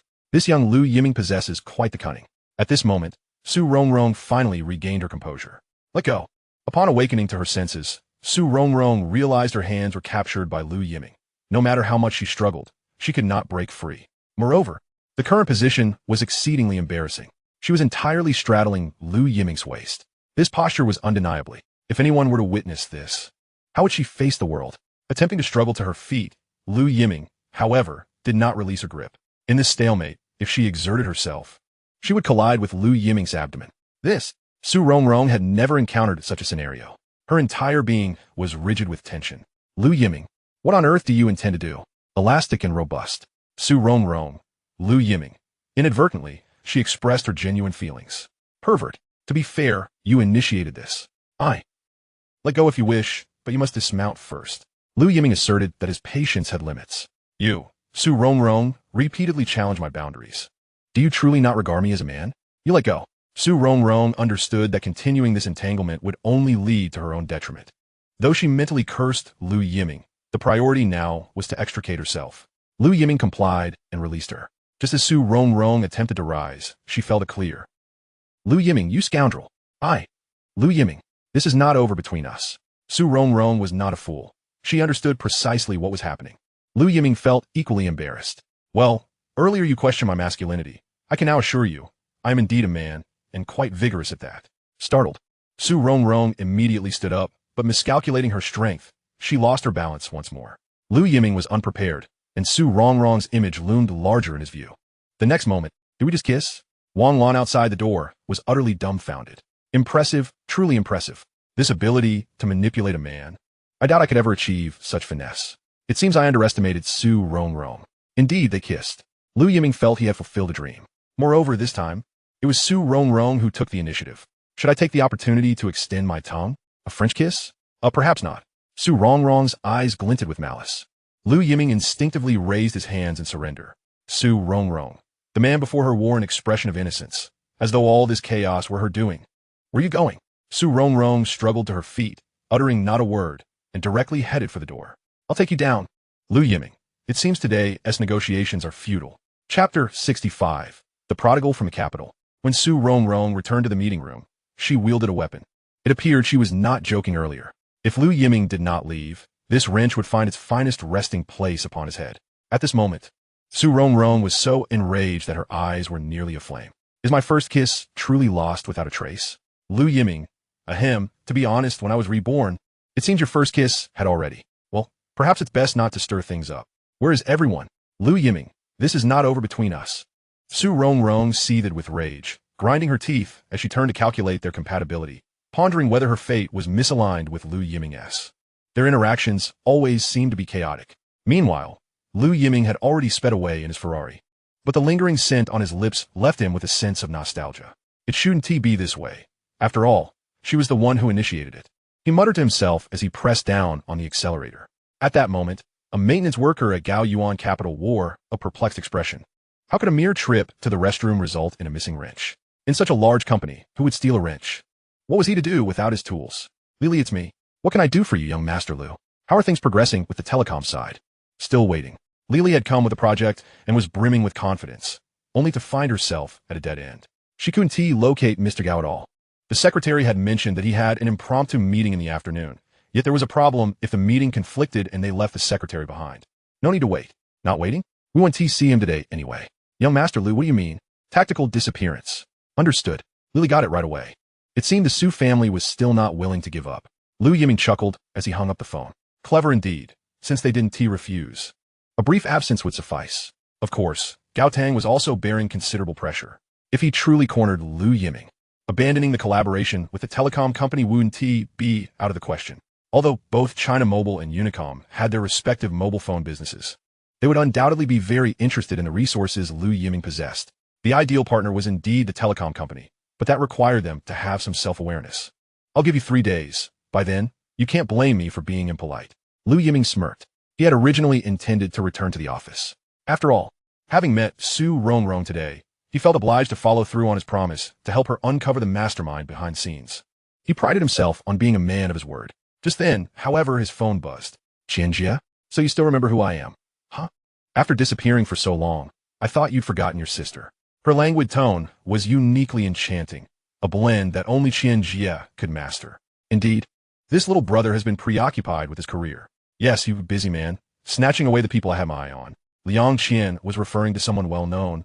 Naturally, no further explanation was needed, as Cheng Xiao was currently busy gathering new materials in the office.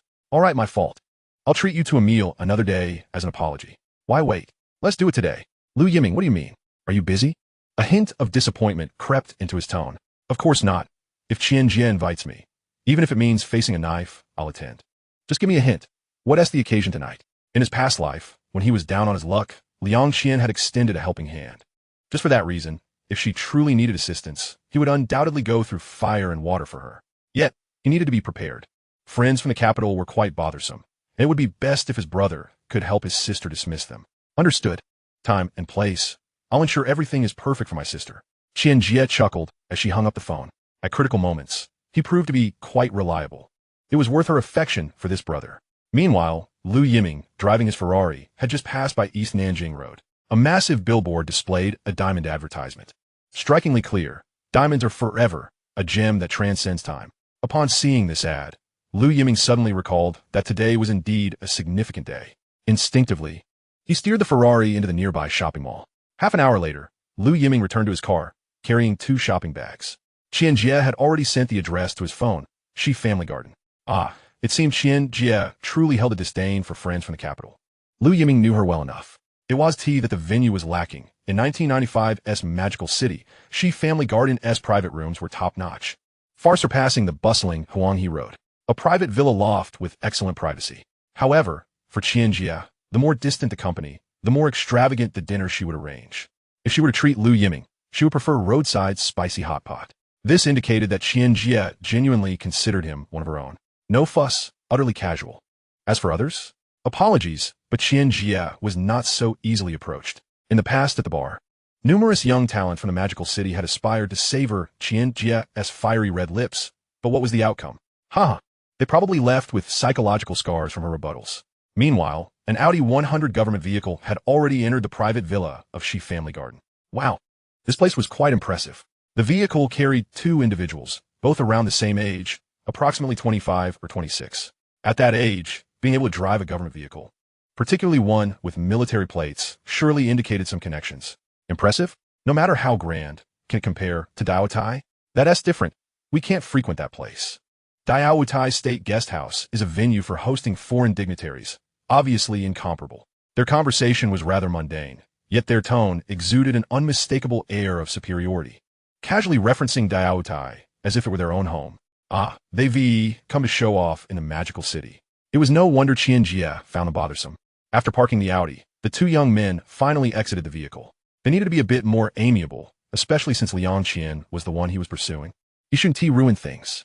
Come on, what is so special about the girls from the capital? You are the exception. By the way, Master Zhang, you were quite the figure back in the capital. Now look at you, chasing after girls in a magical city. If Lu Yiming had overheard this, he probably would have laughed for half a day, thinking these two were merely putting on a comedic act. Chapter 66. The pretty boy comes to ruin the scene. Liang Qian, long time no see. He opened his arms, longing for an embrace.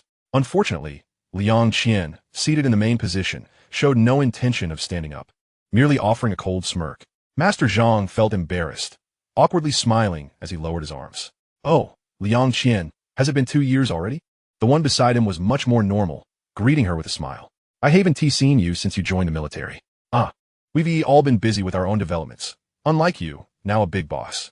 Indeed, it seems Liang Qian has discerning eyes.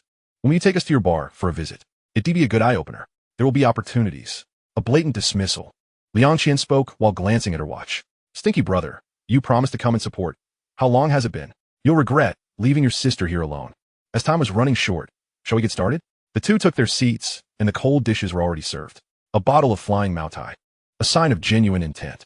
Let us wait a bit longer. There are more guests. More guests? What do you mean? Can't I bring friends? Certainly. That was not the intended meaning. It was merely a bit abrupt. I had initially presumed it was a small gathering. In response to Liang Qian's retort, young Master Zhang quickly began to explain. As for who the guests were, that was of little concern to him. The crux of the matter was that young Master Zhang merely wished to be alone with Liang Qian, making even the person beside him feel superfluous. At that moment, the door to the private room swung open, and Lu Yiming entered with a beaming smile. Apologies for my tardiness. Upon seeing Lu Yiming, young Master Zhang instinctively furrowed his brow. A man? What connection did he have with Liang Qian, who in their social circle was unaware of Zhang's interest in her? If it weren't for Liang Qian's sudden departure abroad years ago, he might have already confessed his feelings. His intention for visiting Liang Qian today was to seize an opportunity. Alas, an uninvited guest had arrived. Wait, he had inquired and confirmed that Liang Qian was currently single. Ah, you finally arrived. Liang Qian, who had been seated in the main position without a word, immediately rose to greet him. Not only that, she even linked her arm with Lu Yiming's, unbothered by her own stature, leaning against him. This scene made young Master Zhang's eyes redden in an instant. What? What does this mean? Who is this man? Daring to steal the attention of the woman I desire. Has he lost his mind? Young Master Zhang's friend also wore an unpleased expression. Seeing his brother being disrespected made him feel embarrassed as well. Stinky little brother, let me introduce you. This is Zhang Bing, and this is Hai Yang. Friends from the same circle. My brother, Lu Yiming. Brother? Young Master Zhang felt a flicker of hope reignite. If he was merely a brother, it should be acceptable, a sign of sibling closeness. But wait, when did Liang Qian have a brother? He, not a biological one. Young Master Zhang. Is this a teasing situation? Hai Yang. Sister Qian, quite bold of you to use me as a shield right from the start. Lu Yiming smiled, leaning closer to Liang Qian's ear as he spoke. I'm in a bit of a bind here. Besides, you did promise me at the start. I didn't expect it to be this intense. Look at that guy's eyes. He practically wants to eat me alive. Don't worry, he has got no significant background, just some bureaucratic offspring, not a big deal. Thus, Liang Qian had directly laid the groundwork for Lu Yiming. Just children of bureaucrats. Indeed, nothing too remarkable. What are you two whispering about? The moment Lu Yiming arrived, Liang Qian was engrossed in chatter with this pretty boy, leaving young Master Zhang abandoned. No man could tolerate such a slight. Lu Yiming, pretty boy? Is that a compliment? Liang Qian, this is quite unfair. It's a rare occasion for Zhang and me to meet, yet you choose to chat with your brother instead. That is not how one should host guests. Hai Yang was even more displeased. Even if he and his brother were prominent figures in the capital, they felt belittled in this city. Who could endure such treatment? Apologies, it's been a long time since I last saw Sister Qian, so I chatted a bit longer. Just as Liang Qian intended to speak, Lu Yiming interjected directly. As he did, he withdrew his hand from Liang Qian's embrace. Liang Qian, what does that mean, stinky brother? You're not playing along. Just as Liang Qian sought to remedy the situation, Lu Yiming went a step further, wrapping his arm around Liang Qian's slender waist. Liang Qian, impressive, stinky brother, you've truly earned your keep in a critical moment. Out of the corner of her eye, Liang Qian noticed young Master Zhang's face turning an ashen hue. As for Haiyang, he abruptly stood up, glaring fiercely at Lu Yiming. This pretty boy was clearly here to stir up trouble. Oh, why are you standing up? We're all friends. No need for such formalities.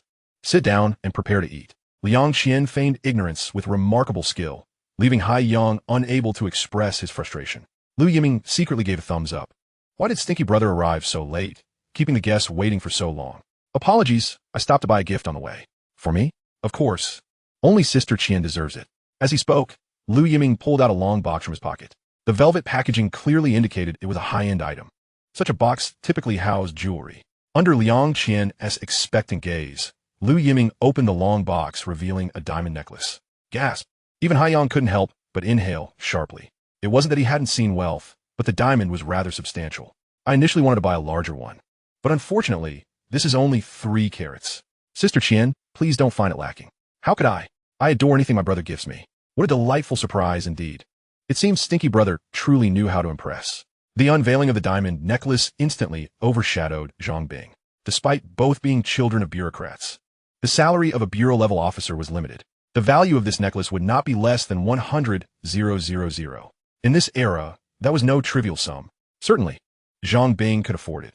But to outright purchase such an extravagant gift for someone else was beyond his courage.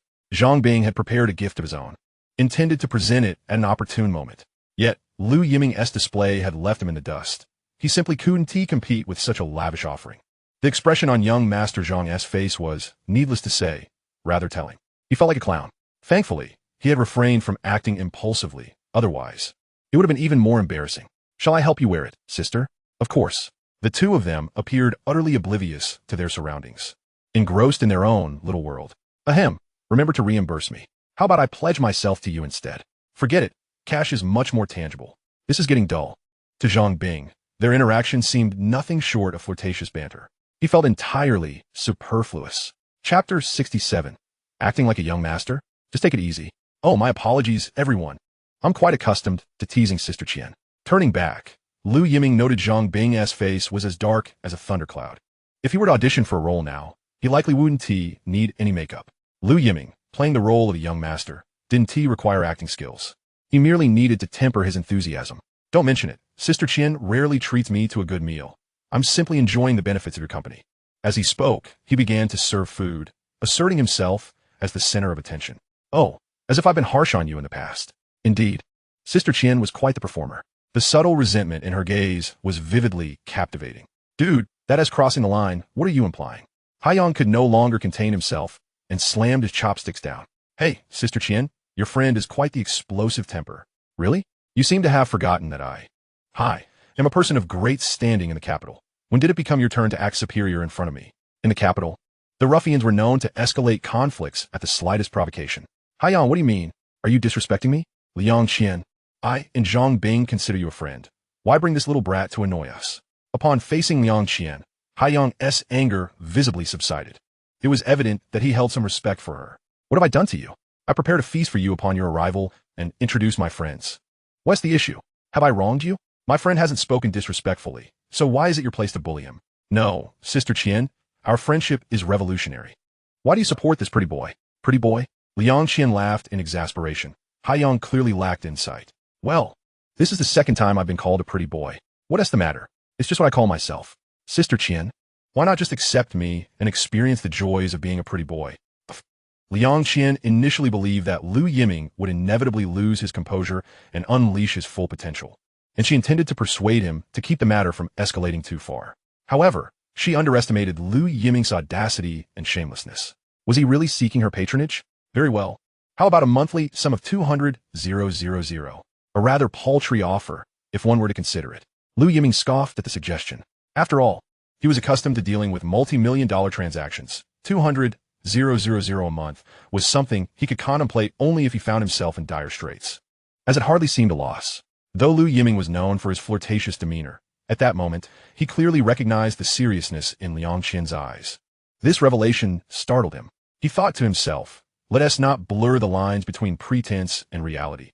He was merely offering assistance without expectation of compensation. Yet, he found himself taken aback when Liang Qian boldly placed her right hand on his thigh. positioning herself in such a way that she could launch and advance at any moment. Pretty boy, don't get too cocky. If you have the skill, go practice outside. She seemed to challenge. This spectacle caught Hai Yang's attention completely, prompting him to spring to his feet, ready to confront Lu Yiming.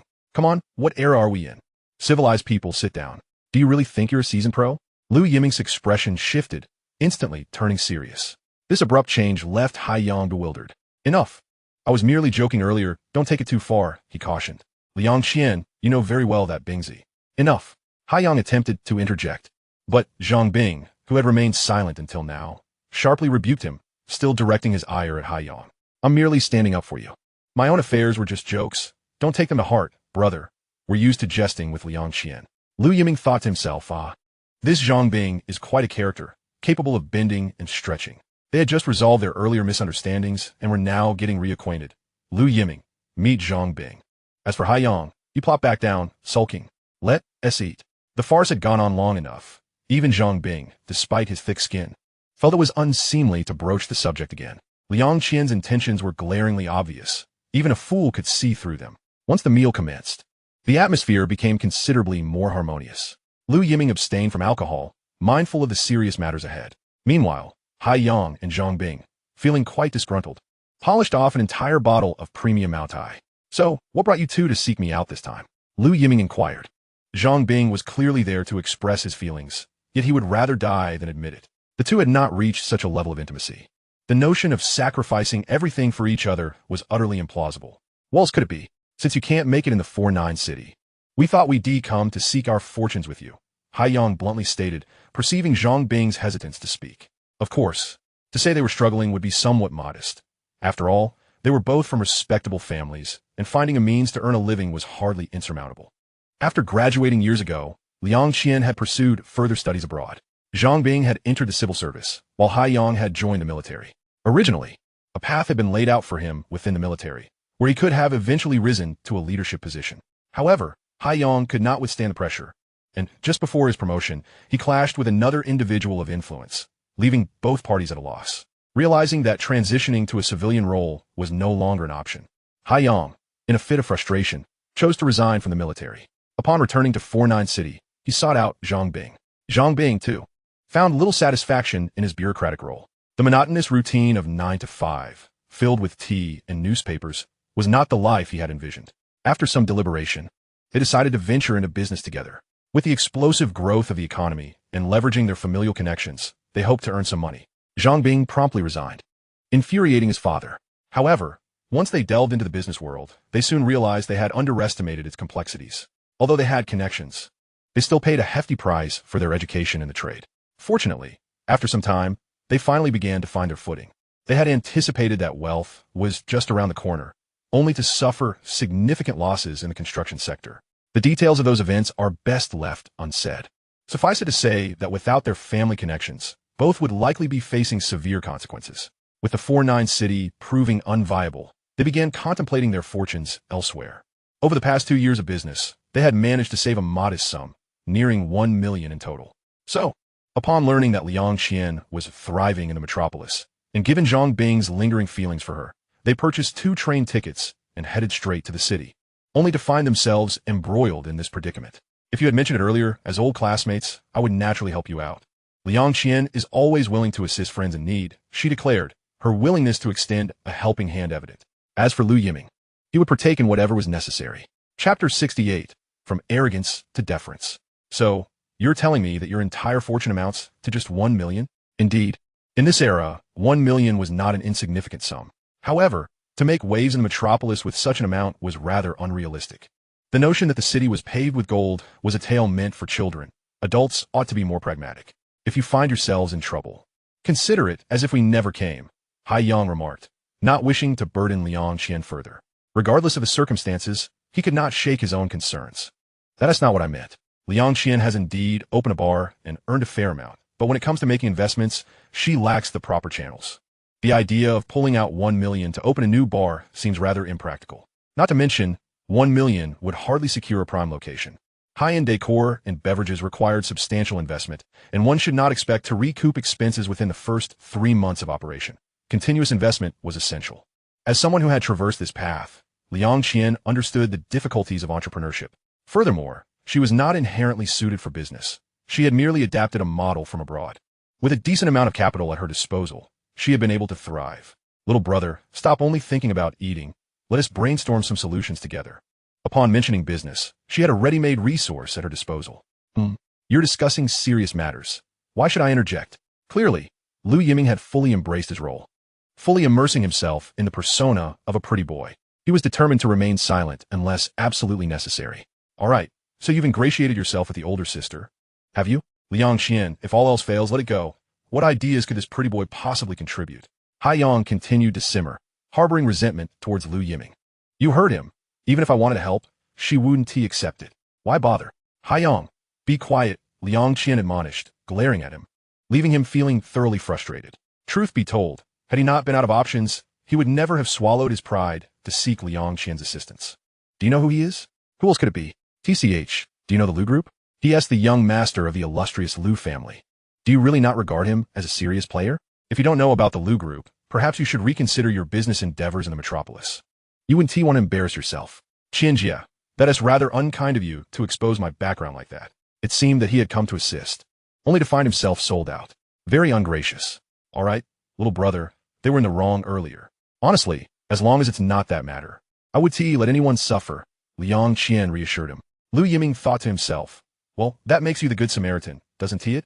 Who knew Qianjia had such a debt of gratitude towards me? Meanwhile, Hai Yang and Zhang Bing were inwardly cursing their luck. The pretty boy they had underestimated turned out to be a scion of the Lu group. They had indeed heard of the Lu group, the largest private enterprise in the metropolis. Even in the 4-9 city, it had a considerable reputation. Rumor had it that the Lu group had powerful backers supporting it. As for the identity of this influential figure, opinions abound. In any case, it is certainly beyond our humble comparison. Yang and Zhang Bing exchanged glances, feeling acutely embarrassed this time.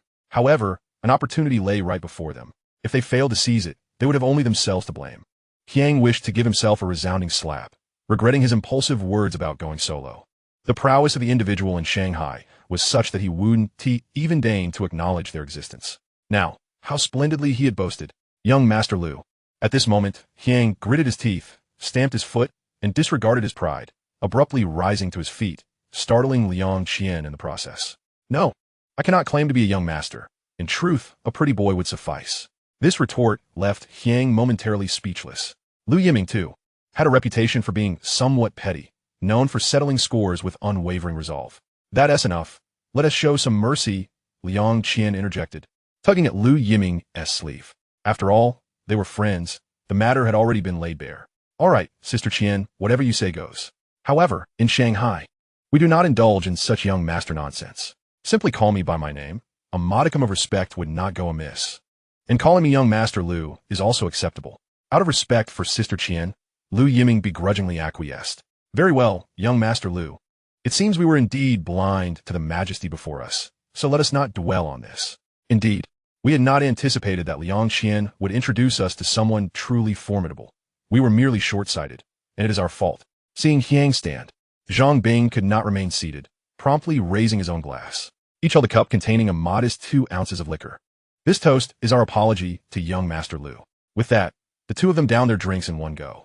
It must be said, the fellows from the 4-9 city were indeed generous. All right, sit down. Since Sister Qian is your friend, she is also my friend, Lu Yiming stated, his demeanor becoming considerably more serious, shedding the earlier frivolity. At last, he returned to a semblance of normalcy. Indeed, performing like that was rather exhausting, Lu Yiming admitted. Oh, come on. You seem to enjoy yourself, didn't you? Liang Qian replied. 1 million, right? Not too much, not too little. Don't think about grand enterprises.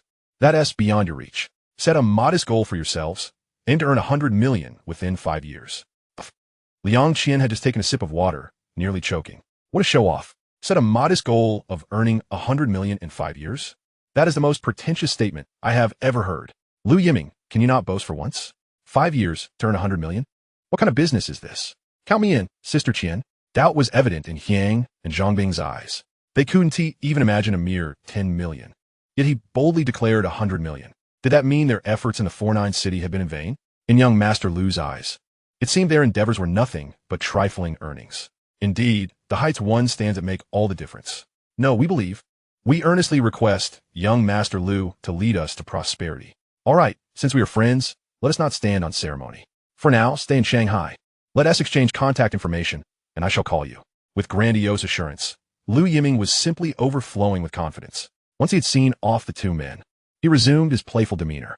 Sister Qian, were you satisfied with your performance today? Not bad. You deserve praise. How about a kiss as a reward? No way. That would be taking advantage of me. Oh, so you're refusing? Sister Qian is not someone who is easily swayed. If I fancy you, it's your good fortune.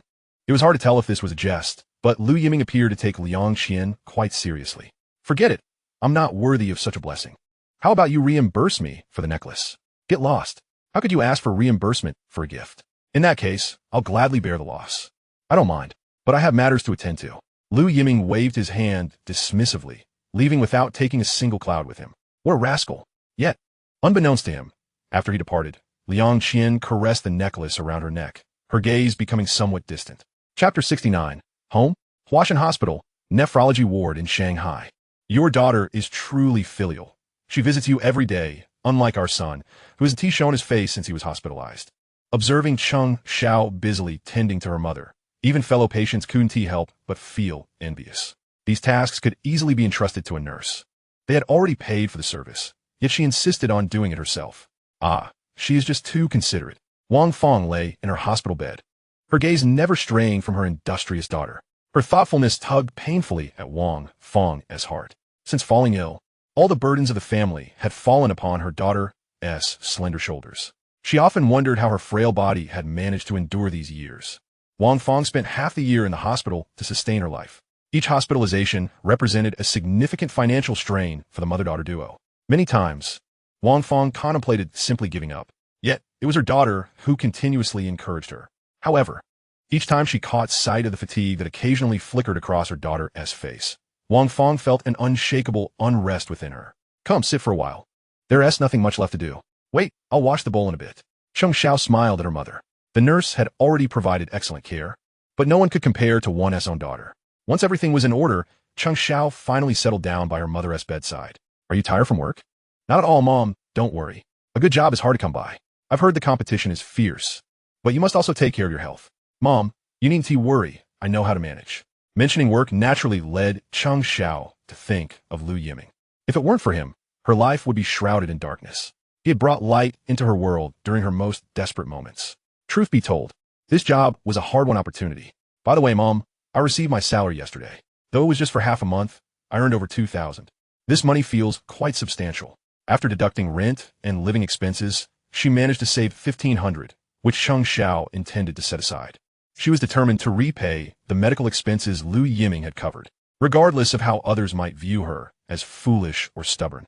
The debt she owed him was too great. She could never hold her head high in front of Lu Yiming. Perhaps she didn't even have the right to harbor feelings of affection. The mother and daughter chatted for what felt like an eternity, as if they had an endless supply of words. During their conversation, Wang Fong subtly inquired about Lu Yiming. She felt restless. After all, her daughter was exceptionally beautiful. Wang Fong worried that her illness might lead her daughter to... It wasn't that Wang Fong was being overly paranoid. It was simply the reality of society, where people tended to ride poverty while excusing promiscuity. Wang Fong felt a heavy heart for having burdened her daughter in such a manner. Ultimately, after Cheng Xiao repeatedly reassured and comforted her mother, Wang Fong's worries began to dissipate. It could truly be said that they had encountered a kind-hearted person this time. So, do I receive another Good Samaritan card? You should head back. You have work tomorrow. Mom, I want to spend more time with you. No need. I'm perfectly fine. Don't worry about me. For your sake, I will fully cooperate with my treatment. If there's hope, who wouldn't want to cling to this world? Seeing her mother's resolute attitude, Cheng Xiao had no choice but to rise and bid farewell. However, just as she stepped out of the ward, she was startled by a shadow. Shu, what are you doing here, young Master Lu? Why was he at the hospital? I was waiting for you. Waiting for me? Then why didn't you come in? Cheng Xiao had no idea how long he had been waiting outside. I was afraid your mother might overthink things. Cheng Xiao had just managed to soothe her mother's emotions, assuring her of the integrity of her relationship with Lu Yiming. If Lu Yiming were to suddenly appear, she would find herself at a loss for words. Young Master Lu, this is not working hours. Lu Yiming, do you have something to discuss with me? Follow me. Without addressing the question, Lu Yiming turned and walked out of the hospital, shrouded in mystery. Cheng Xiao instinctively followed in his footsteps, exiting the hospital in tandem. This scene was a testament to the trust Cheng Xiao harbored for Lu Yiming deep within her heart. Indeed, after navigating through numerous unexpected events, her faith in him was unwavering. In her eyes, Lu Yiming was unlike any other man. He exhibited no desire for conquest or possession over her. He was a man she could trust.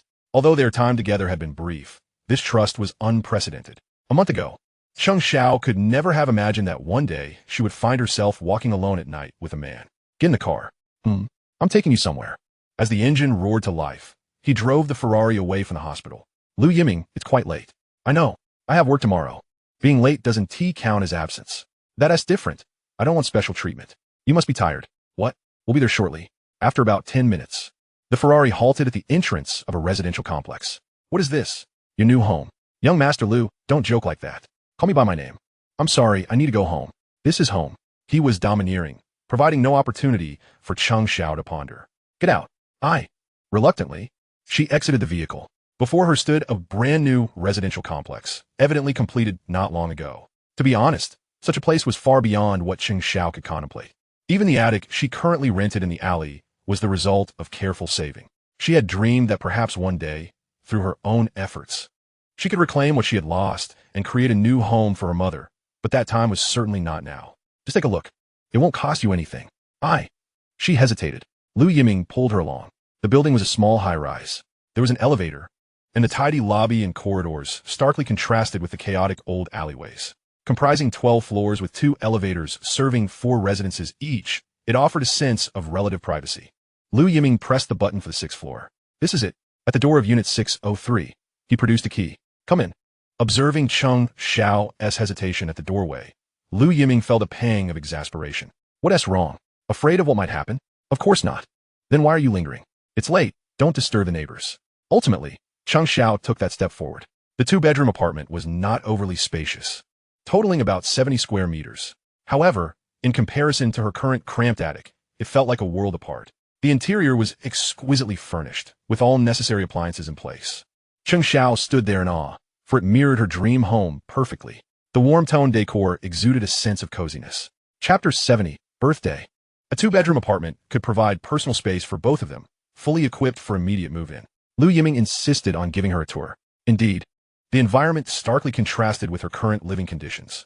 The spacious and well-lit bathroom was a far cry from the hassle of bathing in the alleyway room. Yet, for Cheng Xiao, this place did not feel like it belonged to her. I want to go back. Are you not satisfied?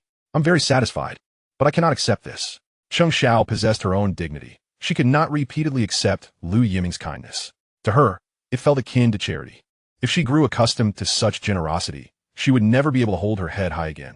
Wait, have you misunderstood something? Young Master Lu, I know you're not that kind of person. It's just, this is my own issue. Lu Yiming was not a bad man. On the contrary, he was one of the few she could trust. Yet, it was precisely because of this that Cheng Xiao found it impossible to accept his goodwill. Perhaps the apartment was trivial to Lu Yiming, but for Cheng Xiao, it felt overwhelmingly burdensome, suffocating her spirit. Hey, I've never seen someone like you. Refusing even the company benefits. Cheng Xiao looked up in surprise. Company benefits?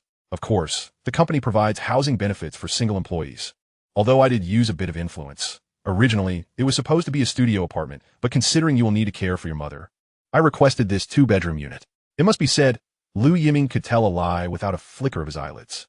The Lu Group was indeed a leading private enterprise with excellent benefits, but to claim they could resolve housing issues for all employees was far-fetched. Yet, to ensure Cheng Xiao felt justified, Lu Yiming was racking his brain. It required a bit of finesse and a reasonable rationale. Cheng Xiao, I genuinely wish to help you, but this must remain within acceptable boundaries. As you know, Lu Group employees receive housing allowances, and most local employees don't require housing. Your situation is unique, so the housing allowance is waived. Really? You wouldn't deceive me? But please don't spread this around. After all, I've made an exception, and it wouldn't be fair to the other employees. Young Master Lu, honestly, a studio apartment would suffice for my mother and me. We're used to it. Don't. I finally managed to secure this, and besides, studio apartments are in higher demand and easier to maintain. Cheng Xiao found herself momentarily at a loss, unable to discern the truth from the half-truth. All right, tomorrow we still need to sign a lease agreement with the company. If you leave your job, you'll have to vacate the apartment. What are you hesitating for? A better living environment will aid in your mother's recovery. Fine, I'll sign. After all that was said, Moving for her mother's benefit was the most pragmatic choice. As for the agreement, acquiring the Lu Group's official seal was hardly a challenge for Lu Yiming. A contract that couldn't be more fraudulent could be arranged in a heartbeat. Thank you, Lu Yiming. If it weren't for you, don't mention it. Who asked me to be so chivalrous? Upon seeing Chang Xiao accept his goodwill, Lu Yiming finally breathed a sigh of relief. By the way, shouldn't we celebrate? Huh? Moving into a new home. As he spoke, Lu Yiming retrieved a cake from the kitchen that had long been prepared. What is this? Today is your birthday. You didn't forget, did you? Birthday? Chang Xiao realized. Indeed, it was her birthday. She had forgotten entirely. How many years had passed since she last celebrated it? Ever since her father's accident, she had not marked her birthday. She recalled many years ago, on her special day, her father would cook a feast and wait with a cake for her return from school. Just like Lu Yiming was doing now, presenting her with a cake. The two figures seemed to overlap in that moment. Why? Am I crying? I'm sorry. Don't cry. I have no ulterior motives. It was just written in your employment documents, and I just remembered. Thankfully, I could still get a cake. In truth, Lu Yiming had ordered it earlier in the afternoon. He had even been late for dinner because of it, enduring much teasing from Qianjia. Lu Yiming, why are you so good to me? What's wrong? No, it's not that. Please don't do this. I fear I won't be able to control myself. Tears blurred her vision. Cheng Xiao, do not be so indulgent towards yourself. Restraint is essential, for one might lose control. Truth be told, I hold a certain fondness for you, though it is not of a romantic nature. Rather, it resembles the affection of an elder brother for his younger sister. Cheng Xiao, a younger sister, you say? Perhaps this indeed serves as the most fitting explanation. Yet, for reasons unbeknownst to her, Cheng Xiao felt an inexplicable void within her heart. Should we perhaps blow out the candles first? I find myself rather fatigued from holding this up. Lu Yiming, indeed. I too wish to distance myself, but seeing Cheng Xiao in her current state, how could I not extend a helping hand? In my previous life, I inflicted such profound wounds upon her. After all these years of marriage, I have treated Cheng Xiao as nothing more than a substitute. I have never celebrated her birthday. The only time I did was when I confessed everything to her. That night, Cheng Xiao was devastated, weeping inconsolably. Let's not dwell on such memories, shall we? Today is your birthday. Let us celebrate joyfully. Very well, let's blow out the candles. Indeed, amidst laughter and tears at this moment, Cheng Xiao felt a sense of happiness. After so many years, someone has finally been there to celebrate her birthday with her. Though the man before her feels so distant, the idea of a brother seems rather appealing. As for the birthday gift, please do not misunderstand. I am aware that you do not accept extravagant presents. This bracelet is merely a trinket purchased from an ordinary jewelry store of little worth. It is, in fact, from the same brand as the necklace I once gifted to Qianjia. To add a touch of realism, Lu Yiming deliberately acquired a plastic box from a small accessory shop for it. One must admit, Lu Yiming went to great lengths for this night. Thank you. Indeed, Cheng Xiao accepted it. The sparkling bracelet holds a value far exceeding that of a 3-carat diamond necklace. Alas, the recipient remains blissfully unaware of this fact. The candles have been blown out, the cake has been consumed, and the hour has grown late. The atmosphere has unwittingly become somewhat intimate. Cheng Xiao cast a glance at Lu Yiming and lowered her head. That woman is not infatuated. However, everything has transpired rather abruptly. Previously, Cheng Xiao's willingness to sacrifice herself stemmed solely from her desire for her mother to survive. In this moment, Cheng Xiao has willingly surrendered her heart. Lu Yiming's allure is undeniably difficult to resist. Cheng Xiao concedes that she has succumbed. Ahem, well, it is rather late. I shall take my leave now. We have established that we are akin to siblings. I assure you, I am not the German orthopedic type. It seems I must grant Cheng Xiao some time. Are you leaving? No, that is not my intention. It is merely... By the way, I will assist you with your move tomorrow. No need. I truly have very few belongings. Very well, then I shall grant you a day off. Make haste. The coming days will be quite busy. All right. Watching Lu Yiming's departing figure, Cheng Xiao felt a tumult of emotions surging within her, instinctively covering her right hand, which now bore the newly adorned bracelet. Chapter 71. How did I fall under your spell? You seem rather unburdened. Lily felt as if she had been perpetually busy, with no time to spare. Late-night conference calls to discuss subsequent processes further compounded her stress. The crux of the matter lies in a singular point. Funding. Yes, a dire lack of funds. It is indeed challenging to cook a meal without rice. All the finances have been thoroughly depleted by Lu Yiming's extravagant spending. The sensation of being pursued for debts is truly unpleasant. Yet, young Master Lu appears unfazed, as if life continues unperturbed. Initially, upon arriving at the office, Seeing young Master Lu diligently working at his computer provided Li with some solace. However, upon drawing closer, she discovered that young Master Lu was playing Minesweeper. She could not help but inquire, how could one be so carefree? There is a meeting soon. I must inform you that I do not plan to attend. Li was evidently exasperated. While she was seething with frustration, he was preoccupied with a computer game. Remain calm. Calmness eludes me. It is merely a meeting. Let whoever wishes to attend go. I shall firmly state there are no funds nor lives at stake. Such brazen behavior is utterly unacceptable. Indeed, while young Master Lu remains untroubled, confident that the sky will not fall upon him with his father to shield him, we are not in the same position. We are not family, and young Master Lu may very well take his grievances out on us. Do not fret. Be confident. Remove the word perhaps from your vocabulary. Based on my understanding of my father, he will assuredly take action against his subordinates, yet I do not believe it will extend to you. Lu Yiming. Li was on the verge of losing her mind. You are already aware of the outcome. Do you not fear that morale will falter, rendering the team difficult to manage? Do not shout. My hearing is perfectly fine. How did I become ensnared by your deception and board your treacherous ship? Previously, as an assistant, I performed my duties admirably, yet I foolishly believed Lu Yiming's sweet nothings. There is no use in urgency. It is just a matter of days. Huh. Li truly found it hard to trust Lu Yiming now. Just a matter of days? It is worth noting that during this period, Gao had seemingly vanished. I have exerted every effort to locate him, yet I do not know where he has hidden himself. Today, do not engage in any tasks. Let our personnel visit the headquarters of China Mobile and China Unicom. Just a visit? Certainly. A cup of coffee would suffice, and the company will reimburse you. Li, can you provide any assurances? Rest assured, the Su family cannot hold out much longer. Unless they plan to withdraw from telecommunications entirely, they will undoubtedly seek to secure Gao's position. Lu Yiming is not foolish, nor is the Su family. It is fundamentally a contest of mental fortitude. Lu Yiming can remain composed, while Gao may not. Should this matter come to light, Gao will crumble. Very well, I shall trust you once more. By the way, where is Cheng Xiao? I shall bring her along. That may not be feasible. She is moving. Moving? At such a time? The urgency is palpable. I agreed to this. Lu Yiming, you truly are. Li pointed at Lu Yiming, momentarily at a loss for words. Enough of your scowling. He is merely a spoiled rich kid. This is hardly the first time I've said so. Lu Yiming shrugged, indifferent to the situation. However, it is evident that Lu Yiming has misjudged Cheng Xiao. In the previous life, Cheng Xiao resembled a delicate porcelain doll, hidden away in Lu Yiming's home. She merely accompanied him to significant events. Yet this existence was not what Cheng Xiao desired. What she truly wished was to showcase her inherent worth. In her past life, Cheng Xiao's talents remained unrecognized due to Lu Yiming. In this life, given the opportunity presented by Lu Yiming, how could she allow herself to be ensnared in the comfortable confines he has created? If you treat me as a national treasure, I shall repay you 100-fold. With a gentle exterior and a resolute core, Cheng Xiao vowed to achieve success. Thus, no sooner had Li departed Lu Yiming's office than she spotted Cheng Xiao hastily approaching, materials in hand. Did not young Master Lu grant you a holiday?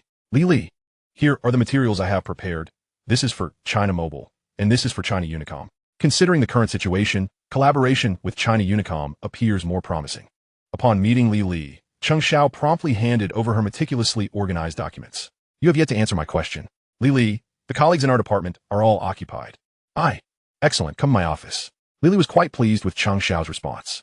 To speak candidly, in previous internal meetings, although the potential for collaboration with China Unicom and China Mobile was mentioned, everyone was acutely aware that the optimal choice remained telecommunications. As for the other two operators, they were merely glossed over. Yet, Li did not anticipate that Cheng Xiao had absorbed this information. Not only did she comprehend it, but she also meticulously analyzed the data from the two companies and formulated a proposal. Have you been burning the midnight oil again? Noticing the dark circles under Cheng Xiao's eyes, those lovely eye bags were overshadowed by fatigue. Li, call me sister. In Cheng Xiao, Li saw a reflection of herself. Within the Lu Corporation, why does Li command respect? Even the company's vice presidents treat her with utmost courtesy. This is not merely the aura of an assistant, but rather the prowess and methods of Li. Yet, all of this is the result of countless sleepless nights that Li has endured through sheer determination. At this moment, she sees her own reflection in Cheng Xiao. No, this young lady surpasses her in brilliance. As she peruses the materials prepared by Cheng Xiao, she realizes their utmost necessity. Sisterly, one of the primary reasons for choosing Unicom is that its data doesn't shine as brightly as that of China Mobile. Currently, among the three major telecom operators, Mobile's data is the most impressive, and its client base continues to grow steadily. Therefore, I believe that even if we manage to collaborate with Mobile, we would not receive the treatment we deserve. Data does not lie. It reveals the most authentic side. In pursuit of this data, Lily had even paid a special visit to a professor at the academy, who was once Chang Xiao's elective course instructor. Naturally, the mentor was more than willing to impart knowledge to her cherished disciple. Understand. Prepare yourself. We shall head to Unicom shortly. Having organized the materials, Lily also needed to ensure a contingency plan for Lu Yiming. Despite his current unwavering confidence, she sensed the need for a backup. Sisterly, I have another question. I wonder. Feel free to ask. Sisterly, has our company's compensation always been this generous? What? Providing single apartments for employees? What are you thinking?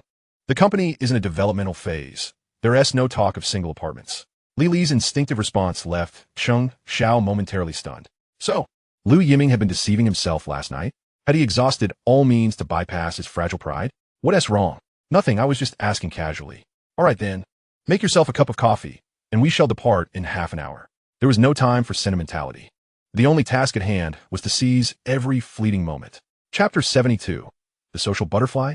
Shortly after Li departed with Chang Xiao, Lu Yiming received a call from Gao Yuan Capital. However, the caller was not Su Rongrong, but rather Gao Lan, a figure Lu Yiming had little recollection of. He had never encountered her in his previous life. Gao Yuan Capital is, after all, one of the top 5 investment banks in Shanghai, established long ago. Yet none of the executives seemed familiar to him.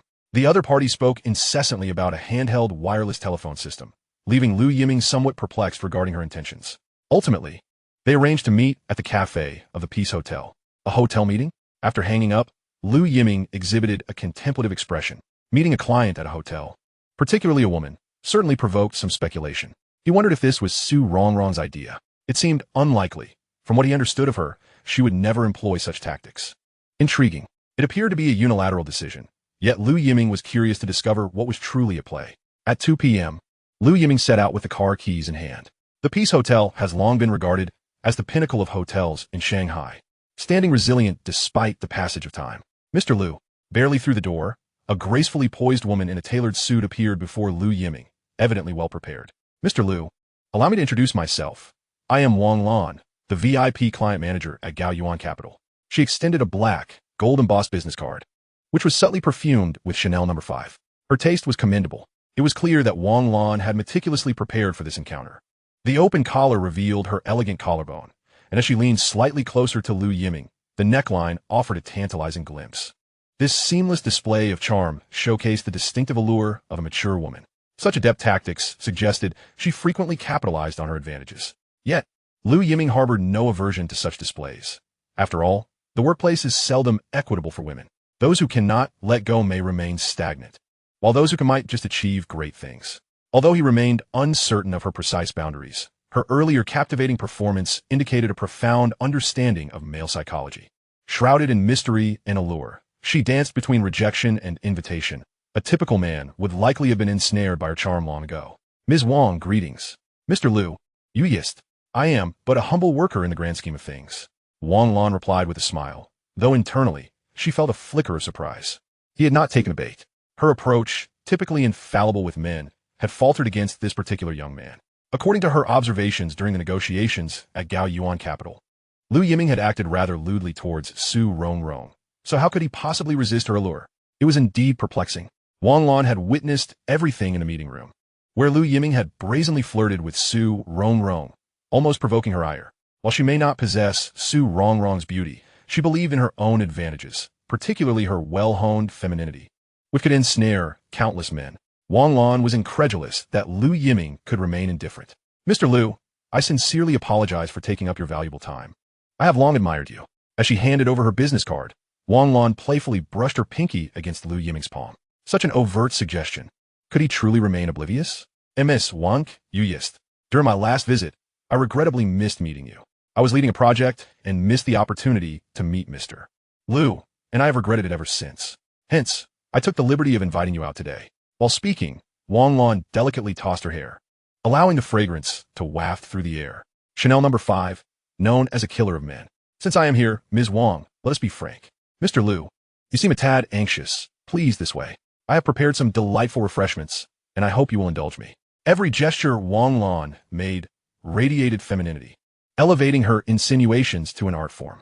The afternoon tea at the Peace Hotel features exquisite pastries from many countries, with the British set being particularly esteemed. Mr. Liu, the Earl Grey tea here is exceptional. I wasn't sure what you would prefer, so I took the liberty of choosing for you. Wang Lan consistently prioritized Liu Yiming, skillfully catering to his ego, which would surely endear her to him. After pouring him a cup of tea, she gracefully settled into the sofa opposite him, crossing her legs. Although clad in a professional skirt, such a posture seemed ill-suited, yet Wang Lan insisted upon it. The sheer black stockings encased her long, fair legs, and this position invoked a strong desire in men to uncover her secrets. From their initial encounter to this moment, Wang Lan's every action had been meticulously calculated. If Liu Yiming were truly a novice, he might have found himself at a loss for words by now. Regrettably, Wang Lan had miscalculated this time. In his previous life, Liu Yiming had stood atop the corporate pyramid, having witnessed far grander spectacles. Not only had he interacted with more enchanting socialites, but he had also navigated far more captivating scenarios. Liu Yiming was acutely aware of the other's intentions. Should he become entangled, it would be akin to wet hands grasping flour, impossible to shake off. Moreover, Wang Lan was not yet worthy of captivating Liu Yiming. Mr. Wang, I have always had no interest in items that have been previously used by others. The moment these words escaped his lips, Wang Lan's previously maintained smile froze instantaneously. What does this mean? Is she implying that I'm secondhand goods? Wang Lan scoffed internally. Had it not been for the palpable sense of crisis she felt within the company, would she have resorted to such underhanded tactics against this inexperienced young lad? Mr. Liu, I must admit, I find your words somewhat difficult to comprehend. She restrained herself, resolutely suppressing her emotions for the sake of the contract. Wang Lan was no fool. She recognized the promising prospects of the handheld wireless telephone system. It was the substantial contract that truly piqued her interest. Naturally, the prospect of undermining Su Rongrong would only serve to heighten her eagerness. Chapter 73. The Harsh Reality. Indeed, Wang Lan was far from foolish. Otherwise, she would not have perceived the lucrative returns associated with the handheld wireless telephone system. However, it was evident that she had employed misguided tactics or selected the wrong opponent. Achieving the position of project manager at GU Capital at such a young age spoke volumes about Wang Lan's capabilities and ambitions. Unfortunately, her jealousy as a woman led her to harbor animosity towards the newly appointed Su Rongrong. The most fatal mistake was her desire to compete with Su Rongrong. Who is Su Rongrong? The legitimate daughter of the Su family. What does this signify? The financial backers of GU Capital were none other than the Su family. They were merely a pawn placed in the bustling metropolis of Magic City. Acting rashly without understanding Su Rongrong's background would undoubtedly lead to a predictable outcome. Not only was it inconceivable for Wang Lan to secure the handheld wireless telephone system contract from Liu Yiming, but even if she did, it would not serve as a leverage for her advancement. Instead, it would hasten her departure from the company.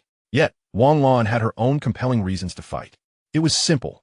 With the departure of the investment department director at GU Capital, the vacant position was one she coveted. Prior to Su Rongrong's arrival, Wang Lan had no rivals at GU Capital, whether in terms of resources or personal achievements. Her ascension to the director position seemed all but assured. Wang Lan understood that as long as the higher-ups reached a consensus, the position would be hers. However, Su Rongrong's sudden arrival instilled an unprecedented sense of pressure within her. The selection that should have been finalized the previous week continued to be delayed. Whispers of rumors filled the company, with everyone suggesting that the director position was tailored specifically for Su Rongrong. Initially, Wang Lan was skeptical. So what if someone was backing her? Competence was paramount. Yet, after probing the sentiments of some senior executives, Wang Lan's confidence began to waver. Those who had once supported her now adopted ambiguous stances, no longer unwavering in their endorsement. Even if she were to ascend, they would be beneficiaries, yet they still hesitated to express their opinions. All of this was a consequence of Su Rongrong's presence. Why should it be so? Wang Lan felt a profound sense of injustice. Clearly, she was the superior candidate. Did effort truly pale in comparison to connections? Thus, Wang Lan had set her sights on the handheld wireless telephone system. She recognized that post-Su Rongrong's arrival, this was the sole project available. If she could pry it from Su Rongrong's grasp, it would not only serve as a blow to Su Rongrong, but also reveal to the senior executives the undeniable truth. GU Capital could not thrive without her. What others cannot accomplish, Wang Lan could. Even if it meant incurring certain costs, she was prepared. What fueled Wang Lan was her ambition. Emer elu, uyest. I come bearing sincerity. Therefore, even in the face of Lu Yiming's derision, Wang Lan's resolve remained unshaken. Oh, then allow me to offer you an opportunity. Lu Yiming had not anticipated that Wang Lan would strive to maintain her smile under such circumstances, albeit it was exceedingly stiff. Intriguing. The woman before him was indeed captivating. In Wang Lan's gaze, Lu Yiming perceived ambition, unbridled ambition. Mr. Lu, I am willing to increase my investment by an additional 10 million, totaling 40 million for a 45 stake. This would constitute a genuine win-win for us. Excellent. Wang Lan's proposition was far more pragmatic than Su Rongrong's. Yet, regrettably, it still failed to meet Lu Yiming's criteria. Whether it was Su Rongrong or Wang Lan, both had their sights set on the handheld wireless telephone system. Unfortunately, neither possessed the audacity nor the precise market positioning required. The handheld wireless telephone system was a revolutionary product set to alter the landscape of domestic communications, rather than merely a contender in the current market. This was a notion that, apart from Lu Yiming, likely no one else could fathom. Not sufficient. Mr. Lu, you hold the reins regarding the handheld wireless telephone system. And with the influx of additional capital, you have already achieved remarkable returns in a short span. I believe both your father and the senior executives of Lu's group would find this outcome exceedingly gratifying, would they not? Such an accomplishment was indeed rare. Yet Wang Lan could not fathom why Lu Yiming continued to adhere to his stance. I understand your perspective, but regrettably, there exists one commonality between us. What is that? Ambition, Mr. Wang. I see ambition in you, yet I possess an ambition that far surpasses yours. Lu Yiming's words elicited a sharp intake of breath from Wang Lan. An air of aggression enveloped her. At that moment, she felt an overwhelming sense of encroachment from Lu Yiming. Not a male's dominance over a female, but an all-encompassing conquest. 30 million for 30. Impossible, Mr. Lu. That simply cannot be. Not only myself, but even the board of directors would not consent. Wang Lan was acutely aware of the board's boundaries. This was a point that even Su Rongrong could not alter. Her confidence in securing a meeting with Lu Yiming stemmed from her ability to offer an additional 10 million, a product of her own connections. Yet, it now appeared that she had erred. Lu Yiming did not require excessive capital to enter the fray. Rather, he sought equity stakes. Yet, this was not a decision Wang Lan could make. It seems you cannot meet my demands. Lu Yiming shrugged. Wang Lan indeed possessed ambition. However, it was regrettable that her aspirations did not align with her current capabilities. Mr. Lu, I implore you to reconsider. Wang Lan, an additional 10 million holds no allure for me, and you seem to have forgotten the most crucial point. What is it? Wang Lan had convinced herself that she had meticulously planned everything, which is why she confidently arranged this meeting with Lu Yiming. Yet, it now appeared that she had been overly optimistic. Wang Lan struggled to comprehend where she had faltered. In truth, even if you acquiesced to my demands, I would still be unable to collaborate with you. What do you mean? Mr. Lu, are you jesting? Or have you already decided on Su Rongrong? You guessed correctly. I don't understand, Mr. Lu. What merits does Su Rongrong possess? Is it merely her beauty? Or is she your ideal woman? At this moment, Wang Lan's composure had evidently shattered. All her previous calmness was cast aside, and she found herself in a state of agitation, unable to grasp where she had lost the battle. Ah, business is business. I am capable of discerning this. Then why? The resources that Su Rongrong possesses are beyond your reach. You lack the capability to engage with the 3 major telecommunications operators, yet Su Rongrong can. While collaboration may be impossible, I can offer you a piece of advice. Sometimes the backdrop dictates everything. An insurmountable barrier that one cannot transcend despite all efforts. It is a harsh truth, yet it remains a fact. Chapter 74. That scoundrel has begun to stir things up again. After Lu Yiming departed, Wang Lan sat alone on the sofa, utterly devastated by Lu Yiming's words. Indeed, despite her relentless striving, she still fell short against the weight of her background. This reality, though cruel, was undeniable. Yet, Wang Lan refused to acquiesce. Reflecting on her past, she realized her only desire had been to ascend through diligence. Was that a fault? She bore no blame. The fault lay not with her. Since her reasoning had fallen on deaf ears with Lu Yiming, she resolved to take the contract to the Lu Corporation herself. Convinced that the company was not an impregnable fortress, Wang Lan believed the terms she proposed were among the most enticing available. Her transformation from confusion to determination was remarkable. Yes, Wang Lan acknowledged her ambition, but it was rooted in her capabilities. Meanwhile, Lu Yiming had already set his Ferrari in motion, bypassing the office and heading directly to Jiyuan Capital. President Su, the general manager of the Lu Corporation, is here to see you. Su Rongrong, who had been engrossed in reviewing documents, perked up at the mention of Lu Yiming's name. Where's the wrench? What I put last time? President Su? What's wrong? The sudden change in demeanor upon hearing Lu Yiming's name was palpable. It was as if she had transformed into an entirely different person. Her expression a mixture of fury and disdain. Was there an untold story between these two? Understood, let him in. Although she wished to rend Lu Yiming limb from limb, her remaining rationality prompted her to make the prudent choice. That morning, Su Rongrong had received a call from her father. Though he did not state it outright, she discerned his underlying message. Her uncle was nearing his breaking point. Despite having sidelined the Lu Corporation, that strategy could not hold indefinitely. If the higher-ups at Telecom learned of this predicament, even with the Su family's backing, her uncle's position would be precarious. Moreover, Lu Yiming's threats were not without merit. The other two operators were also eyeing the situation with keen interest. Should this opportunity slip away, swift development for Telecom would be an impossibility. Taking a deep breath, Su Rongrong endeavored to steady her mindset. It's fine, she reassured herself. Just consider this a bite from that scoundrel. Remain calm. President Su, it's a pleasure to see you again. At that moment, the office doors swung open, revealing a beaming Lu Yiming. That infuriating smile did little to soothe her nerves. Su Rongrong clenched her teeth, thinking that had there not been others present, she might have acted on her impulses. Please, have a seat, she said flatly. President Su, I'll fetch some coffee, the assistant offered. On a previous occasion, Su Rongrong had specifically instructed that her guests be treated to the finest hand-brewed coffee. There's no need. What? I meant to say that President Lu doesn't require coffee. Never mind, just a glass of water will suffice. If not for the assistant's interjection, Su Rongrong would have preferred not to serve Lu Yiming anything at all. Of course, if it were tap water, she would harbor no objections. Ideally, it would poison that scoundrel, allowing her to be free of his presence. President Su's hospitality leaves much to be desired. President Lu is jesting. I can clearly distinguish between friends and foes. Su Rongrong managed a forced smile. Although she was breathtakingly beautiful, such a smile was rather. Isn't President Su curious as to why I am here? Has President Lu come to a realization? That would be best. Let us sign directly and avoid any unnecessary complications. President Su is jesting. I'm certainly not in a hurry. The Lu Corporation is not an unyielding bastion. Indeed, a bit of caution is understandable, but the Lu Corporation is not publicly traded. So it is clear who holds the final say. No need for me to remind you of that, President Su. What do you mean? Are you here to toy with me?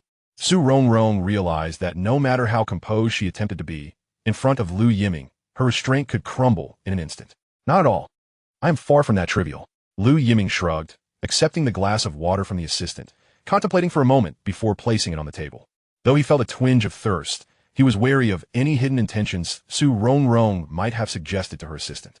Once the assistant delivered the external tea, she promptly exited. The atmosphere in the office had grown decidedly awkward.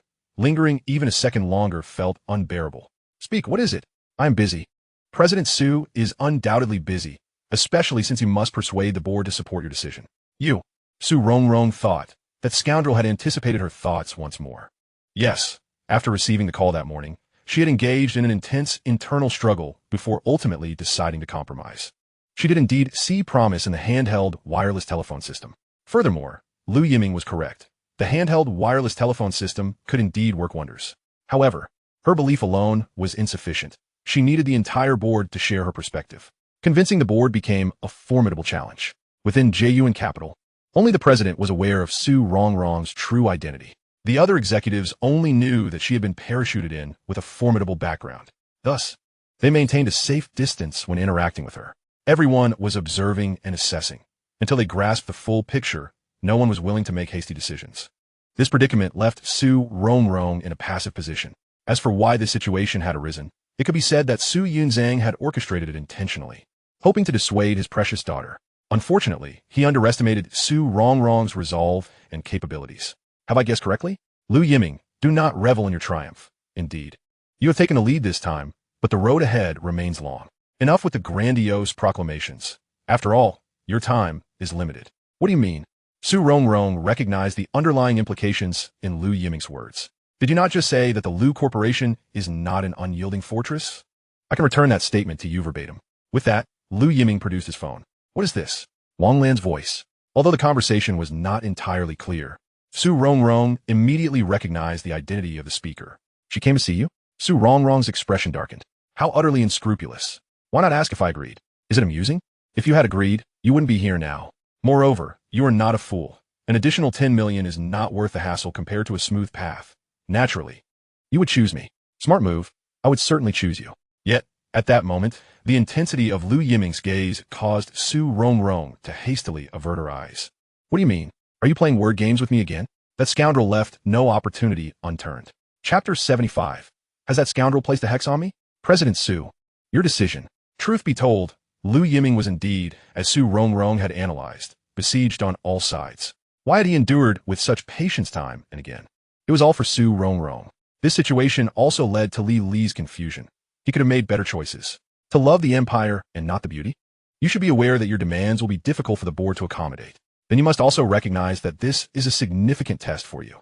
Taking a deep breath, Su Rongrong replied, "Give me 10 minutes. Delighted. Seeing Su Rongrong finally resolve herself, Lu Yiming settled into a comfortable position on the sofa. Wait, is there something else?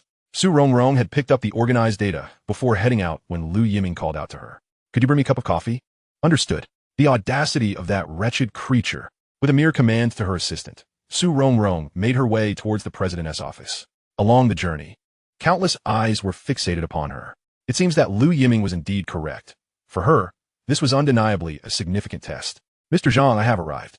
Upon entering the office, a subtle smile flickered across Zhang's face as if he had been anticipating her arrival. Clearly, Mr. Zhang was aware of her intentions. I made a wager with your father, who emerged victorious. Judging by the current circumstances, it appears that I am the winner. Mr. Zhang was in high spirits. It was a rare occasion to triumph over the head of the Su family, an experience indeed to cherish. Of course, the head of the Su family was merely flustered, having contemplated too many possibilities. Oftentimes, the answers are strikingly simple, requiring no convoluted reasoning. I hope you will take a look at this data. No need. 30 million for 30% is quite a bargain. Mr. Zhang, you knew? It turns out he was fully aware of everything, just as Lu Yiming had stated. This was an examination of her capabilities. Indeed, when you first led the team to the Zairihua project, I had already surmised it. As expected, the vision of these magnates is truly remarkable. Mr. Zhang, there's another issue. Ms. Wang Shi is merely being overly clever. Wang Lan has had it too easy these past few years. A stumble now would serve her well. Upon mentioning Wang Lan, Mr. Zhang's expression darkened. He understood that Wang Lan sought to prove herself. Yet, it was utterly unacceptable to undermine the company's foundation. Wang Lan may possess talent and the ability to persuade Lu Yiming, which Mr. Zhang would welcome, but what are the extra 10 million? The distribution of fixed interests. 4 Gao Yuan capital meant relinquishing its vested rights, an idea Mr. Zhang could not accept. Understood. Su Rongrong nodded, handing the documents to Mr. Zhang. He perused them swiftly, signing his name without hesitation. Little Su, you bear a striking resemblance to your father. No, the you of now surpasses him. Thank you. Su Rongrong merely smiled faintly at Mr. Zhang's compliment. The starting point may differ, but the future is still long. Her steps back to the office felt notably lighter. The weight on her heart could finally be lifted. Watching Su Rongrong depart, Mr. Zhang's face darkened as he dialed Wang Lan's number. At that moment, Wang Lan had just approached the vice president of the Lu Group, who was quite taken with the prospect of collaboration. Just as she was on the verge of persuading him, the call from Mr. Zhang caused her expression to shift. Apologizing to her interlocutor, she hurriedly returned to the company. During this interval, her countenance was decidedly grim. She had invested everything. What was the outcome? Damn it, why should this be? Meanwhile, in Su Rongrong's office, she had initially intended to share the good news with that wretched creature. Instead of sleep, this insufferable fellow had actually dozed off on her sofa. Her assistant, standing nearby, seemed equally amused and exasperated. Ms. Su, I was just about to come in with coffee, but Mr. Lu has already leave him be. By the way, draft a contract based on this and collaborate with the legal department. Understood. Su Rongrong was uncertain why. Despite her irritation towards Lu Yiming, she instinctively lightened her steps. It was apparent that Lu Yiming was genuinely fatigued. Indeed, Lily had only seen him playing Minesweeper that morning. However, Lily overlooked the fact that she was usually the earliest to arrive at the office. Why was Lu Yiming there even before her? In truth, Lu Yiming had pulled an all-nighter. Though he wished to collaborate with Su Rongrong, the nature of business is fraught with unexpected twists. He needed to ensure a safety net for himself, hence his preparation throughout the night. No one could afford to take their work lightly, not even Lu Yiming. His request for coffee was not merely a bid for favor, but a genuine need for the stimulation it provided. Yet before the coffee could arrive, he had succumbed to a deep slumber. One could only blame the comfort of Su Rongrong's office sofa. How utterly vexing.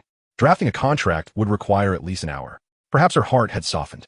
Su Rongrong did not rouse Lu Yiming, but instead removed her shawl. An elegant woman is always prepared with a shawl, and Su Rongrong was no exception. Wait, what am I doing?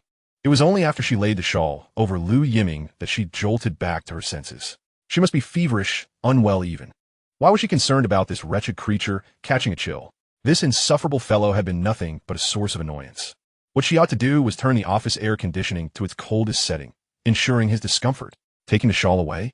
But once awakened, wouldn't she find herself in a predicament? Never mind, he is still a business partner. Even if she wished to see him suffer, it could wait until after the contract was signed. Su Rongrong continued to rationalize her thoughts, sitting in her office chair, gazing vacantly at Lu Yiming's sleeping visage. Strangely enough, he did appear rather appealing in slumber. It was hard to find a man who surpassed Lu Yiming in weight. She must be ill. Her mind was wandering into absurdity. Su Rongrong shook her head, attempting to dispel the ludicrous thoughts and force her attention back to the documents before her. Yet, she found herself glancing up inadvertently. Was she under some enchantment? Unbeknownst to the slumbering Lu Yiming, he possessed a captivating charm in his repose.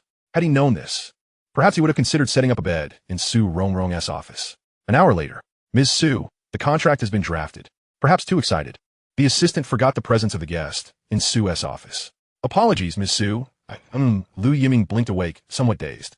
He had actually fallen asleep in Su Rongrong's office, but it had been a remarkably restful slumber.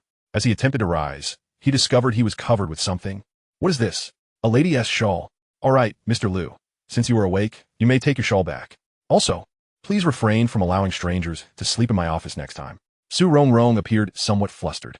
She must not allow Lu Yiming to misconstrue anything. Shawl? What shawl? Oh. Yes, I will be more careful. Her assistant immediately grasped the situation and hurriedly tucked the shawl into her arms. Ms. Su, here is the contract. If all is well, I shall take my leave now. Su Rongrong managed to respond with feigned calm. This wretched creature surely wouldn't uncover her secret. Lu Yiming mused, the scent of this shawl is unmistakably identical to that of Su Rongrong. Did he truly appear to be a mere playboy all these years? Recognizing beauty by scent was a skill he had long mastered. Yet, he chose to spare Su Rongrong any embarrassment, not wishing to put her in an awkward position. Lu Yiming refrained from exposing the truth, instead offering a smile of gratitude towards Su Rongrong's assistant. However, this scene did not escape Su Rongrong's notice. Wretched creature, once again playing both sides. I should not have felt pity for him. Lu Yiming was quite unreserved, not fearing her possible retaliation. You wouldn't dare. After all, we are soon to become partners. Lu Yiming was brimming with confidence. I have an intense aversion to this fellow's omnipotent confidence. The contract is already prepared. What pretense remains? Please, Mr. Lu, peruse it. Su Rongrong gritted her teeth. How could this insufferable man be so detestable upon awakening? Lu Yiming took the contract and scrutinized it. Such standardized contracts are typically vetted by the legal department to mitigate legal risks. As long as the figures are sound, the content is generally acceptable. Su, your attentiveness is commendable. The crucial sections have not been altered, indicating that Su Rongrong is indeed quite sincere. Lu Yiming promptly settled himself opposite Su Rongrong's desk. What do you intend to do? Su Rongrong immediately braced herself. Since the previous incident, her wariness towards Lu Yiming had reached an all-time high. Naturally, to sign, Lu Yiming seized the pen from Su Rongrong's hand and inscribed his name on the contract. Are you not going to take another look? Haiyuan Capital is a significant company. Such a petty maneuver is beneath us. Where's the official seal? It's on my person. The illustrious Lu Group feels almost akin to a mere shell company under your influence. Su Rongrong thought. This man clearly had her at a disadvantage, even bringing the official seal with him. Yet, she could not allow herself to be outdone. She must still deliver her jabs, ensuring this insufferable fellow does not feel too comfortable. After all, they were now partners in collaboration, so she would show some restraint. The signing and sealing proceeded seamlessly, and Su Rongrong swiftly forwarded the contract for review. 10 minutes later, 3 contracts were signed. Mr. Su, here's to a pleasant collaboration. Let us forego the handshake. I fear contagion. Lu Yiming's blatant disdain was palpable. However, after Lu Yiming departed, the assistant hurriedly brought in Su Rongrong's shawl. Mr. Su, would you like me to wash it? No need. The office air conditioning is a tad chilly. Is the office air conditioning cold? I hadn't noticed. This prideful demeanor truly is. Meanwhile, Wang Lan had returned to the company, storming straight towards the president's office. Wang Lan was filled with indignation.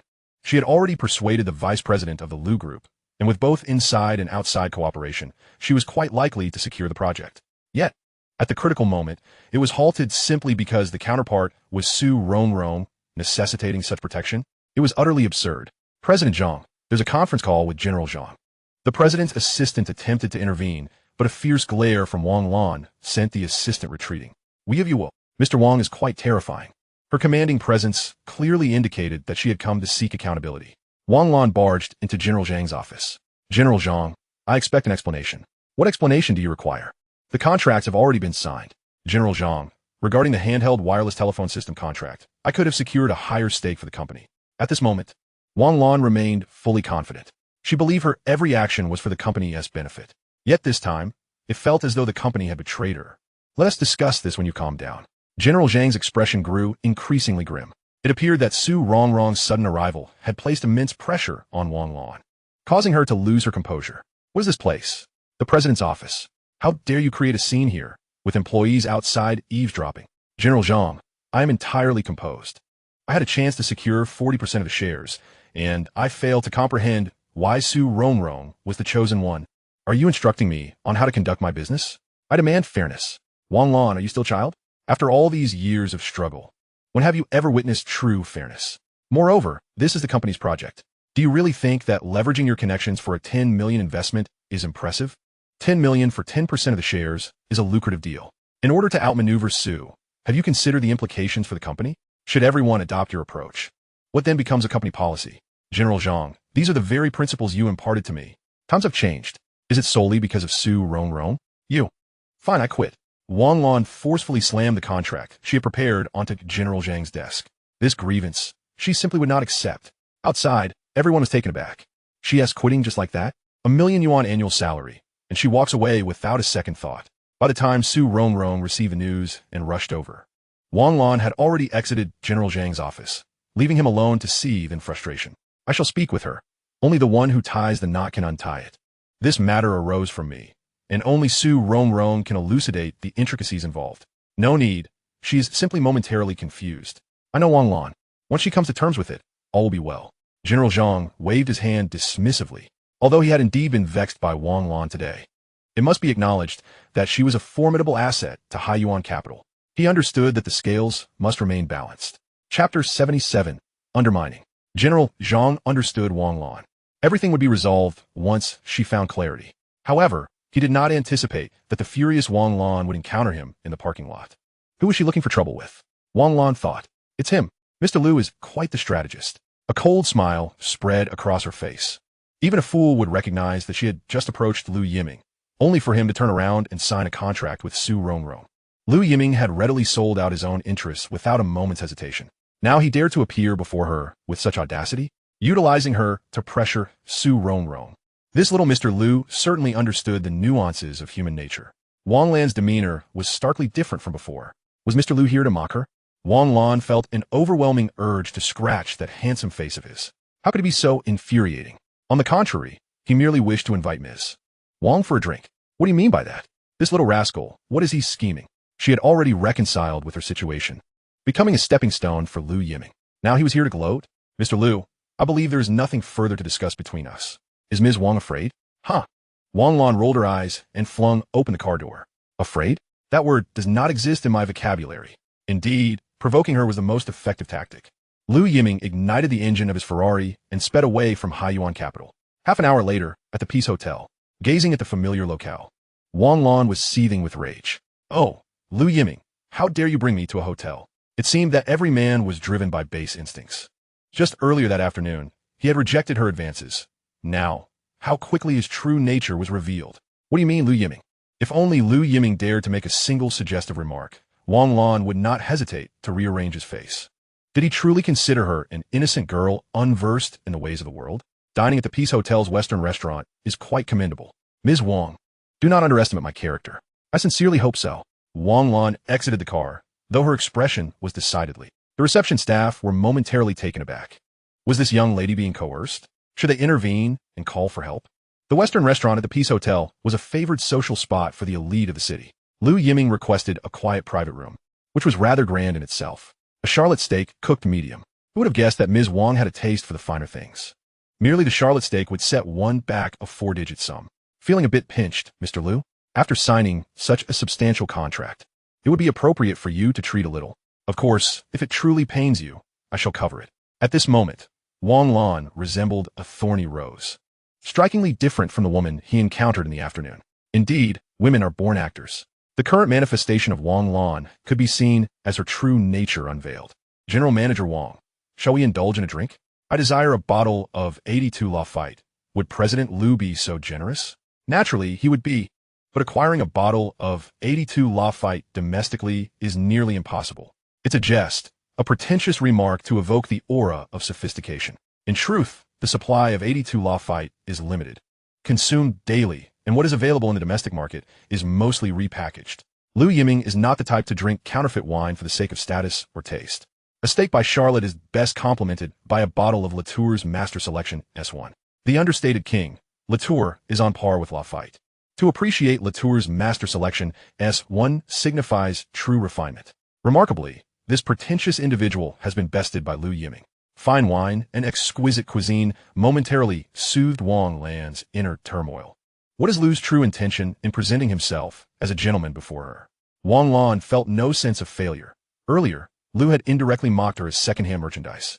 What being second-hand? At 30, is it abnormal to have a man?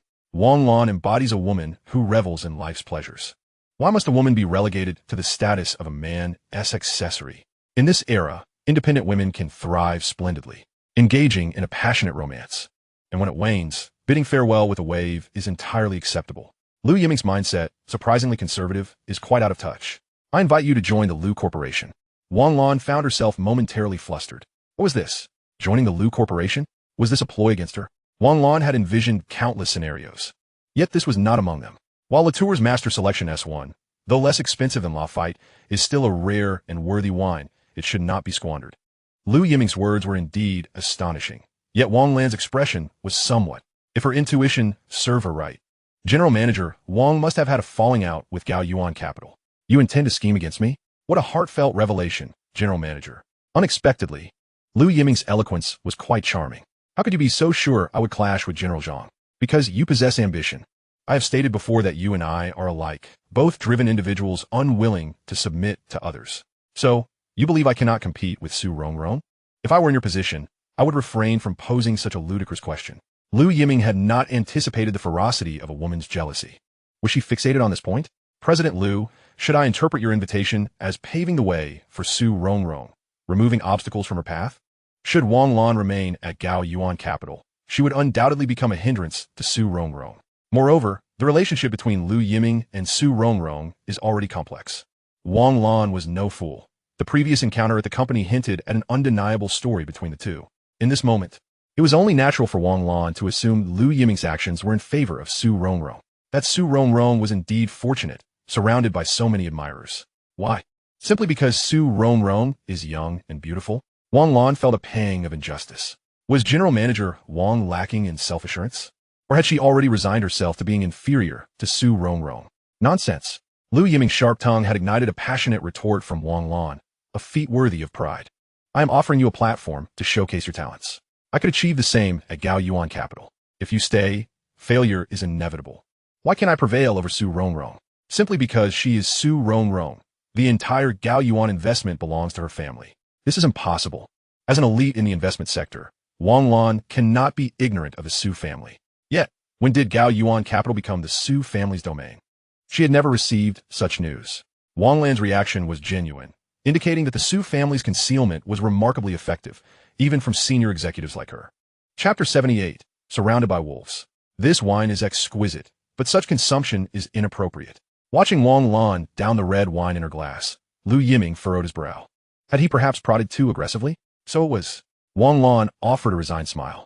Indeed, she had speculated about Su Rongrong's background and even connected her to the Liu Corporation.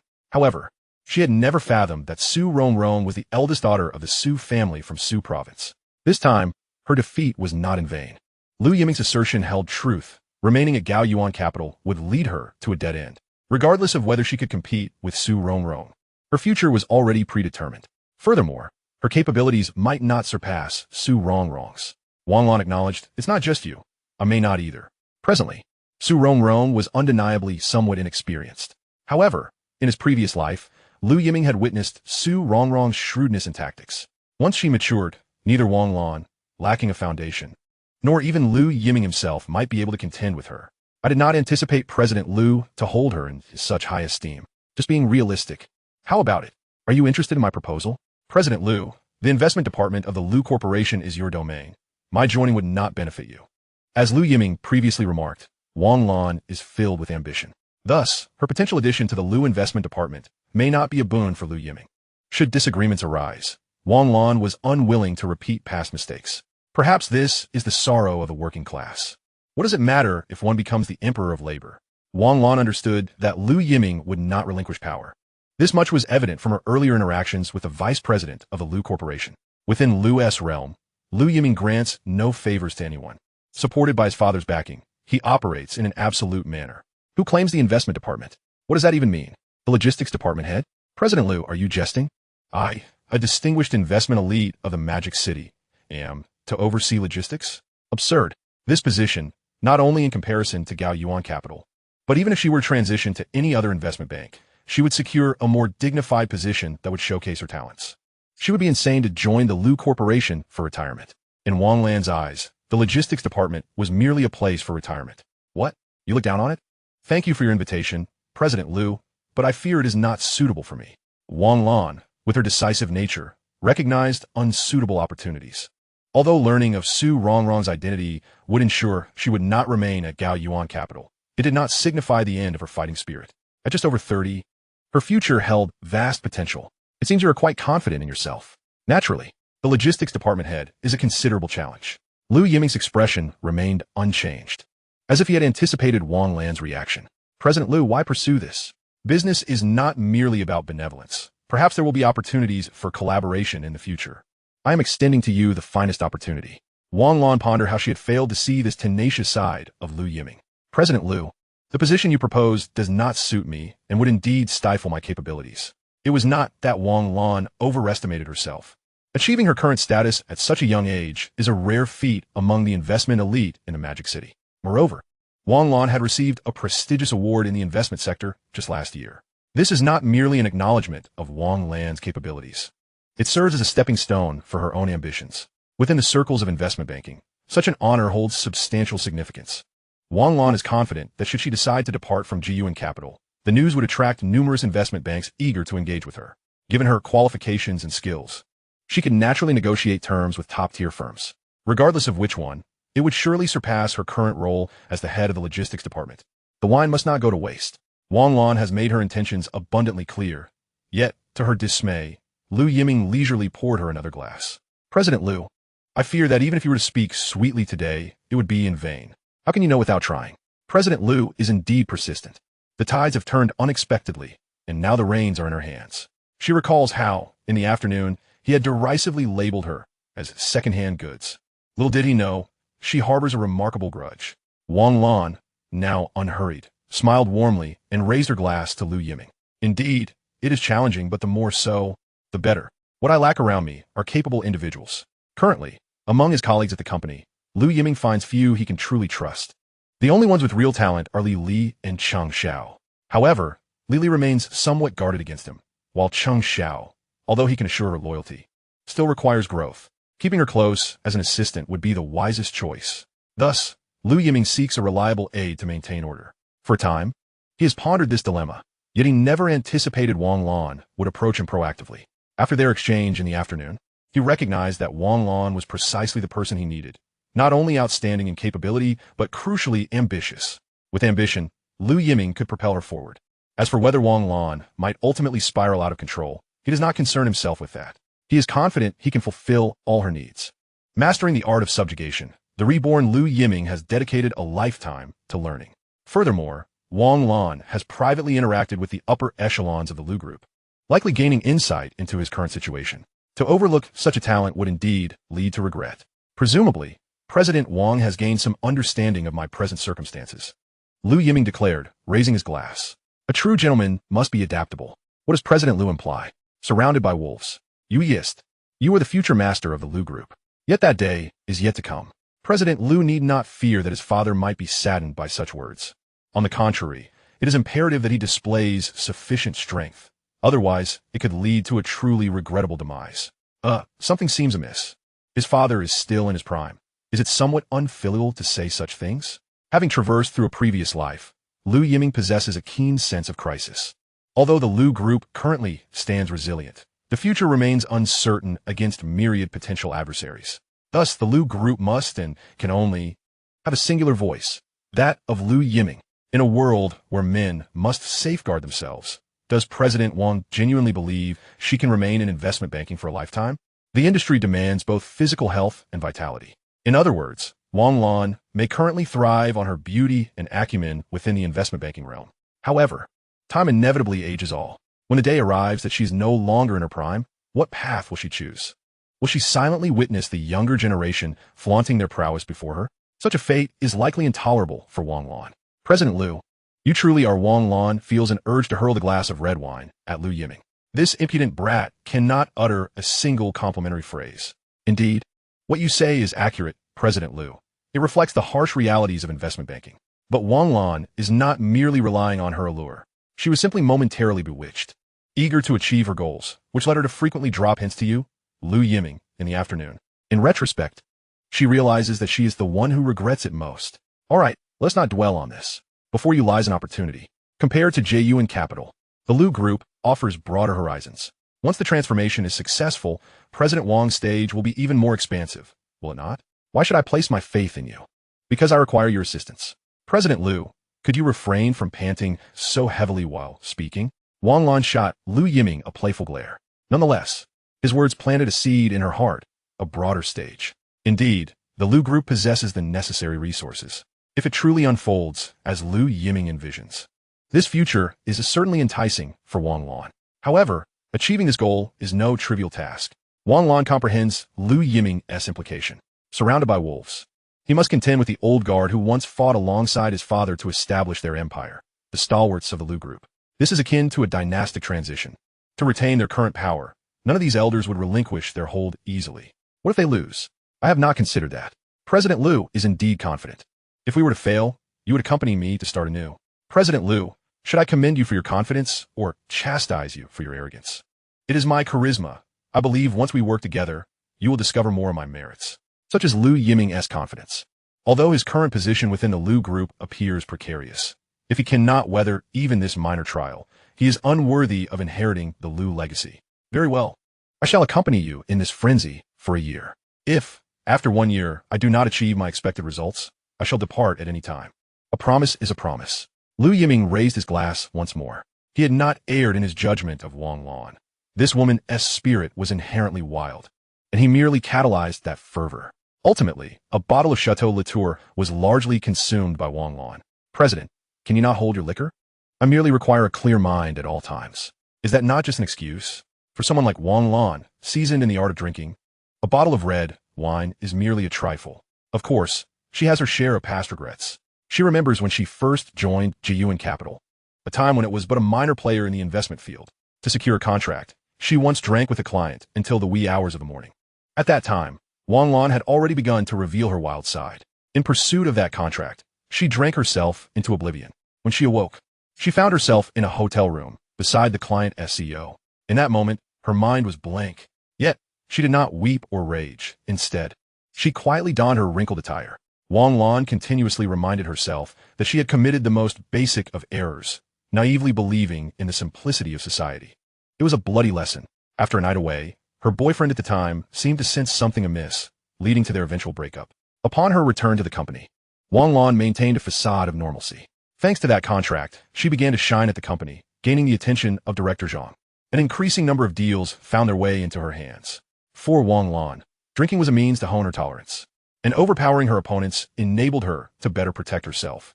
However, all of my efforts ultimately succumbed to the so-called background. Had it not been for Liu Yiming's revelation, I might have foolishly continued to struggle. In the end, I left in obscurity, subjected to the mocking gazes of others. For this, I am profoundly grateful to Liu Yiming. At least he helped me see the truth. Yet, overcoming this psychological hurdle is far easier said than done. Today I, Wang Lan, suddenly yearned to indulge in a night of drunken revelry. It has been ages since I last tasted the intoxicating effects of alcohol. Should I indulge once more? Consider it a reward for my years of hard work. Mr. Liu, this drink lacks excitement. Please feel free. Then I shall not hold back. There is no need for excuses when one desires to drown their sorrows in drink. Of course, it wouldn't be the mastermind of La Tour. With my drinking capacity, I would have to drink Liu Yiming into bankruptcy. An hour, 2 hours. At this moment, the waitstaff at the Western restaurant were left in disbelief. How many bottles had I consumed? Looking at the row of various liquor bottles at my feet. Is this woman truly the legendary wine fairy? It's rather peculiar. Why am I becoming more sober with each drink? It felt as if I were mocking myself. Clearly, I was downing glass after glass. Yet I could not seem to get drunk. It's not the wine that's making me inebriated. It's my own problem. If it were anyone else, I would have been intoxicated long ago. Wang Lan pouted, convinced it was this person's fault. How infuriating. I simply wish to indulge in a drunken stupor. No, I won't drink anymore. I staggered to my feet, but after just 2 steps, I swayed to the side. Had it not been for Liu Yiming's timely support from behind, I would have made quite the fool of myself. I truly am drunk. Liu Yiming shook his head helplessly. Fortunately, he had the foresight to choose a hotel for their outing, a wise decision indeed. Hey, do you think that woman was doing it on purpose? Who knows? Perhaps a wealthy lady has taken a fancy to a pretty boy. It's all a game. The world is vast and full of wonders. I've certainly gained some insight today. As Liu Yiming helped Wang Lan exit, several waitstaff huddled together to gossip quietly. They were all perceptive individuals. The man had barely encouraged her to drink. It was she who was pouring shots for herself. Was this merely an excuse for drunken debauchery? Modern women are truly formidable. Men must protect themselves out there, especially from a guest like her, whose beauty rivals that of the hottest young stars. It seems tonight, she is ensnared in a trap. Chapter 80, New Opportunities and Challenges. In the suite of the Peace Hotel, Wang Lan cradled her throbbing head. This time, I was completely awakened by the pain. Whoever said that indulging in fine wine wound tea lead to a headache? If I could confront the one who espoused such a fallacy, I would be tempted to give them a piece of my mind. Where am I? A hotel suite. It bears an uncanny resemblance to a scene I would rather not revisit. Damn it. How could I have been so gullible as to trust a man? As I turned my stiff neck, if Liu Yiming really lay beside me, I would not hesitate to strangle that little rascal. No one. The other side of the bed is empty. Wang Lan thought, wait. Could it be that this little rascal has taken advantage of the situation and fled after having his way? Such behavior would be even more despicable, throwing off the covers. I found my dress from last night was indeed missing. I wore only the hotel's nightgown. You scoundrel. I just want to know, were you insulting me? In the darkness, a voice suddenly emerged, startling Wang Lan. Mr. Wang, scaring someone can lead to dire consequences. What are you doing here? What do you mean? This room is paid for with my money, Liu Yiming replied, looking exasperated. What happened to my clothes? You vomited. Liu Yiming stated this fact without any emotion. Last night, Wang Lan had indeed been in a state of utter disarray. Wasn't she the one who claimed she could drink 1,000 cups without getting tipsy? How could this have happened? Did you help me change? How novel. The hotel has staff for that. Don't worry, it was a woman. You, Liu Yiming. Are you disdainful of me? At least you have some self-awareness. Get lost. With that, Wang Lan seized a pillow and hurled it towards the source of the voice. A gentleman uses words, not fists. If you have the guts, come over here and see if I use my words. She gritted her teeth in anger. In Liu Yiming's tone, she detected blatant disdain.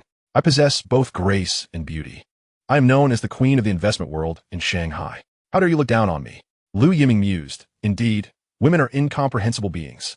Just moments ago, she was in a state of panic, but now that she knows everything is fine, she is back to her antics. He wanted to ask whether they would proceed or not. The next moment, Liu Yiming drew back the curtains, and sunlight flooded the room. Wang Lan instinctively shut her eyes. How bright is the sunlight? What time is it? I'll give you 10 minutes. I'll be in the living room waiting for you. Oh, by the way, the contract has already been drafted and is ready for your signature. What contract? Wang Lan asked, somewhat befuddled. Of course, it's the employment contract.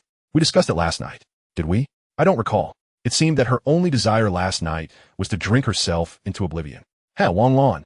You'd better remember, or I won't hesitate to help you recall. Liu Yiming's sinister smile sent chills down Wang Lan's spine. The hairs on her neck stood on end.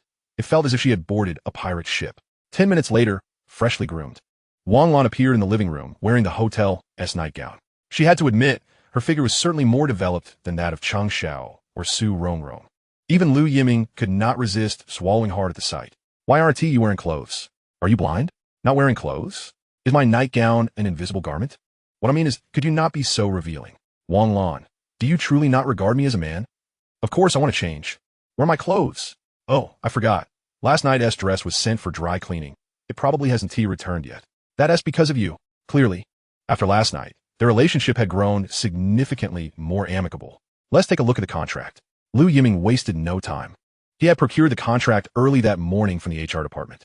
Logically, the logistics supervisor should be considered a mid-level manager, and such matters generally require a meeting for discussion. However, Lu Yiming was resolute, giving the HR manager no opportunity to object, and decisively made the decision himself. The HR manager could not offend a future heir over a single candidate and had no choice but to cooperate in preparing the contract. 200,000 annual salary. Wang Lan scrutinized her salary with disdain. If you look closely, it's 16-month salary, totaling 250,000. Lu Yiming, do you value me at just 250,000? Wang Lan's expression was one of fury. After all, she was among the first group of million-dollar earners in Shanghai. You only offer me a quarter of what I'm worth. You're just a big swindler. The rest, I'll cover personally. Lu Yiming understood that this was indeed somewhat excessive. However, the salary for a logistics supervisor at the Lu Group was standard. He could not alter the company's pay structure for Wang Lan alone. If he did, it could lead to significant trouble. Those old-timers in the company would love to catch him making a mistake. That is more like it, but we need to establish a written agreement. You really don't trust me? Ha! Even brothers need to settle accounts clearly. Lu Yiming, feeling helpless, signed the document, prompting Wang Lan to readily inscribe her name on the contract. Mr. Lu, I look forward to your guidance in the future. Guidance is a lofty term. I will give you 2 days to complete your onboarding procedures and report to your position. I have matters for you to attend to. Wang Lan, taken aback, thought, so soon into the role? It appears no respite is afforded to me. She had just begun to accept the shift in her identity. And now she was expected to dive headfirst into the fray? How unreasonable. This money is not disbursed without cause. The face of capitalism was starkly evident. Adaptation is essential. Lu Yiming mused, unperturbed by the possibility of Wang Lan retracting her commitment since her signature was already affixed to the contract. I have a meeting with Gao Tang today. You shall come to the office to see me the day after tomorrow. With that, Lu Yiming made his exit. Gao Tang from the telecom group? Are you still in the dark? I understand now. No wonder you chose to collaborate with Su Rongrong. She's part of the family. After all, making competition futile. Wang Lan had come to terms with reality. In terms of connections, she was no match for Su Rongrong. A fact made glaringly clear once Lu Yiming unveiled Su Rongrong's intricacies. You needn't concern yourself with this matter. Your role has shifted. Lu Yiming's objective was to facilitate Wang Lan's swift acclimatization to her new position, especially given the mounting internal pressures within the company. He also needed to prepare for unforeseen circumstances. Additionally, he owed Su Rongrong an explanation regarding the last incident involving Zhang Zan. This matter, too, needed resolution to dispel lingering misunderstandings. Lu, you scoundrel. As she watched Lu Yiming depart, Wang Lan could not help but voice her disdain. Yet internally, she felt a surge of excitement. Challenges and opportunities, that was what Wang Lan relished most. In Chapter 81, A Grand Vision for the Future, Su Rongrong took the initiative to make contact, and Lu Yiming easily met Gao Tang at the headquarters of telecom in the bustling metropolis. Young Master Lu, I have been exceedingly busy lately. I had intended to arrange a meeting within the next few days, and I truly did not expect you to partner with Rongrong. It seems we are quite fated. Gao Tang wore a broad smile that exuded sincerity. As for what Gao was preoccupied with, only he could fathom. Yuyist, Gao. Good things often take time. Acknowledging the unspoken truths, maintaining decorum was a fundamental rule in the business realm. As a seasoned player, Lu Yiming adeptly maintained his composure. To be candid, during their initial encounter, Lily had worried that Lu Yiming's youthful exuberance might lead to conflict, necessitating her to intervene. However, observing the unabashed, mutual flattery between the two men was almost more shameless than herself. In contrast, Su Rongrong lacked such audacity, being privy to the underlying truths. A hint of embarrassment often graced her demeanor. If it weren't for her uncle's assistance, she wouldn't have had to evade scrutiny these past few days. Thankfully, she had finally secured a 30 stake, which provided some degree of relief. Once the 3 parties settled in the conference room, Lily distributed the compiled briefings to each attendee. Young Master Lu, Rongrong has been extolling the future of the handheld wireless telephone system, and I am quite curious about what advanced technology warrants your devoted attention. Gao Tang was indeed familiar with the handheld wireless telephone system. Yet decisions at telecom required the consensus of higher-ups, and persuading them would rest upon Lu Yiming's shoulders. Rather than a negotiation, Today felt more like a preliminary examination. Perhaps there has been a misunderstanding, Gao. The handheld wireless telephone system isn't classified as cutting-edge technology. Compared to the currently mainstream 2G era, the handheld wireless telephone system seems to be regressing in history. Upon hearing this, not only did Gao Tang's expression shift, but even Su Rongrong appeared taken aback. Who speaks such blunt truths? Such candor was likely to arouse skepticism among telecom's upper echelons, especially since the company was already lagging behind its competitors. Young Master Lu, do you truly comprehend the implications of your statements? Gao Tang frowned, revealing a hint of discontent. It seems you're still too young. The executives at Telecom, including himself, were not seeking such revelations. Please remain calm, Gao. I merely present the future before you. As for your choices, there will be ample time for consideration and inquiry once I finish my discourse. Lu Yiming maintained an air of equanimity before Gao Tang. This commanding presence was not something a mere 20-something could easily command, a fact that piqued Gao Tang's curiosity. In Telecom, department managers in their 40s and 50s trembled at his presence. They scarcely dared to raise their voices, let alone speak boldly. Yet here Lu Yiming stood, discussing matters with unyielding confidence. Very well, I shall attentively listen to your analysis, young Master Lu. The handheld wireless telephone system converts the final segment of the fixed telephone line from a cable connection to a wireless communication method, comprising components such as the RT terminal equipment, ATC air traffic controller, RP base station controller, and PS mobile phone. In essence, it can replicate all functions of a fixed-line telephone. That's rather vague. Young Master Lu, what do these functions entail? Call forwarding, three-way calling, voicemail. Is that all? Naturally not. The handheld wireless telephone system also possesses features characteristic of mobile phones, including roaming, wireless internet access, location-based alerts, and various ISDN services. If that is the case, I find it challenging to discern its competitive edge. Gao. The handheld wireless telephone system's greatest attribute lies in its low rates akin to fixed-line telephones, while offering the multi-functionality of mobile phones. This, of course, serves as the foundation for our collaboration. I believe obtaining network access qualifications will not pose a challenge for Telecom, Lu Yiming asserted with unwavering confidence.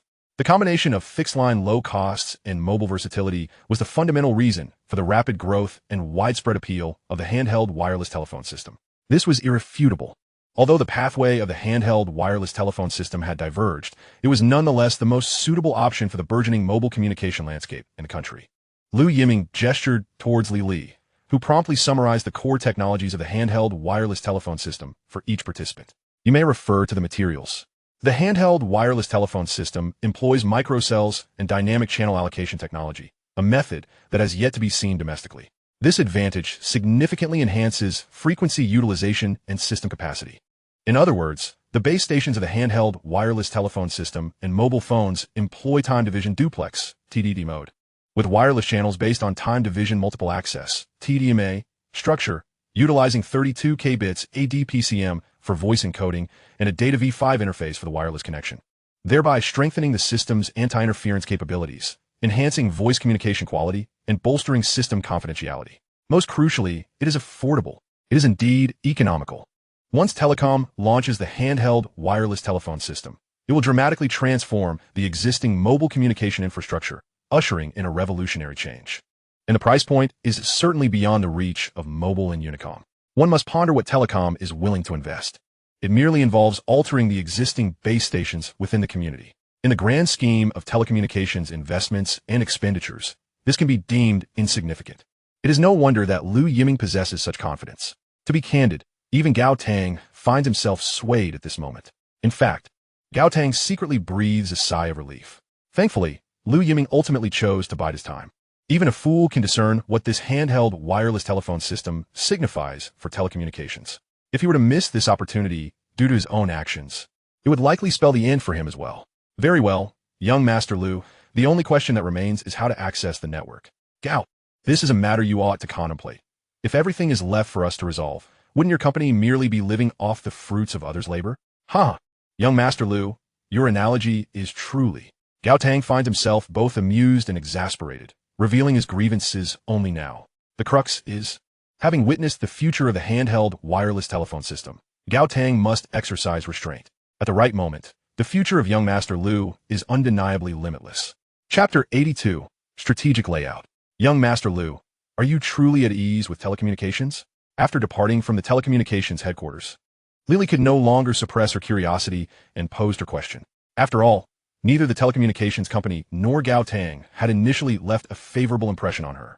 Had it not been for Lu Yiming's urgent intervention this morning, it is conceivable that Li Li and Chang Xiao would have already made their appearance in the offices of the other two operators. I know what you wish to convey. Lu Yiming shrugged, merely alluding to the notion of favoring beauty over power. In Li Li's mind, she likely believes that she is infatuated, thus willingly awaiting Su Rongrong's contract signing. I do not share that sentiment. You do. Very well, I can see that I do. Lu Yiming, such candor is refreshing. The three major operators may outwardly appear similar, yet at this particular juncture, the government support for telecommunications is the most substantial. Young Master Lu, I must remind you that such statements require substantiation. It is quite simple. The handheld wireless telephone system necessitates a 1,900 MHz to 1920 MHz frequency band wireless access system, and the other two operators are unlikely to secure support. Why can telecommunications achieve this? Gao Tang, young Master Lu, are you implying? It is easier to navigate with connections in high places. It is prudent not to speak too plainly. Lu Yiming must acknowledge that the power of the Su family is indeed formidable. Just remember this crucial fact. We are merely seeking quick profits. Lu Yiming stretched. Having minimized the costs associated with the handheld wireless telephone system, the substantial profit margins are sufficient for the Lu Group to navigate through its rapid growth phase. This is Lu Yiming's true aspiration. As for the trends he initiates, I apologize, but within the next 5 years, no one else shall attempt to follow suit. Once the 5-year period elapses, Lu Yiming plans to openly share the technology and usage rights of the handheld wireless telephone system domestically. He, in turn, will gradually withdraw from this domain. Everything is meticulously orchestrated within Lu Yiming's grand design. From the very beginning, he has laid out the entire strategy, each element interconnected as a foundation for future endeavors. By the way, make arrangements. A newcomer will be reporting in a few days. Lu Yiming was referring, of course, to Wang Lan. What position? Supervisor of the logistics department. Young Master Lu, Li Li is no fool. As the president's assistant, she has witnessed numerous such scenarios. Is he out his mind? Young Master Lu has yet to solidify his own standing within the group and is already contemplating this. Does the president know? If the president were aware, how would he react? What, are you afraid? You're playing with fire. Rather than saying that, it is more accurate to assert that some individuals have failed to keep pace with the times. They cannot even utilize basic computer languages or office software, merely occupying their positions without merit, which aptly describes them. The president would not permit you to take action. Compared to Lu Yiming, Li Li understands the president better. Those individuals are the veterans who assisted the president in establishing the company. The president is also known for his sentimental nature. During Li Li's tenure, the president had numerous opportunities to address these elders. Yet, what was the outcome? In critical moments, the president remained nostalgic and could not bring himself to act. Otherwise, the old guard would not occupy so many senior positions within the company. This is clearly a result of the president's indulgence. Even Lu Yiming, when faced with these seasoned veterans, would likely find it challenging to prevail. Lily does not support Lu Yiming taking action against these elders. Such an endeavor would be a tremendous blow to Lu Yiming's reputation. Should he take action, regardless of the outcome, it would result in a lose-lose situation for him. Suppressing veteran loyalists is no trivial matter in any company. Young Master Lu, the best course of action is to persuade the president. Only he possesses the stature to quell any dissenting voices. Throughout history, has it not always been thus? Do you believe my father can be so ruthless? The outcome is all too evident. If it were possible, I would not need to intervene. Lu Yiming is acutely aware of the pros and cons. However, if these old-timers understood their place, he would not mind retaining them. The issue lies in the fact that they have already taken action against him. This is what Lu Yiming cannot tolerate. Not only do they create obstacles within the company, but they also take the opportunity to incite him. The matter concerning Su Rongrong weighs more heavily on Lu Yiming's mind. In his previous life, he acquiesced to their demands. Ultimately, the Lu Group met its demise. Yet, what those senior executives? One by one, they betrayed the company's interests, profiting handsomely while the Lu Group floundered. In the end, his father succumbed to exhaustion and died. Lu Yiming was powerless to prevent them from dividing the group. Since they have already turned against him, he believes this will not be a singular occurrence. Rather than perpetually guarding against thieves, it is better to resolve the problem entirely. Young Master Lu, you must consider carefully. The time for open conflict has not yet arrived. It is an inevitable matter. Since my father cannot bear to do so, I shall take it upon myself as his son. Striking while the iron is hot is Lu Yiming's forte. Meanwhile, At Jiyuan capital, a revitalized Wang Lan reappears. In stark contrast to yesterday's disarray, today's Wang Lan exudes an entirely different demeanor. Wow! Wang's self-regulating ability is remarkable. After yesterday's turmoil, today she seems unfazed. It is no wonder she has achieved her current position. Perhaps Wang is feeling quite helpless. It should have been her. Shu, do you dare utter such words? The senior executives at Jiyuan Capital collectively fell silent. Clearly, something was amiss. As a grassroots employee of the company, one must never carelessly voice opinions. To do so would spell disaster. If you lack such basic common sense, you have no place in the investment circle. I knew you would quickly regain your composure. Rest assured, opportunities abound for you. When Zhang saw Wang Lan, a victorious smile spread across his face. Wang Lan is an astute individual. Clever people naturally make the right choices. Jiyuan Capital and Wang Lan share a mutually beneficial relationship. Wang Lan would never choose to depart during this pivotal period of Jiyuan Capital's ascent. This is Zhang's confidence. However, this time, Zhang has evidently miscalculated. I apologize, Zhang, but today I am here to submit my resignation. What do you mean? Is it not clear? I am done. Wang Lan felt an unprecedented sense of exhilaration. You merely paint grand visions for yourself. Well then, I hereby officially inform you. I am quitting. Chapter 83. The Fallen Rascals of Siju City in this contemporary era. The guest house has emerged as a quintessential establishment. Even in the bustling metropolis of Magic City, numerous goose houses of varying sizes abound. Today's Luan district, formerly the French concession, boasts tranquil streets lined with sycamore trees. Elegance is a legacy. Within one such guest house in Luan district, we have been waiting for a week. Do you think that fellow is playing us for fools? It seems unlikely. Surely, Liang Qian must grant him some consideration. Nonetheless, Zhang Bing appears to lack confidence. Although he still possesses over 1 million, he and Hyang dare not spend extravagantly. Magic City seems to operate with its own currency valuation. 1 million may seem substantial, but once one begins to indulge, it evaporates swiftly. Naturally, they cannot afford the luxury of high-end hotels. While the guest house may lack refinement, the allure lies in its modest price of 50 yuan per night. If worst comes to worst, we can always head north. I have 2 comrades thriving in the northeast. Enough of that. You know what they do. To speak candidly, they could be apprehended at any moment, and if that happens, we would bring shame upon our families, ruining our lives forever. Siju City has become untenable. What would our families say if further troubles arise? Both our fathers have lived their lives with integrity. They should not have to endure disgrace at the hands of their own descendants. I'm not suggesting we stay long. Bingzi, that line of work offers quick returns. We can score a few deals and then retire. To be honest, Hyang is genuinely tempted. The last time he visited, his 2 comrades flaunted their luxurious mink coats with ostentation, gold chains and beepers in hand. The only thing missing was a cigar clenched between their lips. Back in the army, they were merely following in his wake. Who would have thought that 10 years could turn the tides so dramatically? Fortunately, those 2 comrades are nostalgic and have expressed a desire to welcome him into their fold. Hyang is truly considering it. However, at that time, their business in Siju City was still stable, and they had not yet faced any investment failures.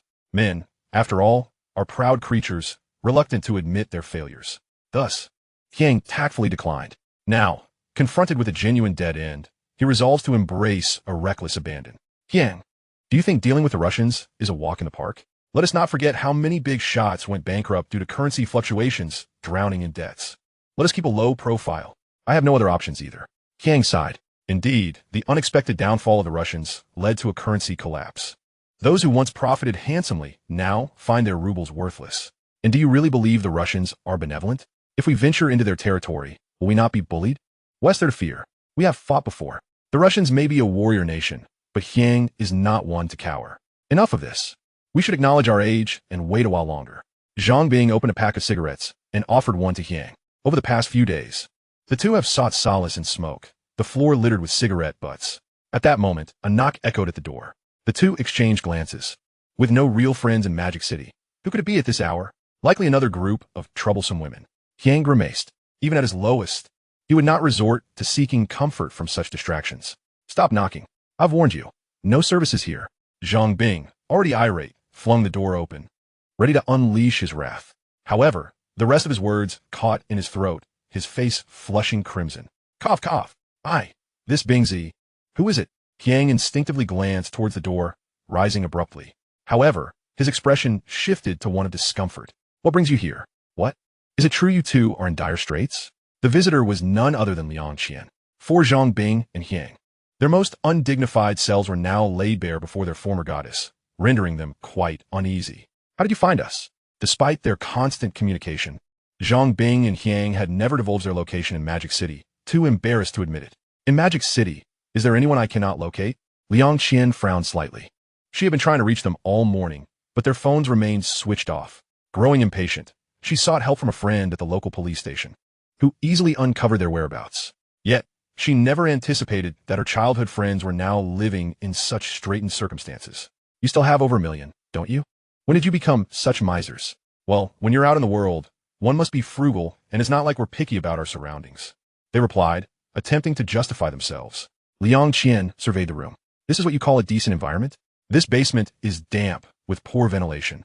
And the entire guest house carries an indefinable odor. The cobwebs in the corners are quite the eyesore. Liang Qian knew her childhood friends well. They had always been concerned with appearances, often putting on a brave face. Now, to find them willingly residing in this basement, it must truly be a last resort. She regretted having initially overlooked Yiming's predicament.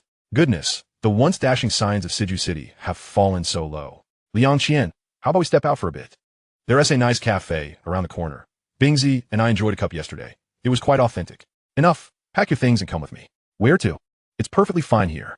Fine. If you're going to maintain your pride in front of me, then don't seek my assistance again. Wait, why are you getting angry all of a sudden? Yiming quickly intervened, blocking Liang Qian, who seemed ready to leave. Are we still friends? Liang Qian crossed her arms, regarding them with a sardonic smile. Of course, you're still my Qianjia. Satisfied with the response, Liang Qian nodded. Then listen to me. Hurry up and pack your things. I can't stay in this place. Sometimes, such disdain does not wound. Rather, it offers a sense of relief for Yiming and Zhongbing. Liang Qian remains unchanged, still the same Liang Qian of old, unaffected by their misfortunes. The dynamic they once shared continues seamlessly, bringing a comforting familiarity. As for her disdain for the environment, naturally, Zhongbing and Yiming share that sentiment. During their prosperous days, they had never endured such hardships, let alone Liang Qian, who had been spoiled like a princess since childhood. Yiming and Zhongbing hastily gathered their belongings. Upon checking out, however, they found themselves shortchanged on the day as a lodging fee. In front of Liang Qian, the two men decided to be magnanimous, declaring, it's only 50 yuan. Will it slide? Chapter 84. Look at me, I'm sweating profusely. How brazen of you. A perfectly good Audi 100 parked here. And you have no shame at all. At the entrance of the guest house, the Audi 100 stood out like a sore thumb. Hey, in business, it's all about appearances. With their facade thoroughly stripped away before Liang Qian, Yiming and Zhongbing could no longer pretend. Indeed, the once dashing rascals of Siju City had fallen from grace. This Audi 100 was procured through connections from the military. Though well-maintained, it had already clocked over 300,000 kilometers. Originally, it was to be sent to the logistics department for a complete overhaul. The two men had invested a little money, benefiting both parties, but ultimately, the military license plate was their primary concern. The vehicle had not passed inspection and still bore the registration of the General Staff's Logistics Department. Come on, keep up with me. Liang Qian drove a 1992 Toyota Crown Century. The two vehicles, one behind the other, arrived directly near Jing'an Temple. At the Sheraton in the magical city, this establishment stood in stark contrast to the previous guest house.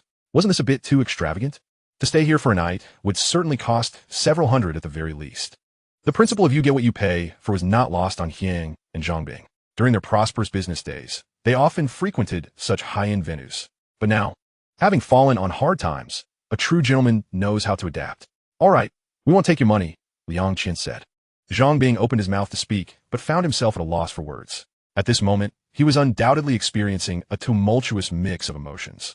Liang Qian had always been the goddess in his heart, and now he found himself in her presence. What? Was everything he just said in vain?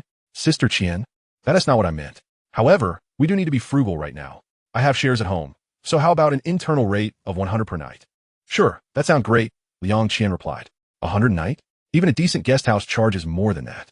Having secured the rooms, Liang Qian handed the key cards to the two men. What? Do you want me to escort you upstairs? No, we can manage ourselves. Hurry up, be formal about it. I'll be waiting for you in the lobby. Is there something else? How unusual. Of course, I have something to discuss with you. My brother has some news. We're meeting this afternoon, otherwise I wouldn't be searching for you everywhere. It's my fault. I drank too much last night and forgot to charge my phone. The two men had indulged in peanuts and urquatu, inadvertently getting tipsy. Let us go quickly. All right.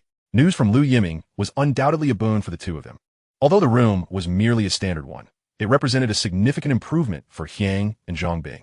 Bro, this favor is hard to repay. Hyang sighed as he gazed at the luxurious decor. Though he didn't voice it, he understood the situation clearly. Despite Liang Qian's family owning shares in the hotel, the claim of an internal rate of 100 yuan per room was sheer nonsense. The more upscale the hotel, the stricter the rules. The management system of hotels is not easily altered. It was likely that Liang Qian had discreetly subsidized the cost to allow the two to stay comfortably. As for Zhongbing, he remained silent upon entering. Hyang patted his brother on the shoulder, knowing he was feeling down. But there was little he could say to comfort him at that moment. All right, let us get ready quickly so we don't keep Sister Qian waiting. Having come from the military, Hyang took a quick shower and shaved cleanly. Half an hour later, the refreshed duo reappeared before Liang Qian. Not bad, that looks much better. Liang Qian nodded in satisfaction. At least they no longer appeared so dejected. Initially, the two brothers had intended to drive their Audi 100. But Liang Qian insisted on taking her car instead. Saving on gas was a plus, especially since the Audi 100 had a rather inefficient engine. After all, it was a military vehicle. However, in the bustling business scene of the magical city, such distinctions mattered little. The military plate provided free parking but offered no other advantages. It was strange that the business community here preferred to maintain a distance from the military. Each locale had its own market dynamics. Liang Qian drove directly to Nanjing Road, which was in close proximity to the pedestrian street, merely separated by a wall. This area was teeming with tourists. Liang Qian's reasons for bringing them here were unclear. Where are the others? I've arrived. She promptly dialed Lu Yiming's number without hesitation. Right away. In this era, mobile phones worked such that a loud conversation could be overheard by those nearby. Hurry up. The sun is blazing, Liang Qian urged. 10 minutes later, a sweaty Lu Yiming appeared before Liang Qian. Stupid brother, were you doing this on purpose? Liang Qian complained upon seeing him in the shade. Look at you. To her surprise, Lu Yiming leaned in closer to her face. What are you doing? Liang Qian instinctively recoiled. This cheeky brother of hers had caught her off guard. Truth be told, she felt quite pleased by Lu Yiming's sudden closeness. Though with so many people around, she felt the need to maintain some decorum. Moreover, she hadn't asked Lu Yiming to perform today. She had already clarified with Zhongbing that their relationship was purely platonic. Unfortunately, in her attempt to lean back, she lost her balance and began to fall.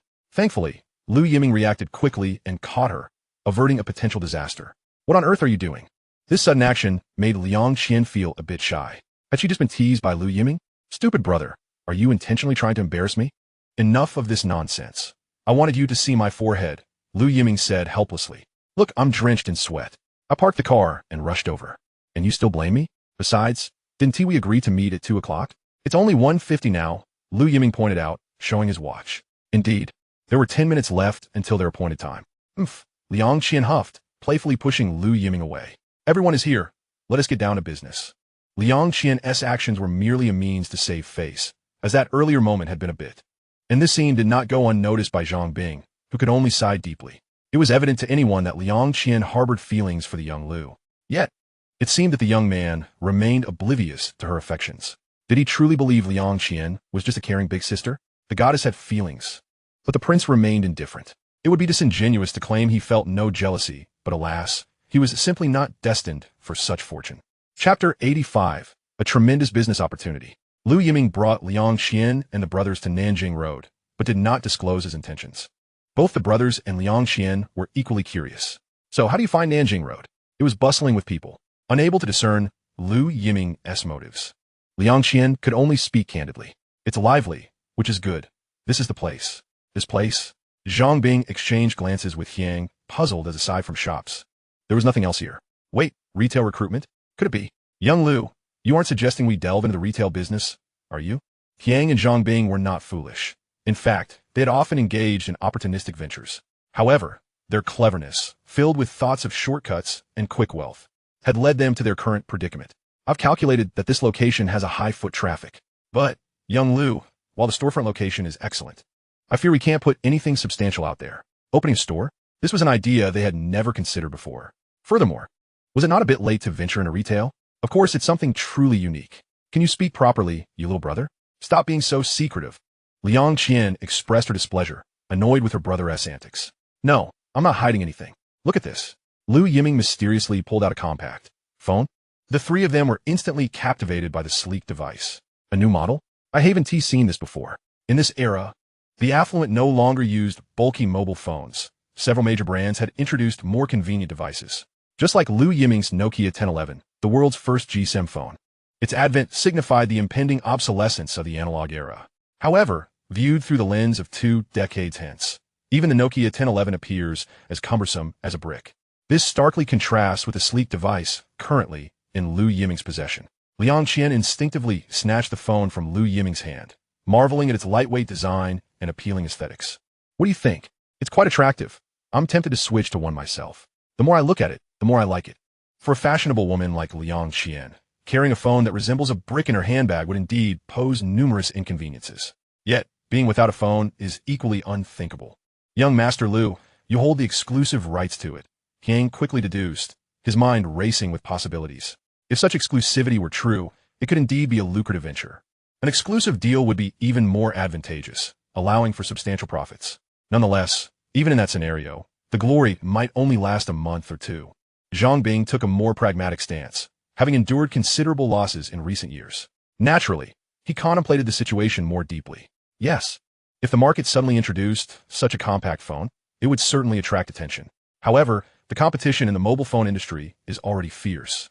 To seize the Huaxia market, manufacturers employ every tactic imaginable. A newly launched phone would likely be imitated and surpassed within 2 months. While there may be profits in that brief window, what then? Is it worthwhile to invest in a shop just for a single phone model? Remember, this is Nanjing Road, just a wall away from the pedestrian street. A 40 square meter store commands a rental fee of 100,000 per month, payable quarterly, along with renovation costs. The initial investment would amount to around 500,000, effectively half of their total assets. Moreover, for the vast majority of ordinary citizens, mobile phones remain a luxury. How many can afford a price tag nearing 10,000? Of course, some manufacturers have begun to recognize this reality, launching more reasonably priced products. Yet, due to technological constraints, these remain out of reach for most. Although the exact price of Liu Yiming's phone is still unknown, it is reasonable to assume it is not inexpensive. The quantity they could sell remains uncertain. And more critically, any profits would need to be returned to the manufacturer. With this in mind, Zhang Bing harbored doubts about the phone's future. Even Yang and himself were still clinging to their outdated analog devices. It is likely that the majority of people share this mindset. Liu Yiming, this phone is indeed impressive. But merely having such a product may not suffice. Liang Qian also came to a realization. Furthermore, the Liu Group is not in the mobile communication sector.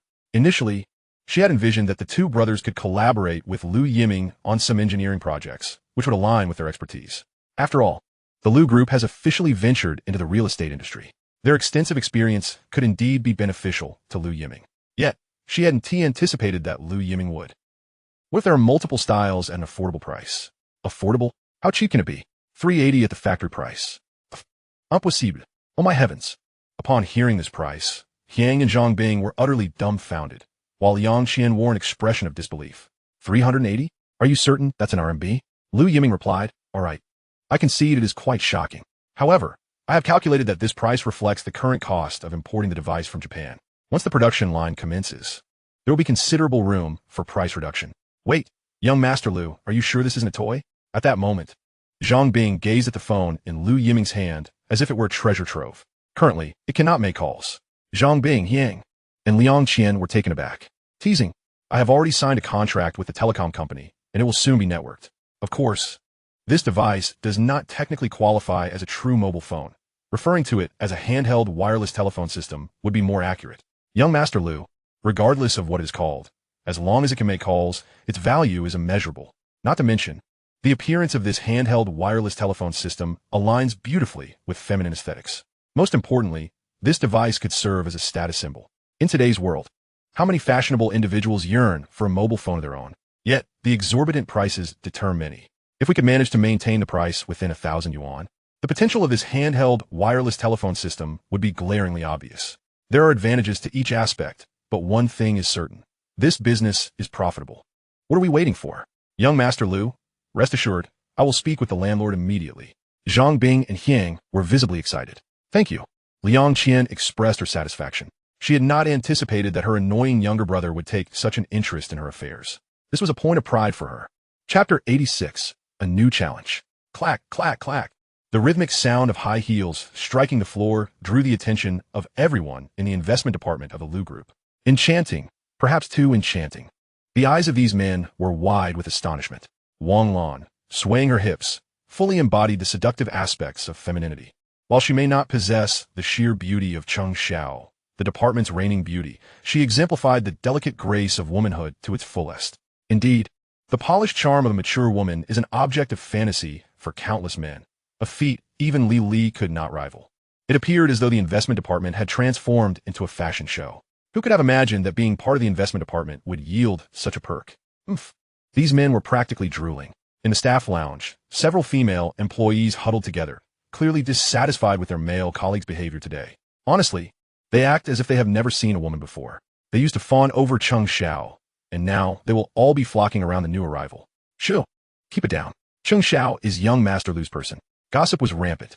Those within the investment department understood that young Master Lu held a unique regard for Cheng Xiao, which deterred many male colleagues from approaching her. As for the newcomer, she had already caused quite a stir. Look at how she moves. She should be careful not to strain herself. You might as well just say she's flirtatious. ISNT that the case. Those expressions and gestures are clearly aimed at captivating men. Is she treating the investment department as her hunting ground? After all, there are plenty of elite men here. Everyone knows that proximity brings opportunity, especially since the company has no policies against office romances. Who wouldn't want to find a quality partner for the latter half of their life? Cough, cough. Just as this conversation reached its peak, Li Li's appearance abruptly halted the discussion. Managerly, are you here to get coffee too? Don't you have anything else to do? Li Li despised gossip, having been a victim of it herself in the past. When she first joined the company, rumors swirled about her, claiming she was merely the mistress of President Lu. Such slander persisted for the first couple of months, but ultimately, Li Li managed to change public perception through her own abilities. Her decisive and authoritative style cemented her position within the company. Spreading gossip? It seems you all have too little work to keep you busy, to have the leisure for idle chatter. As for the new Wang Lan, Li Li had already discussed her with Lu Yiming. Wang Lan's capabilities had gained Li Li's approval. Joking aside, Wang Lan holds a prominent position in the investment realm of the metropolis, despite her rather infamous reputation, which is marred by persistent rumors of unscrupulous methods employed to achieve her goals. However, for Li Li, the means by which success is attained is of little concern, as long as the objectives are met. Furthermore, Lu Yiming has appointed Wang Lan as the logistics supervisor, effectively placing her in a position of scrutiny. Whether as the head of the logistics department or as an overseeing deputy, Lu Yiming's choice to engage her demands heightened vigilance. It remains uncertain whether Wang Lan will deliver results, but one thing is undeniably clear. The logistics department is currently a tightly knit unit. How Wang Lan intends to navigate this situation remains an enigma. Should gossip and rumors emanate from the investment division, it would undoubtedly jeopardize Lu Yiming's carefully laid plans, a scenario he would certainly wish to avoid. Li Li's task is to stifle such whispers before they can take root. As for the current situation in Lu Yiming's office, it is quite timely. Naturally, I am profoundly dedicated to my work. Wang Lan sits nonchalantly across from the desk, her spirits notably buoyant in recent days, particularly after her recent confrontation with General Manager Zhang, which marked a pinnacle moment in her career. Zhang, having underestimated her resolve, was caught off guard by her resignation. The loss of Wang Lan is akin to losing an indispensable ally for Gao Yuan Capital, given her well-recognized capabilities. Such a prized asset would be cherished by any investment firm. Yet Gao Yuan Capital has foolishly severed its own limb, a decision likely to be met with derision within the industry. Aware of Wang Lan's determination, Zhang had even resorted to threats, warning her that should she depart Gao Yuan Capital, her contract forbade her from engaging in investment-related work for 2 years. Breaching this agreement would invite significant repercussions for the investment division. 2 years is ample time for many events to unfold, allowing the industry to forget this once celebrated star. This predicament presents a lose-lose scenario for both parties. Zhang even offered Wang Lan a raise in a bid to retain her, but he failed to anticipate her steadfast resolve. Upon discovering Su Rongrong's true identity, Wang Lan understood clearly that what she desired was unattainable within Gao Yuan Capital. This instance serves as a quintessential example. Even if she concedes this time, any future conflict with Su Rongrong would not see the company siding with her. Moreover, she would no longer have access to premium resources. Rather than endure such circumstances, it is far more graceful to exit proactively, preserving dignity for both sides. Wang Lan is filled with ambition. A raise? Apologies. But for someone like Wang Lan, who commands a 6-figure salary, Financial gain is no longer her ultimate pursuit. Challenges, future prospects, and achievements are what she fervently seeks. This time, Lu Yiming has presented her with an opportunity to prove her worth, to step beyond her comfort zone and embrace new challenges. The Lu group represents the ideal arena for Wang Lan's aspirations. A change in regime? The mere thought ignites her excitement. Upon reporting in, it was evident that she was not warmly welcomed. The moment she arrived, Wang Lan sensed a palpable air of suspicion. Clearly, the others had gleaned certain insights. It appears that initiating her work will not be a straightforward endeavor. If it were simple, I would not have recruited you. I appreciate your candidness. Do not become complacent. Should you falter, I shall not grant you further opportunities. Ruthlessness. It is time to demonstrate your capabilities. Allow me 1 month. Very well. What Lu Yiming admires most about Wang Lan is her tenacity. A month may seem daunting. Currently, Wang Lan's situation is exceedingly precarious. For Lu Yiming, if she can resolve matters within this time frame, it would be an exceptionally wise investment. Watch closely. Wherever I go, I shall shine. On her first day at work, the new logistics supervisor of Lu Group made her identity clear to everyone. She is under the auspices of Little Lu. Chapter 87. Home for Soup. You little rascal. Do you realize you still have a home? The frustration in the voice on the phone was palpable. It was evident that at this moment, Lu Aijun was quite displeased. Ahem, indeed, things have been a bit hectic lately. Your Aunt Zhang wants you to come home for soup. Lu Aijun assumed the role of a strict father. Sitting beside him, Zhang Qian wore an amused expression, as it was clear she missed her son, yet she let her husband take the lead in expressing it.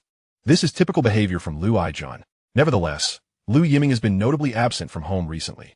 Zhang Qian typically remains uninvolved in business affairs, focusing instead on her role as a supportive wife. This is precisely why Lu Aijun has favored Zhang Qian for so many years. She understands the ebb and flow of familial dynamics. You have no idea, this little rascal has grown wings. During the recent meeting, he actually left my side to attend the investment department. Just mentioning it ignites Lu Aijun's ire. This meeting was specifically convened with all senior executives present, primarily because Lu Zong was personally overseeing it. Lu Aijun had summoned all high-level personnel to provide his son with an opportunity, essentially to shield him from criticism in front of the higher-ups. However, Lu Yiming sent a low-ranking employee from the investment department in his stead, and when he arrived, he failed to provide any context. The awkwardness of that moment was unbearable, causing the employee to nearly break down in tears. Even if one wished to rectify the situation, it was beyond salvage. What should have been a senior-level meeting devolved into a farce.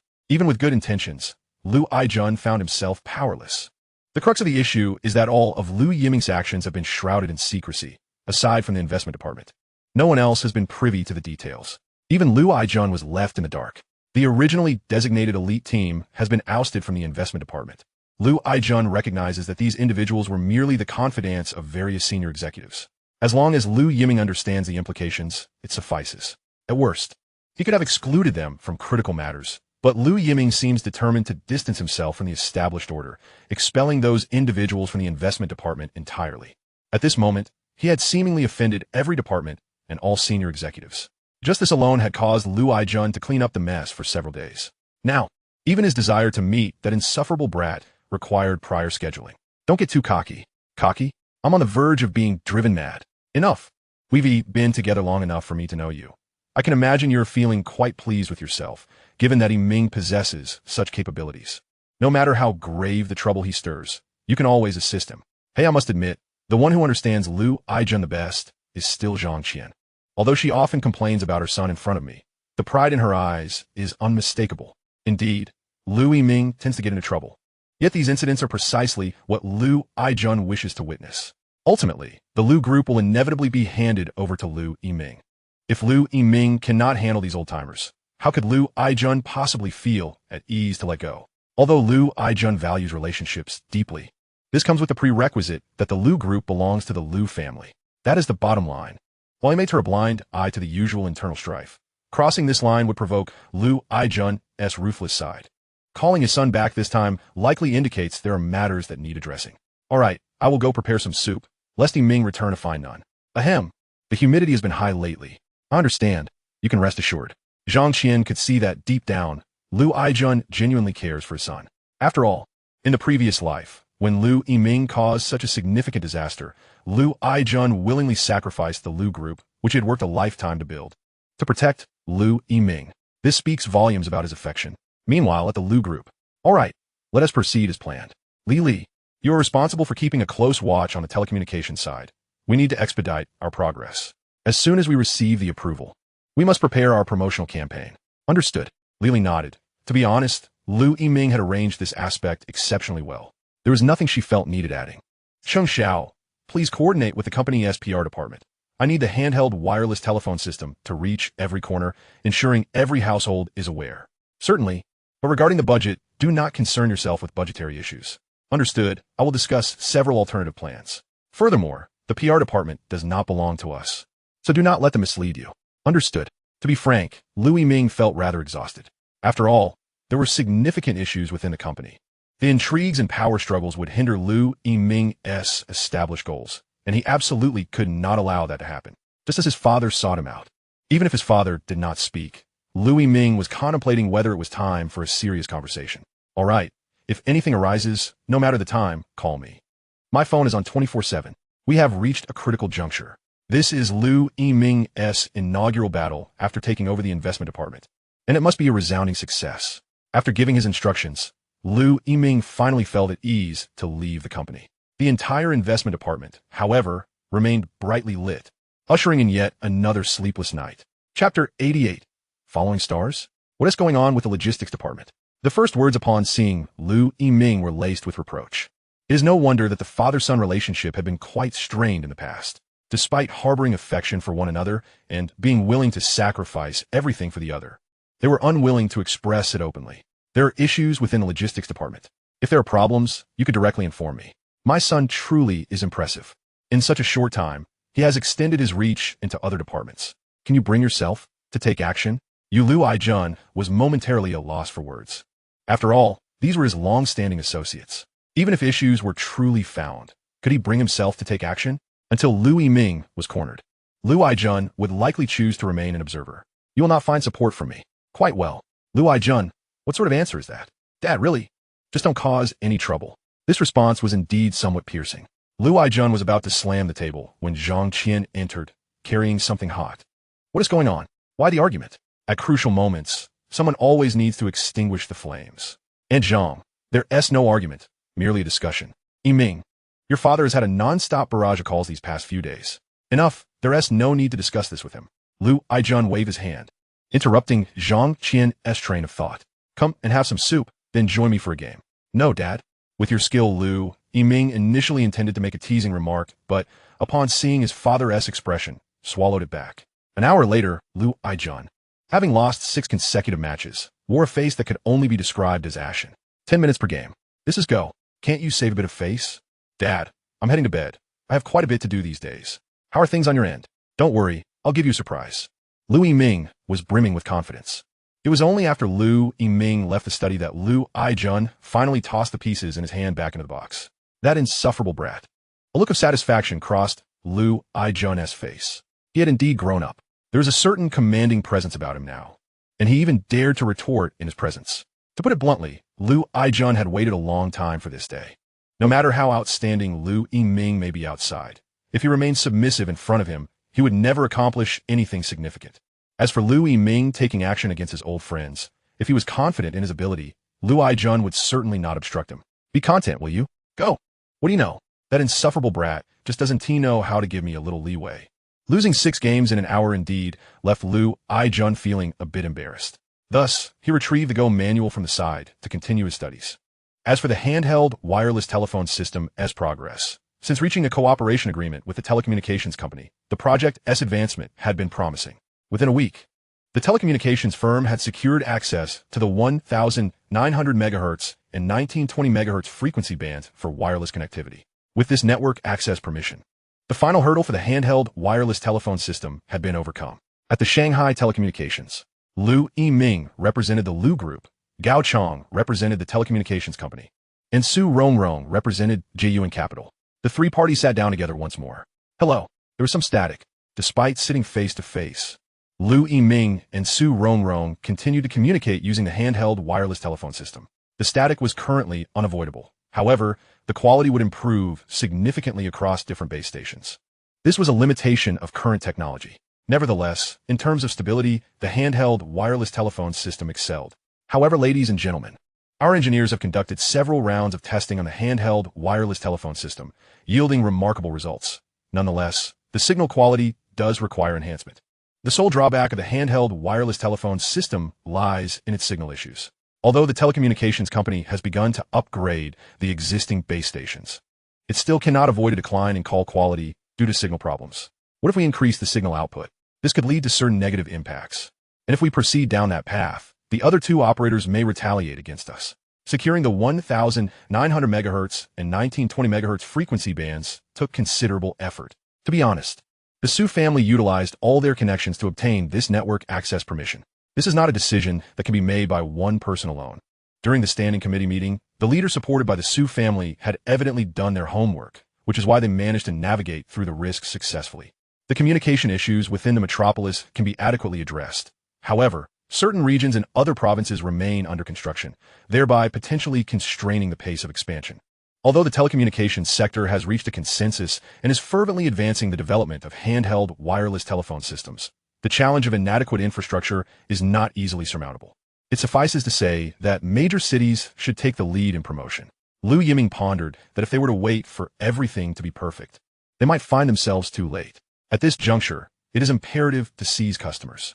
Thus, a promotional plan has been drafted alongside a roadshow. Furthermore, efforts will be intensified to publicize the handheld wireless telephone system. However, the name itself seems rather unappealing. Xiaoling Tong, perhaps? Very well. Authenticity is indeed classic. The name Xiaoling Tong resonates deeply with the public. Xiaoling Tong? That is a rather delightful name. It reminds me of an early science fiction novel. The inspiration for the name stems from there, as simplicity and clarity align better with the domestic market. In this regard, Lu Yiming and Su Rongrong shared remarkably aligned viewpoints. As for promotion, a collaborative effort from all three parties is essential, particularly from the stores under the telecommunications banner, which will mobilize their resources at the earliest opportunity. Nonetheless, for Lu Yiming, this still seems somewhat insufficient. Relying solely on offline advertising and word of mouth, it will be challenging for Xiaoling Tong to achieve exponential growth. Lu Yiming must contemplate how to embed Xiaoling Tong into the hearts of the populace in the shortest time frame possible. There are no concerns regarding the supply chain. The Lu Group has already inked a supply agreement, with payments settled every 3 months, a mutually satisfactory arrangement. The newly manufactured Xiaoling Tong is being continuously imported into the country, and domestic production lines are being diligently established. Following a consensus among the three parties, each will take charge of their respective sectors. As for Lu Yiming, his gaze shifted towards, "Are you interested? What interest?" "Star chasing." Su Rongrong thought Lu Yiming was about to share some secret. Celebrities? Apologies, but Su Rongrong found herself unable to grasp this point. It seems Lu Yiming is intent on diverting his affections towards starlet. Chapter 89. On the pirate ship. Are you insane? What are you saying? 30 minutes later, Su Rongrong found herself utterly bewildered by Lu Yiming's antics. By the time she regained her composure, they were already at the airport. Lu Yiming had dragged Su Rongrong to the airport without any warning. This was indeed akin to boarding a pirate ship. Su Rongrong wanted to inquire about Lu Yiming's intentions. A direct flight to Hong Kong? Joking, perhaps, but in this era, traveling to Hong Kong is no simple matter. Fortunately, these two are not ordinary individuals. Yet, even at this moment, Su Rongrong remained puzzled by Lu Yiming's erratic behavior. The tickets have already been purchased. I refuse to go. Traveling to Hong Kong alone with you. Lu Yiming would be akin to walking into a den of wolves. There wouldn't be a bone left to pick. For work, Lu Yiming. Don't try to fool me with that. Su Rongrong was not about to be swayed by Lu Yiming's reasoning. For work? Ridiculous. Hey, the perception of her standing in Lu Yiming's eyes was certainly debatable. You wish for Xiaoling Tong to achieve instant fame, don't you? What do you mean by that? Of course it's for advertising. Lu Yiming, do you think I'm a naive fool? You want to advertise. Yet instead of going to a newspaper or a television station, you bring me to Hong Kong? Su Rongrong seriously doubted whether Lu Yiming considered her an imbecile. Who is currently the hottest star? What do you mean? Celebrities, particularly those from Hong Kong and Taiwan, are all the rage. Su Rongrong, very well. I must admit that this era indeed favors stars from Hong Kong and Taiwan. Yet, even if we are to shoot an advertisement, it hardly warrants a journey all the way to Hong Kong. There will be unexpected gains. Why me? I fear I may lose control. Consider it. I am young, wealthy, and charming. What if a female celebrity takes a liking to me? Should I succumb or resist? Lu Yiming, scoundrel. While Su Rongrong had encountered shameless men before, Lu Yiming's audacity was truly eye-opening. given our acquaintance, assist me in warding off romantic advances. Ugh, which woman has such poor eyesight that she would? Just as Su Rongrong was about to criticize, Lu Yiming received a note. What? The flight attendant who had just passed by handed Lu Yiming a note? Such a cliché occurrence could transpire, and right before her eyes? Lu Yiming, did you orchestrate this? Su Rongrong eyed him skeptically. It seemed too fortuitous. Just as she questioned, a flight attendant appeared with a note. Ahem, I've been with you the entire time. I suggest that girl get her vision checked. Su Rongrong quipped without mercy. Su Rongrong, never mind. Why should I be angry? To be honest, that scoundrel is indeed quite handsome, but his heart is as dark as they come. One can only blame those girls for their lack of discernment. They're all deceived by Lu Yiming's exterior. I mentioned before the last time I was indeed blinded, but there was something amiss. Lu Yiming, do you believe I will hit you? Do you understand the concept of not revisiting past grievances? Are you forcing my hand? Had it not been for Lu Yiming seizing the reins of Shaoling Tong, Su Rongrong would have preferred to never cross paths with him again. Moreover, that incident in the company was an immense humiliation for her. The mere thought of her close proximity to Lu Yiming made her bristle with anger. Such a remark could only be uttered by Lu Yiming. I say, you treat everyone kindly, yet when it comes to me, you act as if you've transformed into a different person. Silence. Su Rongrong's fierce demeanor struck Lu Yiming as adorably charming. Alas, the beginning was a tad too challenging. Otherwise, now, being able to converse in this manner is already a significant advancement. At least at this moment, Su Rongrong did not turn and walk away. When out and about, one should indeed indulge. Lu Yiming had, of course, booked business class. It was only upon boarding the plane that Su Rongrong began to regret her earlier anger. How could she have been so oblivious? By the way, she hadn't even prepared a suitcase. Champagne? Huh, truly, a ploy of ill intent, a common tactic of spoiled heirs to create a romantic ambience, thereby lowering one's defenses. I warn you, do not provoke me. What nonsense! I am, after all, a client, and your service philosophy at Gao Yuan Capital is lacking. I intend to lodge a complaint. At this moment, Su Rongrong resembled a cat whose tail had been stepped on, instantly leaping to confront Lu Yiming in a battle of wits. It was better left unmentioned. Once the company was brought up, Su Rongrong recalled Wang Lan. Although Wang Lan indeed sought to poach her contract, that was an internal conflict within Gao Yuan Capital. What do you mean by interfering? Moreover, you even poached Wang Lan, causing Zhang to be troubled these past few days. After all, Wang Lan was quite pivotal to Gao Yuan Capital, with numerous clients relying on her. Zhang had been fretting over this matter, his hair turning gray in mere days. Naturally, Su Rongrong could not be blamed for this, but it still held a myriad of connections to her. Originally, Su Rongrong had wished to avoid the topic, but how could Lu Yiming still dare to call himself a client? Miss, the plane is about to take off. Please take your seat promptly. Su Rongrong's unusual behavior immediately attracted the attention of the flight attendant. Ahem, I apologize. My girlfriend is just like this. Who is your girlfriend? That's not the point. The plane is about to take off. Clarify your words. Su Rongrong was seething with anger. Why was it that every time she was with Lu Yiming, she would harbor thoughts of inflicting harm upon him? Madam? Oomph. The passengers in business class were all observing, and Su Rongrong could only suppress her fury, sitting down with a cold expression. As for Lu Yiming, he was profusely apologizing. However, to Su Rongrong's ears, it felt like he was merely taking advantage of her through words. You truly have a knack for calling me your girlfriend. Until the plane took off, Su Rongrong wore an icy demeanor. Throughout the journey, she uttered not a single word. Lu Yiming, realizing he had angered her, finally fell silent. If he continued to provoke her, he feared they might both meet a disastrous end. Meanwhile, at the Hong Kong wireless television, an email arrived. The representative from the Lu Group in Shanghai wished to negotiate an advertisement. This was indeed a first. Although 1997 was approaching, the higher-ups at Wireless had made a deliberate effort to draw closer to the mainland, yet significant differences still existed between the two parties. This resulted in minimal interaction between Wireless and mainland enterprises. In the minds of certain executives at Wireless, the mainland was still perceived as a backward and impoverished region. An invitation from the mainland? It seemed to have not received sufficient attention. Consequently, Wireless sent a mere staff member to greet them at the airport, and they hadn't even prepared a vehicle for transport. Chapter 90. According to the script, there should only be one room left. Welcome, Mr. Lu. The tiny letters made Lu Yiming feel quite embarrassed. Beside him, Su Rongrong nearly laughed herself into a fit, as if she were venting her own frustrations. So, this was how Hong Kong welcomed its guests. It seemed she had made it abundantly clear to Cheng Xiao that she was the wealthy benefactor. Was this how they were to greet their benefactor? I am Lu Yiming. Ah, Mr. Lu indeed. Do you speak Mandarin? Stewed chicken? Lu Yiming felt completely disregarded. Wireless hadn't even sent a car, let alone arrange for hotel accommodations. After some effortful communication, the staff was initially preparing to place them at the Regal Hotel. The name sounded splendid, but upon arrival, it was even worse than a guest house in the mainland. "Mr. Liu, this place is still quite close to Victoria Harbor," the staff member said, a sheepish expression on their face. Yet there was nothing they could do. The higher-ups hadn't allocated any reimbursement funds, and they had to adhere to the most basic reception standards with a limited budget. "Very well, I will change locations." Su Rongrong would never allow herself to be wronged, especially considering the clientele coming and going were either emaciated or corpulent. None of them appeared to be of good character.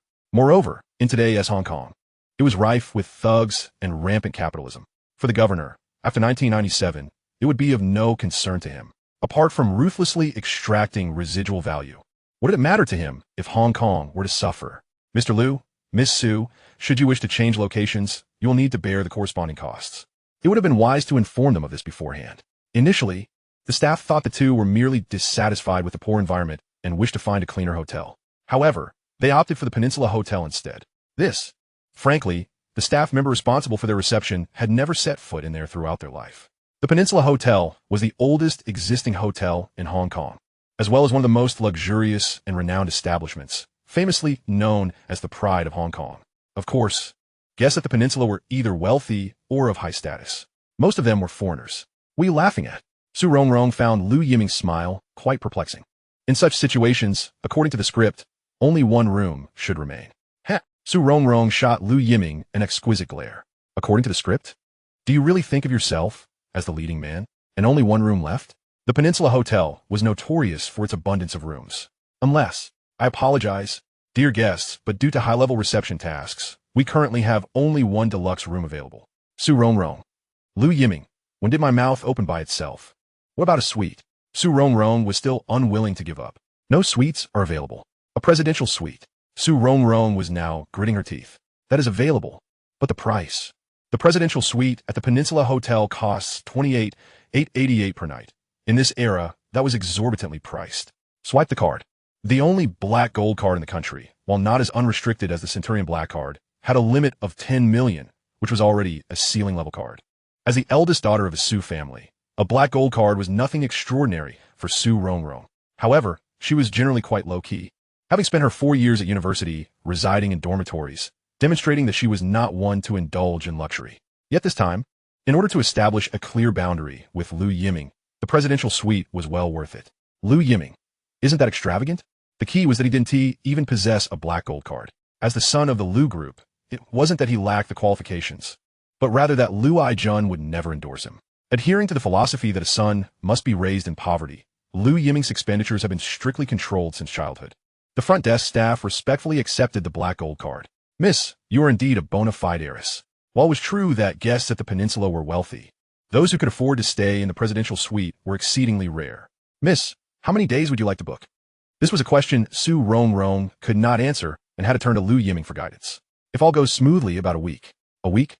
That's nearly 200,000. Su Rongrong's eyes didn't even blink. "Miss Su, your friend's luxury standard room will be complimentary." "No need. He is not my friend, and he doesn't lack money. Come on, when out and about, one should save where possible and spend where necessary." Lu Yiming expressed that he no longer cared about his image in front of Su Rongrong. Isn't saving money a good thing? A luxury standard room still costs 1,000 a night. Why waste that money? Su Rongrong. Indeed, Lu Yiming exemplifies the very definition of shamelessness. Meanwhile, the staff from wireless television was utterly dumbfounded. This was the true definition of a big shot. So this was how the wealthy spent their money. It was worth noting that in this era, a popular artist on wireless television earned no more than about 10,000 per episode, and that was for the top stars. Ordinary veteran actors made only a few hundred to 1,000 at most, often as supporting roles. Working as a helper on set earned them a mere $100 plus 2 meals. Even then, their treatment was envied by background extras.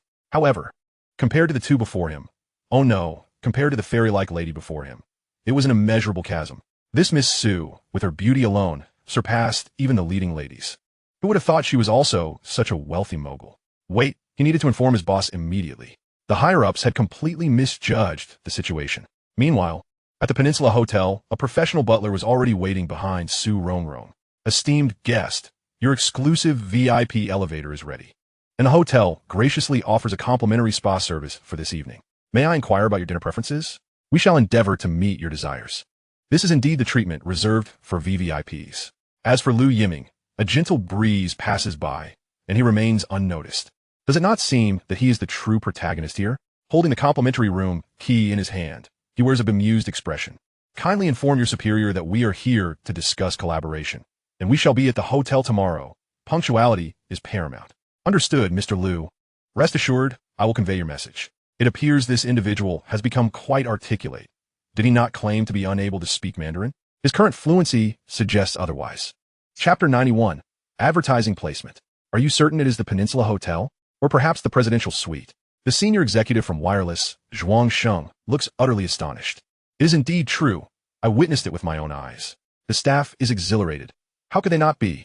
Never in their wildest dreams did they imagine they would have the opportunity to converse directly with the big boss. News travels through the ranks.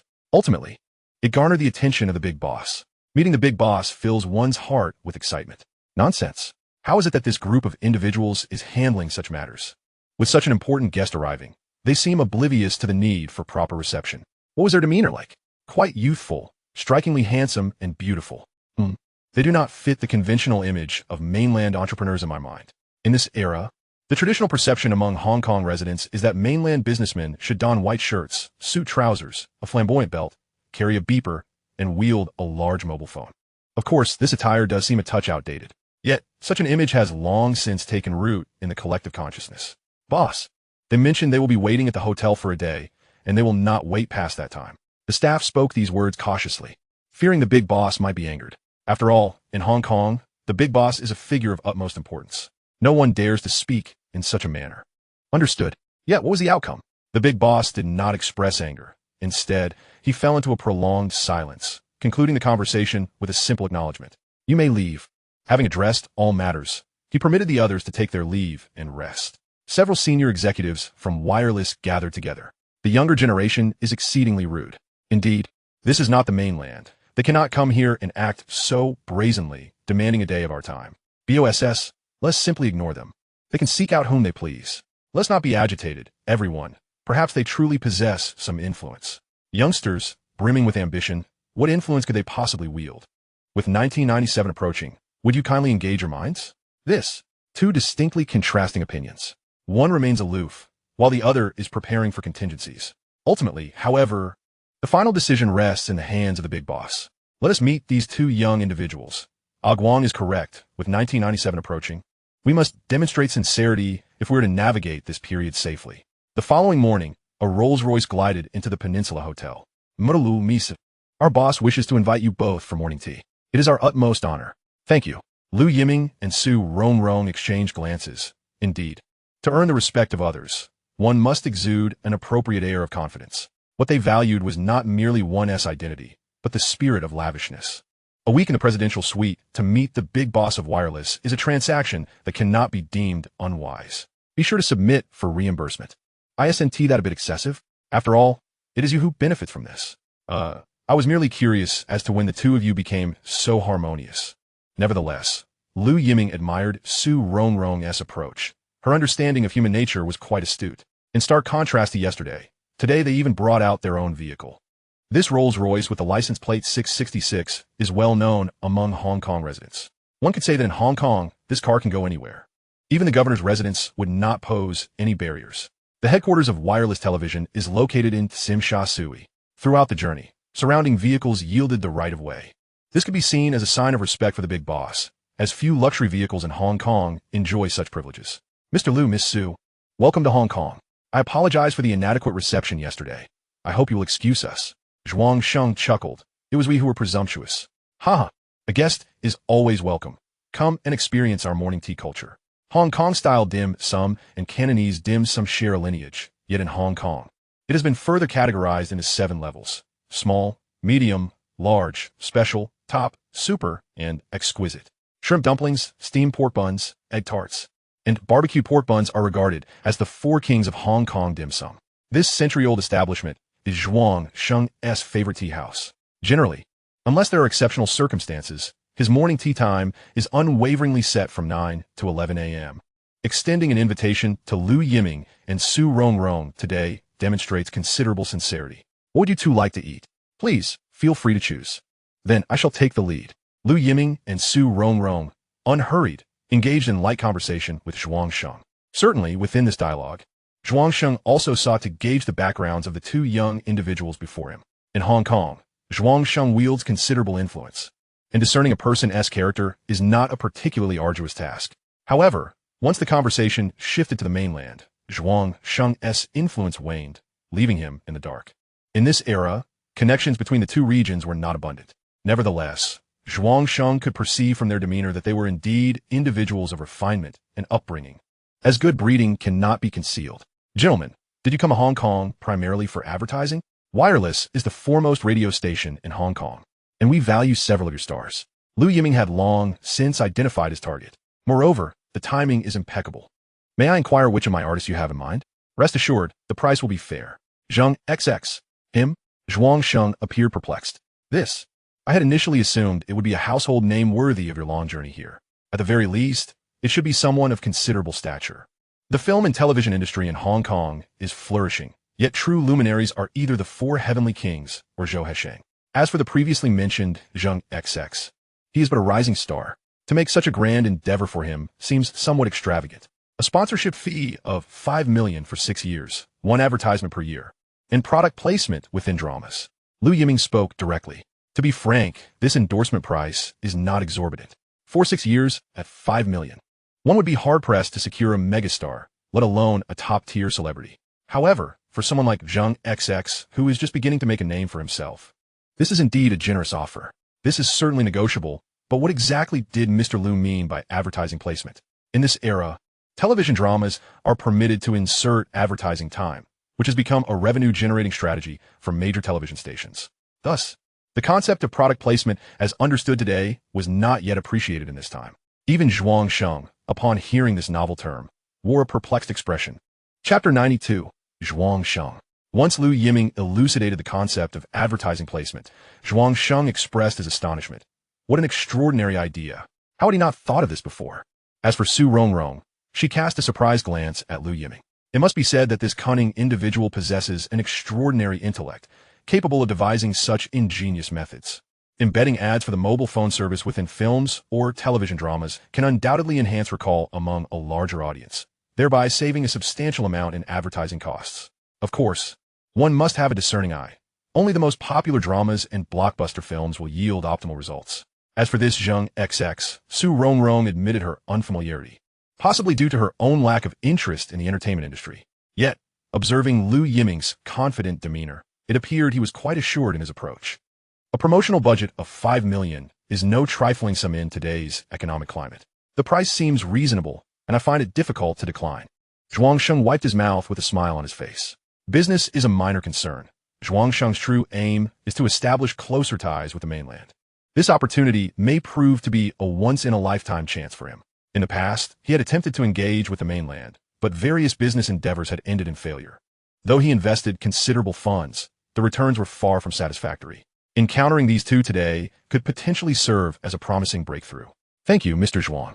You two must not be in a hurry to return, right? During this time, I shall host you. Hong Kong, though not vast, boasts splendid scenery. Presently, Hong Kong holds significant importance, far surpassing Shanghai in finance and other sectors. As for the contract, it can be organized by my subordinates.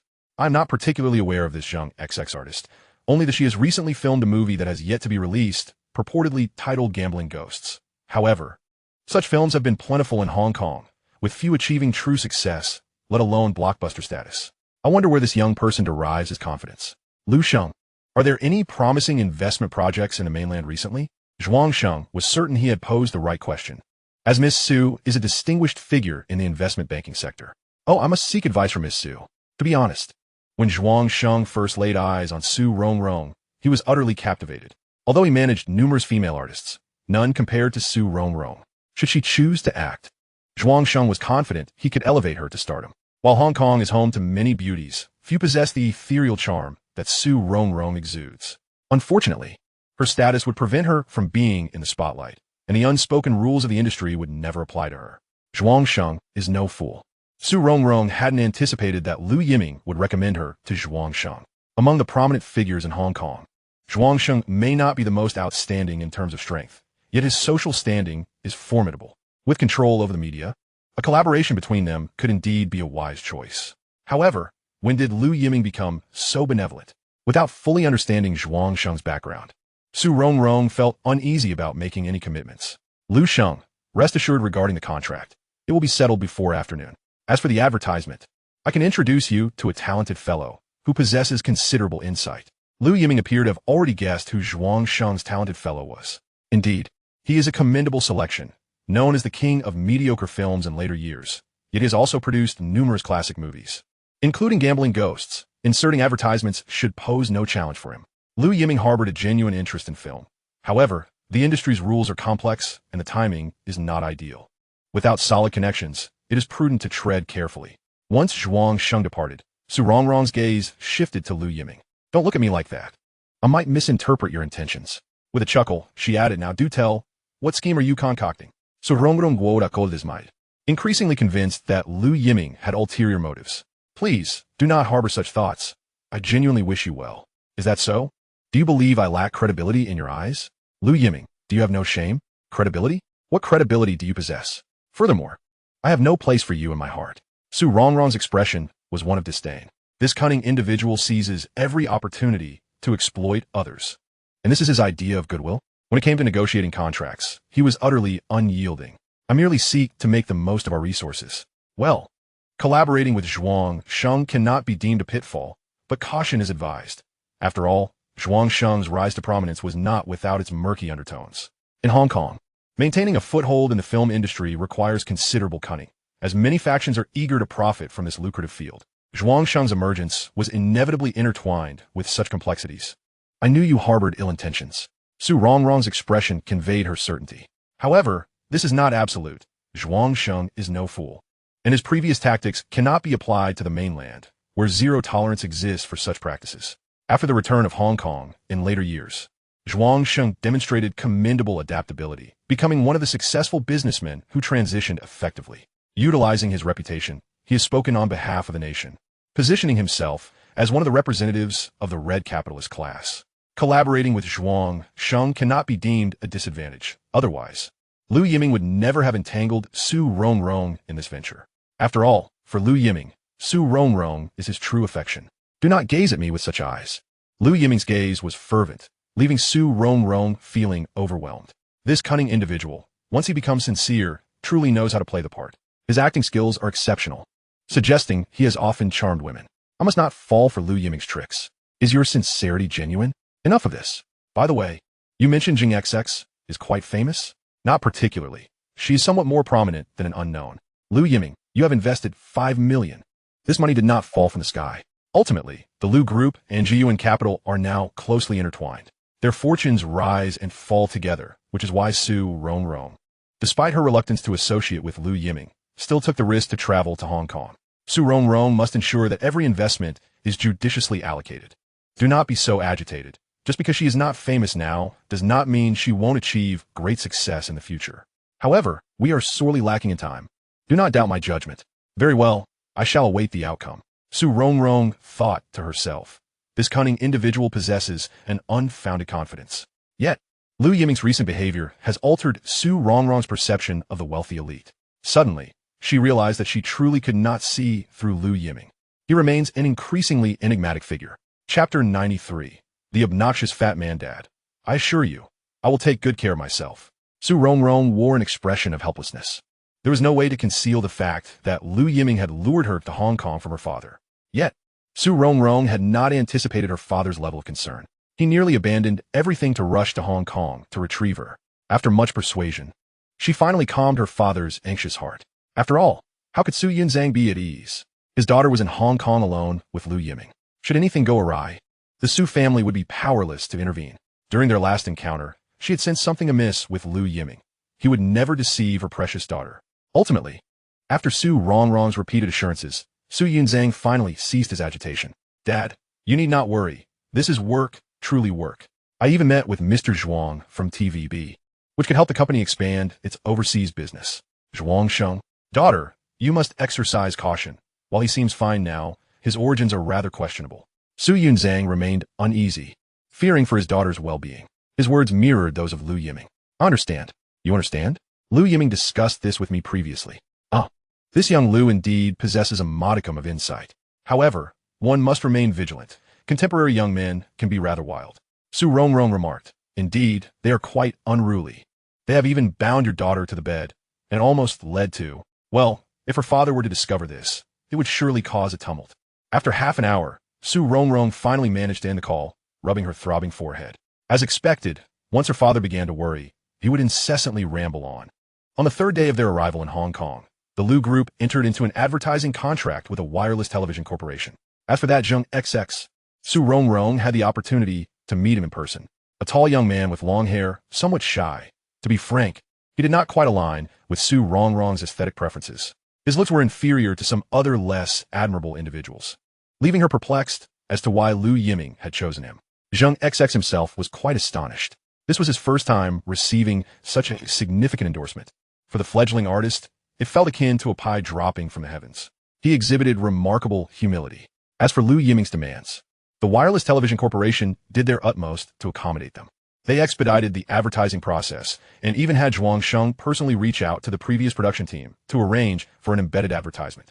In the film, Chun Henan was depicted using a small communicator to call Brother B, with a particular emphasis on the device's lightweight design. Even during a chase, in a moment of peril, Chun Henan managed to escape by throwing it away. One must admit, the advertisement's integration was flawless. Lu Yiming was exceedingly pleased and looked forward to the upcoming film. Due to the tight schedule, they had only one afternoon to rush the work. Once the plan was confirmed, the crew immediately set to work. Are you interested in visiting the set? Filming? How novel. Surely, you won't be acting yourself. Although she was not an avid fan, being a girl, she held a certain curiosity about such matters. As for transportation, there was no need for concern. Guests in the Peninsula Hotel suites were naturally provided with a dedicated vehicle, a Maybach 62. This luxury vehicle, valued at tens of millions, showcased the hotel's earnestness in this regard. As for Lu Yiming, he was merely a companion in this arrangement. Lu Yiming remarked, to be honest, filming in this era lacks adequate logistical support. The crew is situated in an antiquated residential complex. In a place where every inch of land is precious, there are simply no resources to construct a film city. Securing locations often poses a significant headache for the production team, much like the current situation. The filming site was surrounded by hundreds of onlookers. Such simplicity. Originally optimistic about the shoot, Su Rongrong now wore an expression of disdain. The cacophony of the environment, coupled with the chaotic scene, made it hard to imagine that a classic film could emerge from such a setting. It was evident that the lead lacked star power. Had it been a renowned actor, the crowd would have swelled significantly. Performing in front of a large audience must be immensely awkward. Yet, this is precisely what hones acting skills. This is one reason why veteran actors in Hong Kong exhibit commendable prowess. Unlike the pampered stars in the mainland, their skills are tested in plain sight. Naturally, the arrival of Lu Yiming and Su Rongrong stirred quite a commotion. The emergence of the Maybach 62 heralded the arrival of a magnate, only to reveal a group of youthful individuals alighting from the vehicle. The combination of handsome men and beautiful women was certainly a feast for the eyes, and they outshone many celebrities. Mr. Lu, Miss Su, Zheng XX, who was rehearsing his lines, approached the benefactors with deference. I hope I'm not interrupting. Not at all. Zhuang Sheng, we have just 2 more scenes to complete. Zheng XX cherished this opportunity greatly. For someone still relatively unknown, it was a rare chance. Suang Sing, Misu, allow me to introduce you to the director. This director was someone Lu Yiming knew well. Although they had no previous interactions in his past life, the squinty-eyed, broad-faced figure was notorious as the king of poorly received films. However, this rotund man had a notable flaw, a common vice among men, lechery. Indeed, he was quite the lascivious character. The tabloids held numerous stories about the actresses he had elevated to fame, often accompanied by scandal. At that moment, upon catching sight of Su Rongrong, the director was utterly captivated.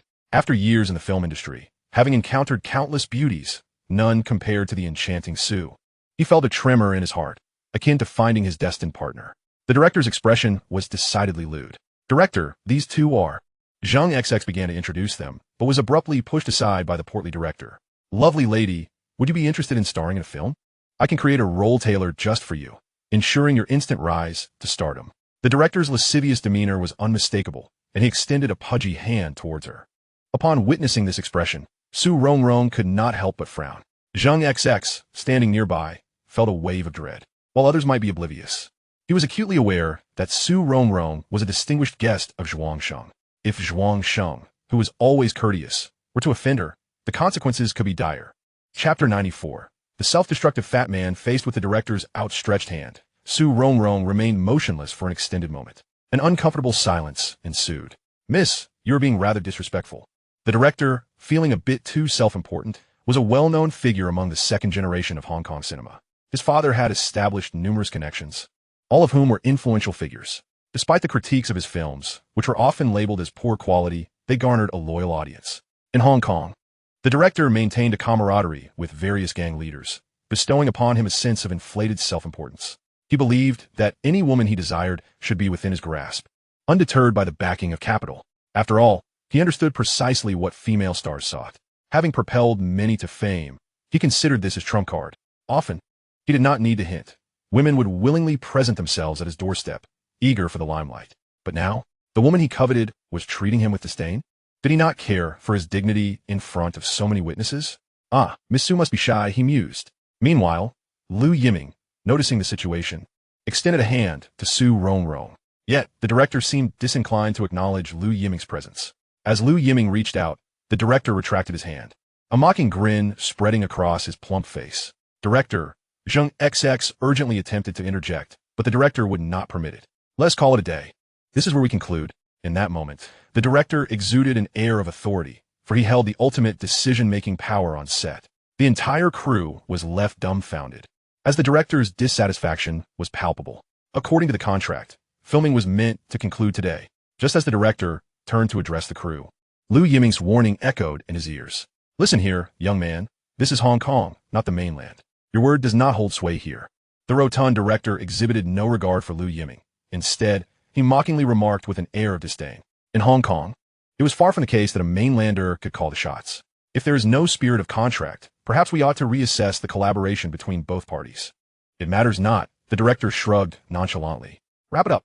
With that single proclamation, the entire film set fell into a profound silence. Su Rongrong and Lu Yiming exchanged glances, taken aback by encountering such a brazen individual. Yet, to think that such tactics could coerce Su Rongrong and Lu Yiming into submission?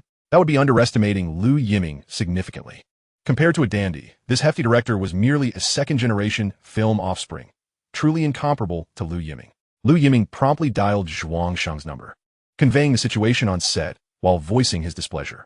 He held no desire to engage in a petty squabble with the portly director. Meanwhile, upon answering the call, Zhuangsheng's expression darkened instantly. Over the past few days, he had dispatched individuals to investigate the backgrounds of Lu Yiming and Su Rongrong. To his astonishment, these two were not insignificant figures in the mainland. Lu Yiming was the scion of the Lu Group. Although the Lu Group did not possess the same wealth as the prominent families in Hong Kong, it stood as a leading private enterprise in the mainland. Moreover, the Lu Group had substantial backing. As for Su Rongrong, her lineage was even more illustrious. She was the eldest daughter of the Su family, a century-old lineage with intricate connections, the likes of which Zhuangsheng could only dream of. A partnership with these two could guarantee his safe passage through the coming year, or even allow him to thrive within the mainland. Zhuangsheng had resolved to maintain a favorable collaboration, yet this obstinate director chose to stir trouble at a critical juncture. After hanging up, Zhuangsheng immediately called the director, but was taken aback when the director, emboldened, refused to grant him any face. The director found himself in a precarious position, having just announced the wrap. To concede defeat now would be tantamount to slapping his own face. What face would he have left to navigate the industry? Furthermore, he was not solely reliant on TVB. After all, TVB was no longer the sole powerhouse in Hong Kong. Even if he were blacklisted by TVB, there would still be others willing to collaborate with him. The director had numerous film offers lined up. Faced with Zhuangsheng, he was uncharacteristically steadfast. After ending the call, he shot Lu Yiming a fierce glare. "Youngster, this is Hong Kong. You'd best tread carefully." This statement was far from a mere threat. The director aimed to impart the lesson that, in Hong Kong, it was he who wielded authority. Even a dragon must yield in Hong Kong. Upon leaving the set, the director swiftly pulled out his phone to contact his associates in the underworld, embellishing his lamentable experience. The mainlander was simply too oppressive. Although everyone knew the director was likely exaggerating, he did speak a kernel of truth. This was Hong Kong, and it was not yet the time for outside forces to intervene. After a brief discussion, the gang leaders indeed decided to teach the other party a lesson, almost issuing a hit order. Meanwhile, Lu Yiming and Su Rongrong, under Zhuangsheng's reassurances, temporarily returned to their hotel. Zhuangsheng repeatedly promised to resolve the matter by the next day. However, little did he expect that the obstinate director would bring about his own demise. As Lu Yiming and Su Rongrong alighted from their vehicle, they were quickly surrounded by a group of ruffians. They dared not act within the hotel, so they fled towards the lobby. Sensing that something was amiss, Lu Yiming forcefully shoved the still-dazed Su Rongrong. "What? Run!" Without waiting for further discussion, he shielded Su Rongrong as they sprinted towards the hotel lobby. Though the distance was a mere 50 meters, it felt insurmountable. Su Rongrong, being a girl, was quickly overtaken. Only then did she realize she had stumbled into a violent situation. If captured, who knew what fate awaited her? After all, she had heard whispers about the chaos in Hong Kong. In Su Rongrong's moment of despair, Lu Yiming suddenly delivered a swift kick, sending the closest thug sprawling. Don't look back. Su Rongrong could only press forward, while Lu Yiming became ensnared by the assailants. The scene descended into chaos. By the time Su Rongrong regained her senses, she had burst into the hotel lobby, glancing back to find Lu Yiming encircled by ruffians. "Help!" Her voice cracked with urgency.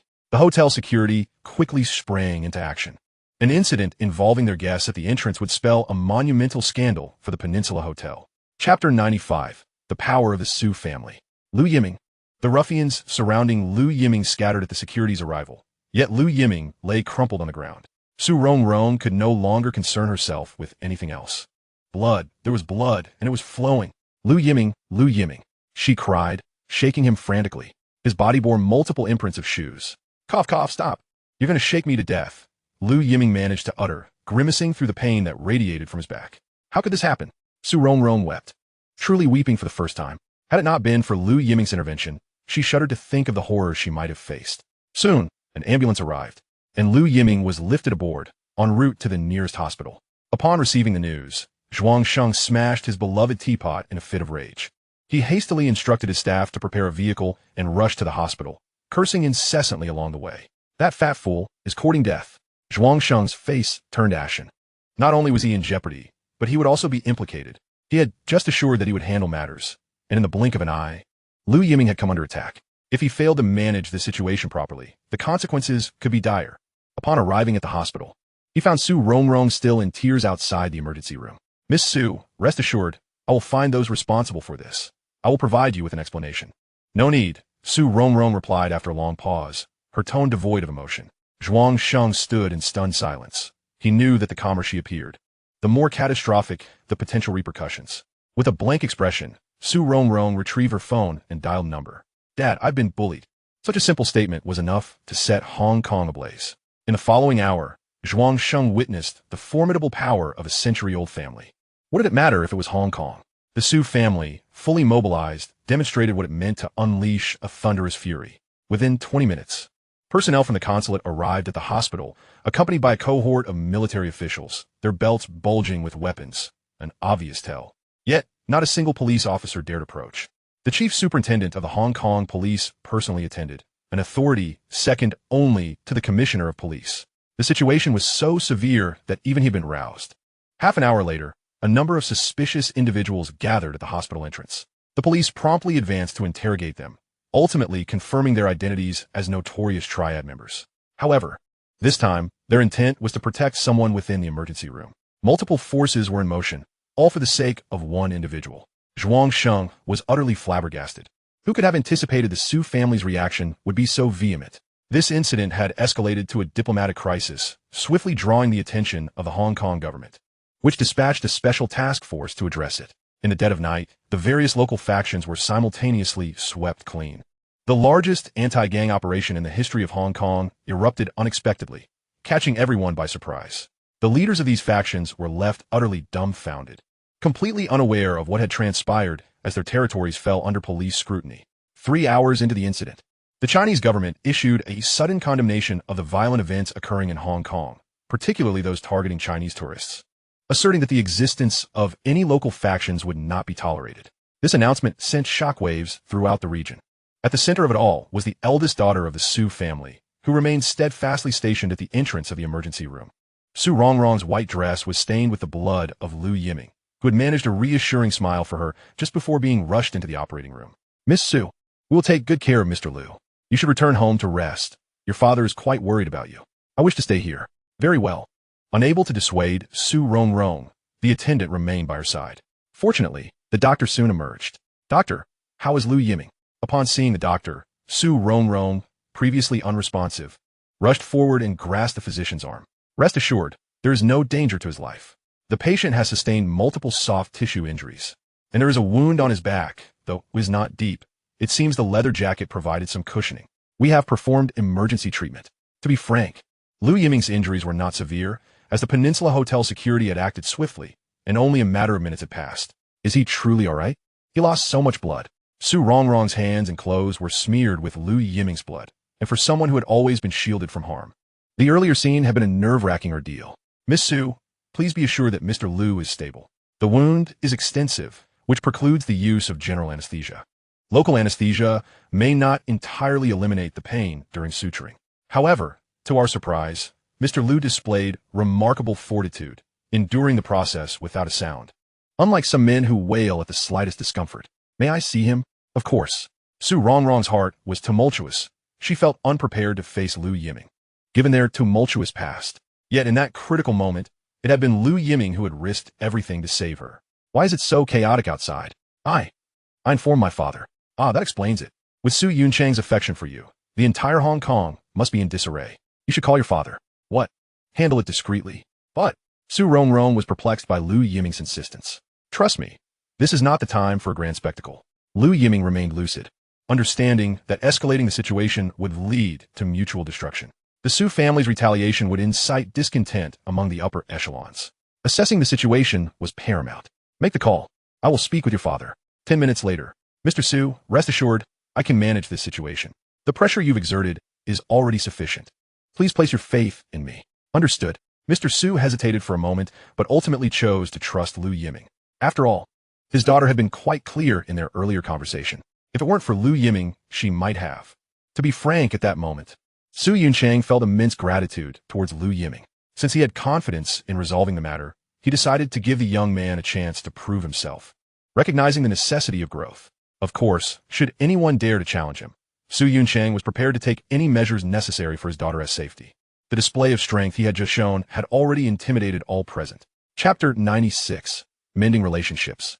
Crash. A bottle of XO was shattered in frustration. Within the KVD private room, the faction leaders wore grim expressions. In the span of a mere hour, all their establishments had been thoroughly addressed, and many of their underlings had faced additional scrutiny. The losses incurred today alone were immeasurable. Not only this leader, but the expressions of several other faction heads were equally grim. How many times must I tell you to intimidate them? Who told you to resort to violence? Their faces were now devoid of the righteous indignation they had initially displayed, eager to teach the mainlanders a lesson. No one had anticipated that they would encounter such formidable resistance. Boss, it wasn't us. It was that fat guy who insisted on seeing blood. Don't be absurd. Who do you think you're calling, boss? The leader was nearly apoplectic with rage at the excuse provided by the underling. That fat guy. Where's he now? Upon realizing the gravity of the situation, the fat man had already fled. He was clever enough to know he was in deep trouble this time. Presently, not even the faction heads could conceal their disdain for him. It would be foolish not to escape at this juncture. However, attempting to flee from these leaders was evidently a futile endeavor. As the fat man prepared to sneak out of Hong Kong, he ultimately fell into the hands of the authorities. Meanwhile, the ordinary citizens of Hong Kong remained largely unaffected, going about their daily lives as usual. At the hospital, the doctor advised against movement. Are you truly uninjured? Lu Yiming chuckled, feeling akin to a protected species. Even the slightest movement sent Su Rongrong into a state of alarm. What are you laughing at? I simply did not expect our esteemed Miss Su to be so nurturing. Had I known, perhaps I should have played the hero sooner. Are you still thinking of teasing me, even in this state? Yet, Lu Yiming's current appearance was indeed imposing. Wrapped in bandages, he had initially startled Su Rongrong upon their first encounter. The doctor had stated that the wounds were not deep, merely extensive, and since suturing was necessary, they had opted to bandage it all. However, to Su Rongrong's eyes, it painted a rather different picture. How about we consider our previous issues settled? Dream on. What has done is done. Must you be so petty? Lu Yiming. For reasons unknown, Lu Yiming found himself wanting to tease Su Rongrong, especially in his current state. He never anticipated that in this new life, he would witness a side of Su Rongrong that was rarely seen. The powerful businesswoman, the enchanting beauty, now resembled a girl next door, capable of fear, tears, and deep emotions. I will provide you with an explanation regarding that matter. Under normal circumstances, had Lu Yiming dared to bring it up, Su Rongrong would have bared her teeth in protest. Yet this time, she surprisingly fell silent. Perhaps, as Lu Yiming had suggested, this act of heroism had indeed altered her perspective of him, particularly in light of his willingness to protect her at such peril. Su Rongrong's heartstrings were tugged anew, and perhaps, just perhaps, she had misjudged Lu Yiming. Once such thoughts took root, they swiftly blossomed into other notions. However, these would all require the passage of time to evolve. What are you doing? The doctor instructed you to lie still. Seeing Lu Yiming prop himself up, Su Rongrong hurried to intervene. I'm thirsty. Wait, Miss Su, personally pouring water for me? Yet, how is a patient lying down supposed to drink? Should I fetch a straw? There are none here. I'll go buy one. Forget it. There's no need to toil so hard. The outside world remains an enigma. The relevant authorities have withdrawn some personnel, yet a select few elites remain to safeguard the safety of Su Rongrong and Lu Yiming. Just as Lu Yiming surmised, the higher-ups in the country have expressed certain reservations regarding the actions of the Su family. After all, this time, the Su family's reach is extended far too wide, potentially jeopardizing existing arrangements. Fortunately, the Su family ultimately exhibited restraint, largely thanks to Lu Yiming's influence. Su Yunzhang's fury on behalf of his daughter is indeed a valid justification. Since no significant uproar has ensued, the matter is best left to the Hong Kong government to handle. They surely know how to proceed. Lu Yiming made several attempts to drink while lying down, but the difficulty proved insurmountable. Ultimately, it was Su Rongrong who fetched a spoon, feeding him mouthful by mouthful. Such treatment is something one could scarcely dream of in a past life. At that moment, the door to the hospital room was pushed open. Am I interrupting something? Zhuang Sheng stated, clearly not intending to intrude. Su Rongrong promptly withdrew the spoon from her hand, a shy demeanor that was undeniably endearing. Lu Yiming thought to himself that he had hardly drunk a few sips. Indeed, the timing was rather poor. You all continue your conversation. I shall step outside for some fresh air. The atmosphere was thick with awkwardness, and Su Rongrong was eager to make her exit. As someone with experience, Zhuang Sheng acknowledged Lu Yiming's adeptness. It appeared he brought good news. Lu Yiming welcomed Zhuang Sheng to sit down with a smile. This matter undeniably required clarification, of course. The outcome would hinge upon the attitudes of those involved. Lu Sheng, this is the sincerity of the three triad leaders. He presented a check for 2 million, signifying a resolution to the issue. I inquired, and it was indeed an initiative taken by his subordinates. Rest assured, those responsible have faced the consequences of their actions. If Lu Sheng still finds this unsatisfactory, please voice your demands, and I shall convey them. Zhuang Sheng, what are your thoughts? My suggestion is to let this matter pass. Of course, I will ensure that the chubby one receives a satisfactory resolution as well. Indeed, the warning from the Su family proved highly effective. The three triads had recognized the gravity of the situation and opted to concede. In Zhuang Sheng's view, if Lu Yiming wished to continue flourishing in Hong Kong, it was wise to show leniency. After all, the strength of the three triads should not be underestimated. Unless absolutely necessary, there was no need for a confrontation, especially since they would likely show appreciation. Tell them I accept. Zhuang Sheng sighed in relief, regarding Lu Yiming with newfound respect. This young man was exceptional, displaying clarity of vision and making optimal judgments under such circumstances. His future achievements knew no bounds, and Zhuang Sheng felt a desire to cultivate a deeper friendship with him. It was best not to escalate this matter. That was indeed the most prudent course of action. Regarding the advertisement, Lu Sheng need not worry. I have already engaged a renowned director.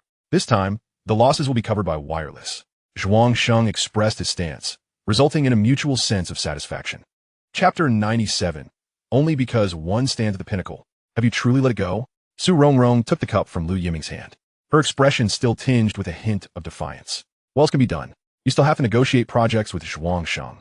If we offend everyone, neither of us will be able to step foot in Hong Kong again. Conversely, Lu Yiming maintained a more relaxed perspective. This favor was not so easily repaid. The three major triads owed Zhuang Sheng a debt, and given his cunning nature, he would not relent without extracting a significant price. This was a matter of saving face for Zhuang Sheng. In the future, as long as Zhuang Sheng could manage it, neither Lu Yiming nor Su Rongrong would encounter further difficulties in Hong Kong. Of course, the primary reason was that Su Rongrong had not been harmed. Had she been injured, who could fathom the extent of Lu Yiming's fury? Lu Yiming, it can't be because of me, right? You really needn't harbor such concerns. Su Rongrong was slightly touched. If it were truly for her sake, how would she face Lu Yiming in the future? Especially under his intense gaze, which seemed capable of melting her entirely. Overthinking it. After all, Hong Kong remains a financial hub. You have truly given them a free pass. Upon hearing Lu Yiming's response, Su Rongrong felt a wave of relief wash over her. Yet, why did she also feel a tinge of disappointment? No, Su Rongrong, what are you thinking? Perhaps the abrupt shift in their relationship left her feeling somewhat disoriented whenever she encountered Lu Yiming. For now, things are quite well. At least she can maintain a proper mindset.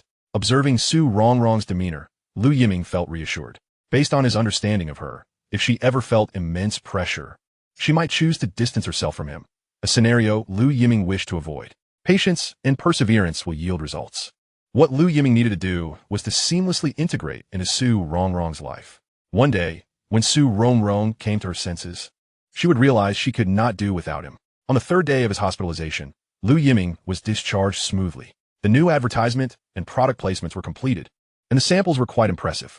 To express his apologies, Zhuang Sheng even arranged for an early screening of the film. The scene where the protagonist wielded a pager became iconic. Originally, Su Rongrong and Lu Yiming were supposed to return, but Zhuang Sheng wished to seize this rare opportunity and invited Su Rongrong to attend the anniversary celebration of wireless television. During this event, prominent figures from various sectors in Hong Kong would be present. For Su Rongrong, it was an exceptional opportunity. For Jiyuan Capital, it was an unmissable occasion, a prime platform to showcase their potential. Actually, you can head back first. Rest assured, my assistant has already arrived on behalf of the company. Jiyuan Capital attached great importance to this event, and upon receiving the news, Manager Zhang promptly notified Su Rongrong's team to set out. This was crucial for Jiyuan Capital's expansion in Hong Kong.